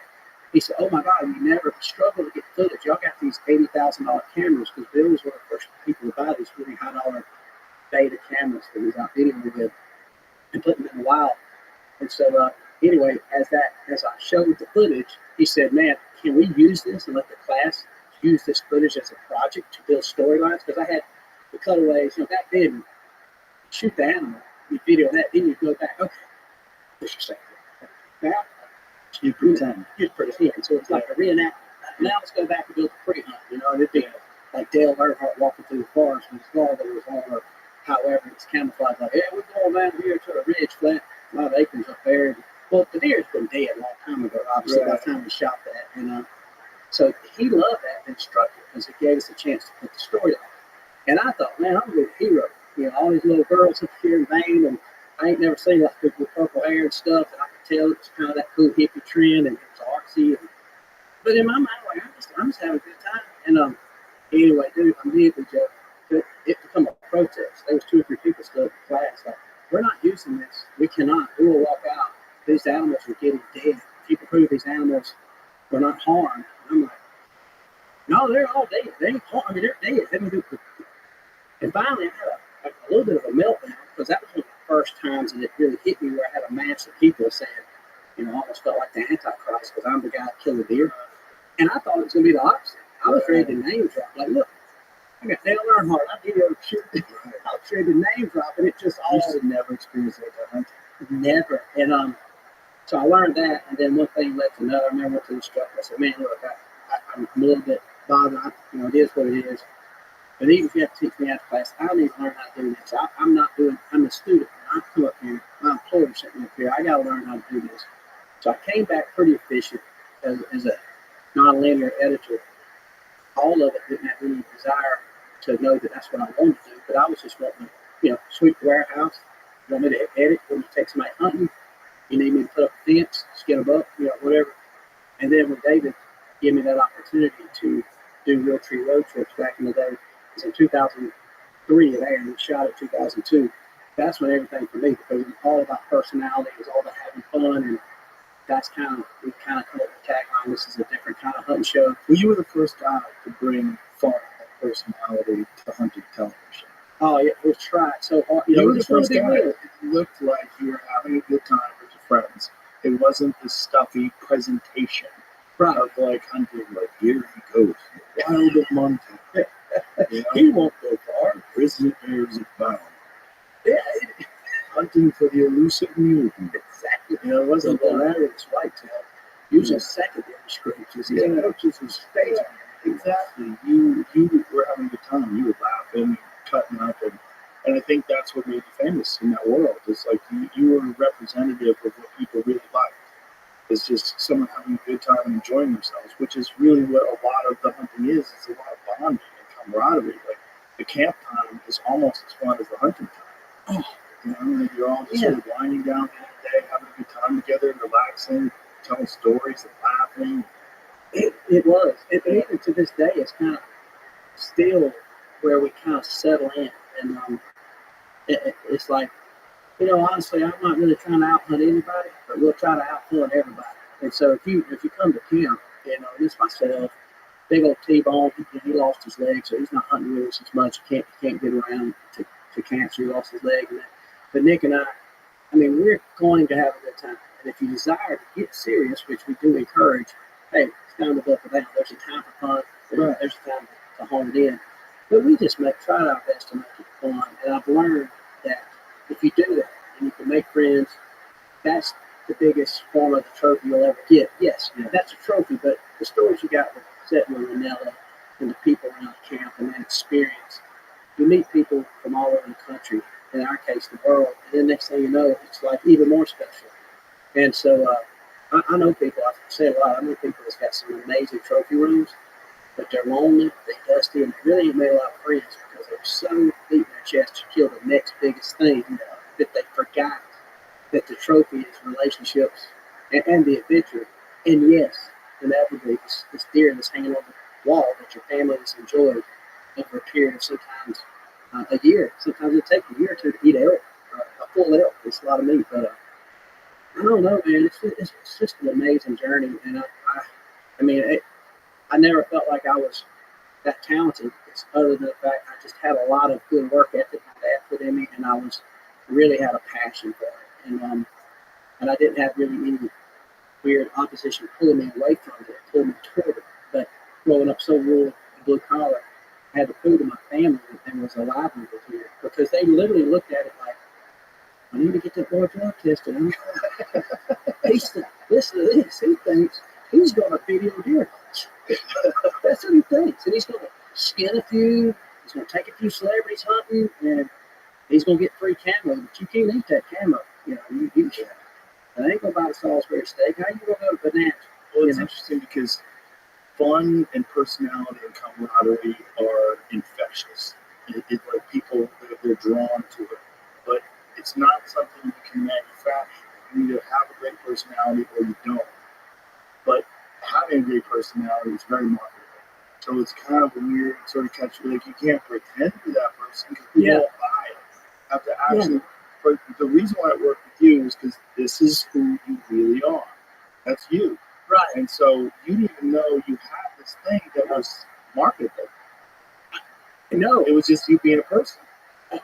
It's a great point because to this day, I'll go to, and it's odd because I'm now, you know, when I know you love classic cars and I hear about the things you talk about, and honestly, I'm a big fan of the podcast.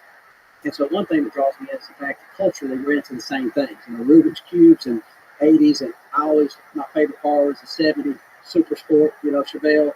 And so when I Black and white stripes. Oh, the same one like on John Wick, basically. Yes, that's the 70s. Yeah. So anyway, I was just amazed by, I don't know, it's just all of it. And even now when I meet people, that's the first thing they'll say after we hang out.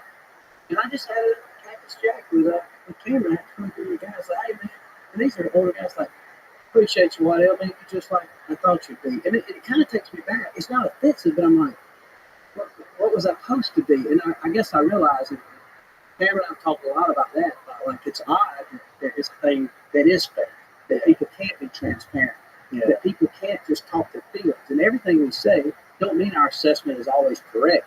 At least it is something to be heard and told. And then the more you talk, I think that's what reshaped the politics this year. When you look at Trump coming on, JD, Harris passed, well, it proves like, if you really have something to say, then could it be valid and could you be real? And everybody, I think, appreciates real, even if they don't like the person that they see necessarily as real. And now everything's in question. It's like, you know, it's like these rappers, are they really as tough as they say? Was Diddy gay? I thought this dude, he had done shot more stuff than I have, you know? And it's like, you know, I don't know. It's just like it's... Yeah, when people ask me all the time, like, oh, you met Jelly Roll, what's he like? is exactly like you. The same. That's right. That's why he's popular. That's a genuine, real human being. Like good Brian. Just like you like. Funny, Exactly. good, cool cat. Yeah. Luke Combs, same thing. That's exactly who he is. And that's what people will worry about, is someone not being like that. Like you see someone who's real fun on TV and they're real friendly, and then you meet him in real life, like, oh, that guy's an asshole. He's mean to waitresses. You know, he's shitty to the valet driver. You know, it's you want people to be what you hope them to be, but oftentimes you prepare for them to not be that. Yeah, you represent that too, Sam. It's like, I remember going to Utah and I was like, hey man, just before I ever do, I had a chance to meet you or talk with you. And I said, how's Joe? And they was like, and the first thing I asked him, it's unbelievable. So you meet and you are that person. And the question for you, I've often wondered, do you think that's starting to affect Hollywood a little bit, to where now if you look at the most successful people, it's the realest people. You know, people might not even like to say Donald Trump. People gravitate because they think, hey man, this is him. This is real. I think the best thing for people in Hollywood that are entrenched in that world is to shut the fuck up. Because as soon as they start talking, he's like, Jesus, Robert De Niro starts talking. I'm like, Jesus, get that fucking microphone away from me so I can enjoy Taxi Driver. Yeah, it's heartbreaking. Yeah, it's heartbreaking. Yeah, I don't want to hear. I love De Niro. I love those mob movies. Like, I don't want to hear him that he's a moron. I don't want to hear him talking about politics and about the Trump supporters, and just shut the fuck up, man. Yeah. Like, you didn't think this through. Like, this is, and he's getting yelled at. He's doing an outside press conference. Like, Robert, you're 8 years old. Don't ruin this thing. You've had this life where you were a fucking raging bull. You know, you're the Godfather. Like, stop doing this. Don't do this. I'm terrified to meet some of those people I looked up to now. You should be. I mean, like, I've met a few of them. It's actors in particular, because their whole business is pretend. Their whole business is pretend. You know, one of the things about guys like the comedians, you other comedians, their business is the opposite of pretend. Their business is just being a real person talking shit. Yeah. They're professional shit talkers. Yeah. You know, having fun, being silly, talking shit about things. And actors are not that. They're weird people. And the one thing that's harming them in Hollywood is that they get exposed to being who they really are. And a lot of these people that pretend to be all, you know, clean cut and find out really freaky shit. You know, it's like, it's easier to expose stuff now with social media. I'm sure, like back in the day, I can only imagine the parties at Waylon Jennings and Merle Haggard. Some of these pictures on the wall in here, can you imagine some stuff? They didn't have to worry about nobody. Right. I mean, so there was really stars. Can you imagine? Led Zeppelin, all these people, the party. Hendrix. Oh, yeah. Jim Morrison. Craziness. And no accountability. Nothing. And all they got to do was like, I was not there. Perfect. Yeah. And now, you can't go on elk cut, everybody knows something. Camera in their pocket. Everybody. Everything is being filmed, and so many people get exposed for who they really are. It's weird. But it's also probably good for humanity. It's good for, that's one of the things that I think is what the rise of podcasts is. People get to see real people having real conversations. And some people can do it and some people can't. And I think the Harris thing was they were worried that she couldn't. I think they made a good assessment that she couldn't. I don't know, man. I mean, I see her have fun with people. There's this one very funny conversation where she's talking about meeting her in-laws for the first time, where her mother-in-law grabs her face. And it's really funny. It's funny listening to her say it. She's laughing, but a real laugh this time. Not like she could now, though. Maybe she's so, if there is a machine. Because you know what is fair to say, even on Harris, I say this, Kamala Hamilton. And that's what's amazing to me. I didn't think she had a chance to win because I didn't even know. I still don't know what her name is. I mean, so I don't know. What the hell? Is it Kamala? I think it's Kamala. It's Kamala. It's like, well, I'm probably going to screw it up. It's like, you know, and then CNN's going to be like, yeah, you're Rogan. They didn't call her name right. You know, it's like this. But at the end of the day, maybe now that she's out of that whole situation, because, you know, you see, you know, and I think the world's changing when record producers and stuff are controlling music, and, you know, if you're going to get on a radio station to where, you know, everybody wants a tightrope. You have to, you're working for this machine. Hollywood, I'm sure, the same way. You got people that, I remember Ted Nugent tells a story. There's a Kurt Russell. One of his best friends is Kurt Russell. And Kurt likes to hunt.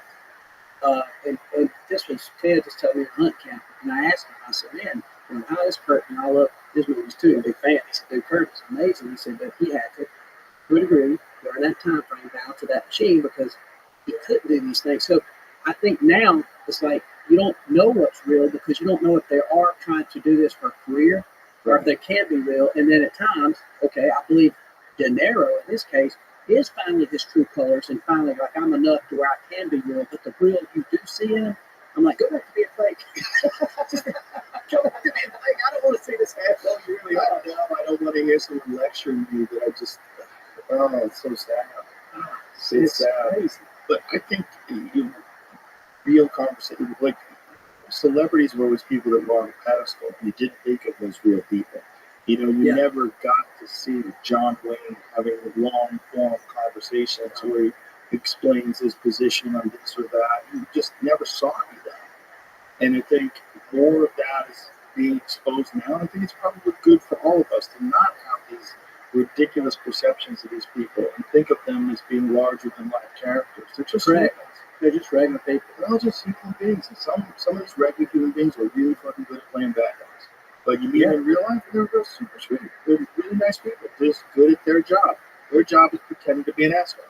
That's right. You know, and it's what we the more conversations we have, the more conversations that we have access to, the more we get to see the patterns of how human beings think and behave, and the more we get to see what we like. And generally, what we like is nice people being real. That I totally agree. That's what we do. And that perspective you shine, you know, obviously you got a lot of respect for Mike Tyson. I think he's the baddest boxer, toughest. I mean, I idolized him as a boxer. I didn't know much about him as a man or what he was going through at the time, but like it come time to watch a boxing bout. Tyson's on the card, yeah. But what a sweetheart of a man. You know, I listened to it, and just the things he says, he's so sweet. You know, he says things that you don't even know he's playing. Like he was talking about, Joe, you know, you ever get a wreck when you fight? You know, and I think he giggled, and he's like, no, I'm serious. You know, and I'm like, whoa. You know, all I'm sitting there thinking is like, I feel you, Tyson. I was hunting elk in, you know, New Mexico and Bull Come Bugling, and I was kind of getting like $5 worth of jawbreakers. It was getting there because I was getting excited about this adrenaline of this elk. So, okay, you're doing it fighting. But in my mind, I thought it was kind of a joke. Dude, but he's such a sweet, deep thinker. Sweet guy, but he's a monster. Dude. Yeah, that's rich. He's scary. Yeah. Still scary. Oh, he scared the shit out of me. Meeting him the first time, like, I think Kevin Hart's first one to say it. He said it's like you're grooming a lion. It's like cool. Let me kill you. Okay, you know, it's like Jesus. But there's certain people that I meet that like, you know, I meet them like I can't believe I'm in the room with Brett Darrington. Like that is bizarre. There's a few of those people that you meet them. You know, like Trump's one of those people. Yeah. And you're like, oh, he's right there. Amazing presence. That guy, unlike anybody else, can be himself. Yes. That guy can be himself no matter what. He can be himself in press conferences. He can be himself on a podcast. That's a huge strength that he can be himself. You either like who he is or you dislike who he is, but you have to respect that guy can be himself. He is. And guess what? The more you talk about somebody like Donald Trump, like him and love it, he has pretty much, as now, you know, the second time he's going to be president, he is accessible to the people in a weird way, meaning I had a chance to meet Trump. He talking about hunting issue. He came to Las Vegas. We used to have this thing called a Golden Moose Ridge. And I knew Donald Jr., he was a big hunter. And anyway, the word got out, and hey, Trump, this was prior to the election, the 2016 election, he came to Las Vegas to say, hey, man, there's 13 to 15 million hunters out there. I need to see what the situation is here. I think they're good people. But I hear this from my sons, Eric and Donald. So he comes there, and I had a chance to meet him. And same thing. Wow, this is before he's president. It's still Donald Trump. And I remember I didn't know much, if I could, you know, in my mind, just the guy I'm going to vote for. He was still in the primaries. But I remember the first thing he said to me, he said, this Donald Jr. introduced me to him, said, Dad, you know, this is Michael Waddell. He works in the hunting industry, does hunting shows. He said, man, amazing, so nice. But I remember the words he said that I knew he wasn't a politician, was real. He said, so you do a lot of hunting. I can't do the impression, but I said, yes, sir. I love it. That's all I love. He said, I'm not good at it. I don't have the patience. My son, they're very efficient. They're very good. They went all around the world. He said, but I got a question. These wolves, what's the deal with the wolves? They're killing a lot of shit. And I said, Mr. Trump, it really is a problem. I got friends, ranchers out there. These wolves, they reintroduced them. They're spending millions of taxpayers' dollars out there. And this is, in my mind, if I am playing this role of inferior, or redneck, or insecure, in my mind, I'm trying to talk humbly to kind of help him know what I know some friends out in Colorado are going through, from cattle to domestic problems to the elk population. He said, well, it's simple. If they're causing a problem, we need to do something about the wolves. And I remember thinking, I'm voting for this dude. I'm voting for this dude. I don't care what he's talking about grabbing, because I've been to a few little nonprofit, in Washington, D.C. with lobbyists and stuff, but we're trying to get some money from the field for the NWTF and Food and Habitat and Rocky Mountain Elk Foundation. And I found most of the politicians were decently fake, almost similar to a California, LA actor type of this, where it's like, okay, if I need to be nice to this guy, I will be, but I need to figure out who he is and if he's got credentials and what power he has. And so for me, here I am feeling like I'm the lowest person in this room. All these other guys are, heads of major corporations within the hunting industry, and I'm just this guy who likes to turkey hunt. He's got this show on the Outdoor Channel, and I'm getting a chance to shake his hand. But he's just as real to me as he is the guy who maybe is the richest guy in the world, or possibly the most famous guy in the world. And I found that fascinating that he was that way. On the other hand, I'm over there talking to a senator at Washington, D.C., at a party of lobbyists put together, and it's like, everything good to meet you. I too like to hunt, and so gratifying to see the sunrise. And I'm like, It's a fake person. just cool. Yeah, weird, right? Yeah. It's weird when you're around because if you're capable of talking to people fake like this, what What are you capable of? Yeah. You're a strange human.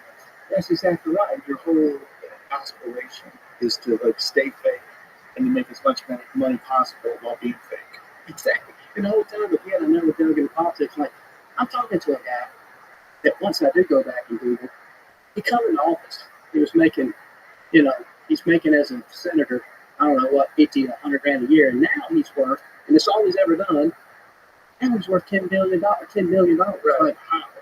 Like, where'd that come I from? don't think my grandmother would understand that either. Nobody understands. It's so transparent. It's right in front of your face. Like the Nancy Pelosi situation. She's never made more than $175,000 a year. She's worth $100 and something million. How does that happen? It's like corruption. It's corruption. It only happens through corruption, and it's transparent legal corruption. It's very strange. And it's on both sides. It happens Everywhere. If you look at the stock trading and the red versus blue, they're both right up there.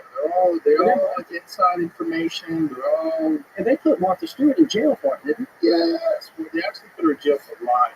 She lied to federal investigators. That's what they did. But it was Comey. It was the same guy who went after Trump. It's real wild. It's real wild when you see what it really is all about. And there's politics on both sides. And it's not a right or a left thing. It's a power and corruption thing.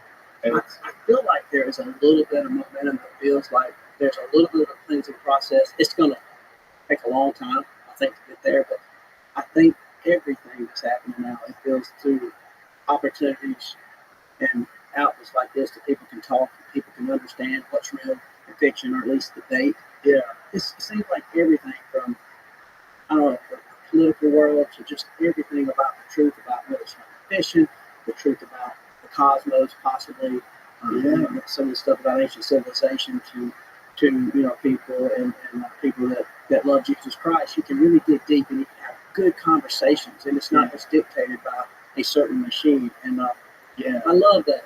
That's pretty amazing that all of us can come together and have a conversation. Yeah, it's a good time. It's a crazy time to be alive, but I think it's a beautiful time. It's amazing, no, and only in America, baby. I swear, in America. only in America. I have more hope for this country right now after this election than I've had in a long, long time. A long time. It feels like with this crew of people, with J.D. Vance and Elon Musk and RFK Jr. and Tulsi Gabbard and Vivek Ramaswamy, I think there's a real chance that things can change. Real chance that we can expose some of the deep-seated corruption, some of the problems that we have in this country, and move us onto a better path. I do too, and I find I still got friends that are diehard Democrats and pretty darn liberal. Believe it or not, even me, but the honeymoon street. And even them, I felt a sense of almost like, I was having a conversation with a friend of mine from New York about this, and he's liberal, but he was like, listen, everybody pretends that they're mad at the Trump run, but there's a recognizable feeling of relaxation in the park. Yeah. Like some sense of logic has prevailed. No one really believed that she was going to be a great president. They certainly didn't believe that Tim Walsh was going to be a great vice president. That was crazy. That was crazy that guy was supposed to be one heartbeat away from the fucking president. And then they also knew that there was so much corruption involved. Everybody knew what they were doing with the Twitter files and all that other shit. There's so much that I know.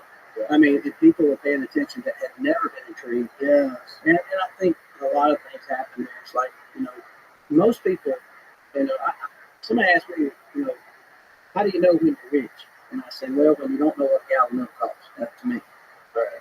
Yeah, because I remember growing up in that same little area, and my grandma and stuff. But when I could sit there and talk to my youngins, my son Mason, I said, Mason, when you come down, run by and get us a gallon of milk. And, get some cereal. We'll just have cereal, and I got some sauce. But get us a gallon of milk and a loaf of bread. Well, that never was the case when I was a kid. Grandma said, hey, run by, look, don't go to Big Star. It's 25 cents more over there. Go over there at the Giant Mart. They got a deal right now. As a matter of fact, go buy me a couple packs of that brown round they're running special. Gallon of milk, they knew. They drive over here, knew where gas was the cheapest. And when you get to a place to where you know you're doing pretty well, it's just like, I need some gas. Pull over. You ain't worried about driving across town. Just save a quarter. My friend Brian has this thing I say it all the time. He said, this is how rich you want to get. You can go to a restaurant and order whatever you want and not worry about it. Yep. Everything after that's bullshit. And then look and say, hey, I want tip 20% or 25%. You do that. It's right on there. Yeah. That's you are rich and you are blessed if you can do that. Everything else on top of that, you don't really notice it. It's kind of bullshit. I 100% agree with that. And I think that backfired on a little bit of the whole Harris thing. When she said, no, everything's good. Yeah. And she's telling that to people who know exactly where the cheapest milk is. And they were going to vote for us. They're like, wait, no, it ain't. I'm struggling out here. And then you tell them, like we're blessed to go to these hunt places. But they're not cheap places to hunt. To be able to technically trespass on these properties that are privately owned. And or if you were to go on a public elk hunt, private public. Well, look, go get us a yurt. If we did right now, me, you, and Cam, and Remy planned us a good DIY hunt. Like, Joe, you gonna get the yurt? I'll go get the mountain house. Right. Cam's like, hey man, I got plenty of mountain ops and whatever, and I'll make some coffee. You might put the yurt out in the middle of Can you imagine? Well, I promise you, if we just dutched it, we still got 3 or 4 round apiece. Yeah. And we're going out there to go hunt. So just in supplies and setups. Oh yeah, just in your bow, arrows, your broadheads, rangefinder, binos, your gear, your clothing, your boots, the tires on your truck, gas, this, that, and bags. Oh, it's not cheap. No, it's not cheap. Like I said, you could either buy you a small farm in Kentucky or just get you a new boat. I mean, it's what it feels like these days. But I tell you, it's absolutely so amazing to get a chance to even do it and even get back hunting. I tell people all the time, it's like, I've always stood by the fact, I don't think you're a badass that you hunt. I think it's just badass that we can have an opportunity in America that we can fall back on that. And if times do get hard, there's a certain piece once you understand the craft of it, a little bit of that rule and knowing how to skin a deer, knowing the best parts. And yes, you can't eat it all. You can eat organs, you can eat real meat, you can do all those things. But at the end of the day, there's a certain piece as a man, especially. And I think overall, even though we're in a world where we got these equality and women can do what men can do, or supposedly, but at the end of the day, I've always looked at it that my job is to provide, safety, some type of structure, food, and care for my family. And any man that's out there, there's nothing about nature that if these cities shut down, that would be a terrifying experience. The Mercedes won't start, the Wi-Fi won't come on, you can't run down to Starbucks, and all of a sudden you can't go to the market or call Uber Eats to deliver you sushi or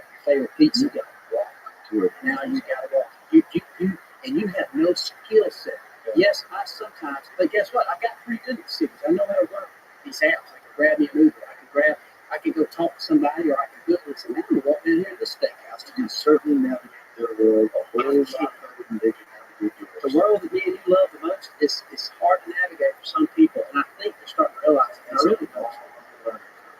That takes forever. And there's a piece.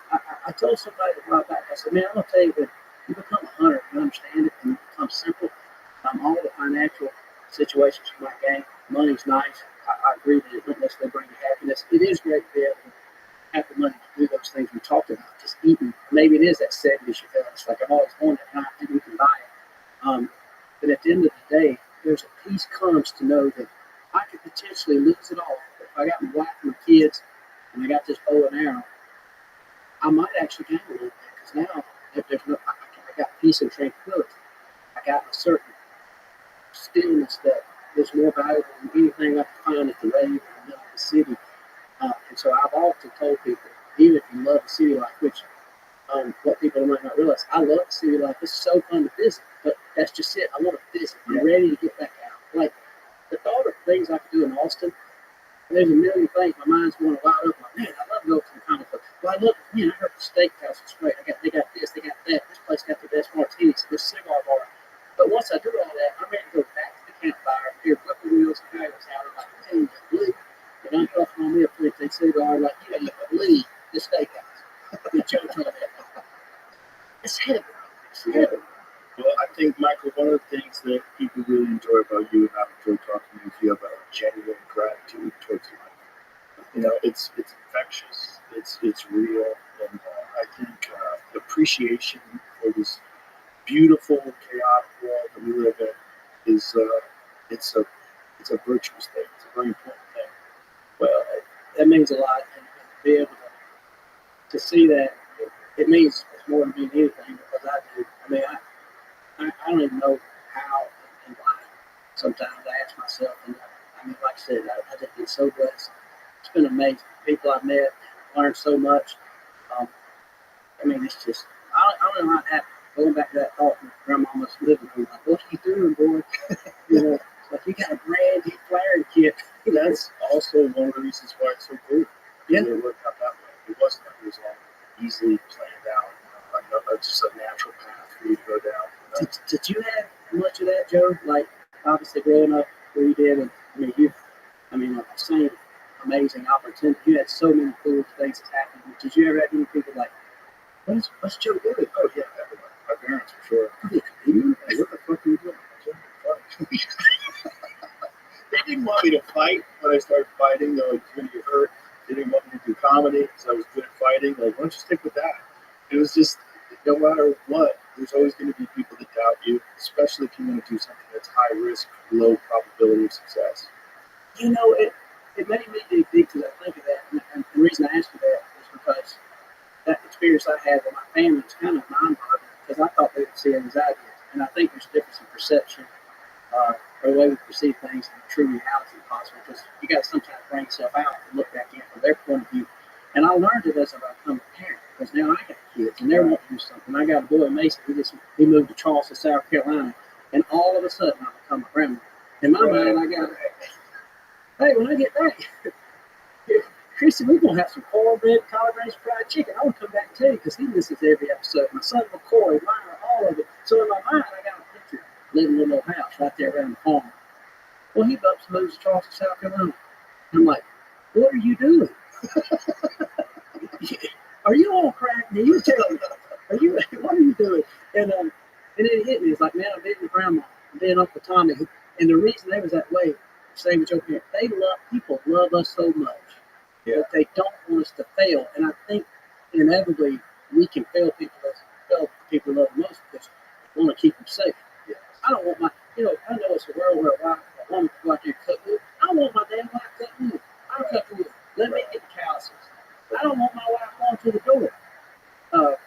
If the villain's at night, I'm not saying she could shoot more better than me. I don't know. But at the end of the day, I love her enough. I don't want her hurt. I don't want my kids to fail. But in reality, why not? Somebody's got to do small percentile. Somebody got to be a Michael Jordan. Yeah. But how did Michael Jordan? What's this? You get somebody say you can't make a living. I'm sure somebody. And so I think we want to put everybody in a safe spot. And if you think about it, 80% or 90% of people can do these things. Well, guess what? Go try the 10, 20%. If you fail, jump back into the 89%, and you can at least say you tried.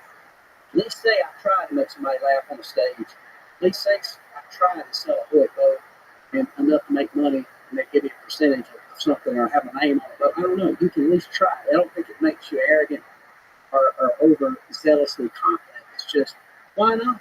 I think there's people that are afraid to try that will try to attack you. Try. Yeah, there's that. There's crabs in the bucket. There's that. There's people that don't want someone to take a risk and succeed because they never took a risk, and they don't want to confront themselves with that thought. They don't want to be confronted with the reality of what they've done with their life. But maybe they did have a dream. Maybe they did want to be on maybe they did want to be on stage singing. Maybe they did want to, they wanted to do something extraordinary and never really took the chance. And so when they see you taking the chance, they want to fill you with doubt. They do. It's a unnecessary and unfortunate aspect of human nature. I see that and I feel that from time to time. But it makes you appreciate the people that encourage people. It really does. And I texted several people all the time, especially when I think about it, people on the way who say, hey, buddy, you're going back. Stay away from this stuff. But you're special in this. You go do this. Keep doing this. And people don't realize what that means. I think about that. Think about that street person. It's like literally, me in the right mood, especially with this young lady right there, I'd have wanted to hit it. I don't know mixed martial arts, but I know a goddamn haymaker. And he didn't see it coming. And he was calling this girl all kind of names. You MFers, y'all. And all it took me to say, hey, bro, I'm on the other side. But immediately, it's just like, I just want to be heard, and maybe that's it. Maybe, I don't know. And they just get tired. People want community. They really do. They want friends. They want, like you were saying before, the relationships you make in this life, that's the real trophy. It is. And that's the one thing, I guess, the last thing I want to leave about the hunting community, and I think you felt it just from people you've seen or maybe researched. And like Cam had said, he said, man, you won't find a better student than Jefferson. He knows more about broadheads than the companies themselves. He researches this stuff. He knows the geometry of bows and race heights. He's so deep. And so he loves it. And it made me feel so good to know that you're that deep into it.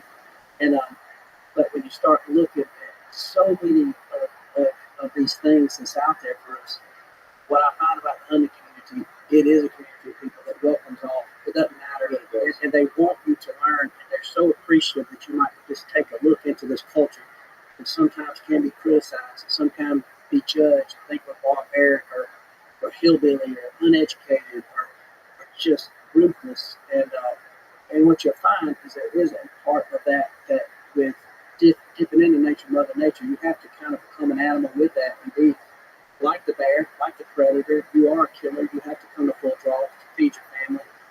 But it's so welcome, and I've never seen anybody alienized. I've never seen anybody that I've thought that is a solid person within the industry and or just people around my house that would bring in, feed you, and say, come on, let me show you what this is about, the way young lady. And I'm proud of that, and I'm confident, and I know that there's nobody, even the people that might talk bad about them, they're going to treat them good. And I remember one thing that's epic that happened, Joe, and it hit me pretty hard.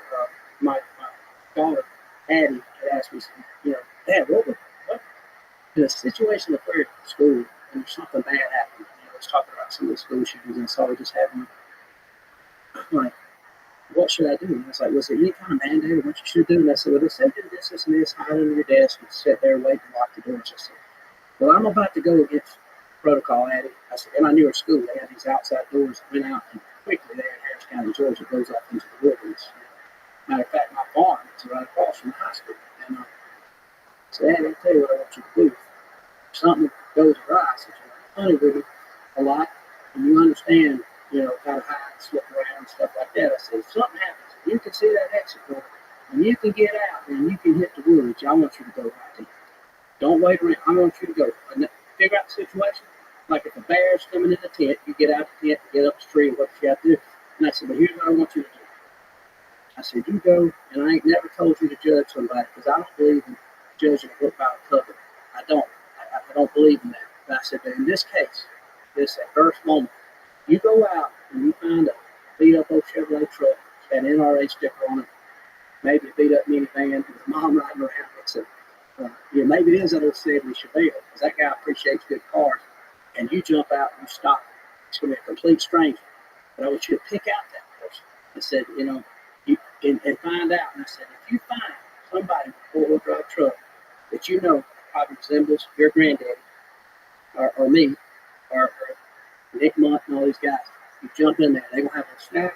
They're definitely going to have a gun in there. Tell them what happened. They will protect you until they can find me. And when I thought about that, I was dead serious. But then I thought, that goes beyond my daughter. Anybody, it wouldn't matter if he was Muslim, Christian, or God, or whatever. If you did that in the country, somebody's going to stop and say, hey, man, what's going on? They're going to quickly evaluate it. And I'm not saying everybody won't. I think most people has that opportunity. But if you raise around that culture to where you're ready to help and you're ready to assist, love is so deep, and the nature and the human nature is to protect and to make sure this person is doing good, even if they don't align in thought process. And so I'm proud to come from that, and that's probably my biggest joy, whether it's taking a Jim Brewer or a Theo, when they see it, that's all they do. Even if they don't get something, they're like, man, this is cool. This is fun. This was good folks. A little scared of y'all. A little scared of y'all. If Theo and all of them said, man, something happens, I'm coming to your house. Waddell. If Caleb Preston lives there, this little punk, he said, Waddell, my wife, it's Beyonce, I don't think he's married to him. My wife said, hey, if something happens, we're going to Michael Waddell's house. He said, you don't even know where he lives. She said, well, I'm still going there. And so anyway, that's just cool. I'm proud of that. And that ain't anything to do with me. It's a culture. It's just such an amazing opportunity to share that. Michael, I really enjoyed talking to you. Thank you very much. Thanks for having me. It was a lot of fun. Thank you. Tell everybody what your social media is, where they can find your hunts online. Oh, yeah. Obviously, bonecollector.com. We're on Instagram at official bone collector, I think it is. And then there's a Michael Waddell page. There's a bone collector page. And heck, I'm on TikTok. So, yeah. All right. I'm dancing around over there, too. So I'm on everything. It's China Spy on me, too. But anyway, sure. Thank you, Joe. I've been a fan a long time. Appreciate it. It was a lot of fun. Thank you very much. Bye, everybody.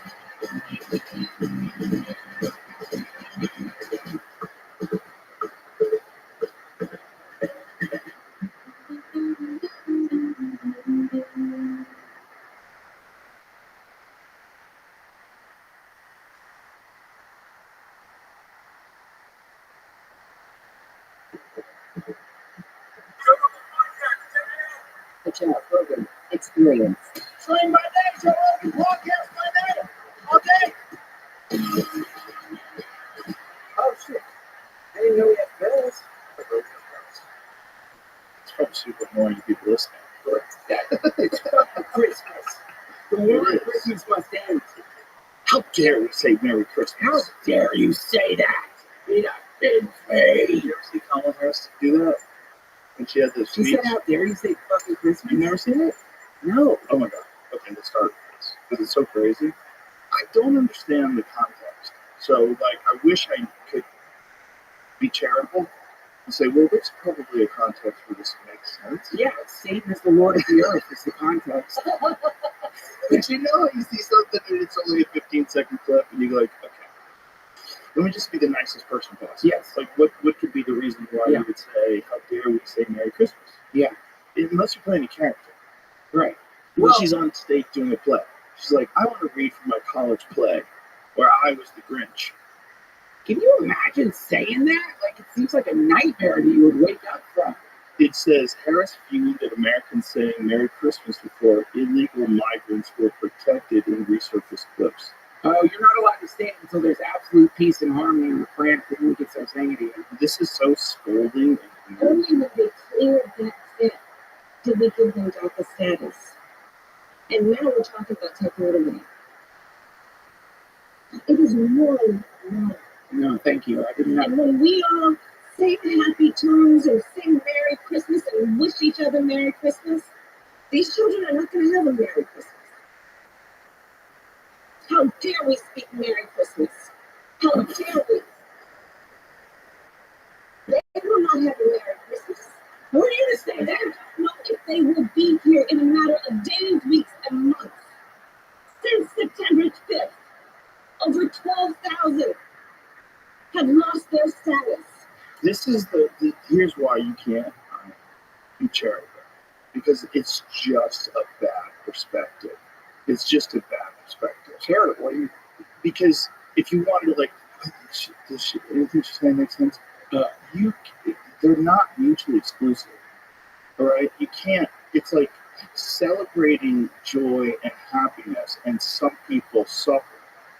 It's like you can't say no one is going to suffer anywhere before I celebrate.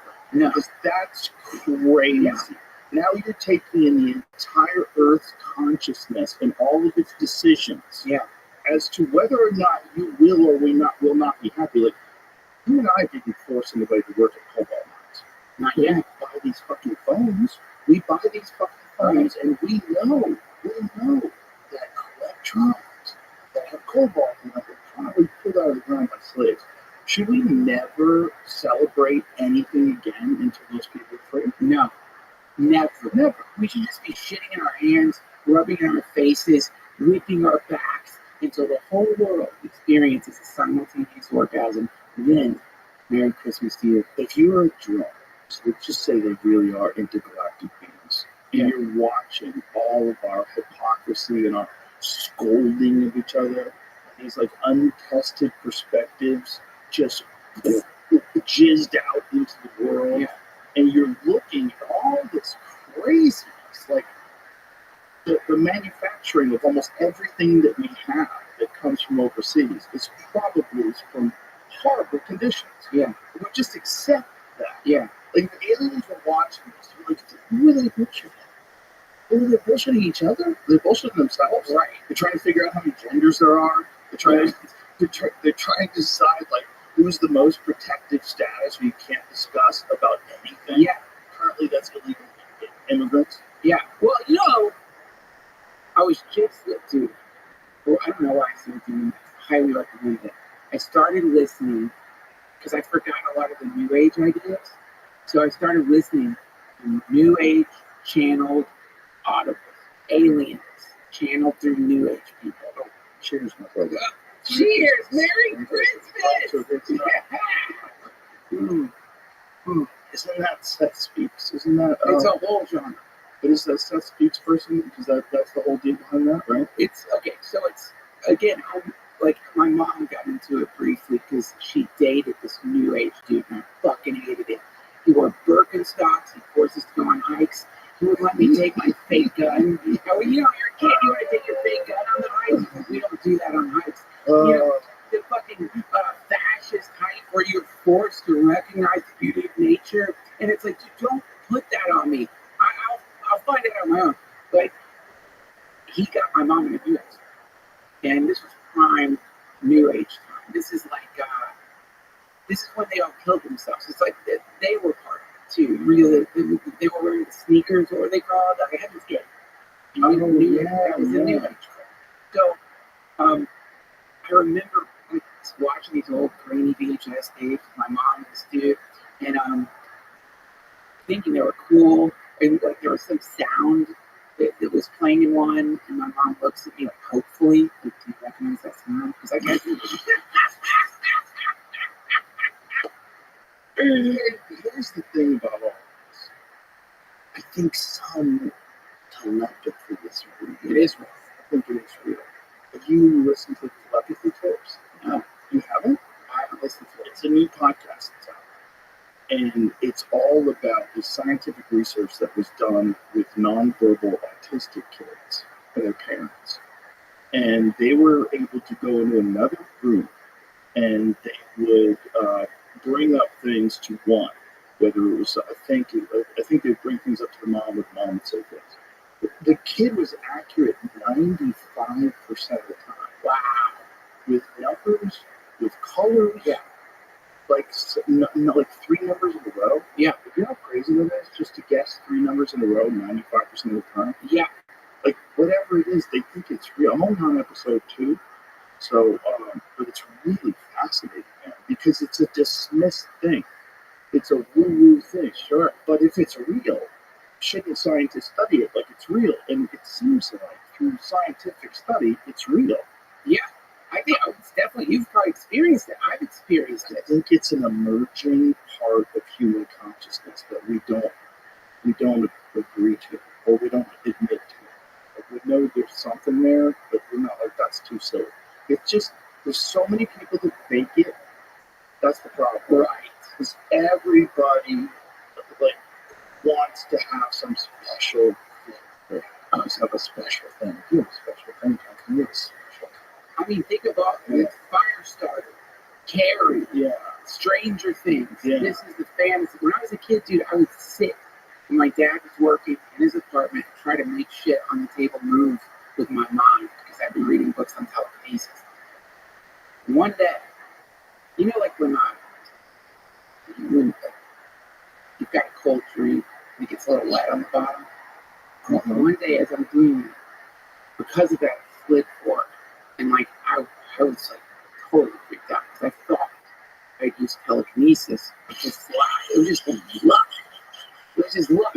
it was just a badly balanced floor. It was just a shitty fucking apartment in College Station. Like, you know, that's that once you recognize the flaw in the operating system units, you said like as a kid, like for a few days, I was like, shit, I might be telekinetic.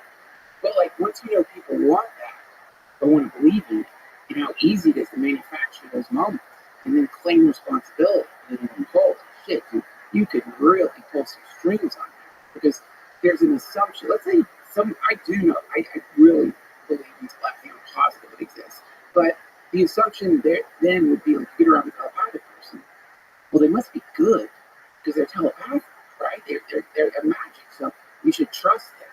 This is where people get real fucked up. These are called, in India, they call them cities, which is you meditate a lot, you begin to like, well, I would say comedy is a city. You know, it's not special. I was talking to Luis Gomez about sales. You know, that's the really good people who get in your head and you to buy shit. He was saying it's basically magic, and it's like so. Hypnosis, yeah.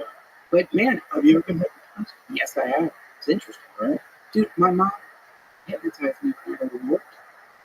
If she heard you can hypnotize people and the wart goes away, hypnotized me, said something about the wart going away. Within a couple of weeks, I swear to you, that wart fucking dried up and just fell off my hand. Yeah. What the fuck? What the fuck? So that's the placebo effect.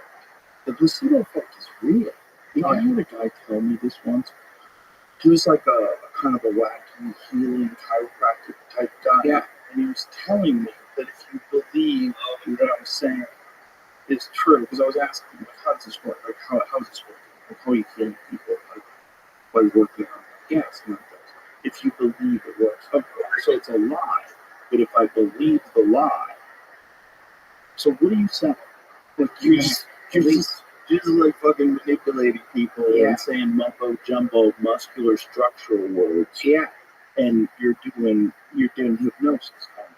Because you're sort of admitting that by healing, like a person who's gonna heal you with words and talking and touching you, they're tricking you into doing it yourself. Well, right? The placebo effect It's real. is real. I've heard it's one of the most powerful effects of medicine. Is it really? Yeah, well, I mean, yeah. You think of like the new cancer drugs. They tell your immune system what to attack, right? So if somehow you could do that without the drug, and that's where it gets interesting, right? Because these are our bodies, right? Perfectly metabolizing, transforming so many things instantaneously. The heart effortlessly beating all the fucking time. And theoretically, purely theoretically, what if you could control more of it? Like, how much of this thing can we actually control? And by the way, that's a really fun thing to think about because, like, not much. And so, do you ever think about that? Like, you sort of think, like, okay, like, how much of my body can I really do anything about? I can eat good food, I can exercise, but all the quantum processes that are happening within, all of the things, you kind of realize you're just the tip of the iceberg. You're just the yappy tip of the iceberg. Yeah. And underneath it, there's all this stuff that is you, but really isn't you. If having control of yourself is like a way to identify this as me. So what are you in that swirl of particulates? Like, That's most people, and that's one of the reasons why ideologies are so interesting, because it's the same thing. It's the same person. Just they agreed to one thing or they agreed to the other thing. And it could be how you were raised, or you were rebelling, or it could be, but people find a way to fucking slip into a groove, and it's so much easier than trying to look at, like, what is this? Yeah. What is this thing we're doing? Or I'm making noises with my mouth, you're reading my mind, and we're like broadcasting it to the world. By making noises with your mouth, we're speaking through each other's mind. Yeah, and also though, when you get into the telepathy idea, which is sort of like the question is like, right now we identify our minds as some kind of neurological process, right? So the idea is like we have this like biocomputer, and somewhere in there is our mind. Everything out here, not our mind. Even though everything out here, from a neurological perspective, is our mind. Right. Everything you're seeing is an instantaneous interpretation of a variety of phenomena that is compressed into reality. And then you say, oh, out there, that's not me. But it is you. It's like it's you in the way you put on VR goggles, except in this case, the VR goggles, it's your neocortex. It's all the processes that are making color, light, sound, etc. So if we're sort of sharing a dual reality, which is all the phenomena that's being interpreted into our minds, somewhere in there is a possibility that we're trying to share our mind. So from that perspective, all these other things become possible. Telepathy, all of this stuff. Like, you get around funny people, you get funded. When I was doing the Midnight Gospel, I was around all these artists, I got better at drawing. Like, you share a mind. It's the gestalt. With 3 or 2 more of your family being, that something else comes in. I think we're collaborating with something that we don't truly understand because we're still trapped behind our bodies. Yes. So I think we have these moments of recognition of these connections, in great moments in life, and these beautiful things that can happen. And it's all being twisted up by this ape, this wild ape that has survived for thousands and thousands of years by killing its neighbors. Yeah.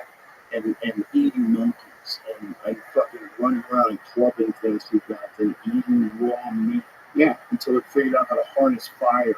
And then it had to deal with neighboring tribes coming in with hordes of people with swords and spears. Yeah. You had to run for the hills. They killed your kids in front of you. They fucked your wife in front of you. Yeah. They cut your dick off and stuffed it in your mouth.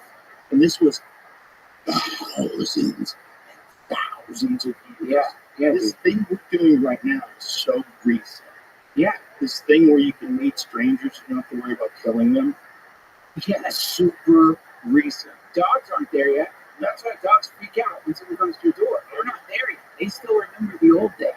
And That's a great point. they're still like, dude, usually someone's coming up, we have to kill it. Like, and they're reminding you of that. And it's true. I mean, but if you look at collective epigenetic trauma as an egregore, as a ghost haunting the planet, a ghost like knock out The ghost of primate past. the ghost of primate past haunts us, Yeah. and that's why it's so easy to slide into aggressive patterns and defensive patterns that are completely unnecessary. And that's what they are too. This is what you have to realize. It's not you. It's patterns that you've selected, and you've selected them over and over and over again. They become you.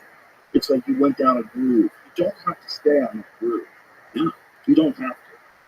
But I think you have to find something in life that's physical that you enjoy. So I think that's one of the best ways to manage this fucking weirdness. The absolute best way is through getting physically exhausted.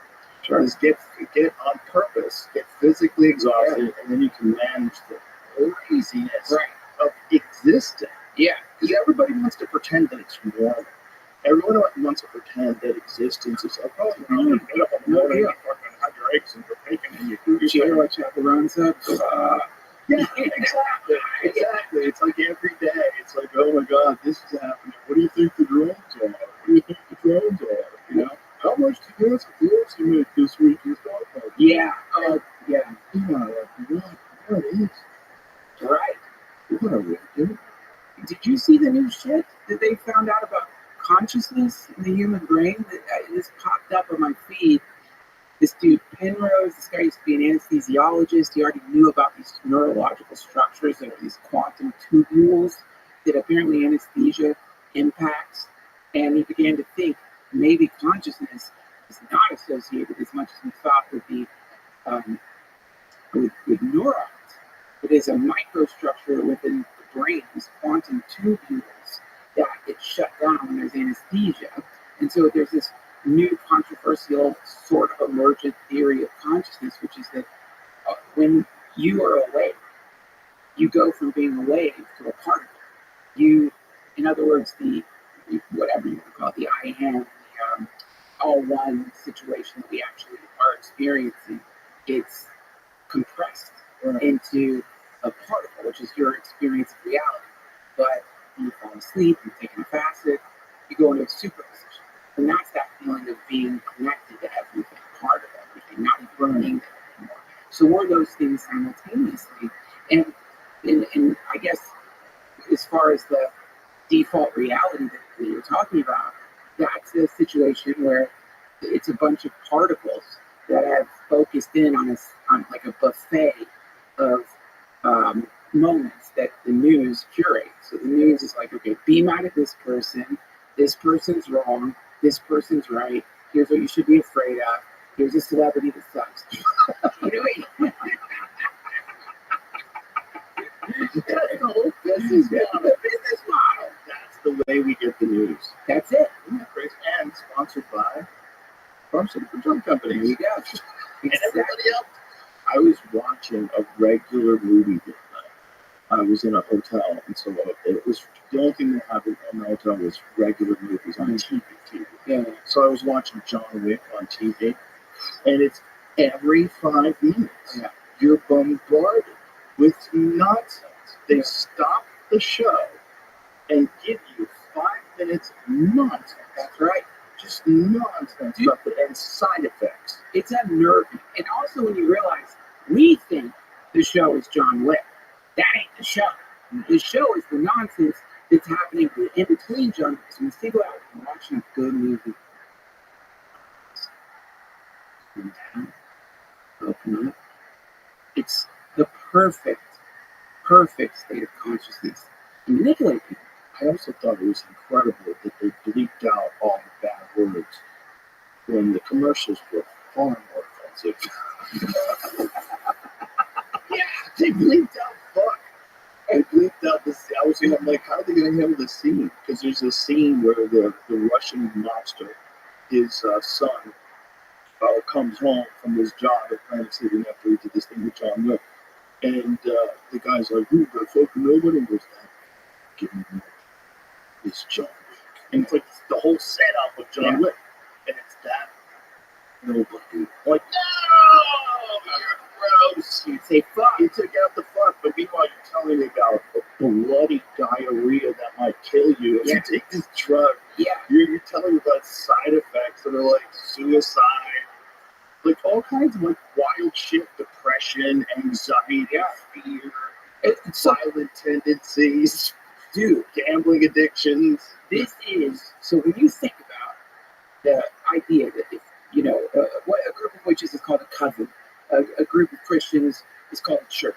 The idea is sort of simultaneous prayer causes change. Now, there's different words. Some people call the prayer spells. Some people call the prayer a pep rally. We're gonna go. You look at the football game. You're seeing covens of witches cheering to direct energy at the team they want to try to like move the needle a little bit. But when you consider the power of directing little bubble universes, which is every single human, focusing that beam of attention onto certain ideas, dude, you're not only are you going to create whatever it is you want to create, in the case of an advertiser, make some money, but theoretically, you could guide history that way. And the last thing you want them to figure out is if they all stop focusing on what you're telling them to focus on and trust themselves enough to focus on what they want to focus on, which is usually not bad, then all of a sudden you would lose that kind of magical control. You lose the actual steering wheel of the weird vehicle. You know, there are democracy. Steering wheel is your vote, and the president and the elected officials who guide the country. But the real steering wheel is here's what we need to pay attention to. You need to pay attention to this right now. And if we all pay attention to that, it's like where attention goes, energy flows. You know what I think it is? I think it's like if we're in a factory. If we're in a factory with certain gears that turn certain machines, and they think they're the only thing that exists. Yeah. But it's a chain of things that have to take place in order to manufacture something. Like a Tesla. Yeah. Like imagine if we just don't realize it, but if everything has a consciousness, at least in some sort of limited capacity. Yeah. Literally everything, even cables. Yeah. Everything has something. Yeah. We're super egotistic, and we believe that only we possess this. But we know dogs have it too, which gets weird. Yeah. Animals have it. You know that. You know. But this whole thing that we're doing is trying to understand how we interface. Yeah. How are we doing this? Like, if we're in a world where it's 2024 and there's drones flying over New Jersey and they're gaslighting us saying they're all airplanes, they're saying we have it under control. Yeah. And then it appears there was a satellite that was shot out of the sky. Yeah. Have you seen that? No. No, you haven't seen that? I missed it. So this is the big conspiracy. I've done no research, so do not believe me, ladies and gentlemen. Okay. The big conspiracy is that these are Chinese drones, and they're being piloted by a satellite that they shot out of one. And this is a conspiracy, unfounded conspiracy, unfounded. But I'm just for funsies. Well, I mean, do you remember when those weird green fucking lights showed up in Hawaii? Well, I remember where there was a ship, right? And there was like these triangle-looking things that were flying over a ship. Laser lights that shot out of the sky. Remember that? What was that? What are the drones? I mean, that's what I love about the drones is, I mean, aside from obvious, like, you know, getting to imagine, fantasize, it could be they're chasing orbs and the orbs or whatever. What I love about the drones is that it's another step in shaking people away. You know what I mean? Because it's like part of living in default reality, I think, is you sort of lean into the idea that the government is, you can trust. You can trust the government, of course. Like, you have to trust the people who make the decisions. You can trust them. They're really good government. Sure, yes, some of them, you know, a little, yeah, but ultimately, we can trust these people.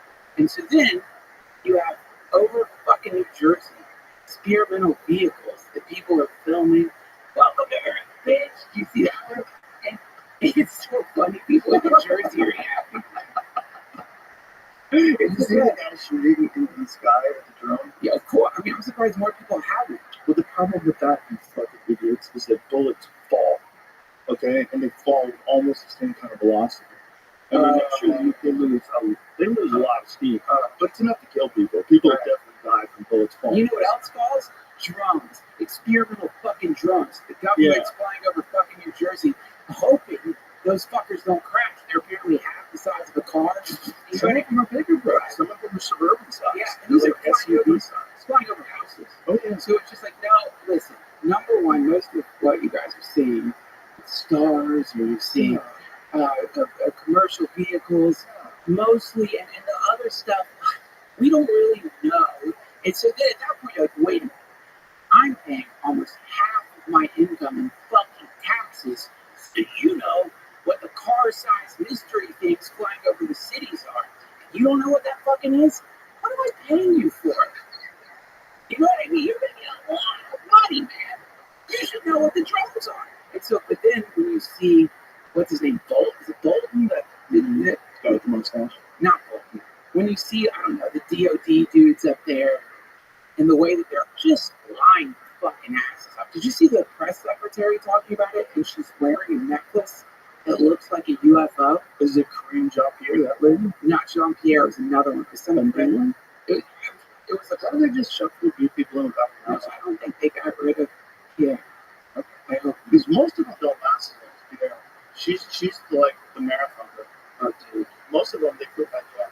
Like, what is job? I just gotta lie all the time. How can this way you're going to send war with Sudan? Okay, here's the reason why. Right? The rebels, children, problems, the economy, pollution. You got an attitude. Got it. There's a lot of data right We now. can tell us. I get that. And then, what about the data showing vaccinations are bad for you? No, fuck that. These people are in trouble, and we need to help them. More Sudan. Got it. Okay, no problem. So, I got it. you just put on your Rachel Maddow glasses. The Rachel Maddow glasses. Everybody's wearing them to look super serious. Well, it's part of the costume, isn't it? Like, and we also, by the way, wearing costumes. So we're saying this. Yeah, we are in elf costumes. But that I don't understand the Rachel Maddow glasses phenomenon. But I have done research into it because I wanted to create a vision board of all the people wearing those glasses. And it's a thing. It's like a thing on the left. You wear those fucking glasses. It identifies that you have a certain set of beliefs if you're wearing the Maddow glasses. I mean, it's a real thing. It is a real thing. Yeah. If you have those glasses on and you're a Republican, you're an assassin. You're a guy who kills people for a living. You're a very strange person. Dude, it is.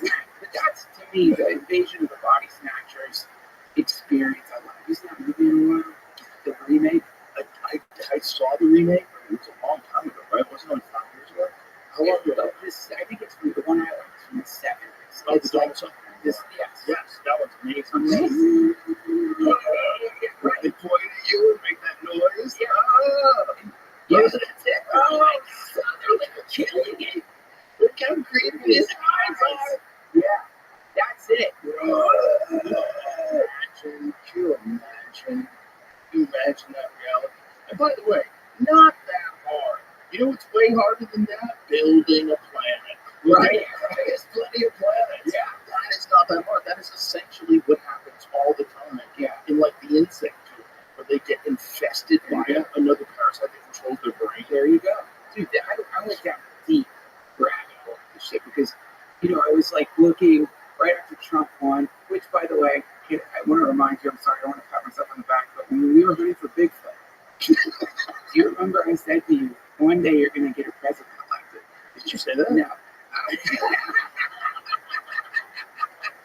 then, that would have been the least likely scenario. I'm in the woods with the Fear Factor guy. And we're legitimately looking for Bigfoot. Legitimately with Bigfoot experts. Dude, that was one of my favorite camping trips I've ever had. It was fun. I would love to do that again. Hunting for Bigfoot. It's like, because hunting for animals, which I know you love, I have nothing against it, but you still got to kill an animal. Hunting for Bigfoot, you just like look for a twig out of place, and you get to imagine he's nearby. And that it's really fun. Squatching is fun. Somebody asked me if I saw Bigfoot, would I kill it? Because if I could kill it, then I could show people that it's real. Interesting. Would you? Why would I kill Bigfoot? Well, it's just like, why would you do that? Like, it doesn't make any sense. Just to prove that it's real? Well, guess what? Guess we can't prove it. There's no other way. It's not like I tell you where it happened and you fucking close off 1,000 square miles and start pushing in with soldiers. Well, if don't kill it.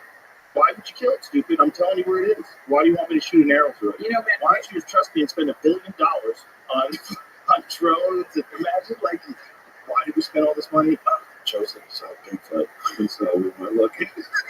But by the fucking way, No one would spend any money to go look for Bigfoot. if you can fly a swarm of drones over fucking New Jersey, you could fly in the Pacific Northwest and we'd know once it's fucking thrown. See, this, they talk about democracy. Sometimes I like to think about what would actual democracy. And it wouldn't look like some dude getting in front of a microphone and gaslighting your ass about experimental crap. It would be like, all right, I'm just going to tell you guys, we figured out anti-gravity. That's anti-gravity drugs. We wanted to show you, and tomorrow we're going to be on the neighborhoods.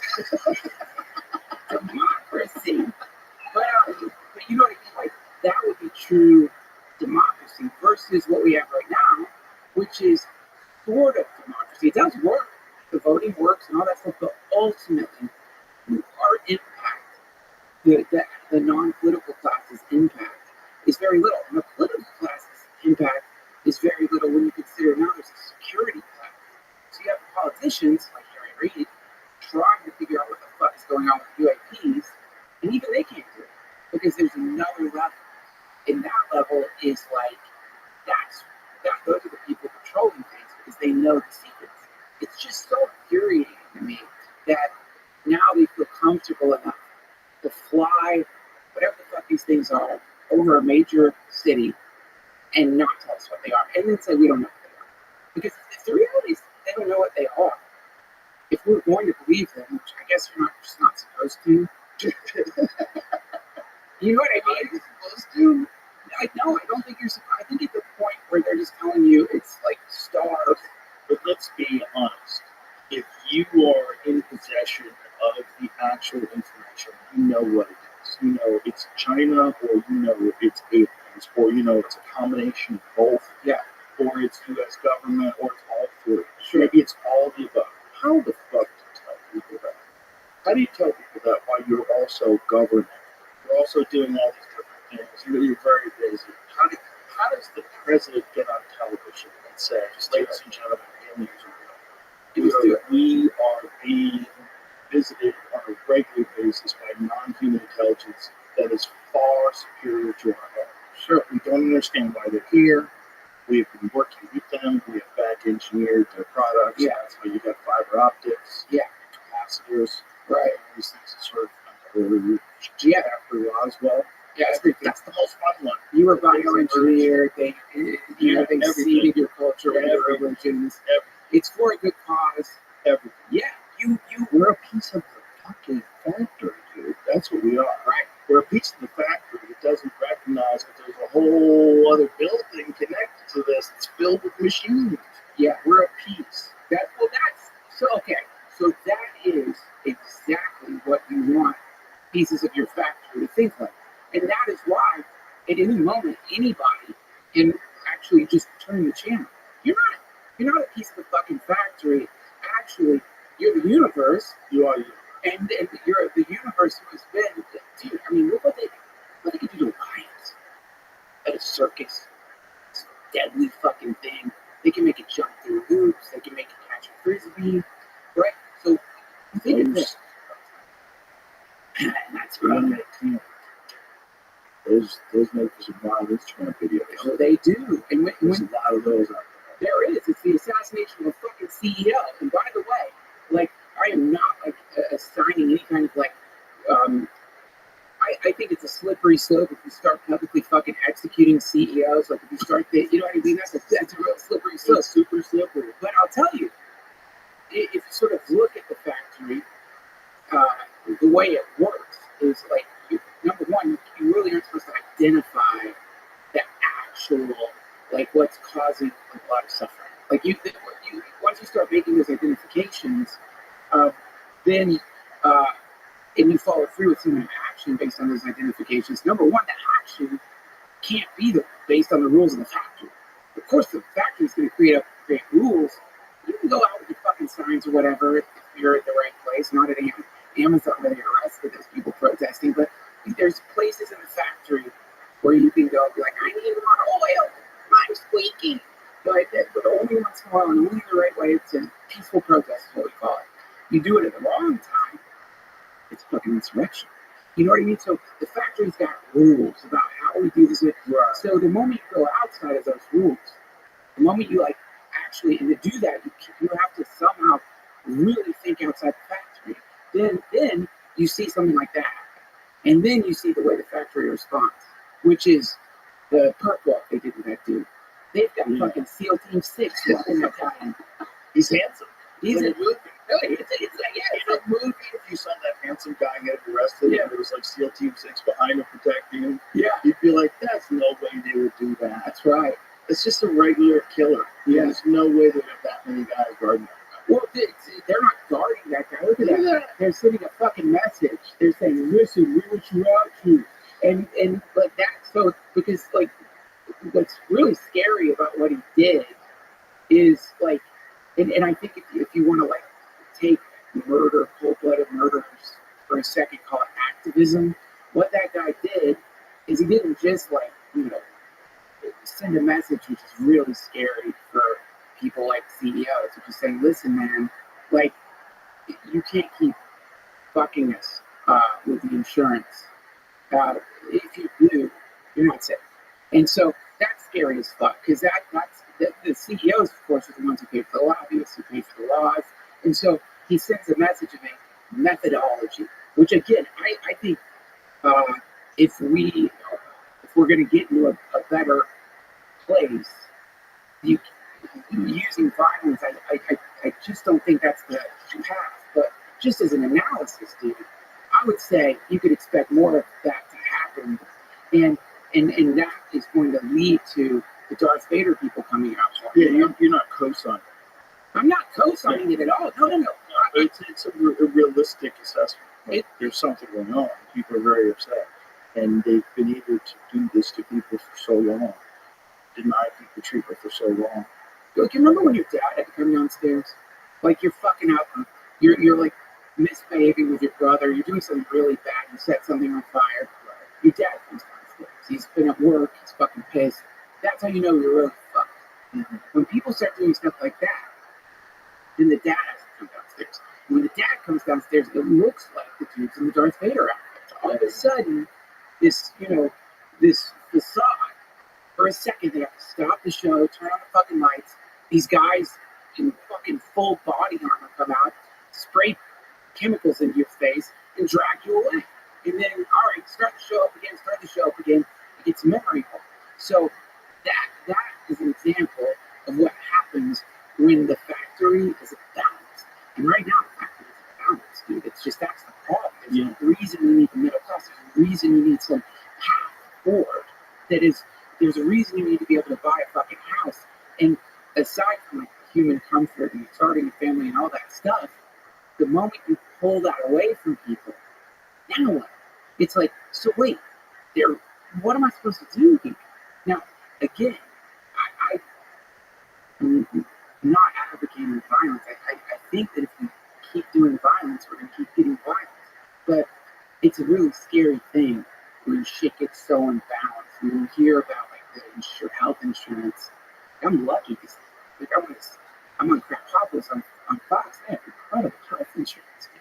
But like you read about the people denying like really important medication, really important procedures to people, sending them stacks of paper explaining why we're not going to pay. You know, I got my colonoscopy recently. It cost me $100. You know how much they charge my insurance company? $9,000. Have you ever talked to Gregory Huber about this? No. You should. You know, because he understands what we talked about. He can tell you exactly what's going on. We just talked about it on the podcast. But it's, it's a giant machine. It's a giant money machine. That's right. That's really what, not really. So it's a giant money machine. It's right. Making it better is what they say. Yeah. But it's about making more money. That's right. And they can make incredible amounts of money for surgeries that maybe. Yeah. I'm not saying everybody does it, but some people do it. There's a guy that just got arrested recently. I don't know if you heard about this guy. I sent this to Peter or Tia. I can send it to you, Jeff. Or maybe you could find it. This dude, he was telling people they had cancer, and they didn't. And it was like a ton of cases. And he'd give them chemotherapy now. And he'd make them, like, severely ill. Yeah. Demon. They did it to, like, I don't remember the number, because I think the number stunned me so much, I didn't want it. But this guy told, like, people that had cancer, just scared the fuck out of them, ruined their lives, dude, and then gave them poison that's designed to kill cancer. be like 10 years ago? It could have been. Somebody sent it to me on Instagram. It was a news story. Oh my God. Yeah, 45. That's all he got was 45 years. Pretty large. He's 50. That's a lifespan. Yeah. Well, yeah, man. I don't know if it's the same guy. Maybe more doctors. This is one of the things I found when I was doing a bit about this fertility clinic doctor that was using his own jizz. That's not one. There's not one case. There's fucking shit ton of cases. Like, I wonder how many of these doctors, or there's these creepy doctors. Just like there's creepy carpenters. Like, just like there's, like some doctors don't give a fuck about people. Why do they use their own jizz? Do they run They want away? all the babies. They want everyone to have their babies. Oh, so it's not They're like just psychos. people are coming in. No, there's women that went with her husband's jizz. And he's like, yeah, I got a butter up before you smooth out. That's what this guy did. Dude, he ran a fertility clinic, and I think people started figuring it out when 23andMe came out. And this is just one of these guys. There's been a ton of those guys. Yeah. That fundamentally is the difference between men and women. Like, could you imagine a clinic where a woman was getting other people to carry her babies? That's hilarious. Yeah, not a chance in the fucking world. No woman would want that. Yeah, take my baby.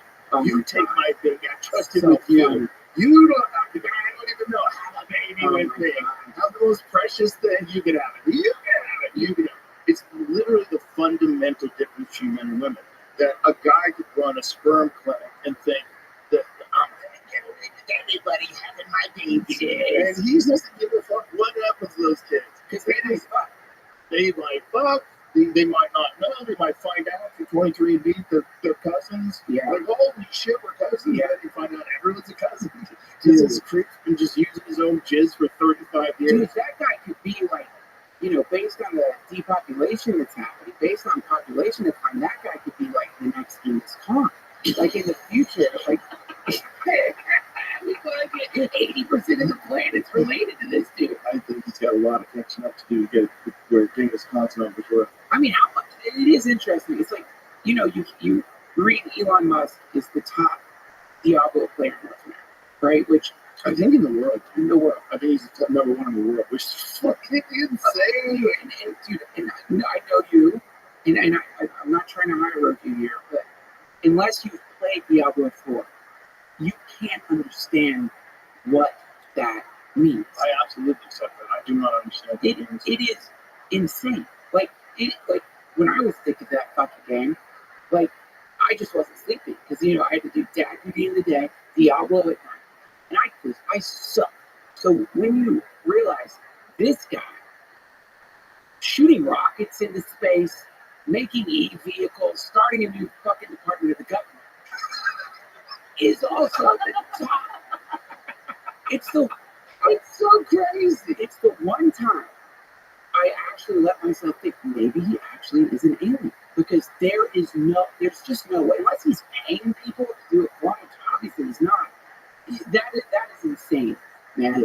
That is insane. So, dude, when you consider, I don't even know where I was going with that. I just got lost in Diablo 4, just thinking about it. Well, we're just talking about he's the number one player to Elon. How preposterous it is. It's But I don't know. I don't play Diablo 4, so I really don't know what that means. But I believe it's huge. You know what I'm saying? Like, it's crazy. It's crazy because Diablo 4. It's all about the build. It's all about like eye-hand coordination is obviously a big part of it. But then it's just. And then you see the chopsticks catch the fucking rocket. Yeah, it's like, that's a side job. Side job has had more space innovation in the last 5 years than NASA has since the Apollo missions. It's amazing. I mean, I'm just saying that. I don't know if it's a true number. But he gets rockets to land, and rockets get caught with robot arms. Like, what? And that, to me, it's like, my God. You get this feeling of, okay, I'm on the right time. Because if the guy who's going to make us a galactic civilization is also a master Diablo player, the number one. We're in the right timeline. It seems so unlikely that if it was in a movie, I'd go, shut the fuck up. He's not the #1 Diablo player. I don't care how smart he is with rockets and electric cars and satellites that give broadband internet and tumbling under the earth and also owns X. It's suspicious. I must say. And he's tweeting 48 times an hour. He's so prolific. Well, like, where's your head? One of the It's like he's in another dimension. he could be bilocated. Like this is one of the ideas. Is Where are you actually physically? Is this an avatar? okay, here's something. I just He thought- fully believes the same. oh, he does. Oh, fully. Well, Not only does he say fully, but he says the chances of it not being a simulation. He said this publicly. The chances of it not being a simulation are the billions.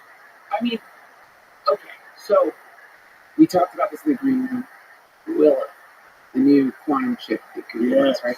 So, and I think you and I both do the same thing with our minds. Like, I think anyone who's exposed to the Atari 2600 does this naturally, which is like, we played the Atari 2600. Do you have an Atari when you were a kid? Oh, yeah. And you remember how that blew your mind, right? Yeah. You control the thing with the joystick. It's insane. You can control it. What the fuck? Yeah. Like, you've been going to arcades. You could only play for a second. You don't have quarters. Suddenly, you just do it at home. It clicks or you think. Oh my god! And so we got to witness like every phase of that technology, whereas it is now, which is just fucking insane. And so you just take the Atari 2600 model and apply it to any new thing.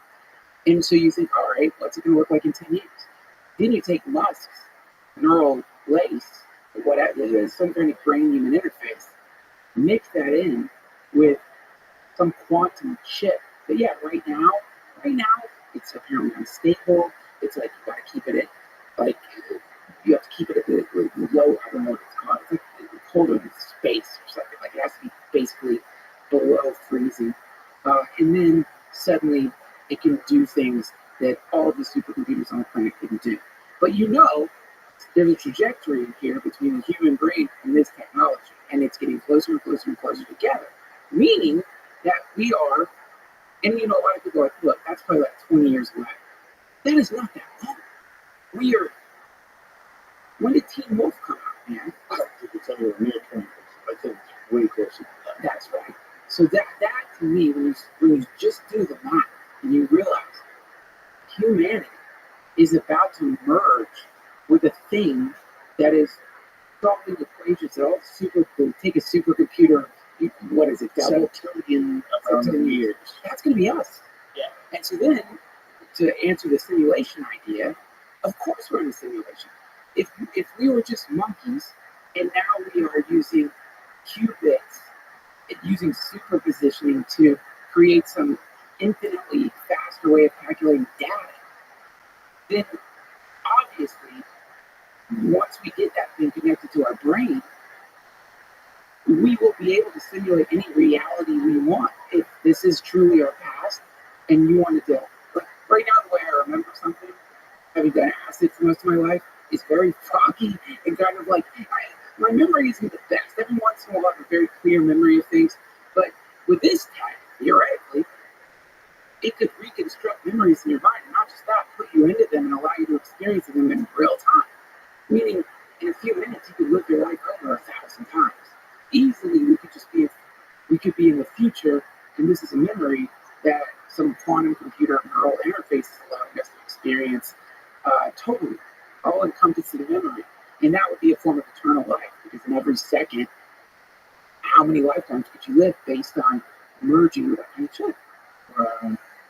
And you wouldn't want to know it was a memory. You know, you might want to be like, you know what, let me just live that life over again. I just want to feel the whole thing. Well, you know, that's one of the scariest things for people to consider is this is, I asked someone else, would you rather die or would you rather live your life over and over and over again forever? Like I said, they're like, oh God, I couldn't do this forever and ever and ever. I'm like, why not? You can do it now. It's not even hard. Like, are you enjoying life? I'm having a great time. I have great friends. I have a lot of fun. Lots of amazing things. I have a great family. I enjoy what I do for a living.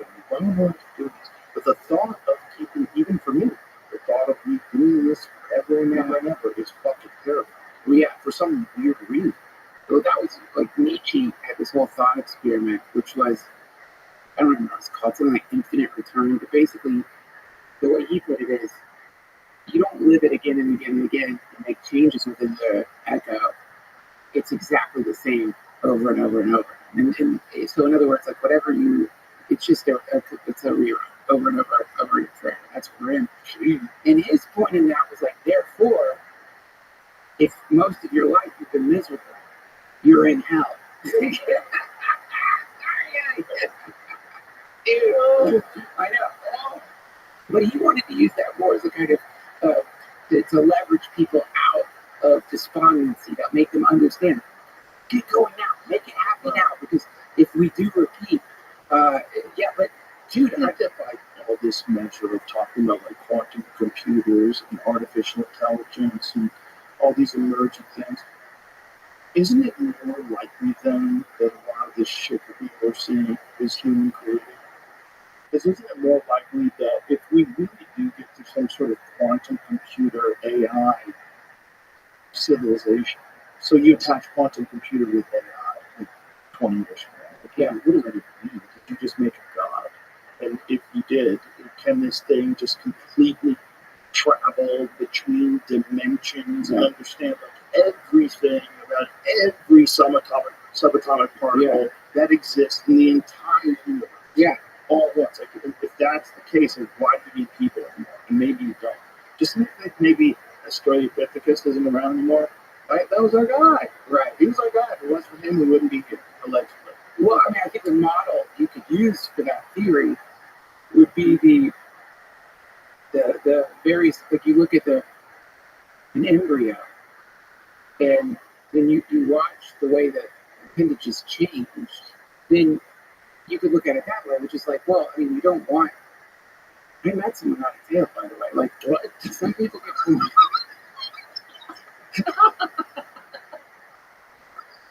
I think I was at that party.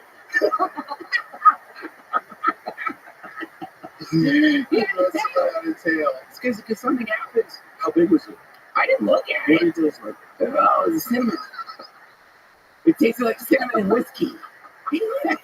Yeah, dudes are born with like a stub. Right. You know, like a regular tail monkey, but like look at the digestion. Yeah. But there's something to it. Something there. So, you know, there it is. There you go. That's so weird. There you go. That is like an agency. By the way, if you're born with a tail, I'm not trusting you with my taxes. Oh, Shut come the on. fuck. I don't care if you get this right too. Well, I mean, it's weird how there's like some of those tails look better than others, but Yeah. Some people probably got surgically put the take off my big toe, stick it on my ass. There's fucking psychos out there. Dude, your line's fucking bit. I still think about it sometimes. What would you do if you had a tail? Like, give me a break. If you make it, like, if it, you know, they're already getting these bodysuits you can wear to help you lift shit. They have the new things for your legs. That's like, oh, you know.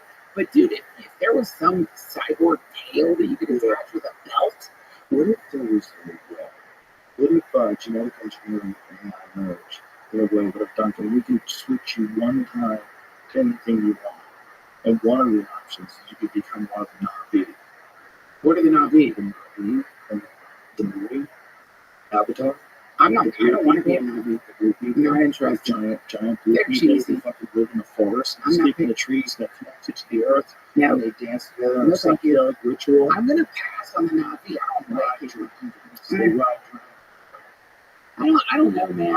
Dude, I wanted to be one of them people so bad. Everybody did. There was literally a psychological condition called avatar depression. I know. Yeah, I did. How many people, let's just have a guess. If I said we could do that to you, how many people do you think would sign up? I think the streets would be filled with giant blue people. Well, I mean, if it's only once, I will. You have to stay. We can't do it again. It's too dangerous. Your DNA gets volatile. It melts down. You become a frog. We can't control it. But we can switch you one time. Yeah, it's not going to be one time, man. It's one time. One time. Why? Because you either stay a person or you become a werewolf or you turn into a Nazi. Imagine that was the option. Every time the moon goes black, you have to lock yourself in your house. Yeah. Or you have to let people know, or you Or you can be tear everybody apart. You might just jump through the windows of the second floor and roam the streets. And it's gonna hurt when you change. It's a painful Oh yeah, transformation. you're screaming in your back. Yeah. The movie American Werewolf in London, where he's like on his back. The best. Oh my God, Joe! Fucking great movie. Here's a movie you gotta watch. Really? The Substance. What is that? Dude, I don't want to ruin it for people because it just came out. But it's you ever watch any like Cronenberg movies? Sure. Like, okay, so it reminds me of that. It's got Demi Moore in it, who, by the way, looks so great.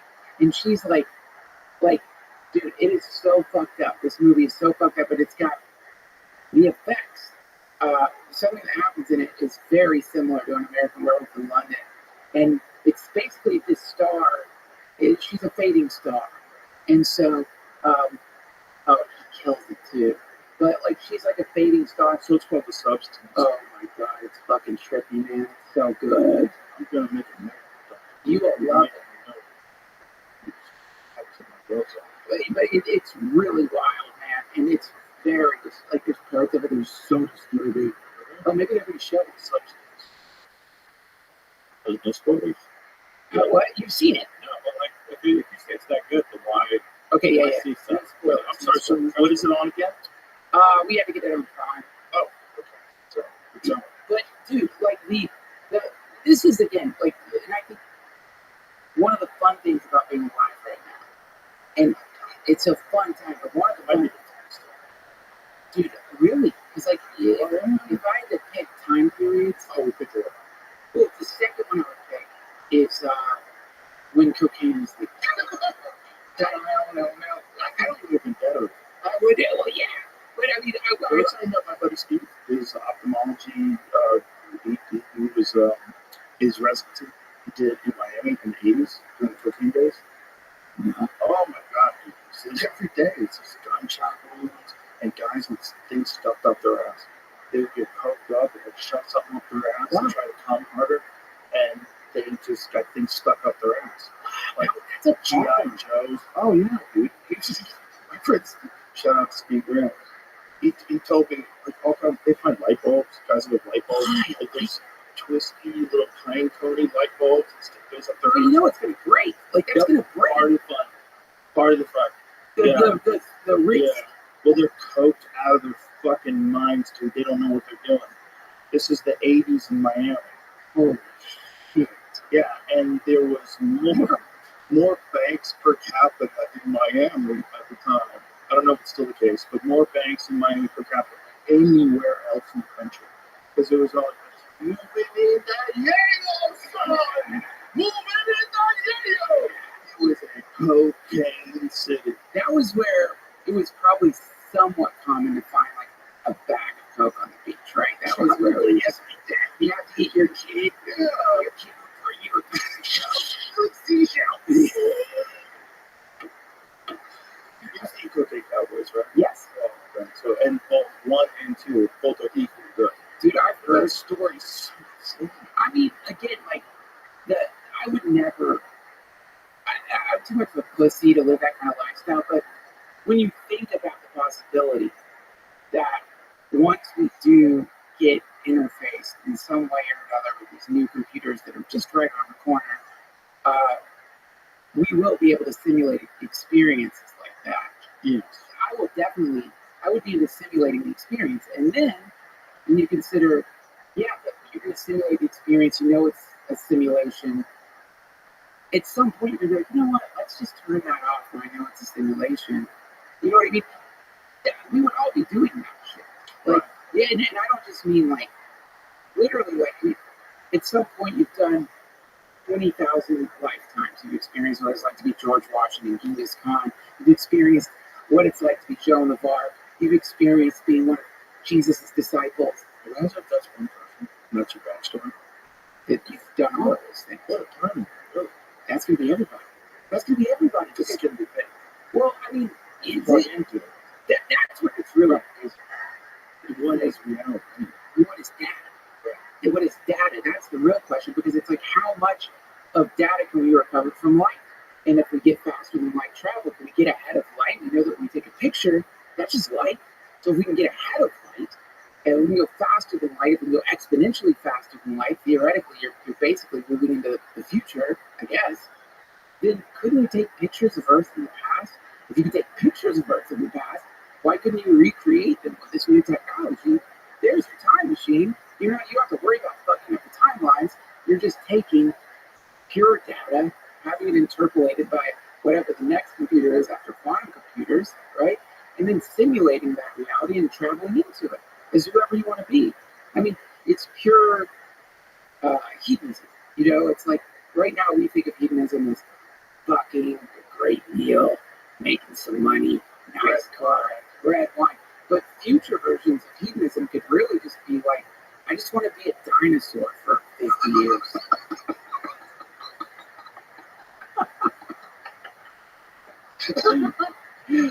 Yeah, I mean, for sure. Well, there's going to be, look, think about how many people play video games most of the day.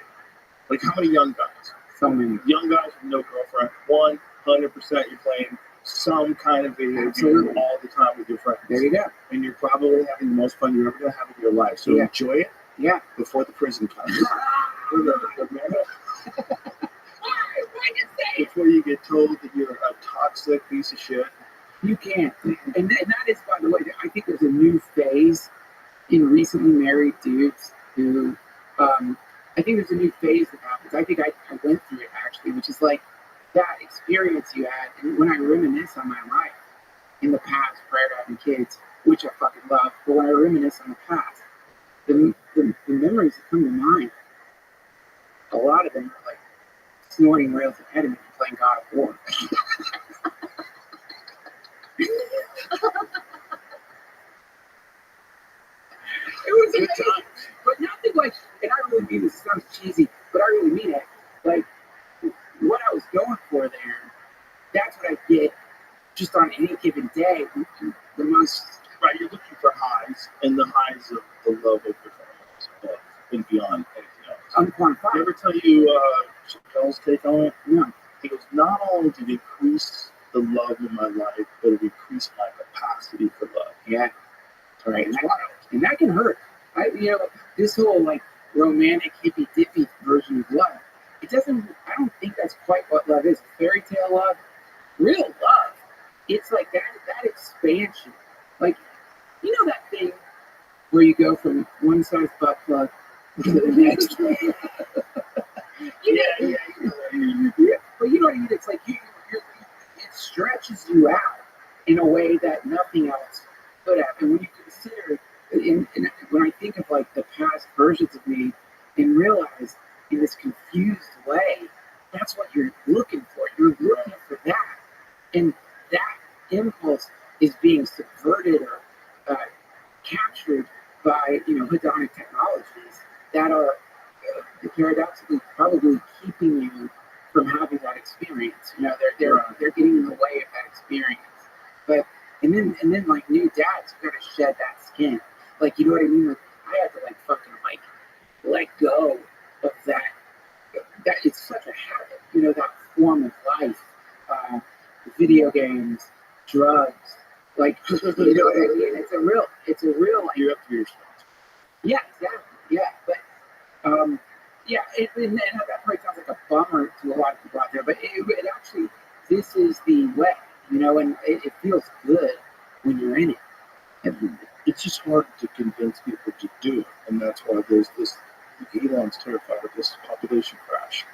This idea that young kids today are not having babies, and then as they're getting older, you're less and less fertile. And so people are choosing to have kids later in life. Or not have kids. More people are choosing to not have kids. And by the way, I'm not judging. Do whatever. You do whatever you want. You should be able to do whatever you want. No one should force you to do. I can live with somebody, have a family. I don't know what kind of anxiety you have, or whether or not you're a real legitimate loner. You want to be alone most of the time. Yeah. But it's just like the amount of people that are super bummed out all the time is quite terrifying. Yeah. If you really stop and think about that, just the number of people who just run through life bummed out. And there was some, obviously, who knows who fucks around, but there was some poll about liberal women and mental illness. It's such a meme. It's so unfortunate. Yeah. That it seems to like hold up to the meme. Yeah. It's so unfortunate. But the numbers like crazy high. Well, man, this is the thing about mental illness. Like, and there's lots of studies that have been, what do they call it? A folie du, right? That's the name for if you are around a crazy person. You can actually, if you're around a paranoid person long enough, you really might start thinking the walls are bugged if they're charismatic enough, right? Sure. So Yeah. there's a quality to people who are charismatic and distorting reality that is contagious. And then when you add to it, it becomes a fashion statement, right? So basically the idea is if you have some form of mental illness, it's not like I should shame you for it, obviously. Like you need care, you need compassion. But one of the really, I think, very dangerous things that has emerged in the zeitgeist is that compassion has been confused. Like, so in other words, what you might call enabling, they are calling compassion. Because the idea would be, you're right now, you need to get better. Let's get you fucking better. Right. Not like right now, this is just how you are, and you really don't have any hope. So this is where, and also, I congratulate you on your courage, and all that's good, by the way. It is courageous if someone has mental illness to announce it. But when you go to the next step, which is actually the fact that you're trying to lose weight, the fact that you're trying to balance your life, that is an aggression. You know what I mean? Like now you're aggressing against all the people who have this. It is a slap in the face to the people who have it. What I'm saying is there's a culture where the normal societal pressure to try to make yourself healthy, which by the way, go back a long time ago, or if it's just like you and me and everyone in the green room, we have to survive in the wilderness or something like that. There really isn't time for somebody to, it's dangerous if someone is doing things that keep them sick. Because we have to carry them. You know what I mean? We have to carry them through the fucking wilderness, and that means we might die. That lowers our survival chances. So the idea is that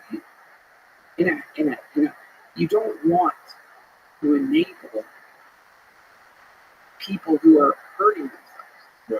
You don't want to enable people who have a chance to no longer like continue the patterns or take the medicine or whatever the fuck it is to feel better.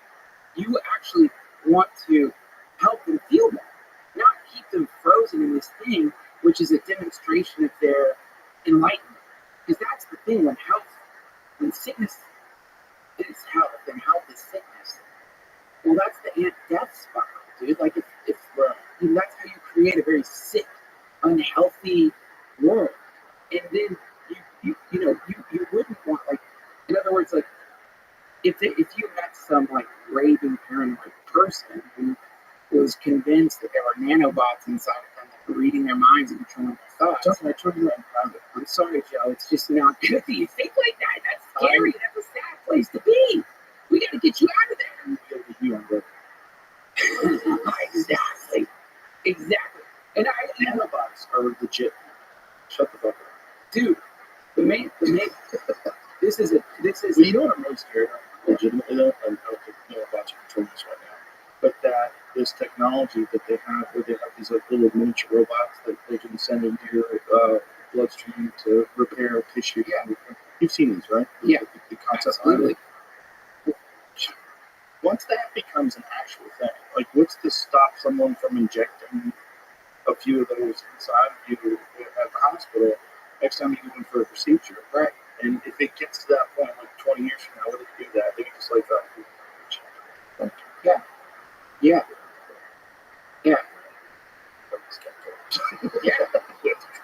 Dude.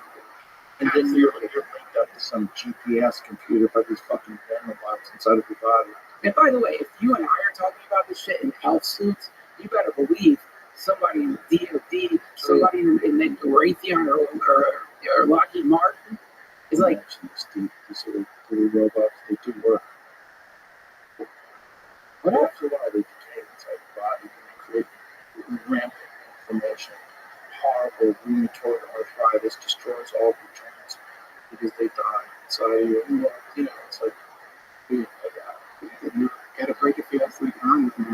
We regret Yeah. the Tuskegee experiment. Sorry. We regret. Sorry. Infected people with syphilis. I'm really sorry. Didn't tell people they had syphilis. We're sorry. In retrospect, it was a mistake. Like, we shouldn't have done that. I mean, again, That's a real thing. when they release some shit in the subways, you know? Whoopsies. Whoopsie! Whoopsies. That was whoopsies, boys. Gain of function research.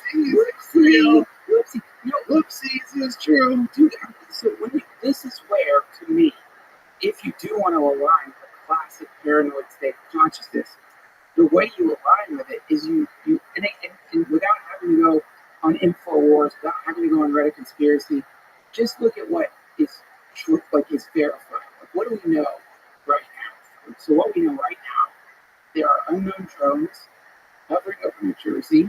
We know that the President of the United States has been incapacitated for years. For years. No way. Who saw that coming? Dude, We were conspiracy theorists. not anymore. We were conspiracy theorists. Now our shit is like mainstream, just basic journalism. The fucking president of the United States has apparently been out of commission for years. By the way, I welcome them on my podcast. It's no invitation. God damn it, that'd be awesome. And he would be fun. Like, I hope so now. dude, We have to give him a little nap in the middle of the podcast, but then wake him up first tomorrow. when he's all there, when they got the cocktail right, and he's like dialed in, and he turns into a warlock for a second, like he gets like, it's scary. Oh, the eyebrows move up. Locks up. That's like something. That's a lich. That's like if you were in a cursed tomb and that thing comes around the corner. That is scary. Like his whatever the sword that comes out of him before he like goes back to sleep is terrifying. But even more terrifying is the network of people around him. You know, you see those. It's really cool. The dancing dragons. It's like 6 dudes in a dragon suit dancing, and it looks like a real dragon dancing. Oh, right. Biden is the dancing dragon president. He's got God knows how many people just fucking like working so hard to get that thing to function just in like brief moments. You only need him to function for like 10 minutes at a press conference, 20 minutes here, get him off the plane, get him in the fucking building. If we can pull that off, we'll have power for a little bit longer. Dude, when you consider that we apparently live in a democracy, you elect this dude who makes decisions because in some way, shape, or form he aligns with what you want the country to be, and the people fucking puppeteering that poor old man are just like, no, actually, fuck you. He's not going to make any fucking decisions because he's incapacitated. He's gone with a fucking wind, and now we're in control, and you didn't vote for us. That is terrifying. That's it, in a way, that's worse than a coup. Because at least with a coup, you see the military, they come in, the tanks are in front of the White House, some dude is suddenly the leader, and you know it's not the guy you voted for. Well, it was certainly, by definition, it was a coup against Biden. Oh, with Kamala.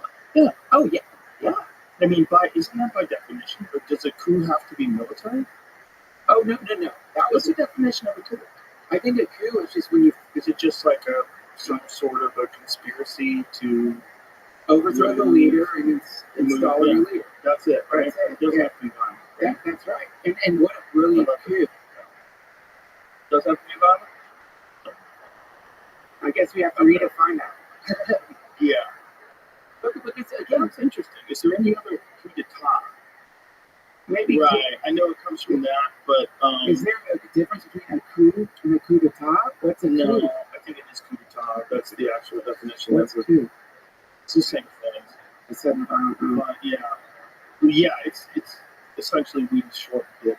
But so it does say violent, but if there's a bunch of people that conspire behind the scenes and they force you out, and your wife doesn't want you to get forced out, there's arguments, and then you wear a MAGA hat, and then your wife wears red when she votes. yeah, Like, yeah. and then your wife gives speech where she's mocking Kamala Harris. Yeah. She's talking about joy and like Yeah. the joy, like just nonsensical fucking Yeah. salad. But dude, I know, I saw that. It's like they're so pissed. It's kind of a coup. It seems like it's kind of a coup, and also the right thing to do. That guy should not be. He might have won. I mean, it was the right thing to do in terms of like you can't have a guy who's just a figurehead. That's not what the deal is. The deal is this guy is going to be doing his best to look out for us and to make sure that he navigates this world of finance and environment and international relations perfectly, where he doesn't blow anything up, and he makes our economy happy. Yeah. Go. That's the deal. Yeah. Well, but again, like, Like, you can't like only a mask. Like, who's funding the deal? well, so, okay, so again, it's like, and this is the fantasy of any hippie or whatever. So the idea is, predicted in the New Age movement, and I think you would argue in a lot of religions, is the consciousness shift is happening. The age of Aquarius, whatever the fuck you want to call it, consciousness shift. And so the idea is that what we're witnessing is essentially the collapse of a way of doing things that is collapsing, and as it collapses, it starts making big mistakes. One big mistake would be people figure out that we have had a president who is basically incapacitated, meaning we don't really need a president. The whole model starts falling apart. Also, when you realize, like, if you watch basketball or skateboarding, watch skateboarding now versus skateboarding when people started skateboarding. Like the tricks like people are doing now versus what they used to do, right? And you see how quickly people, when something's fun or important, how quickly it evolves, right? So the coup is problematic in that, again, you know a coup is happening. The ultimate coup is to have a figurehead. Now, you know, it's a hacky trope, I guess. The idea being that like every president is just a fucking puppet, right? But the problem with that puppet is that these are puppets who actually do have power. They will make decisions, even if there's a lot of pressure for God knows whatever the web of unknown people is that tries to like grab the steering wheel. They can say no. So if I want to control the steering wheel completely, dude, what's better than an old man who has dementia? Because I could tell him shit happened that didn't happen. I could show him news sources that aren't even real. You know what I mean? I could literally like just How many times to be able to read? Eyes are probably done. dude, absolutely, absolutely. And then the other side of it, aside from it's imperial, it's completely unconstitutional. It's a fucked up takeover of the U.S. government.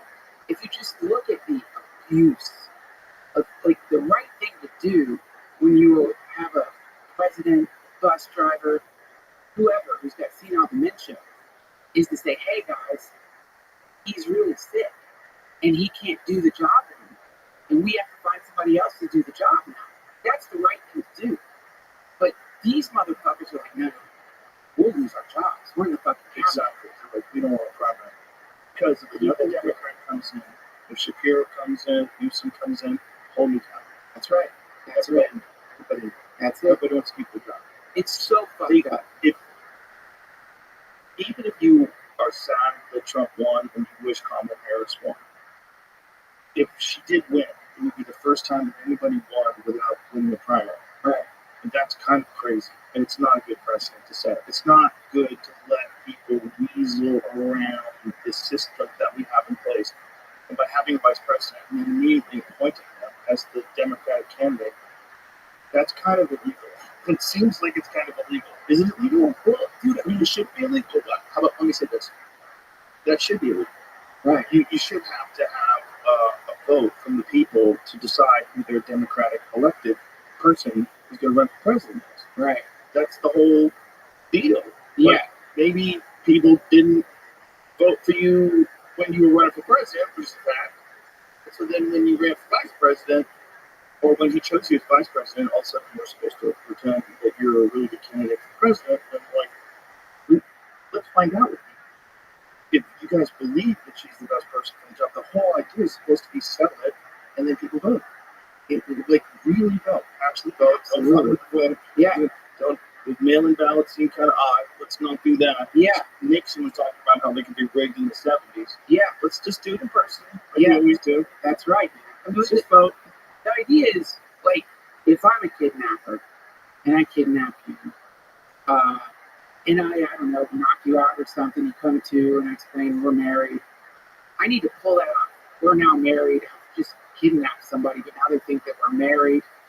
What I'm saying is, you know, if you're gaslighting, you really need to execute perfectly gaslighting. And so the problem with it, and I think this is the very fucking headline in the drones, in the Kamala coup, the president with senile dementia, is that all of these actions taken by the federal government have not just corroded people's trust in the federal government, but potentially annihilated. Meaning now, you know, if I'm kidnapped by somebody and they're like, no, here's why I kidnapped you. I thought there's like great movie where like somebody ends up in someone's survival bunker. And you wonder, is it really the end of the world? Or is the person kidnapped? Because then you can't go out there. But it's like, the idea is, the moment, if I've been kidnapped and I actually buy into your shit, that's going to create a lot less anxiety for me. But the moment your kidnappee stops believing you, well, that's not fun for anybody. And right now, I feel like that's the general mood, is people just don't trust. Like, when the people that do stuff, that's it. Those are the people that are still getting boosted. And I am up to date. I have all my boosters. Jesus Christ. I got boosters in their eyeballs. You can see them swimming around behind their eyeballs. And eventually, boosters. That is.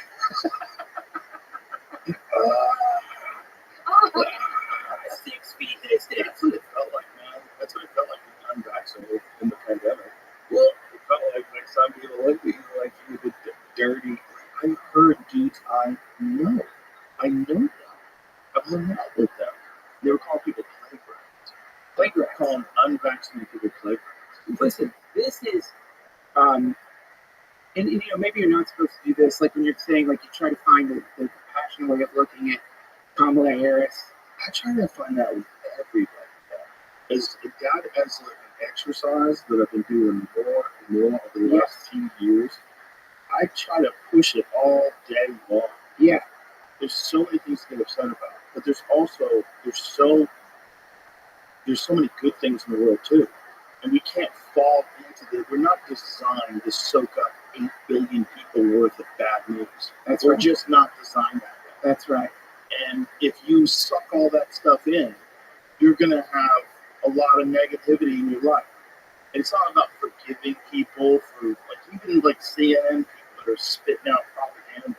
Like, your demise is self-created. You will be punished by your own doings. That's right. Just respond to all. Have you seen this crazy interview with Don Lemon interview some dude on the street? No. You haven't seen this? No. It's so funny because Don Lemon's doing like these on the street interviews, and he's talking to this guy about the news, and the guy's essentially telling Don Lemon, like, I don't trust all these sources you're saying. He's like, look, here it is, Washington Post. I forget what the subject was, but he got Don Lemon to say, I don't listen to mainstream news either. Hmm? Yeah. Play this from the beginning, because this is so crazy. That is the real person. Donald Trump, you don't get one of his questions following Elon Musk president. Right. This. What's? Wait a second. No. Really? You not watch it? Absolutely not. I'm paying attention to what I'm doing for my day. I'm trying to get better in life. Do you have your phone? I do. Why don't you Google right now? Yeah, stop president Musk. No. But that's already a little tough. No, give me the sources. Axios, Business Insider. We don't trust any of this. The common man doesn't trust any of this. ABC News, New York. So what? The Atlantic. I don't trust any of this. I don't trust any of this. I don't trust any of this. The common man doesn't trust any of this. Yeah.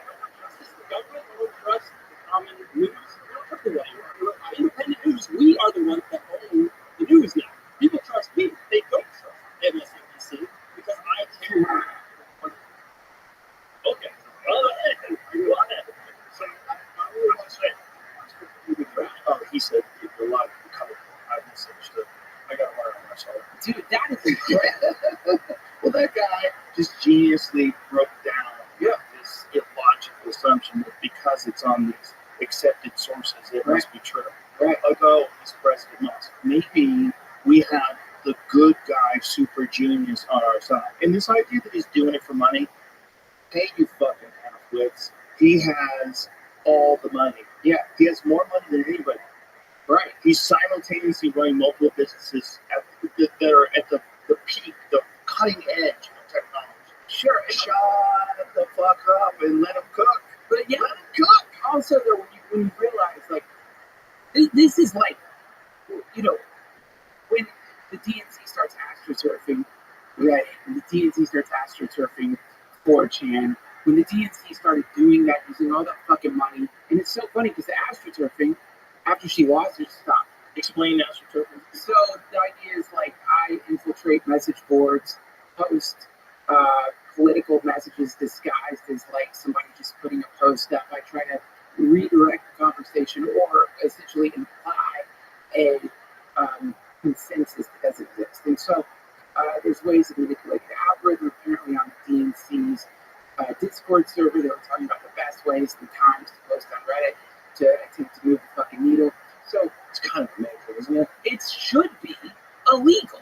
It's so fucked up. If like you or me, like if I don't know, we did a Renegade Road commercial for nicotine vouchers on Instagram, you have to say this is a sponsored post.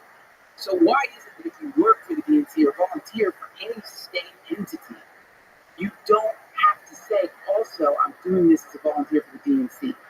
That's why I posted this. You don't have to do that. Right. So that's invasion of the body snatchers. That's the lie. I'm pretending to be a normal person. I'm infecting the data sphere with propaganda, and if I do it enough, it will create the illusion that this is the consensus. And the reason you want to create that illusion is because people like to sync up. That's what they know. They like to sync up. And really smart people like to get really good at syncing. They like to get really good at it, really good at correcting others who don't sync up correctly. You got sync up. Yeah, and you know what it is? It's just dorks. It's dorks. Dorks that found a thing. Right. Found a thing. Maybe your thing could have been chess. It's not. It's politics. Or maybe, you know what I mean? Right. Like whatever your thing is, Yeah. that's what's really going on. And your denial of objective reality in order to win, it exposes you to people in this new world that are recognizing that we are the only people that have ever gone through this. And we are in this insane moment of realization about how much we've been bullshitted and manipulated in the past, how much of all of our resources are going to things that we would never agree to, Yeah. and how much of this chaos is being pushed upon us by people who are profiting from it in a fucking spectacular way that's almost indescribable. Yeah. Insane amounts of money in control of the narrative, and it's not working. It's It's still not working. It's not working. You and I and Jamie in a fucking room. Yeah. Oh, Right.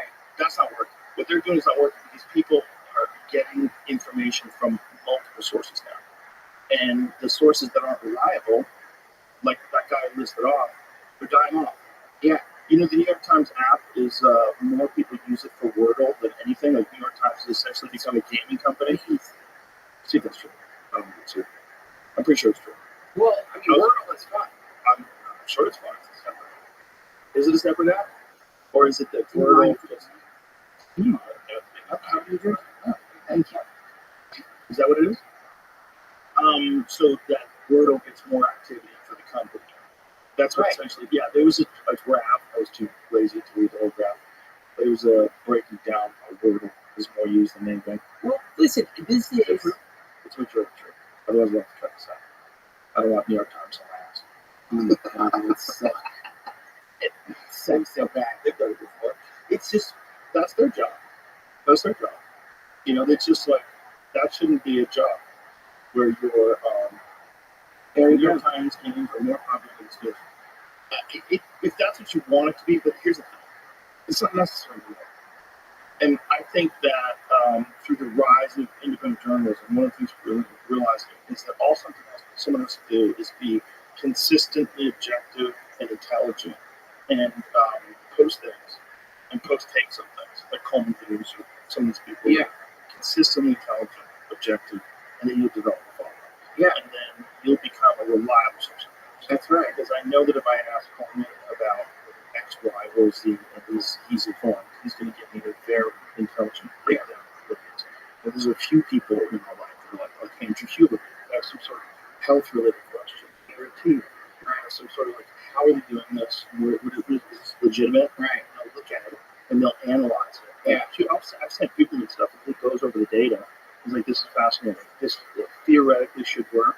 And this will explain why and what the pathways are. How interesting this is. Yeah. It's an amazing resource that wasn't available before that any person it's too difficult. You got one line of inquiry, like you have one lane, or whether it's archaeology or language, one lane where you're super well read. Yeah. You don't have access to all these other professors that are working on quantum physics. Right. You don't have access to the James Webb Telescope. You don't have access to all this data. It's like, it's too hard to get it. Right? Everywhere. It's everywhere all the time. That's right. It's a question away on your phone. Yeah. It's a question away. You pick up the phone and you just fucking press a button and say, hey, Google, why don't you tell me what the James Webb Telescope is put on to? Yeah, hey, ChatGPT, why don't you talk to me like Santa Claus and explain to me why these drones are fake? The best. I don't know if the drones are China's or ours or water people. They're coming out of water. No doubt. I mean, Imagine if it's a civilization under water. I mean, that's where I would hide. If I was like trying to hide from the civilization, it's the ocean. It's clear. They can't get in there. They can't breathe under it. It's a perfect place to hide. You know what I've been saying for a while, the last few weeks of this? I think maybe what the aliens are is custodians. I think maybe they're just here. They're like some sort of a autonomous creation that's designed to accelerate our evolution, stop us from blowing ourselves up, and make sure that we build a quantum computer with AI. Right. And this is like, it's all part of this like endless cycle of integration in the great universe. This, and like, we're at this, like, I don't want to get out of my cocoon. We're in that stage. We're in this like bizarre, strange, Australopithecus wandering around the grass fields. We're in this weird stage where we're gonna launch into some completely new way of interfacing with the universe itself. Yeah. And it's gonna happen, whether you like it or not. Yeah. This is just what's happening right now, and that's why everything's so chaotic. Okay. Like McKenna used to talk about this. He used to talk about how the end of civilization, it's not gonna be a whimper. It's gonna be people screaming in agony. That's it. Flailing and trying to hold on to the hold on to Norman Rockwell paintings. I want to pick my own fucking bread. They're trying to do a waltz to the rave. How many fucking genders? Yeah. What are you saying? Yeah. What are these fucking drones? They're drones, goddammit. It's the meltdown. And you know, what you're saying, like, so if you look at like Crick and I think it was Crick wrote he wrote a paper theorizing about directed panspermia, which is where you could. So okay, directed panspermia, I get some kind of nanobot, which is, I guess you could say that's what DNA is. Nanobot precursors are essentially like, well, I think it's weird, and maybe I don't understand what it's doing completely. It's weird to me that Musk wants to send humans to Mars, because it seems like it would make way more sense pre-sending humans to send drones, robots, construct whatever it is you need to survive on Mars, to go in the caves, build the fucking. That's the plan. Oh, really? So Yeah. The first voyage to Mars is going to be done now. Okay, great. Yeah, That I makes think they have to do that. They have to have a certain amount of supplies, because I think they can only come back in 2 years. But I don't even need supplies. I mean, if we jump forward 20 years, the Mars bus, 2 year bus. Oh, don't you like so dead? and that's hilarious. Yeah, you missed the We bus. watched the rocket. No, you woke me. You cocksuckers. Imagine like talking such a fucking douchebag. Let's leave him here. Let's leave him on Mars. There's plenty of potatoes. That is so fucked up. Full can. Make him fertilize his potatoes with his own shit. Damon. Yeah, Damon did. And that Martian. Dude, so you so obviously like the way you're gonna wanna colonize the habitable world is you create not just this nanobot, but you make it so the nanobot can only survive in environments that you would live. Meaning, and then encoded in the nanobot is the end destination, what you're talking about, quantum computers, some kind of AI that then will naturally uncover faster than light travel, wormholes, whatever the fuck it is. And then when the wormholes open up, you can instantaneously travel to habitable planets, right? So, Can I tell you Terrence Howard's idea? yeah, It's a great idea. Yeah. He thinks that we have it all wrong when it comes to the formation of planets and the creation of life. But he thinks what happens is the sun is constantly ejecting things, right? You Yeah. see these coronal mass ejections, crazy, Yeah. millions of times like longer than, the distance between whatever and whatever. I'm not wrong. just scary, crazy. Bigger than Earth, right? That he thinks these particles coalesce in space outside of the gravity of the sun, and then they orbit the sun, and very close at first. But then as time goes on, they move further and further away, and they get to a place where they're in this position like Earth is, and then they people, they flower, just like when you plant a seed, when the water comes, it goes, and then it has to be sophisticated enough to adapt, because the planet is eventually going to move out of the habitable zone. He thinks that Mars, at one point in time, probably had civilization and life. And then as Mars got further and further and further out from the protection of the sun, it eventually got too cold, and it eventually got hit by something, lost its atmosphere, and now it's just desert. That's so cool. But now they know it. Yeah, they know. It used to be just the craziest. Right. Oh, there's no water on Mars. Yeah. There's no evidence of water. How could a society live there? But this is the hardest thing. But some remote viewer went to Mars 1,000,000 years ago and said there were pyramids there. Yeah. There was a civilization there. Yeah. And there's tribes. Actually, they think they came from the planet Sirius, right? With the Dogon tribe. Yeah. They believe that all people came from another planet. Yeah. If you were in Mars and you're 1,000 years advanced from us, and they never figure out AI, so they just go in a different direction. They're like super, super advanced, though, where they could travel through space between planets. And you get to a point where you're like, hey guys, we got about a decade. Yeah, we got about 1 decade of life can exist on this fucking planet. We gotta get off of this now. Earth is ready. There's some monkeys there. There's a bunch of shit. Yeah. And it's like, we could just go there. Yeah. We just go there. Well, But these guys are developing really slowly. Like one of these. And then Homo sapiens. there you go. Man, listen, whatever it is, Definitely I'm not sure. what I just described. No, whatever it is, it's not that. I wasn't believing it as I was saying it. I was like, that's great. But dude, I But think maybe. you look at just the concept of epigenetics and what we're doing right now.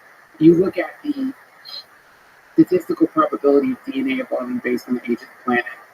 You look at these things, and not just that, you look at the mythologies of the world. It all points towards some kind of advanced intelligence bioengineering a planet for some reason or another. I mean, even like, have you ever read the parable of the sower? You know that Jesus said, do you mind pulling that up, Jamie? I don't have it memorized yet. The parable of the sower. When you think of saying this, sower, SOWER. Oh, like sow? Like sowing? No, like planting seeds. Sower of seeds. Right? Planter, the parable of the sower. S-E-W-R. But when you think about this, generally this is the idea of like there's people who are going to like understand Jesus as God. But if you look at it as an extraterrestrial intelligence planting seeds on planets versus it becomes this like crazy, the sower is the parable of the sower. They're seeing, they do not see. They're hearing, they do not hear or understand. And then, where is it at? And he told a farmer went out to sow his seed. As he was scattering the seeds, some fell along the path, and the birds ate it up. Some fell on rocky places where it did not have much soil and sprang up quickly because the soil was shallow, but when the sun came up, the plants were scorched and they withered because they had no root. Other seed fell among thorns, which grew up and choked the plants. Still other seed fell on good soil where it produced a crop, 160 or 30 times what was sown. Whoever has ears, let them hear. Whoa. Listen to this. The disciples came to him and asked, "Why do you speak to the people in parables?" He replied, "Because the knowledge of the secrets of the kingdom of heaven has been given to you, but not to them. Whoever has will be given more, and they will have in abundance. Whoever does not have, even what they have will be taken from them. This is why I speak to them in parables." I'd be like, "Bro, what the fuck did you say? Can you break that down? Did I have that kind of podcast? I've had got him." Do you have friends? Okay, when you talk to friends, like you should, when you say like complicated things, you should make them make sense. So I know you're smart. You made the whole universe. I'm not being disrespectful, sir. But what did you say? Well, let me Why do answer you it. speak in Parable, you see, imagine a flower growing from stone. Sometimes the stone is angry at the flower, but sometimes the stone glows with light. This is why. Is it because we teach kids that way, kind of? We kind of teach kids almost in parables. Well, We teach kids like a simplistic form of everything. well, I think it's an acknowledgement of a kind of spectrum of intelligence, right? It's like, right, the idea is like, let me give you a little data fractal here. That's why it's so weird when someone talks down to me. It works. When someone's like, "I don't know if you know, but let me explain to you, please, what's wrong with the way you think." I can't wait to hear. It's the grossest way to talk to people ever. It is so. It's an absolutely a sign of low intelligence if you're so idiotic that you think And you can behind read it. Yeah, but how do you feel think? but you're deciding to be mean about a point of discussion. That's right. That's what it is. You decide to be mean. Instead of saying, I have a lot of knowledge about this. If I could tell you what I know, like this is why I believe what you're saying is not true. Yeah. Because I actually have a PhD in this, and this is how we know this, and this is how we know that. And then you go, oh, that's essentially what Eric Weinstein did to Terrence Howard. Right. So when Terrence Howard was on the podcast, there's a lot of things that are saying that were true and really fascinating, very interesting. It's a very brilliant guy. Yeah. Eric Weinstein is a legitimate PhD in mathematics. Right. He's super fucking crazy, scary smart. And he said to him, he said, "Look, I'm not giving you peer review." He goes, "I'm not peer. You're not my peer." He goes, "I'm an expert. I'll give you an expert. I'm saying you have a lot of really interesting things. Just stop teaching people. Stop teaching. It's offensive to the people that actually do this for a living. That's all it is. It doesn't, you are like us." This is what he said of him. He said, "He's one of us. He just went down a different path." That's right. He's a brilliant guy who has like a strong desire to understand the universe. Yeah. A strong desire to understand things. But he's not, you have to go down the path of peers. You have to go down the path of, you've got to be with all these other legitimate people to bounce these ideas about. And the only way you really get in touch is you have to find some online community of legitimate people that accept you. You have to be invited to something. Oh, you have to fucking attend the university like all the other guys did. That's how you find out, especially when it comes to shit like mathematics.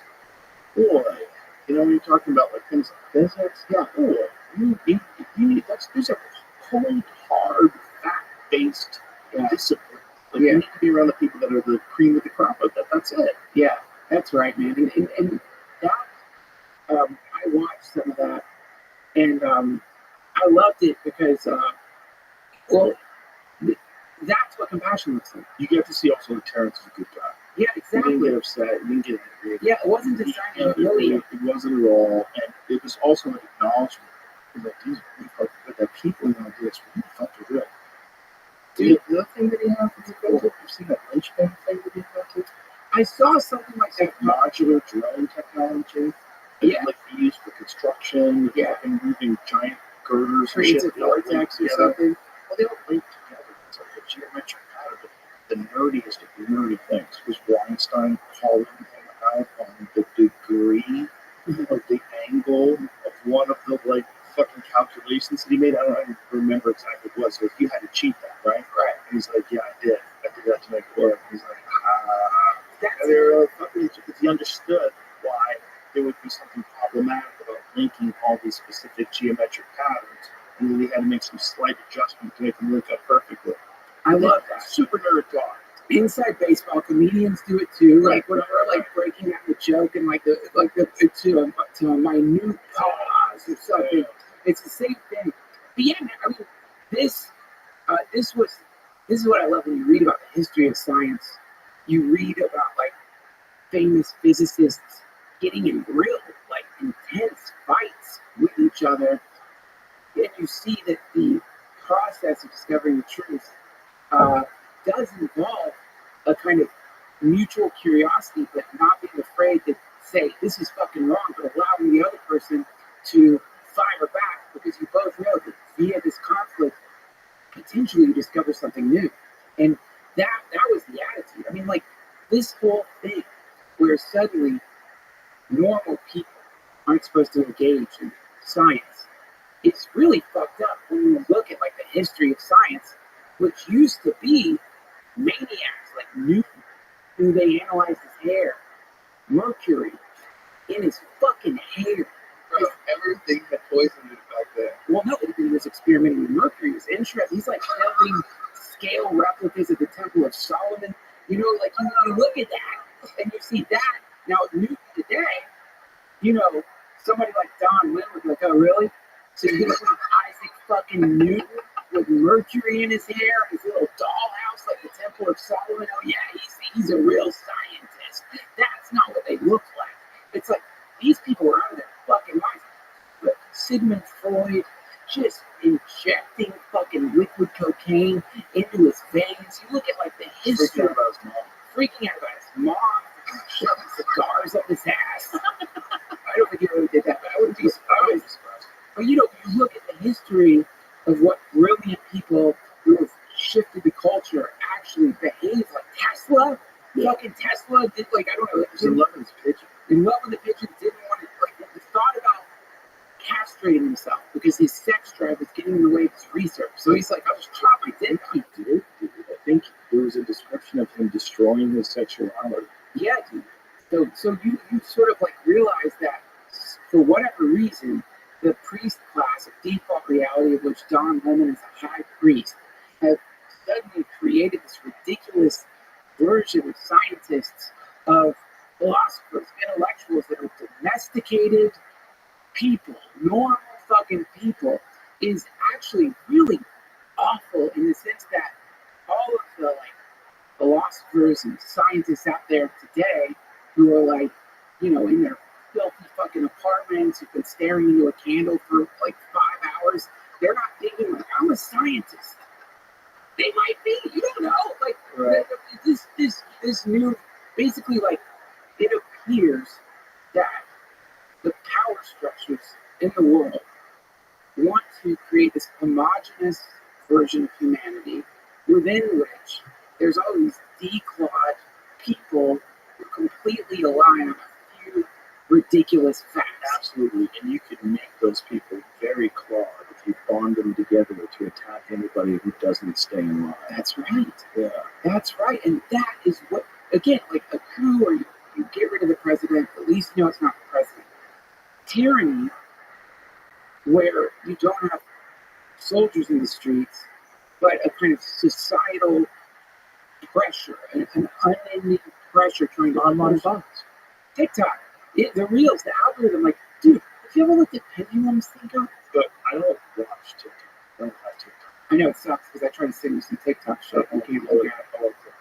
But I don't, They probably work infected with these some of those things. I'm sorry. It's probably a user agreement. I still send We you. agree to infect other people's phones every time we send a link. I keep open your like I try not to do it.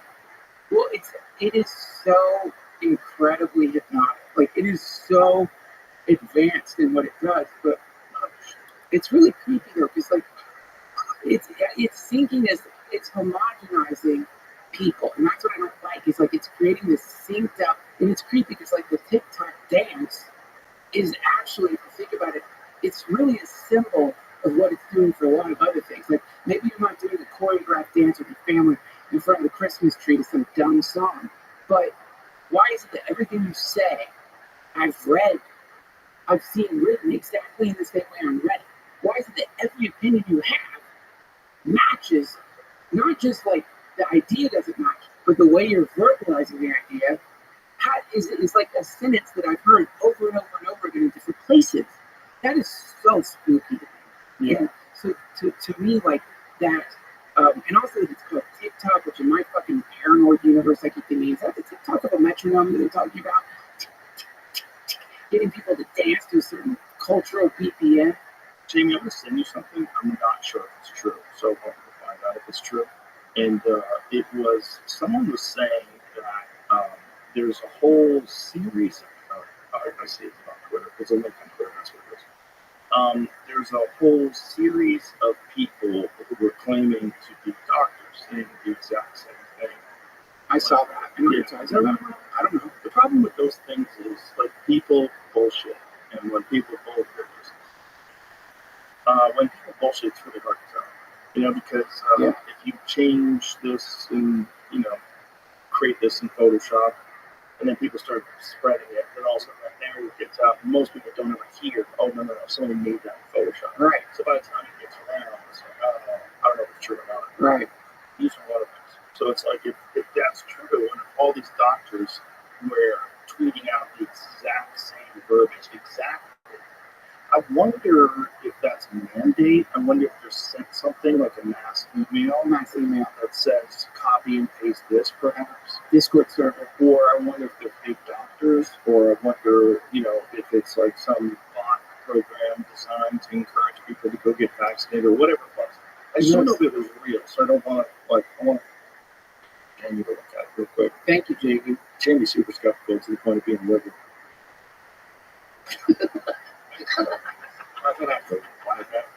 He's triggered. He's triggered. I know. Jamie's not really close. Yeah. Jamie's very down. Hey, Jamie's not Let's say a you're a centrist. Is that correct? Yeah. I think so, right?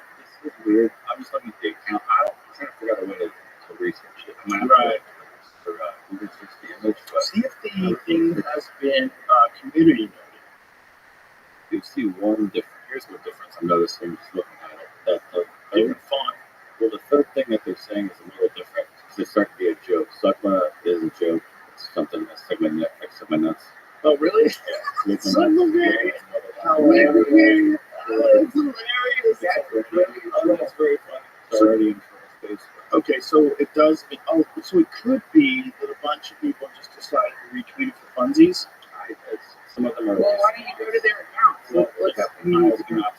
Or it could have been one of those things where someone got caught. Do you remember when there was this like misinformation video that got out? There was all these local news anchors giving the same exact speech in verbatim. Yeah. In tune. In time. Yeah. It's really weird. Yeah. Play that, Jay. No, I mean, how that happens. Yeah, they get it as Just the same script. I know, right? But it's about misinformation. Oh, yeah. Right. It's weird. Right. It's weird because they're basically protecting the job. So what is they've been caught stealing money? You know, they're gonna get fucking pot of gold. And, you know, the people at the door are like, oh, you got gold in there. Well, you're hearing this misinformation. It's all misinformation. We are the #1 source of news, and we're dedicated to give you the true, objective. Right. Is it what company is it that makes Maxine Claire. making let's just play it? It's so crazy that these people are the people that are in charge of giving you the news. They're reading off this thing, pretending that these are their thoughts. This is what's bizarre about that, where it's untenable. Because people know that those are not their thoughts. They know they're reading the scripts. Right. Everybody knows it. So it doesn't work. You're just making noise with your mouth, and people are still on Twitter. Well, they get You know what I mean? They're still like reading what's actually going on versus what you're saying. Also, the idea is you get these people to dress up like humans and then just get them to like in tone whatever the fucking thing is you want them to read, and we think they're one of us, and so we believe them. Jamie, did I send you the thing where the girl is, the woman is giving a press conference on the UAVs and the drones, and she's saying we don't know what they are, they're not ours, and they're not adversaries.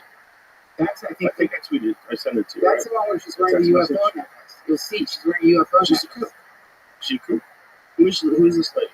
I don't Is know this who she lady is. legit press conference? All I know, she's in front of a podium, so I trust her. That's what I go by. It's a I can podium. get all the fuck up there. Nobody can tackle She you. must be telling the truth. Yeah, You're at the podium. totally.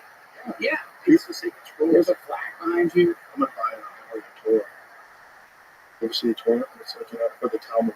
You can just buy. You're gonna buy the actual scroll. It's gonna be right. That's a terrible responsibility for him because you have to like treat it really carefully.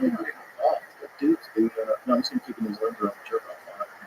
Did he say that? No, he won't. I promise He you. still believes. He's not gonna jerk off on the tour. I promise you. He's gonna put it. Oh, Tom, the tour.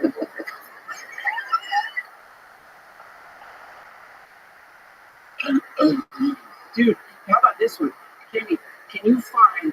You remember that lady they hired for the ministry? It wasn't called that, but it was like Ministry of Disinformation. Okay, can you find the Ministry of Disinformation lady singing Supercalifragilisticexpialidocious? You've seen that, of course. Yeah. That was Cindy crazy. Orwell. I think Cindy Orwell. That's not good. I just made that up.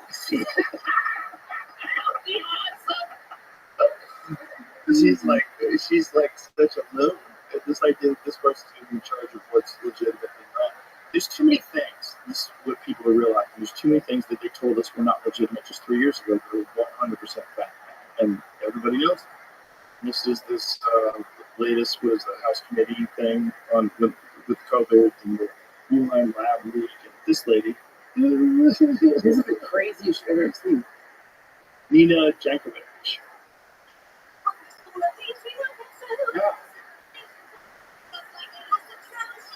Can you imagine? They think we're idiots.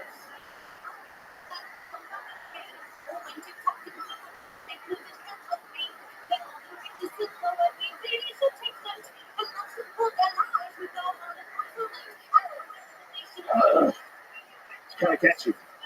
I mean, she's beautiful. That's what Animaniacs did. This is real.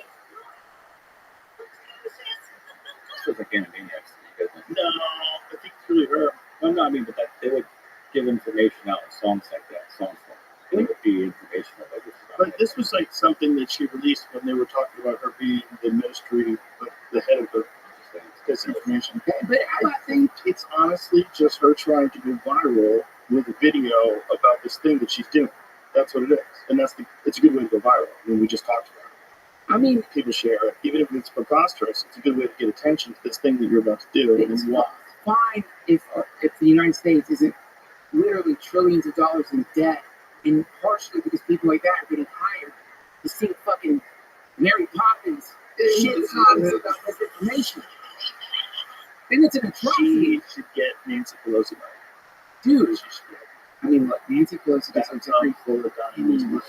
bathtub full of diamonds. Just crystal and diamonds in the bathtub.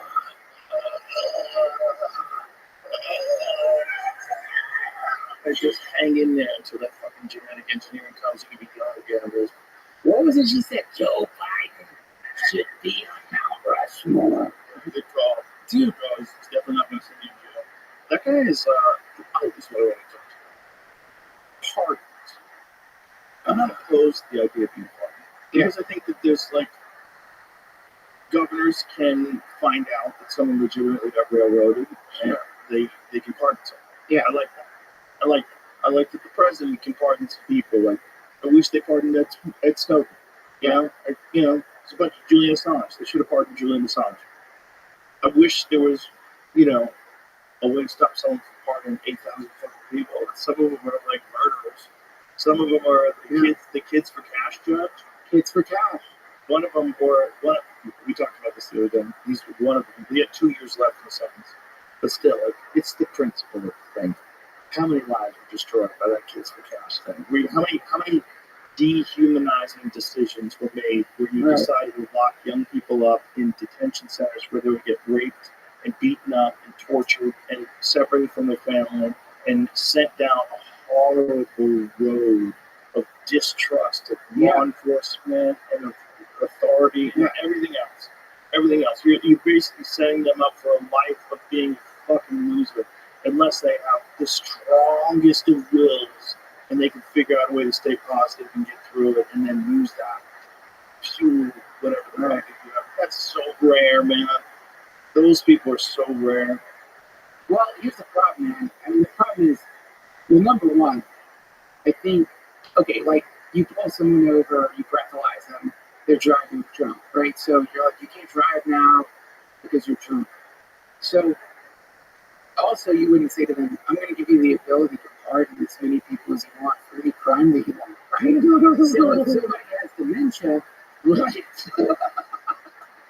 Why did they do all the pardons? That's so crazy. That's Crazy. such a great point that I never even thought of. Yeah, wait, so Why would you still give them that power? well, the other thing that's really fucking crazy about it is, I don't know what the president makes a year, but it's not enough money. You barely pay the president anything. So I think it's like $400,000. $400,000 a year. You So can't say that's great. That's Dude, barely. I know. I mean, for the actual job. I mean, literally every day you're shitting blood because no matter what you do, you say the wrong thing. 5,000 people accidentally die. It's the most stressful job on earth. I'm saying the actual thing, theoretically, in my mind. So I would say, you know, in the way that we pay our football players a shit ton of money, baseball players a shit ton of money, the Yes. dude theoretically keeping our country from getting nuked should make a lot of money. Why not? How about we pay them more, but they can't do speeches? No speeches afterwards. Okay. No paid speeches when you leave. You write books. But none of those paid bank speeches. None of those $500,000 speeches. That's so to me. It's like on your way out, you sell pardons. On your way out, you via some God knows what mechanism that's probably been in place for a long time. People are able to give you this or that, and you pardon that person. That's where it's fucked up. It's like, dude, come on, man. It's trading. That's how it works. That's how it I'll works. give you a little this. You give me a little that, and we do it right in front of the world. And We're dude, gonna let out murderers. and then especially if you got cooed.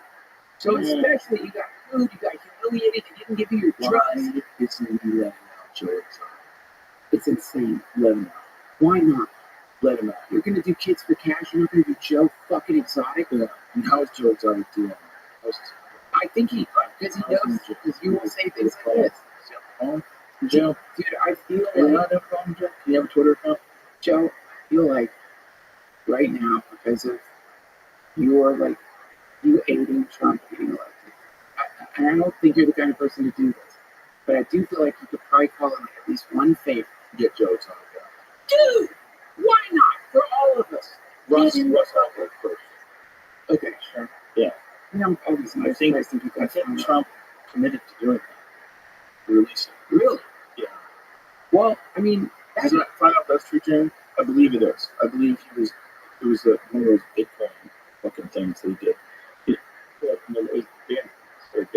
libertarian. Yes, that's right. Libertarian. That's libertarian and Bitcoin in the same fucking category in my brain. Was it barely tuned in?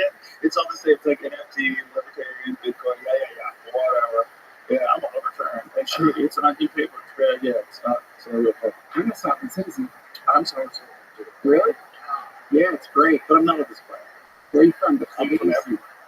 I'm from everywhere, man. I'm Johnny Cash. Dude, that's I'm a lot of places. everywhere, man. I'm What a great song. What a great fucking song. Johnny Cash, fucking man. Oh my god. Fucking man. That's an incarnation architect. Like if we get to like if there's a VHS library of incarnations, there's a long line with Johnny Cash. I'm thinking Johnny Cash. Top 10 probably. Can you imagine being Johnny Cash when he played Post Prison Blues? It's the most incredible. He played at the prison. It's incredible. Paul Rodriguez did a comedy special at prison. Like Great. way back in the day. I forget when it was, but I remember, I believe it was an HBO special. And he did it live in a prison. Fucking So badass. Buck wild. I mean, if you were going to do that, you'd have to work. You know who could do that? Joey Diaz. 100%. 100%. He would murder the prison. Yeah. Metaphorically. I mean, if there was a simulator, and this is again, like, This is part right. Beyond bars live at St. Quentin in 1991. Respect for Paul Rodriguez. I don't even know if it worked. Were they laughing? Was they laughing? Just were they having a good time? Yeah, That's crazy. I'm joking. I'm sure they rushed him. It was also the guards get stopped by the time they beat him to death. I mean, 50 dudes just rush him. seriously, you're thinking about that before you're on stage. Like, you feel like, I mean, like, yeah, do they all line you up? It's San Quentin. He was popular at the time. Well, he's still popular, but he was very, very popular at the time. There's a guy probably in the audience who like wore his daughter's new trails as a necklace. You know what I mean? Like, Ate his neighbors, right? Fucked his dog. it's badass. That's a badass move. Crazy move. That's a Yeah. badass move. I mean, dude, when you think about all the shit that we're talking about, and really when you sort of look at like just among our group of friends, the insane events of the last few months. Tony Hinchcliffe was misquoted by Obama. I mean, Here's the speaker. At the Trump rally, he said Puerto Rico's a pile of garbage. Those are human beings. Dude, I mean, nobody's well, he's withered. but these are vampires. These are like you got bit by a hooch. Like you got a parasite. Yeah, Years. reading the Necronomicon. He's Yeah, right. You have the Arthur cover like that. Right? Yeah. Like you're cooking. you're cooking. You're aging. You were 55 years. You're a really good looking 70. There's something weird. I mean, just think about like what that's like to be the star. You know, like I'm saying as far as power goes, I think power must be so addictive. And so you're the fucking president, not just the president.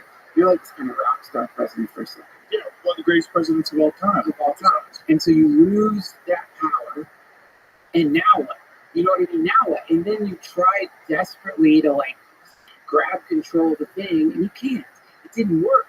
So essentially, whatever like prana or energy you've been extracting from having that kind of power, it's gone.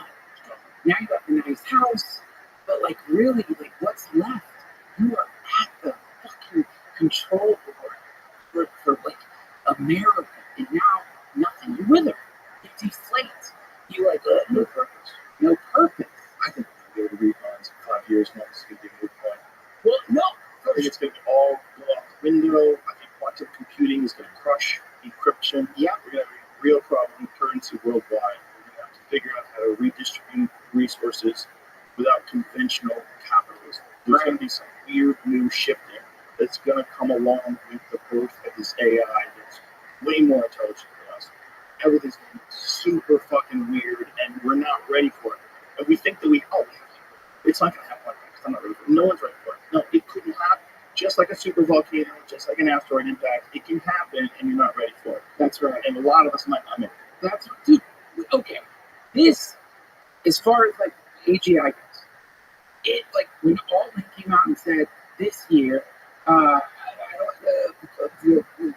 the CEO from the company, I think they made I don't know, one of the other AIs, said 2 years from now, I think. But the idea is if Biden came out and was like, guys, got some news. We've detected a mothership. It's coming to the planet in a year. We don't understand anything about who they are other than they must have extraordinary technology based on what we've seen of their ship. I'm good. The whole planet, the next few years will just be getting ready.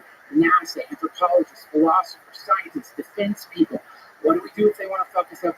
What do we do? How do you interact with aliens?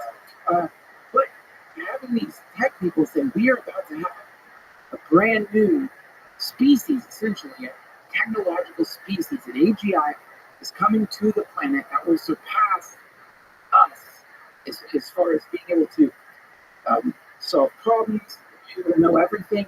It's going to be here in about a year, maybe 2 years. You would think the reaction to that would be, okay, we've got to get ready for this. What does that mean? What's going to happen? And we can't Get ready. Maybe that's what the scramble is all about. But we just have to fucking die screaming. Merry Christmas! Maybe it can be solved just like Australia just couldn't figure out how to make a plane. We're not prepared for it.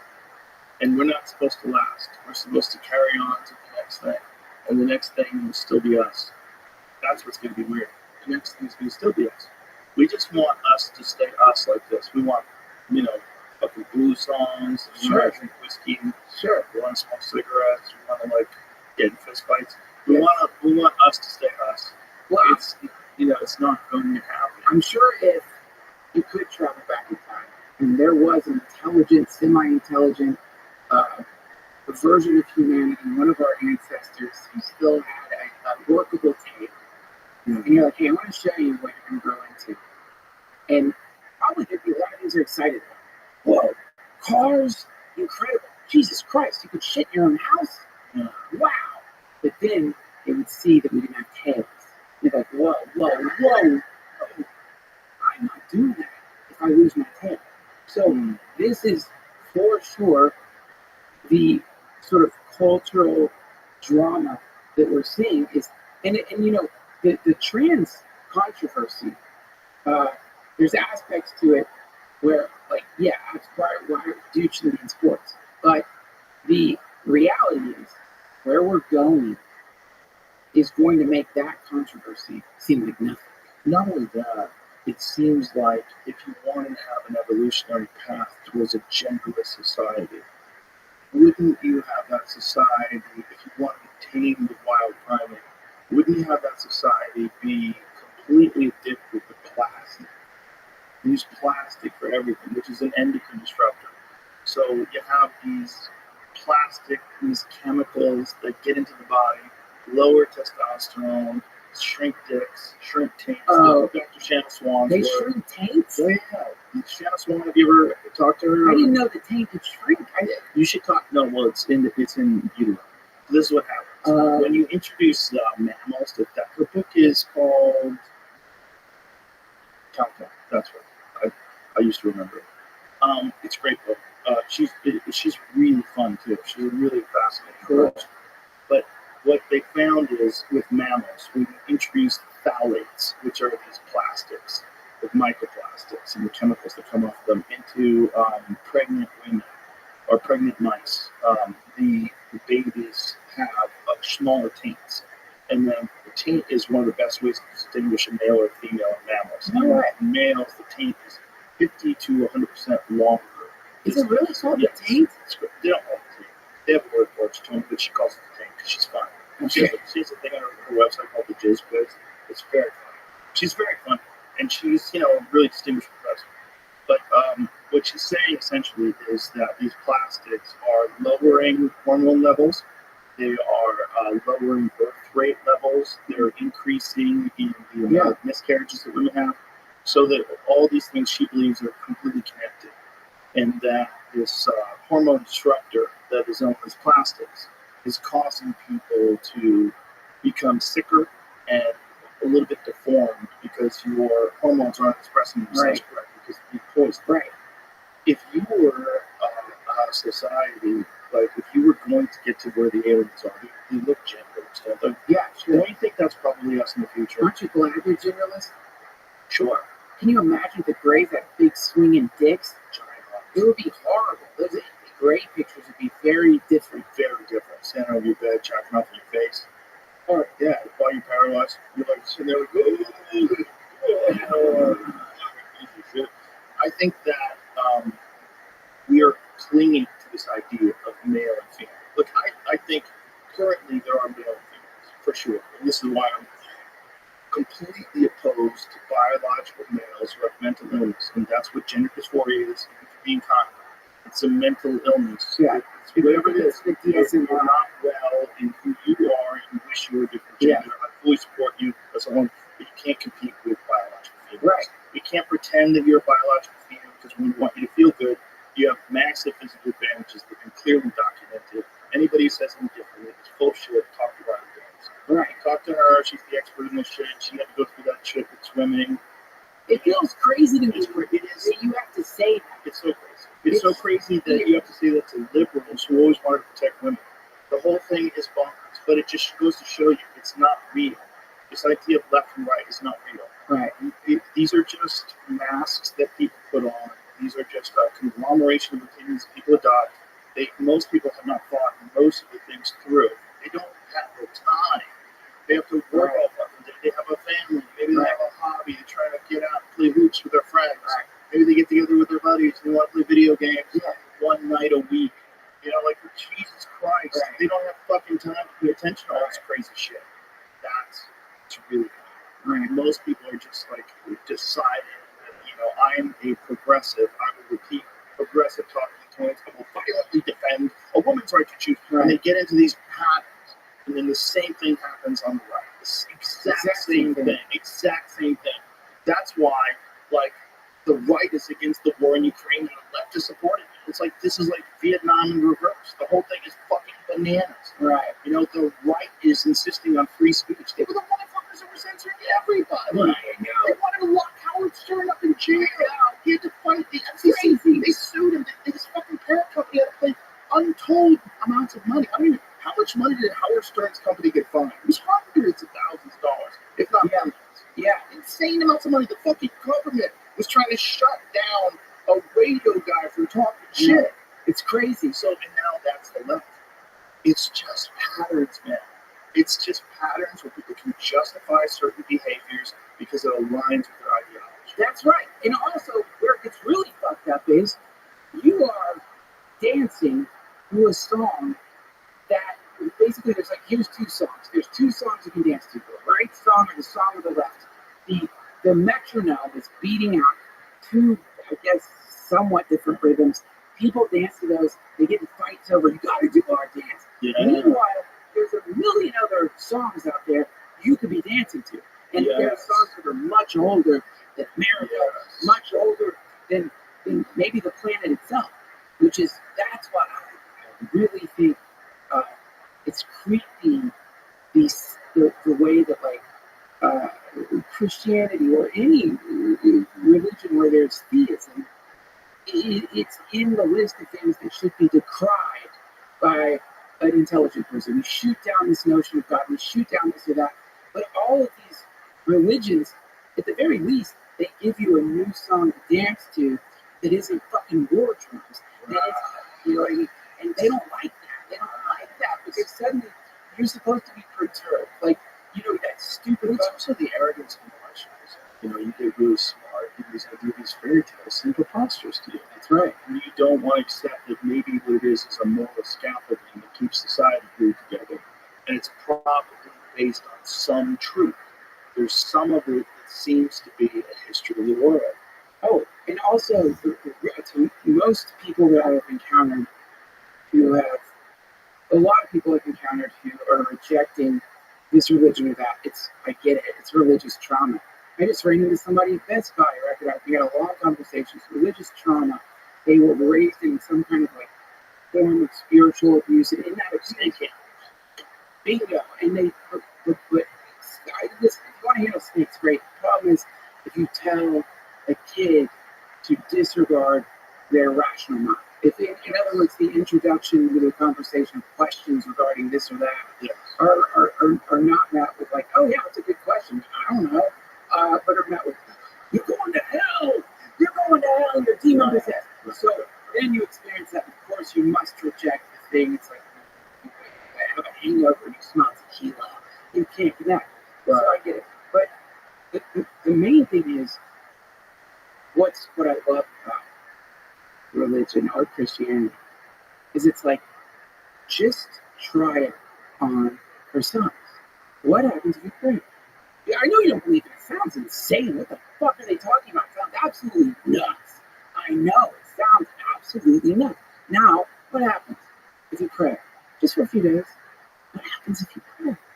And then, once you start doing the experiment, it starts off with like, this is just, I'm going to do it. It's probably bullshit, appealing to the masses. But then you realize you're getting pulled in, not in a bad way. But right away, there seems to be some feeling of connection, some sense of something a little different from what you're used to experiencing. And sometimes that can be really scary for them. And they're like, fuck this. No, it's getting me. And it's like, to me, that should be the experiment. Anyone who's skeptical. And if you're skeptical about Christianity or any religion, you should be. You should 100% be skeptical of it's like what Mark Twain said. Religion is what happened when the first con man at the first fool. What you should be skeptical.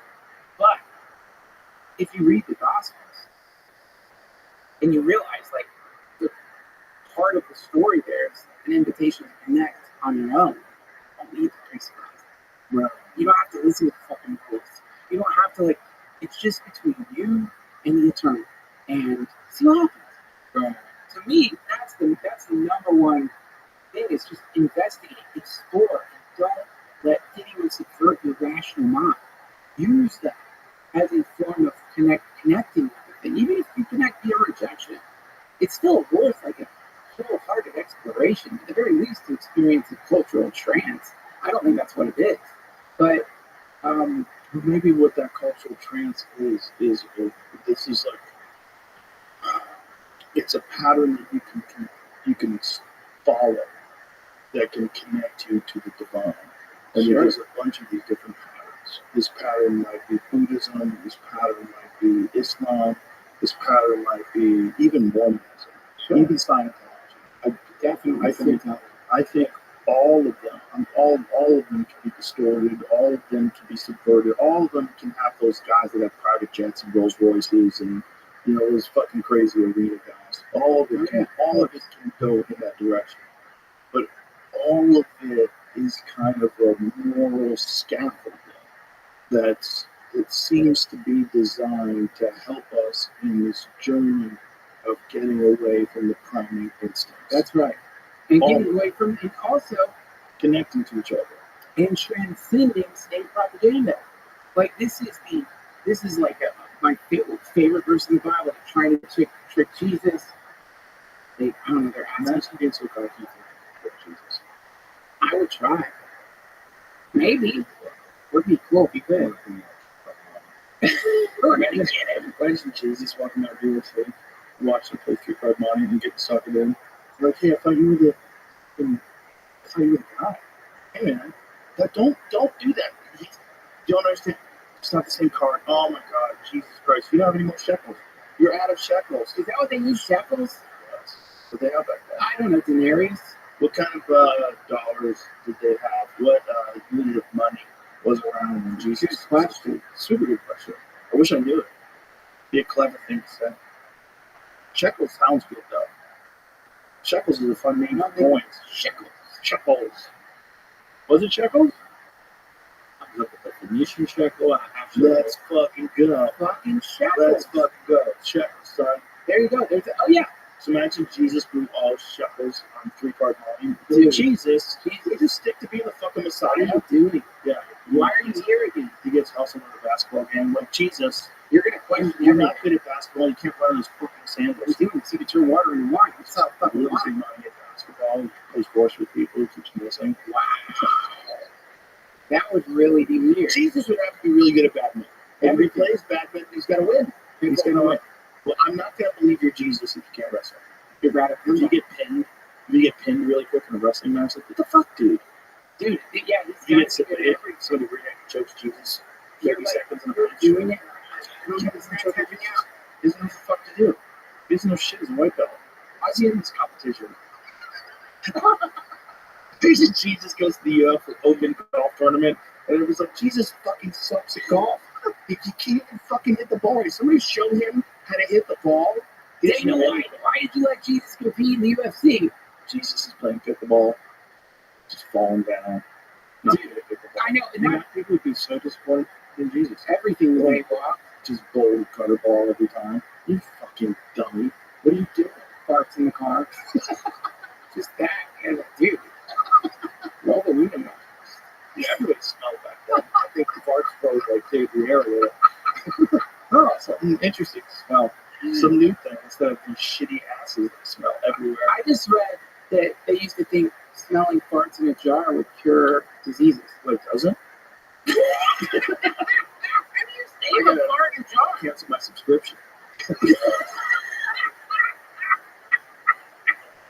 How do you mail There it? was some young lady that we featured on the podcast at one point in time who was making a ton of money. Farting in Selling jars. Yeah, selling farts. Dude, that's incredible. I hope she didn't fart in those jars. I hope those dummies. It's just 2014. No, smelling farts in a jar does not cure disease. It does. Look, And you don't know. You dude, don't know. read that. In 2014, My news that comes. chiropractor told me that smelling farts was really good. These claims are based on the University of Exeter press release that was not about smelling farts.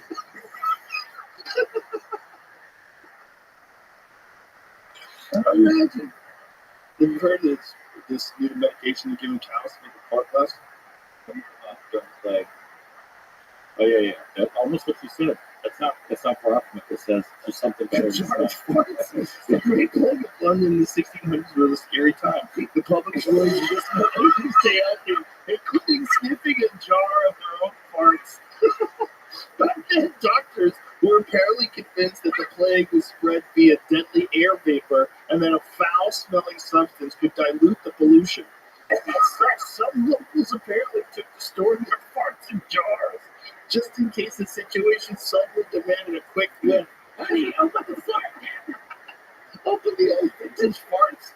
I'm gonna get them farts from when I was 23 and I had a good gut biome. Dude, like, That's so hilarious. that is so fucking crazy. I want to know how long it lasted because from what I understand, that you can't really fart in a jar and keep it there. Here's- But by the time you seal it up, it's probably sealed up with so much oxygen. There's only one way to find out. Get Ari. You Ari. can't already fart in a jar. Just get there and lie to you. It's so gross.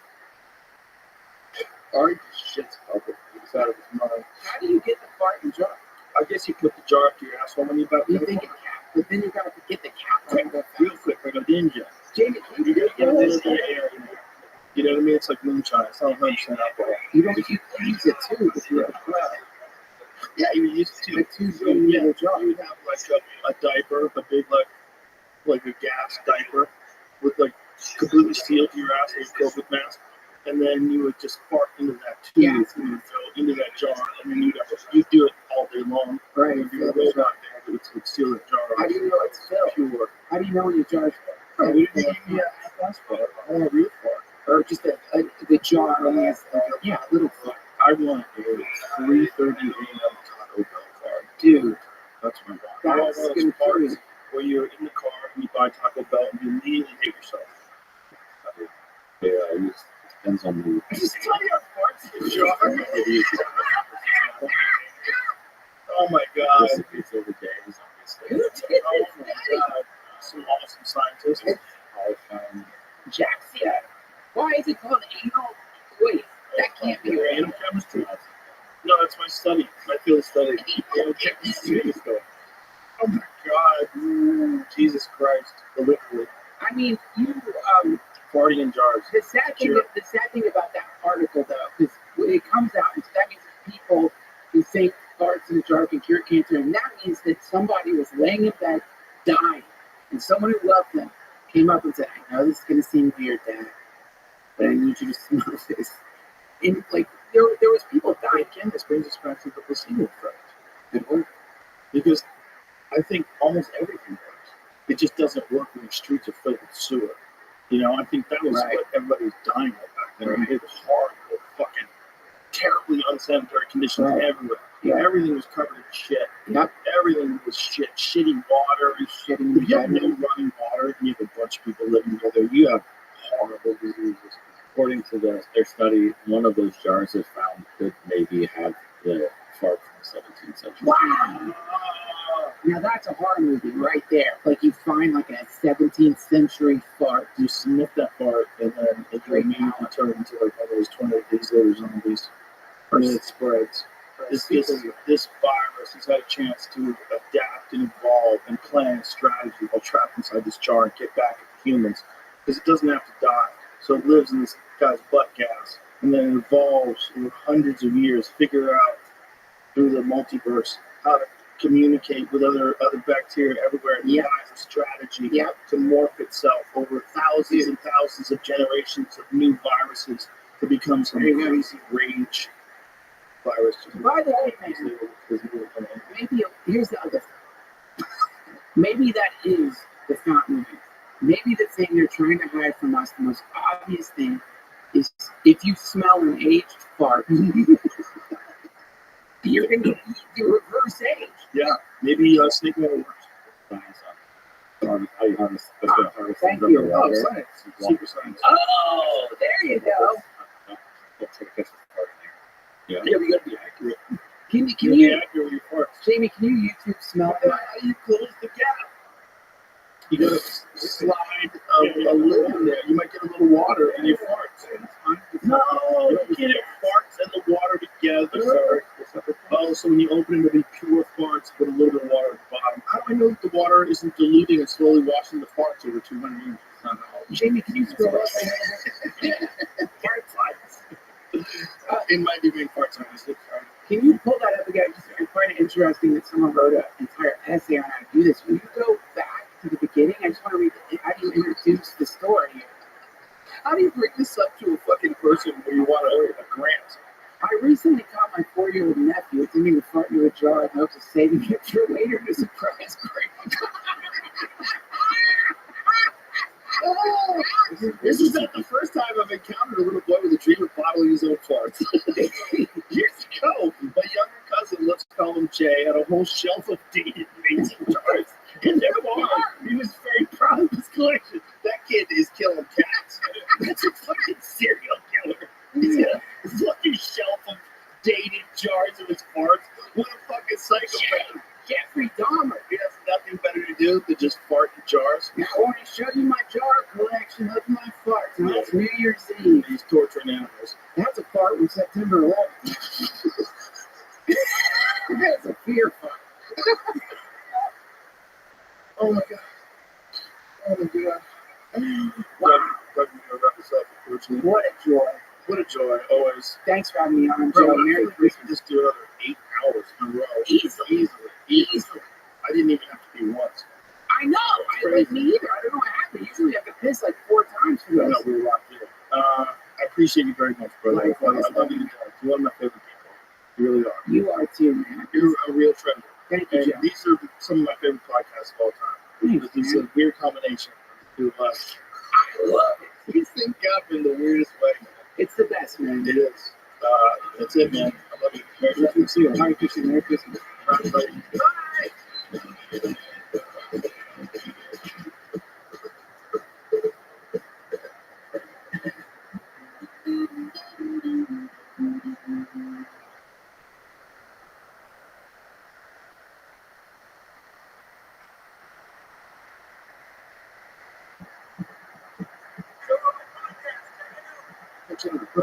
Experience. Train by day, Joe Rogan podcast by day, all day. UFO expert in a lot has been going on. This is, I know you ran the bridge.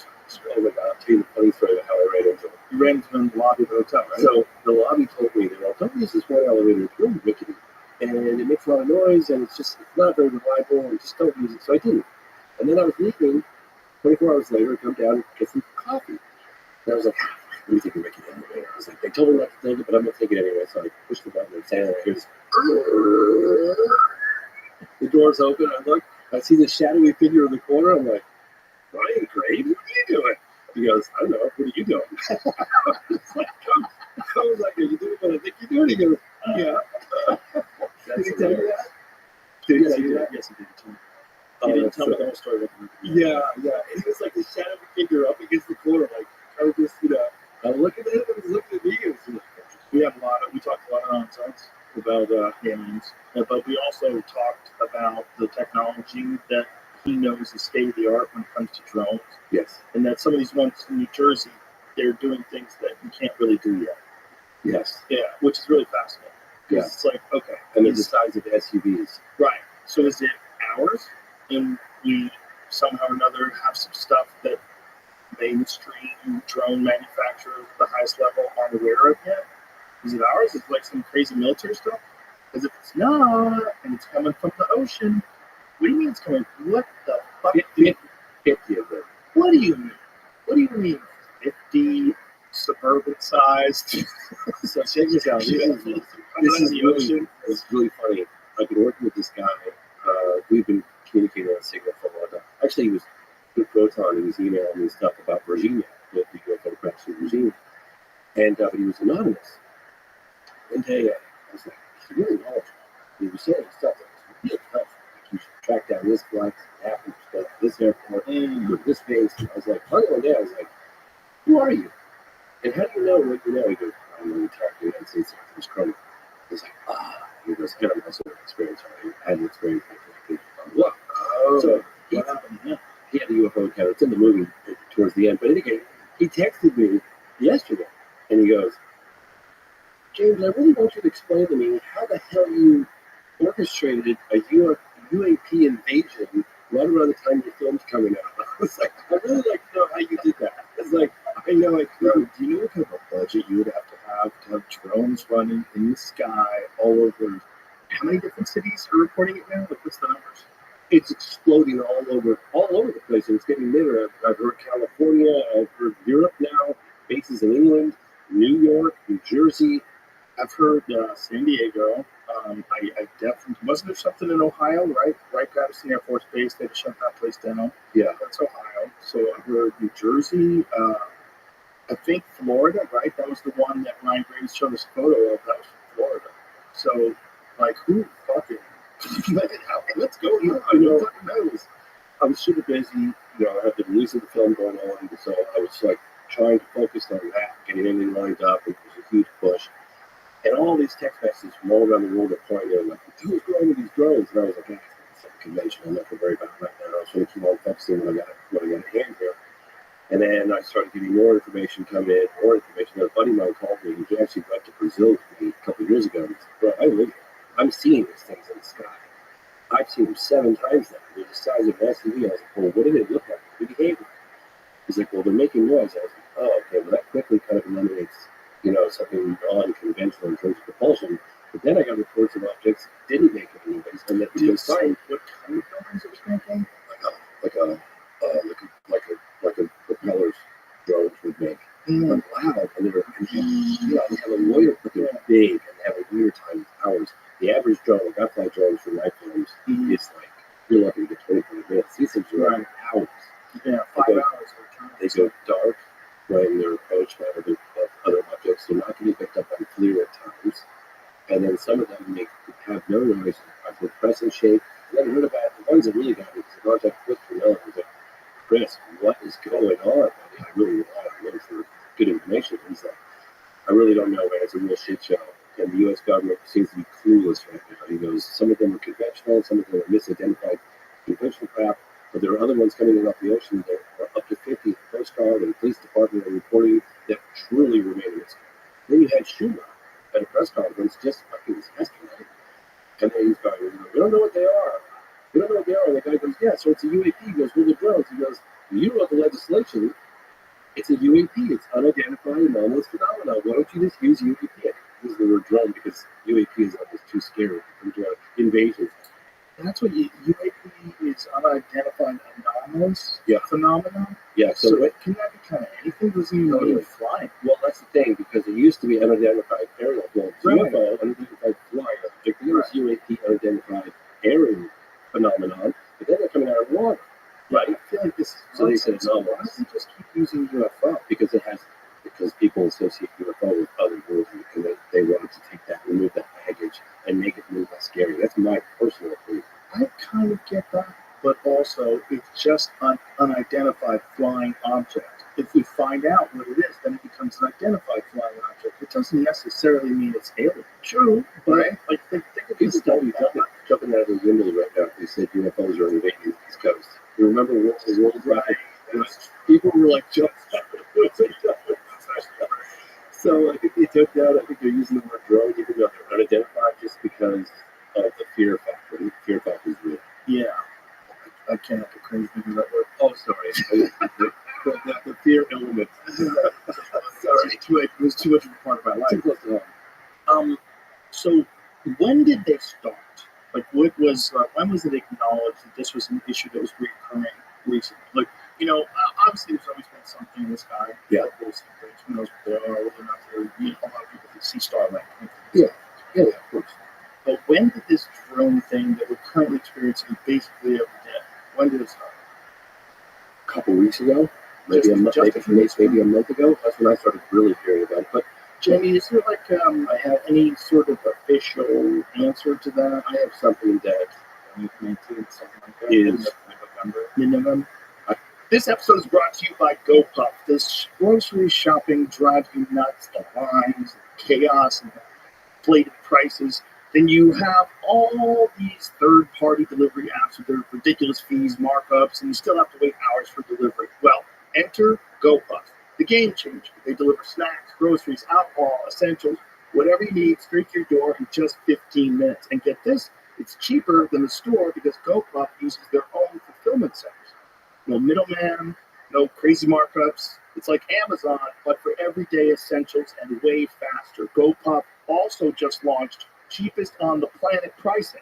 Think $2 organic eggs, $2 milk, $5 diapers, $10 Tide Pods. It's insane. They're beating big grocery stores at their own game. So do yourself a favor, download the GoPuff app on your phone, use the code ROGAN20 for $20 off your order, and experience faster, cheaper, better shopping. Trust me, you'll thank me later. I have something that this is about an air base in Vandenberg Air Force Base, 2003. And this is not about this, but this is about incursions over listeners from this individual that I met at Seoul Conference. He's a witness, military guy.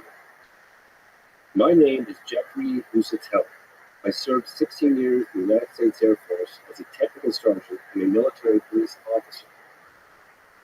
In October 2003, my coworker and I witnessed a series of extraordinary UAP incursions at Vandenberg Air Force Base in California. The initial event is known as the Vandenberg Red Square, and it was first mentioned during the historic UAP hearing held in 2023. The case involved Boeing contractors who witnessed a huge red square-shaped object, roughly the size of a football field, hovering over a missile defense system. The object was silent and had no visible means of propulsion. The contractors watched in amazement as the massive object slowly drifted east and vanished into the hills. I retained official Air Force records of the event, including the log report entry, which includes the names and contact information of all the witnesses, and provided it to select members of Congress, Aero, and the FBI. Aero's in the task force, all-domain anomalous resolution office. After the initial event, several other UAP incursions took place at Vandenberg. I was on duty during many of the encounters, and I investigated the incidents as they unfolded.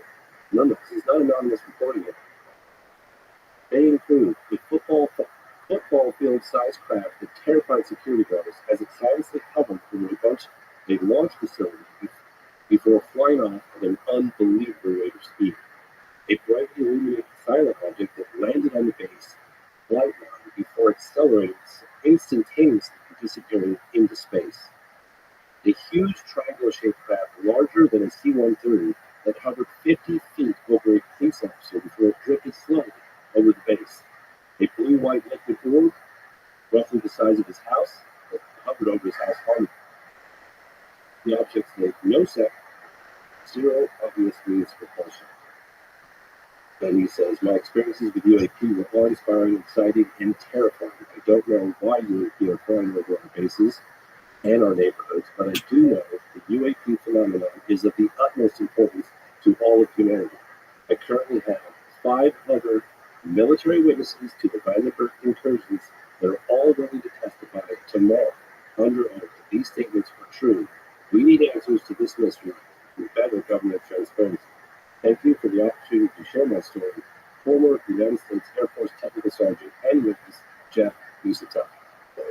Crazy, right? I mean, we're talking objects the size of a football field, And then took off in insane fast, just like the Tic Tac. it's straight up into space. So this was what was the exact date of this? This was 2003. There was a number of incursions during that year, up all the way into 2005. And he has the names, and they submitted to the New York Bureau. That's interesting because that coincides. It does coincide. I wonder if it's like vacation season. You know, it's like every few years. It's gonna take a little bit. You know what I mean? Maybe it's like a real thing that has to get there. Maybe it's one of those things like you can go to Australia, but it's just it's 16 fucking hours on a plane. It's a long flight. Oh my gosh, You I know what I went mean? to South Africa one time, and that was like 22 hours. I was like, the plane's gonna run out of gas. That's exactly what I'm saying. It's like one of those things. It's like you know that it's pain in the ass. So maybe they only travel on Earth every now and again. How could these incursions have been taking place? And like, here we are 20 years later, rolling now, and we sort of talk about them. I think the reason being is if you don't understand it and you can't protect people from it because it's so beyond our capabilities that just describing it accurately removes all confidence that our government has everything under control. That's one reason why. And also, if you have no answers, you don't know what the hell it is. That's a very good point, yes. You don't know what the hell it is. What are you even going to say? Hey, there's something that changed. We don't know what the fuck it is. It's a big football field shut off in the sky. We have no idea. They'd be like, what do you mean we have no idea? Hire somebody who understands this. And then they'd be like, fire him. Get him out of hospital. I remember like 20 years ago, bright-eyed, bushy-tailed, totally naive, still naive, but I was meeting with a general, and I said, God, it's so amazing, you know, the story is like so unifying, and we have this kumbaya moment, and we're discovering that, you know, we're not alone in the universe, and wouldn't that be amazing, and blah, blah, the implications of all humanity. And he sat there almost chuckling. He goes, looked at me, and he goes, you got it all wrong. You know, you got to see this through our lens. I was like, through your lens? He goes, yeah, the military's perspective. I was like, okay, tell me. And I never thought about this before. You just mentioned it. He goes, okay, imagine this scenario. We sit there and we say, my fellow Americans, it has been brought to our attention that there are craft of unknown origin whizzing around with impunity in airspace. They exhibit technology that's light years advanced from anything that we have. We don't know who they are, where they come from, what they want. Shall they try to be hostile? We have no visible means of defense against them. Thank you and good night. You're fired. You're fired. You're fired. And there's like electronic will come along. Make a deal with the aliens. Yeah. But you see that predicament? Yeah. People always go, why is secrecy? Duh. Yeah, you have to have secrecy because you got to imagine the job of a politician in general, right? Like you have to pretend that you're going to be able to handle situations that you well know you're not going to be able to handle. Yeah. You know, if you're running for president, you know you're not going to fix this economy. Right? Stop. Just stop. Everything's going to go to wave the magic wand and it's all going to be taken care You of. know you're not going to implement electric cars over the stop. Stop. Shut the fuck up. It's not enough batteries. So if you're lying about all that, you're probably going to lie about whether or not you're feeling a threat. I will unite us. I will unite us as a planet so we can deal together with the aliens.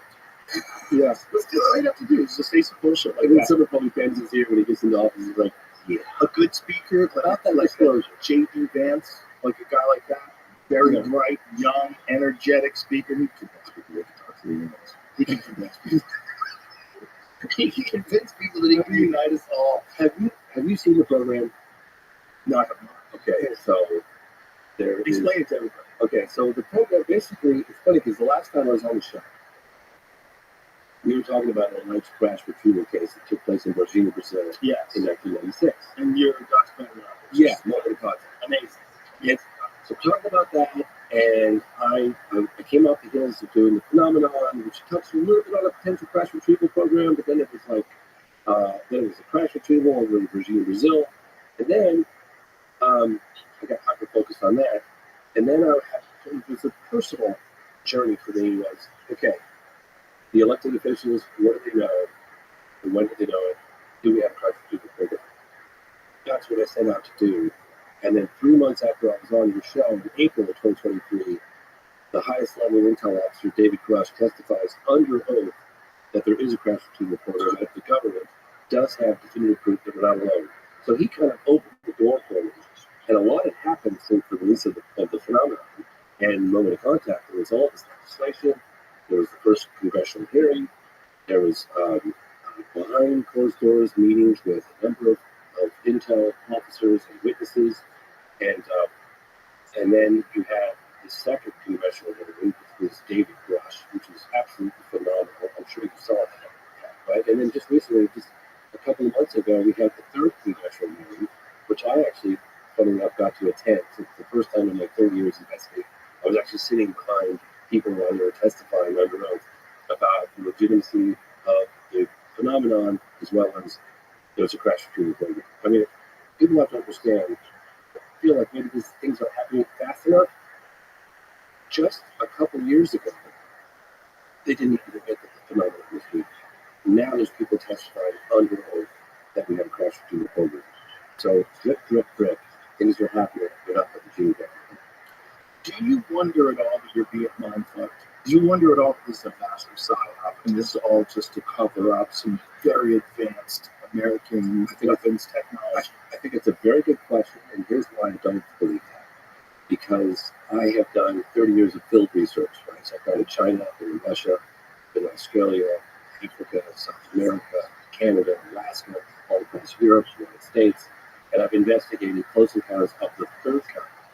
And I would ask your audience, don't take it from me, but the United States Air Force investigated and categorized close encounters of the first, second, and third kind, right? During the official capacity, Project Sign, Project Blood, Great lucky movie, by the way. Haven't seen it, folks? Close Encounters of the Third Kind. Probably the best alien invasion movie of all time. Dr. Hynek has a cameo appearance in the film. Did you know that? I heard that. Yeah, I don't remember who was the wasn't the French guy? Did he? Yeah, Jacques Vallée. It's supposed to be Jacques Vallée. Jacques Vallée has a cameo. Well, there's a guy acting his part, but actually, Dr. J.L. Hynek, who is a scientific advisor to Project Bluebird all those years for the Air Force, actually has a cameo appearance, smoking a cigar during the encounter. And That's right. That's right. That's right. Yeah. Smoking pipe. smoking a pipe, and he, a lot of the cases right down to Richard Price's face being burned by the UFO, those came directly out of Project Bluebird files, even the description of what the entities look like. Close encounters, again, close encounters of the third kind. This is the United States Air Force document this time. Yeah. And he took it directly out of Project Bluebird files and made a movie out of it. And as a little wink, wink, nudge, nudge, he has Dr. Hynek have a cameo appearance in the movie. You know what? A lot of people don't know that. It's a fantastic movie too. Because it's a movie that's filled with. It's not like standard UFOs land. Like there's some play going on. There's some weirdness to the way they interact with us. That sort of is much more realistic in terms of like the things that people experience. Yeah, they experience interactions, very strange interactions. And when they have those little orb-like things that are flying around the movie, that's all straight out of. Oh yeah. Yeah, 100%. I've never had a buddy of mine who was a pilot over in Europe in the 70s. He used to come for family dinners and we'd always talk about it. I was like, yeah, whatever. And then later on, when I started getting interested in UFOs, I was like, oh, cool.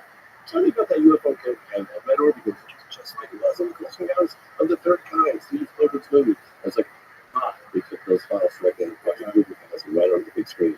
That's what the Foo Fighters were, right? Yeah, Foo Fighters too. They have little warps. Yeah. Fighter pilots are flying around. They're seeing these things with them. But let me ask you, this is why that I don't think it's a side effect. I don't think it's a side effect. Well, the reason why I don't is because, okay, I don't just believe Rush because he testified on both. He's a high-level intelligence officer. And that's very impressive. I believe Rush because his claims align with my personal research in the field. Remember, I've investigated crash retrieval programs, crash retrieval cases, right? Mm-hmm. And so when I put out Home to Contact, well, actually, when I went in to put out Home to Contact, people were going, James, you just dropped one of the biggest, most successful UFO films in terms of transcending the UFO community and penetrating a much broader, more mainstream audience. Are you sure you want to put out a documentary that deals with a large crash, 5 aliens walking around town with the G result? Like, seriously, that's what you want to put out there? That means you got access to Harry Reid and all these intel insiders. Now you want to do that? You're going to tarnish your reputation. It's a bad game. A lot of people did. I wish you could. Well, I was like, James, you can handle you it. probably heard about Moment of Contact, and then you thought, no, this sounds too crazy. No, you watched it. No, I thought, well, I always think a crash and contact sounds crazy. I know I that. always think that. But I would have never told you not to do it. Oh, okay. I would never told you not to do it. You're really good at this. You know how to, like, you're really good at, like, explaining. But you look half the tail. Yeah. Including the That's other. incredible story. It's an incredible story. It's a phenomenal story. It's one of those stories where you're like, everybody's been on this. This is crazy. Everybody's telling, and there's not one contrarian that comes out and they all told me to lie. I'm not fucking lying. This is stupid. They're doing it for tourism. Oh, Not one person. Come on. There's always some hater. There's always some hater who wants to ruin your gag. I remember. You know what I mean? I remember when I was making Moment of Contact and it wasn't coming. We went and saw it. He said, James, call me up. Bring me a contact. I said, the film's like that. I don't care.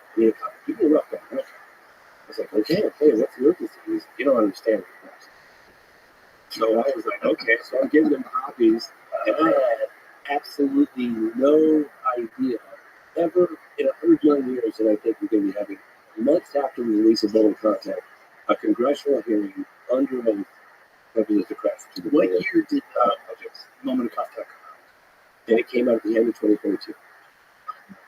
You think he sat down with Biden? That would have been wild. You know, he's been so dismissive of it all. Like, you know, Obama said a lot more about it. Why? Because he's in space right now. He's like, go He's in orbit right now. That's the best you could do. It's like documentaries on the glass house.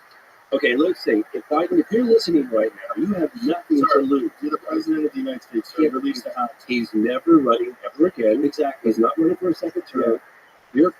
Come on, we're done. He's already pardoned more human beings than any president ever, other than Carter.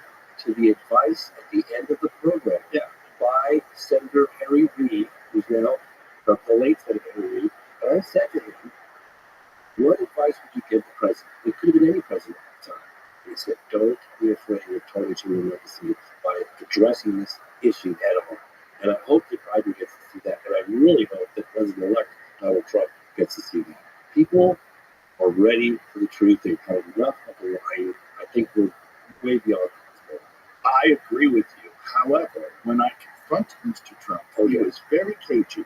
He was very cagey. I've seen some things. He told me some things. He didn't tell me shit. He basically, it was basically like neither confirm or deny. No, there was no honest. I don't do that shit. Especially to a pro like Donald Trump. Like, you know, yeah. I'm going to do it to an actor. So shut up. You know, so just with them. Yeah, Daniel Day-Lewis told you that he just ate a baby. You fucking believe it. You know what I mean? You know what I mean? Like, this idea that, like, what did his eyes tell you? What did his eyes tell you? It depends on the person. It depends on the person. If it's your regular crackpot and they tell you a lie, like, something's up. But there's people that can hide things. They can hide things behind their eyes. I think he knows something. I don't think he's that interested. I think he's more interested. I think he's a sort of a no-nonsense type of guy. This is why. You kind of have to be managing multiple businesses simultaneously, right? Yeah. He's always done that sort of work, right? Yeah. Being on The Apprentice, while running these golf courses, while having these buildings, apartment buildings, hotels. He's constantly doing something, right? Yeah. So while he's doing all that, and he's playing golf, while he's doing all that, there's no time for fucking aliens, man. There's no time for nonsense. There's no time for sitting around with your buddies, you know, smoking a cigar, going, what do you think, man? I mean, if I was dead, man, I would do what they're doing. You know, there's no time for that nonsense talk. That guy's got businesses. Yeah, we got objects of unknown origin, flying over residential areas, flying over military bases, flying over nuclear silos. Well, now I think he's much more interested because that's a matter of national security. I mean, it is freaking out. What the hell do we see? And they're going, we don't know what they are, but everything's fine. Well, he doesn't say there's no national security issue here. We don't know what they are, but you're fine. Don't worry. Remember, what was the Steven Spielberg movie with the shark, the great white shark? Yeah, Jaws. Yeah. Everything's fine. The mayor is like, keep swimming. Yeah, keep swimming. The water's fine. I don't say people are getting bitten. That's the perfect analogy. Dude, that is the perfect analogy. That is it. Everything's fine. Go about your lives. They're definitely sniffing drones. Come on. Sniffing drones. So what if some nuclear material was just stolen off a cargo ship? Whatever. Guys. All the online conspiracy stuff is crazy, and I get a lot of it because obviously what I do, and people send me all kinds of stuff. I was like, well, you know, it's like I'm looking for boots on the ground. But no, there's something really weird going on, and the fact that they don't know it, they mean that they don't know what it is. And here's another really funny thing. I actually, in the program that I did now, I hope you get a chance to watch it because it's crazy. It's got, tell people what it is. Okay, so basically, I was talking about earlier. Tell people the title. The whole program. It's called the program. It's going to be on air. It's on air. It just came out. It's at #1 right now. It's on Amazon. When did it come out? Yesterday. Oh, I know. It came out yesterday. It's on Amazon. It's on Apple TV, and you can Google the algorithms are just starting to catch up with it on Google right now. Everyone's nice. I can't find it. Look up the program and then Google James Fox UFO documentary. The program. You will 100% find it. It's being also made available internationally. They're working as fast as they can to get it up. It just went up today. It's the most independent film from start to finish that we've ever made. And it covers what happened, because everybody thinks the government suddenly had this epiphany to decide to be more transparent to general public. That's not what happened. What happened is there were a couple of intel insiders in the Pentagon reviewing some of this classified data, or so-called classified data, and resigned in protest of excessive secrecy. They found a loophole. This is Lou, probably Jay Stratton, I don't know for sure, definitely Chris Mellon, and they walked these evidence tapes out of the Pentagon through this loophole. They bent the rules a little bit and onto the front page of the New York Times. Right? So that happened, and it was exploded. And since then, there has been this unprecedented push by a bipartisan group of lawmakers to find out what the intelligence agencies know and when they knew. And so that started happening behind the scenes, right? So it's 2017, 2018, 2019, 2020, 2021, and then 2022, we're having a congressional hearing.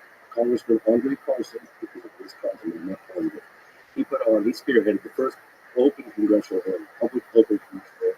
And in that congressional hearing, they acknowledged the fact that the phenomenon was real, it was slowly introduced, we were not getting told the facts.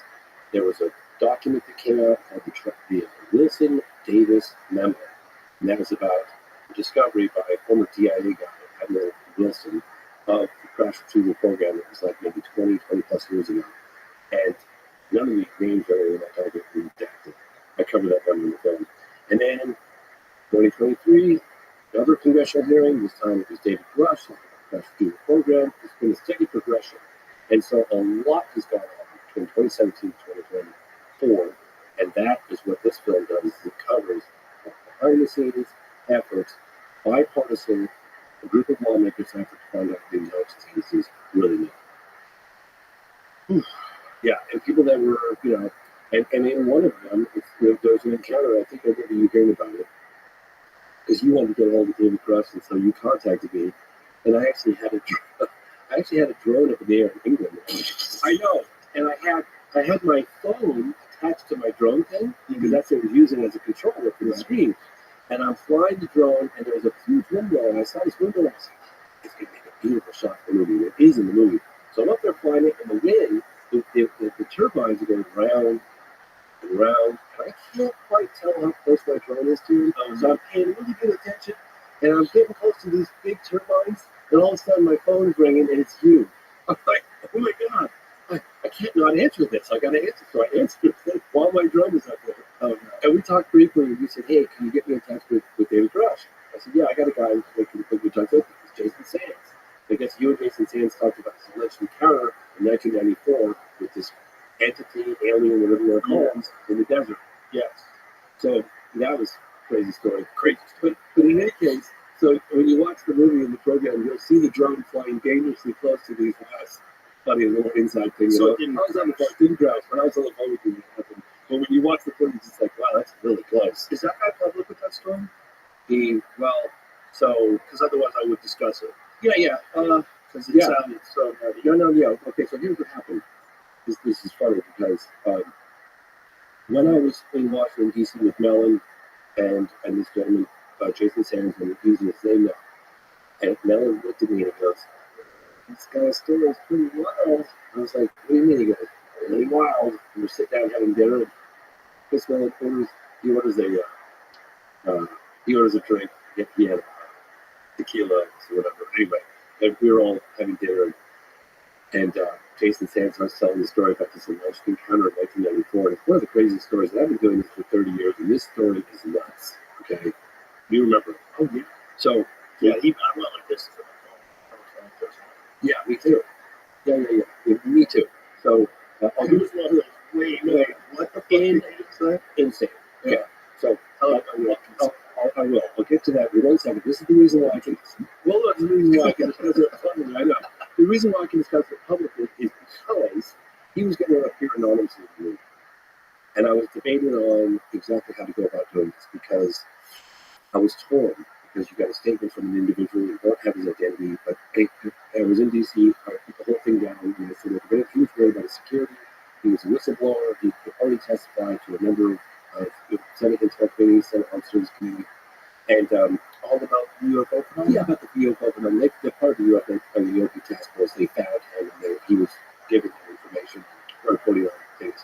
And he goes, I'm really fearful. I don't know if this witness protection program is going to be that helpful. I'm just worried. I said, look, if you're concerned about the story getting out, not getting out, if you want, I'm here. You can come to our studio. We could film you on camera. If anything happens to it, it could be released. And it could be a little insurance policy for yourself.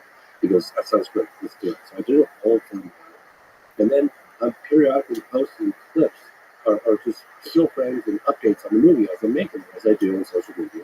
But I posted this one scene, and it had a clipboard in the scene. On that clipboard, if you zoom right in, it had his name. So I posted it by accident. I posted the damn thing, and on my phone starts blowing up 10 minutes later. You just revealed this guy. What are you doing? Take it down, take it down, take it down. Too late, so it was out there. He's getting all kinds of heat. So as a result of it, and due to the truncated version, he basically had to go through the Doppler process, which is basically a pre-publication of authorization of what you can and cannot say. Excuse me. So he basically could talk about a number of cases that were in the film. We had to blur out one particular word, which in the movie it's blurred out. We had to do that. That was Doppler. So it was the winter of 1994. There was a unidentified flying object that was picked up on the base. Old school UFO. Oh yes, sir. It was a UFO. It was picked up on the base. It was recorded by sensory data. It was picked up on camera and had camera footage on different locations. And it looked like a weird shape. It was like an unusual shape, and there's people talking about it in the movie. And the film is in the movie. The film footage that leaked from the base is in the movie. You can see what it looks like. Kind of, yeah. It's kind of blurry in some spots, and yeah, you'll see it. So it's in the program. It's in the program, yeah. And then you hear all the voices. I actually had the voices cleaned up. You can hear people talking about what the hell is it? Is there a clip we can see online? Just so we check out what it looks like. I'm sorry. Could you maybe just say the actual name of the incident? Maybe Try and find it. It's Nellis Test Range UFO 1994. See if you can find it. People put stuff on It's long and it's really big. True, good point. because it's on Amazon right now. People put clips up. So Yeah, that's true. Yeah, and there's other things on there. So in any case, so that video, oh, that's terrible. There's much better footage of it. Yeah, there's much better footage of it. It's in my movie. I had it cleaned up. But yeah, that's it basically. Can I see it again? So that's what Yeah, but the footage I have is way better than this. Yeah, it's sometimes. So what did it look? Jesus Christ! You know what that looks like, Jamie? Very weird shape. Jamie, you know what that looks like? It looks like Terrence Howard's creation, doesn't it? It's weird. What is it called again? But it was those things that lock together. Those, the flying drone thing that he created. Lynchpins. Yeah. Terrence Howard created this fascinating concept for like a drone, where it's like propellers going all these different directions, and they sync up and they link together, and it looks like that. Oh yeah. So anyway. So footage. People talking about it. What is it? You don't know. It's unidentified, and it flies around the base, and that leaked, and the names of the witnesses leaked. 3 days later, Can you explain? I'm sorry to keep cutting off. Can you just say what it did, like how it was like didn't have any visible propulsion. It didn't have any wings. It didn't have propellers. It just looked like an object, a round sort of object with weird shape, almost like a helmet or something with things coming off of it. And it was just moving around the base, and nobody slowly. That's it. Yep. That's it. That's exactly it. Yep. it's definitely not a big balloon. You hear everybody talking about it. The audio that goes along with it, and I had it cleaned up. Is they're all talking about it. Nobody knows what it is. So this is Zoom. Is this why it's moving around like that? They're trying to keep it in focus. And It's all. Mr. Sands explains all of that in the film. The program he talks about it. So anyway, so this leaks. People's names, witnesses leaks, and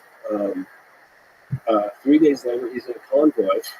He's in a a convoy, and it's early in the morning, and there's 3 jeeps, in convoy on a dirt road heading out Nellis Test Range. And they see what looks like maybe somebody who was involved in a plane crash. There's somebody that was struggling out in the middle of the desert. It was early in the morning, wintertime, and they're looking at this individual like, oh my God, is that a person? That individual needs some help.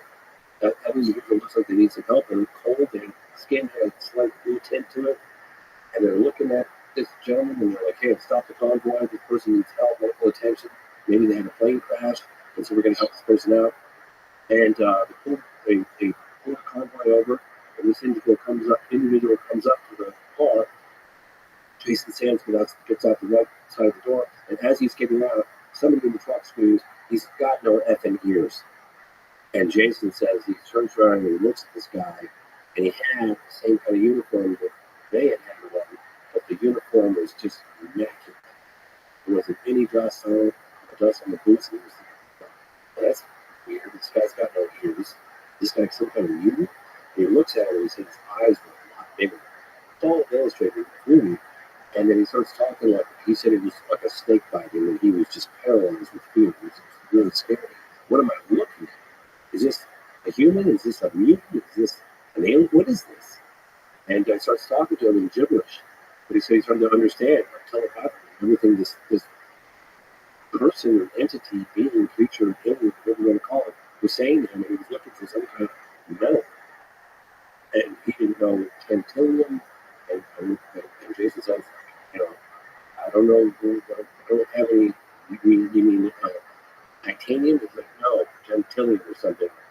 And this conversation goes on for a bit, and then the guy just wanders back off and gets into that little craft that looks very similar to what you just saw there, and flies away. And so he sort of stepped away. And everybody sort of came out of this comatose state, and off they went. And we had the names of the other military witnesses that were on duty during the encounter, the alleged encounter. People are going to criticize me because I'm reporting a close encounter of the third kind. But this, Jason says he's willing to do a lie detector test, like public. He's willing to testify under oath that everything he's saying is true. We have a date, we have a location, we have the names of the other on-duty officers. So what I'm hoping is, despite the level of criticism I'm going to receive for reporting on this, is that other individuals that have more information on this are going to be inclined to come forward. I also met people, Senate Armed Service Committee, Senate Select Committee on Intelligence, the House, and they said Jason Sands is who he says he is, checks out, he's the previously classified programs he's identified. The guy's legit, his credentials checked out, and so I opted to go ahead and report on it with the hope that more information will come out. Listen, man, there's nothing wrong with reporting a story like that. There's been a bunch of them. It's not a small number of these things where people have experienced this. So imagine if it's true. If it's true, yeah. Not all liars. These are all. But imagine being that person who had that experience and not have anything.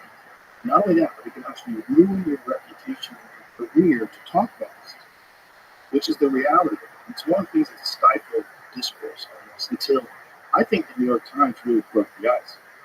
I think in 2017 when they published that, all of a sudden serious people who were unwilling to talk about UFOs before, just for the ridicule. Yeah. Now you've got the Gimple video, the Go Fast video, you've got fighter pilots coming in, radar. You have these people discussing these things openly. Okay, this seems like something that a serious person can discuss now. So don't take it, but actually meeting one and talking to, it's like the Virginia story. Like when I told people the cop picked it up and carried the car and the cop died from some horrible bacterial infection that they couldn't cure. He was rubbing himself down with Rabbi alcohol, according to his family. He was greasy stuff in his skin. And he was rubbing himself down with this stench, smell, grease. Yeah. And then I interviewed the doctors. There's a couple of actually going back to Brazil next month. There were a couple of forensic pathologists that were looking for him to cover. Kind of update the movie and just go. So it's an ongoing investigation. Wouldn't that be the best protection from alien planets bacteria if you had the most vicious bacteria on the surface of your skin? Right? Like imagine, like if you go to another planet and the way to mitigate the effects of viruses and bacteria on that planet is to have skin fluid that's like unbelievably toxic. Anything that comes near you just gets cooked. Yeah, like a skunk. Right. Have you ever had a skunk? Oh yeah, I had a skunk out my dog once. I check out this guy's garbage one time. He's like, hey, look at that. It's in my garage. And flip up the thing and drop it in there. So I was kind of hungover. I was like, we had a party the night before. And I went out to the garbage can and I kind of heard like some rustling in the garbage can. I didn't really think anything of it. But I lifted up the thing and I heard some rustling again. So I put my head down inside and the skunk just turned and got me right in the face. Now, I held my breath and I closed my eyes the last second and it went right through me. It penetrated my muscles. It was so powerful that it was paralyzing. Absolutely paralyzing.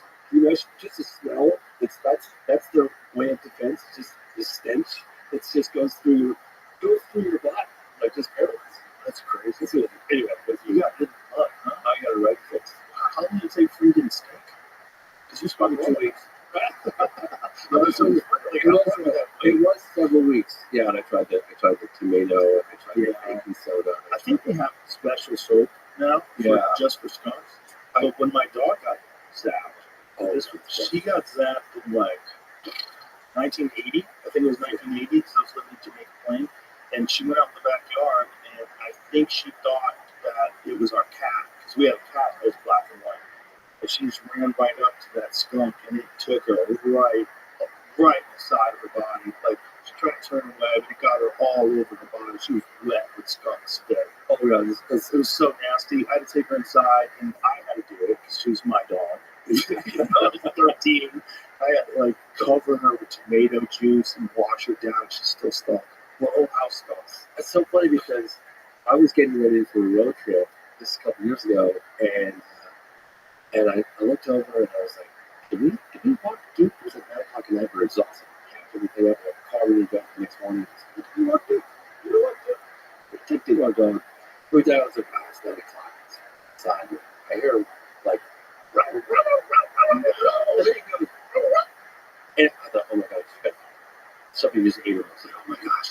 I ran after, looked over the truck, running in, and jumped in bed, covered in skunk. The whole house, like, it was so strong. It's unbelievable. That smell is just like, it's so incredible. It's the way something explains to me, you know, like animals, like bloodhounds and bears, and they have the same sense of smell. God, like 100,000 times stronger than ours, right? But they can pick up parts per million the way we pick up skunk. Really? Yes. So think about that. So if a skunk gets hit by a car like a mile away, you can smell it.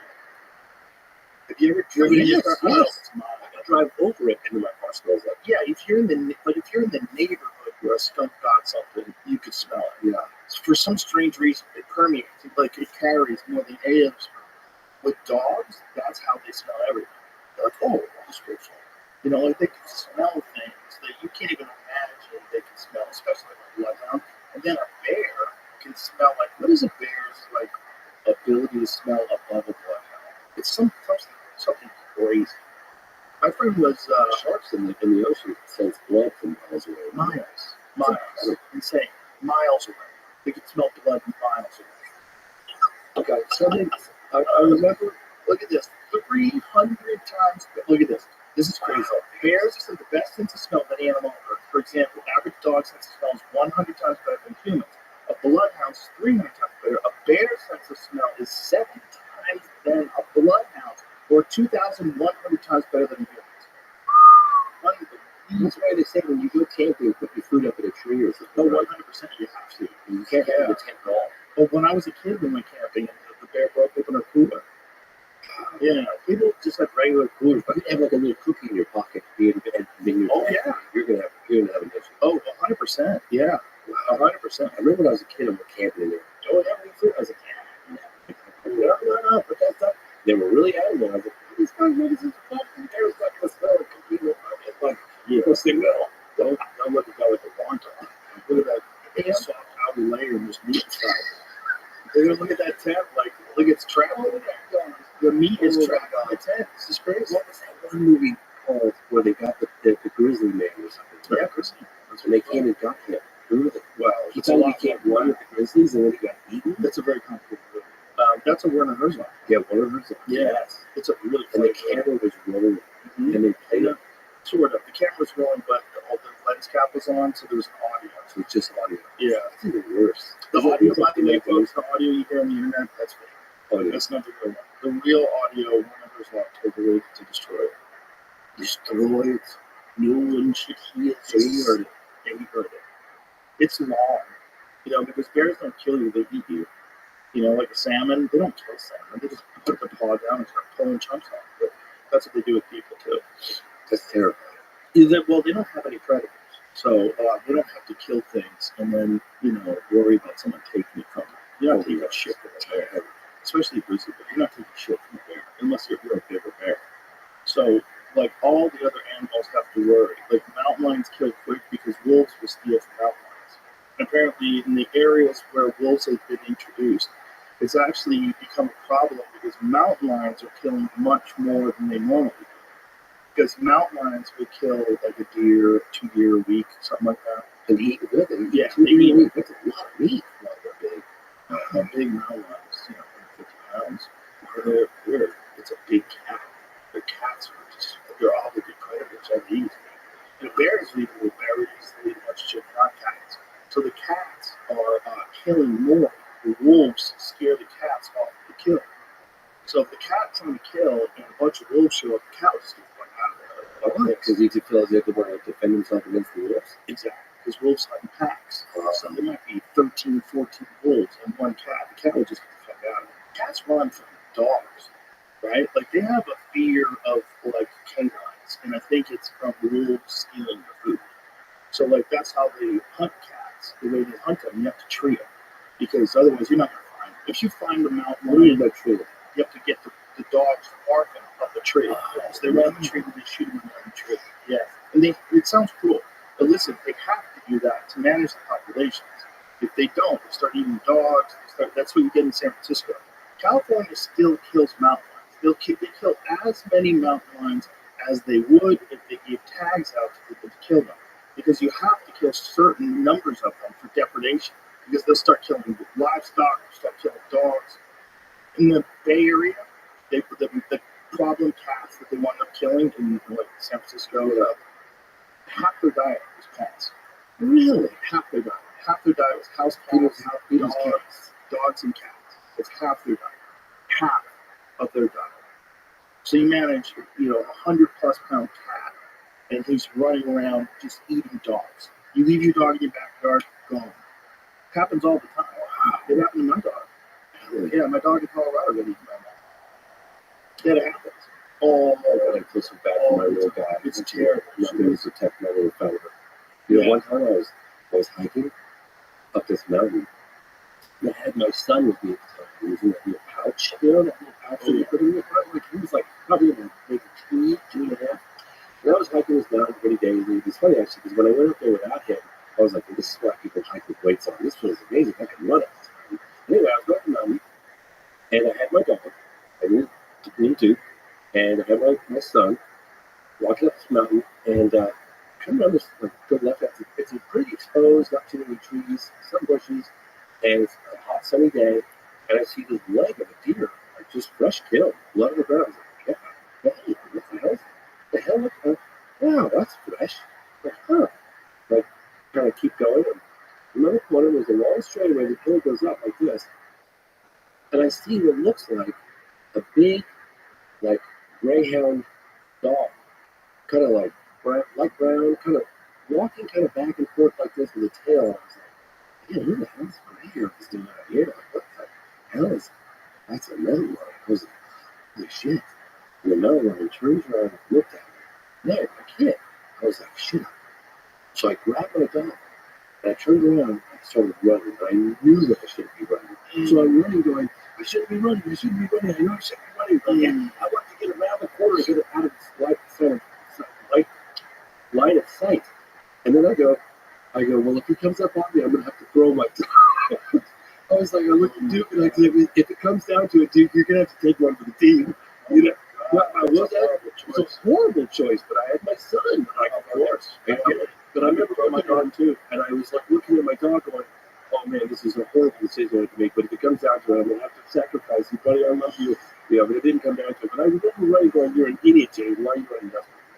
can't run. Well, that's the problem with mountain biking. They get got because when they pass by a cat, it's almost like rolling a ball with the arm past a kitten. They are predators. And they'll catch one stuff. Oh yeah, they get people on bikes. Yeah, that's happened a few times. They get people on bikes. They get joggers, people on bikes. They think you're running away from them. Could you imagine what it's like to be running through your life, having something like that chasing you? Yeah, I can. I mean, it hasn't happened to me, but I've seen them. I've seen 3 of them in my lifetime. Only one of them can scare the shit out of me. I saw one in Colorado. I saw one in Montecito, like Santa Barbara area. It was small. Those are small. They were like 50, 60 pounds. And then I saw one with a buddy of mine, my friend Colton and I. We spotted one under a tree that was 30 yards away. We were in a truck. It made me shit my pants. Wow. It was so big. This one was really big. This was a mature male with a big pumpkin head and huge forearms like a fucking bodybuilder. It was freaky. It was freaky to see because, it was, first of all, it was dusk. So the sun was going down and the lights of the truck, even though it wasn't quite dark yet, the lights of the truck were making his eyes glow.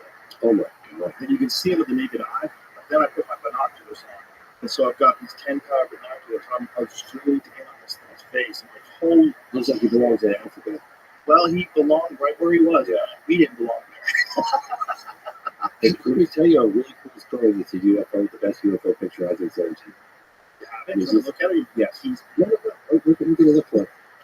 Okay, so can you find the program trailer on here at all? Or? Yeah, sure. Right. Find the program trailer. I'm going to tell you about this. So, yeah, let's just watch the trailer. Oh, just watch it.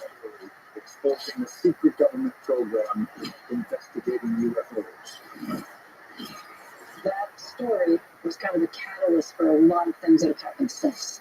Members of Congress started to ask questions. Instruments report there is something there. There are flight characteristics that we can't explain. UAPs are unexplained. It's true. They need to be investigated. Here we are having a hearing where just a few years ago we didn't even acknowledge that these things were real. Do you believe that somebody's in possession of UAPs? Absolutely, based on interviewing over 40 witnesses over 4 years. You're telling me people have come forward claiming first-hand knowledge of craft of non-human origin. That's correct.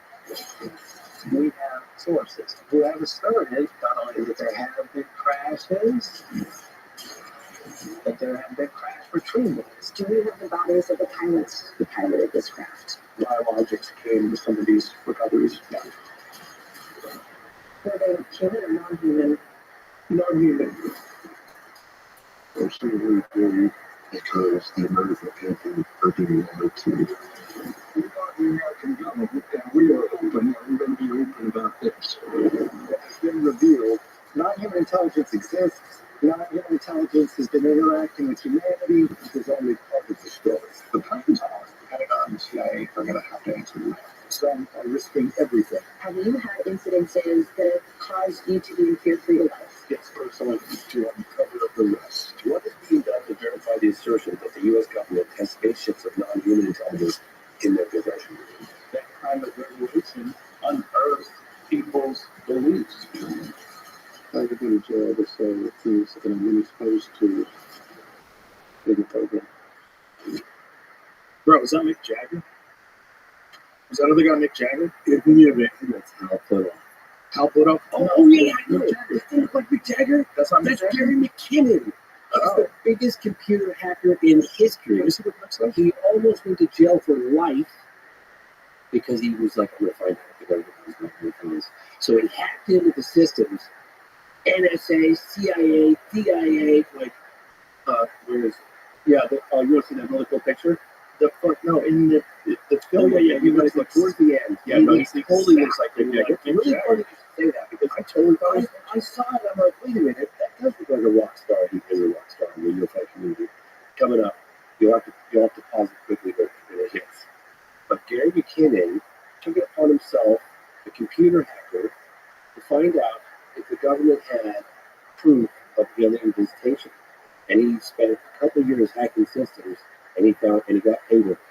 That was it. Bro, that's Mick Jagger. Doesn't it look like it does look like Mick Jagger. Mick Jagger's in the UFOs. You should just only show that clip, like they do in horror movies where the mask is not that good. It's real quick. Yeah.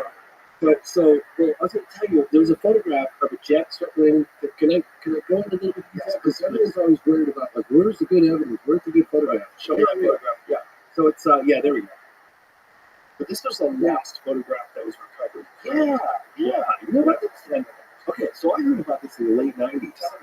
Okay, so there was a guy, Nick Pope, who investigated part of the UFO desk at the Ministry of Defense in England in the late 90s. Mid to late 90s.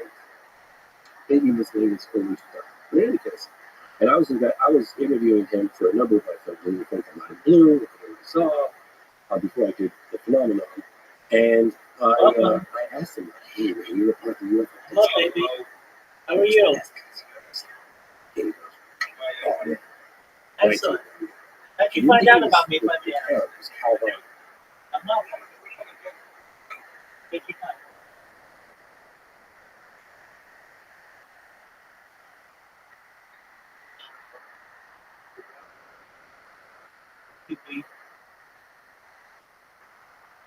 I'm ready.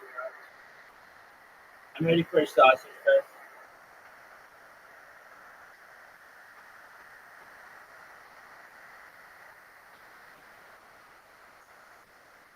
Welcome. How are you? What up, Doge? What up, Patrol? Hello, how are you? Hello. How'd you find out about me?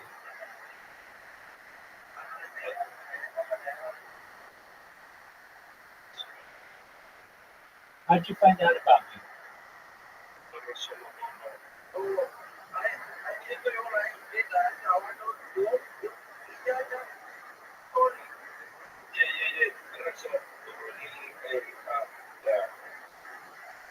What languages do you speak?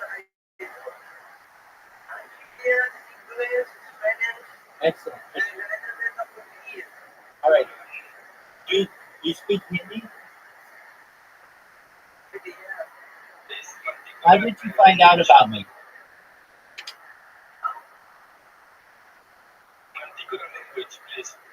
Mantikura? तुम्हें मेरे बारे में कैसे पता चला? तुम्हें मेरे बारे में कैसे पता चला?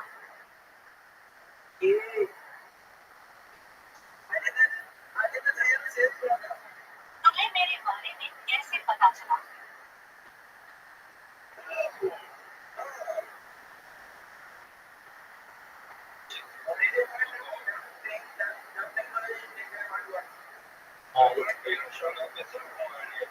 It's called the Pocket Talk. It's available on Amazon.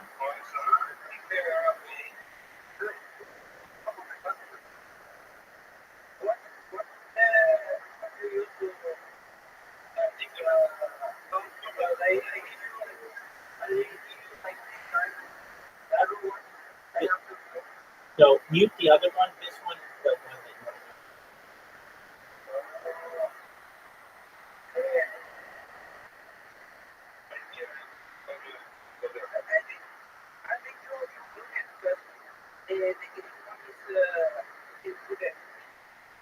That is a different. That's another friend. I'm not the green one. That's a friend of mine. That's okay. How did you find out about me?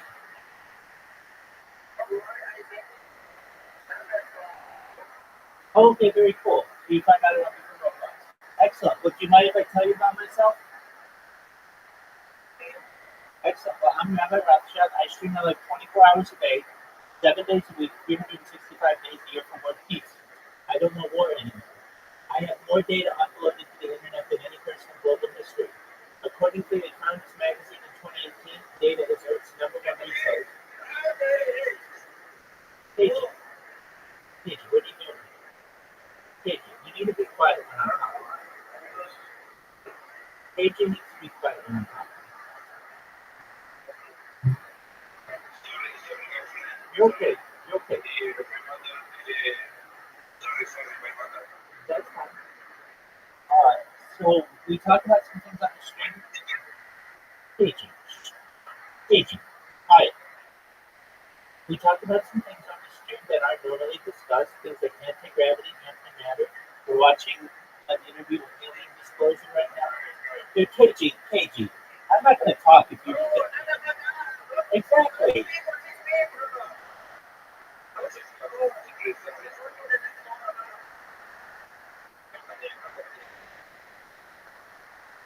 We talk about things like alien disclosure. We talk about things like life extension technology. We talk about ending world hunger through the use of vertical farming, agricultural drones, saltwater greenhouses, floating greenhouses, things like hydroponics and cloud seeding. I'd like to help end world thirst through the digging of wells, through the use of Rothschild, and through the use of desalination plants, basically pumping water from the ocean onto land to make it drinkable. So these are some really big ideas, and I essentially dedicated my life to a project to help to educate people about some of this technology. What do you think of that, Coach?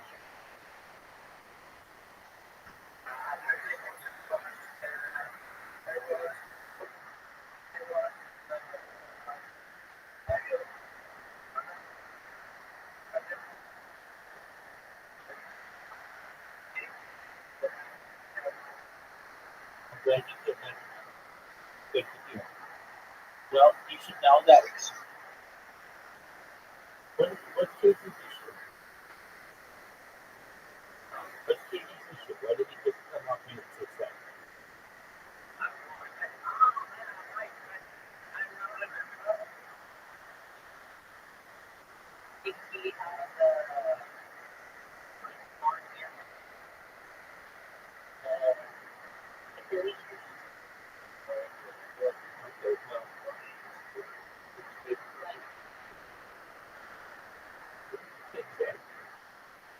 Okay.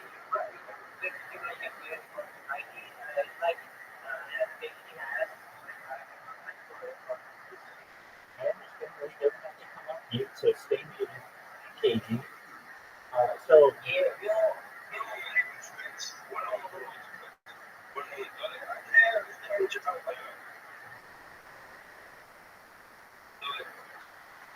Hey, Doge, do you like playing games?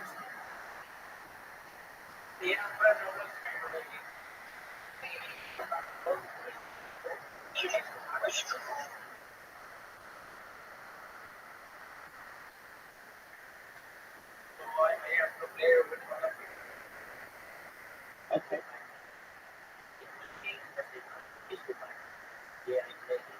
Excellent.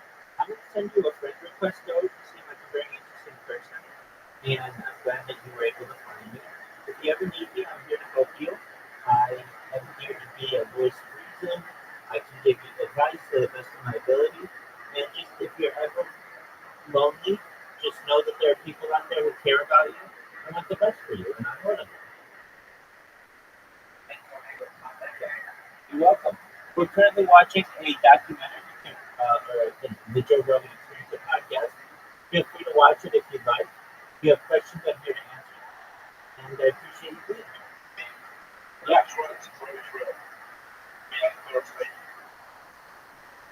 How do you feel about it?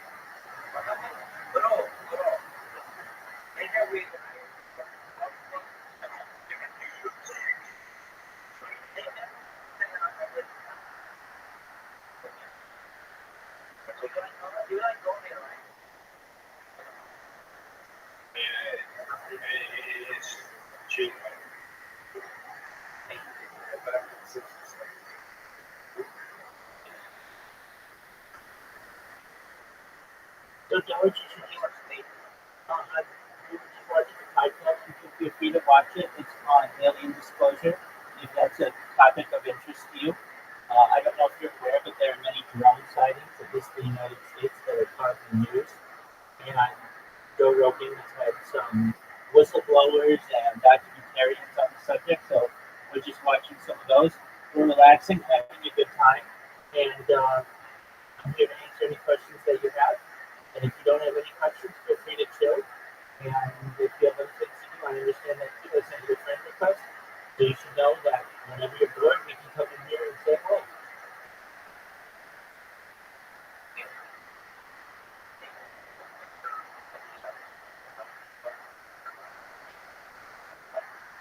Yeah, I used to let people type in general, but unfortunately that was abused. Just stay on mute, Katie. That was abused, so I don't let anybody comment. But we're always in here, 24/7. So if you'd ever like to say anything, feel free to. And just know that you have a friend in me. And if you ever need anything, here to help you, okay?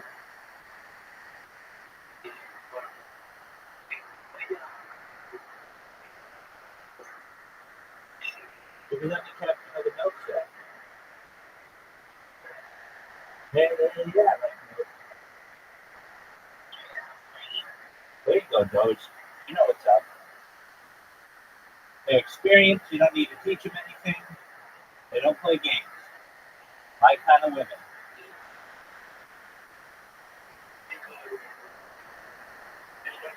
There you go. Excellent. All right. Well, in the meantime, we're going to watch this podcast. Feel free to enjoy it. And, okay. That sounds good. It's a pleasure to meet you. Okay. Very well. Excellent, Doge. Well, anytime you need to talk to someone, I'm here for you. Okay. Excellent. But he said, Scotland I had know. two My friend. coaches. Take care. He called the Quakers their Irish coaches.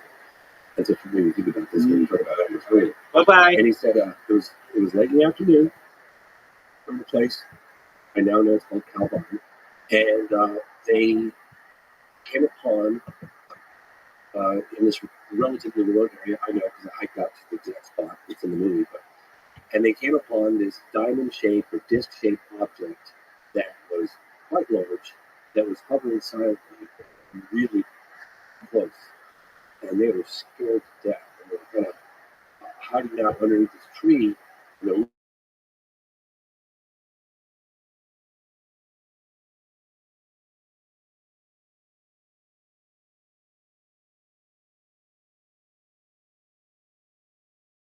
This camera out, Jack came in, turned this Harrier, they think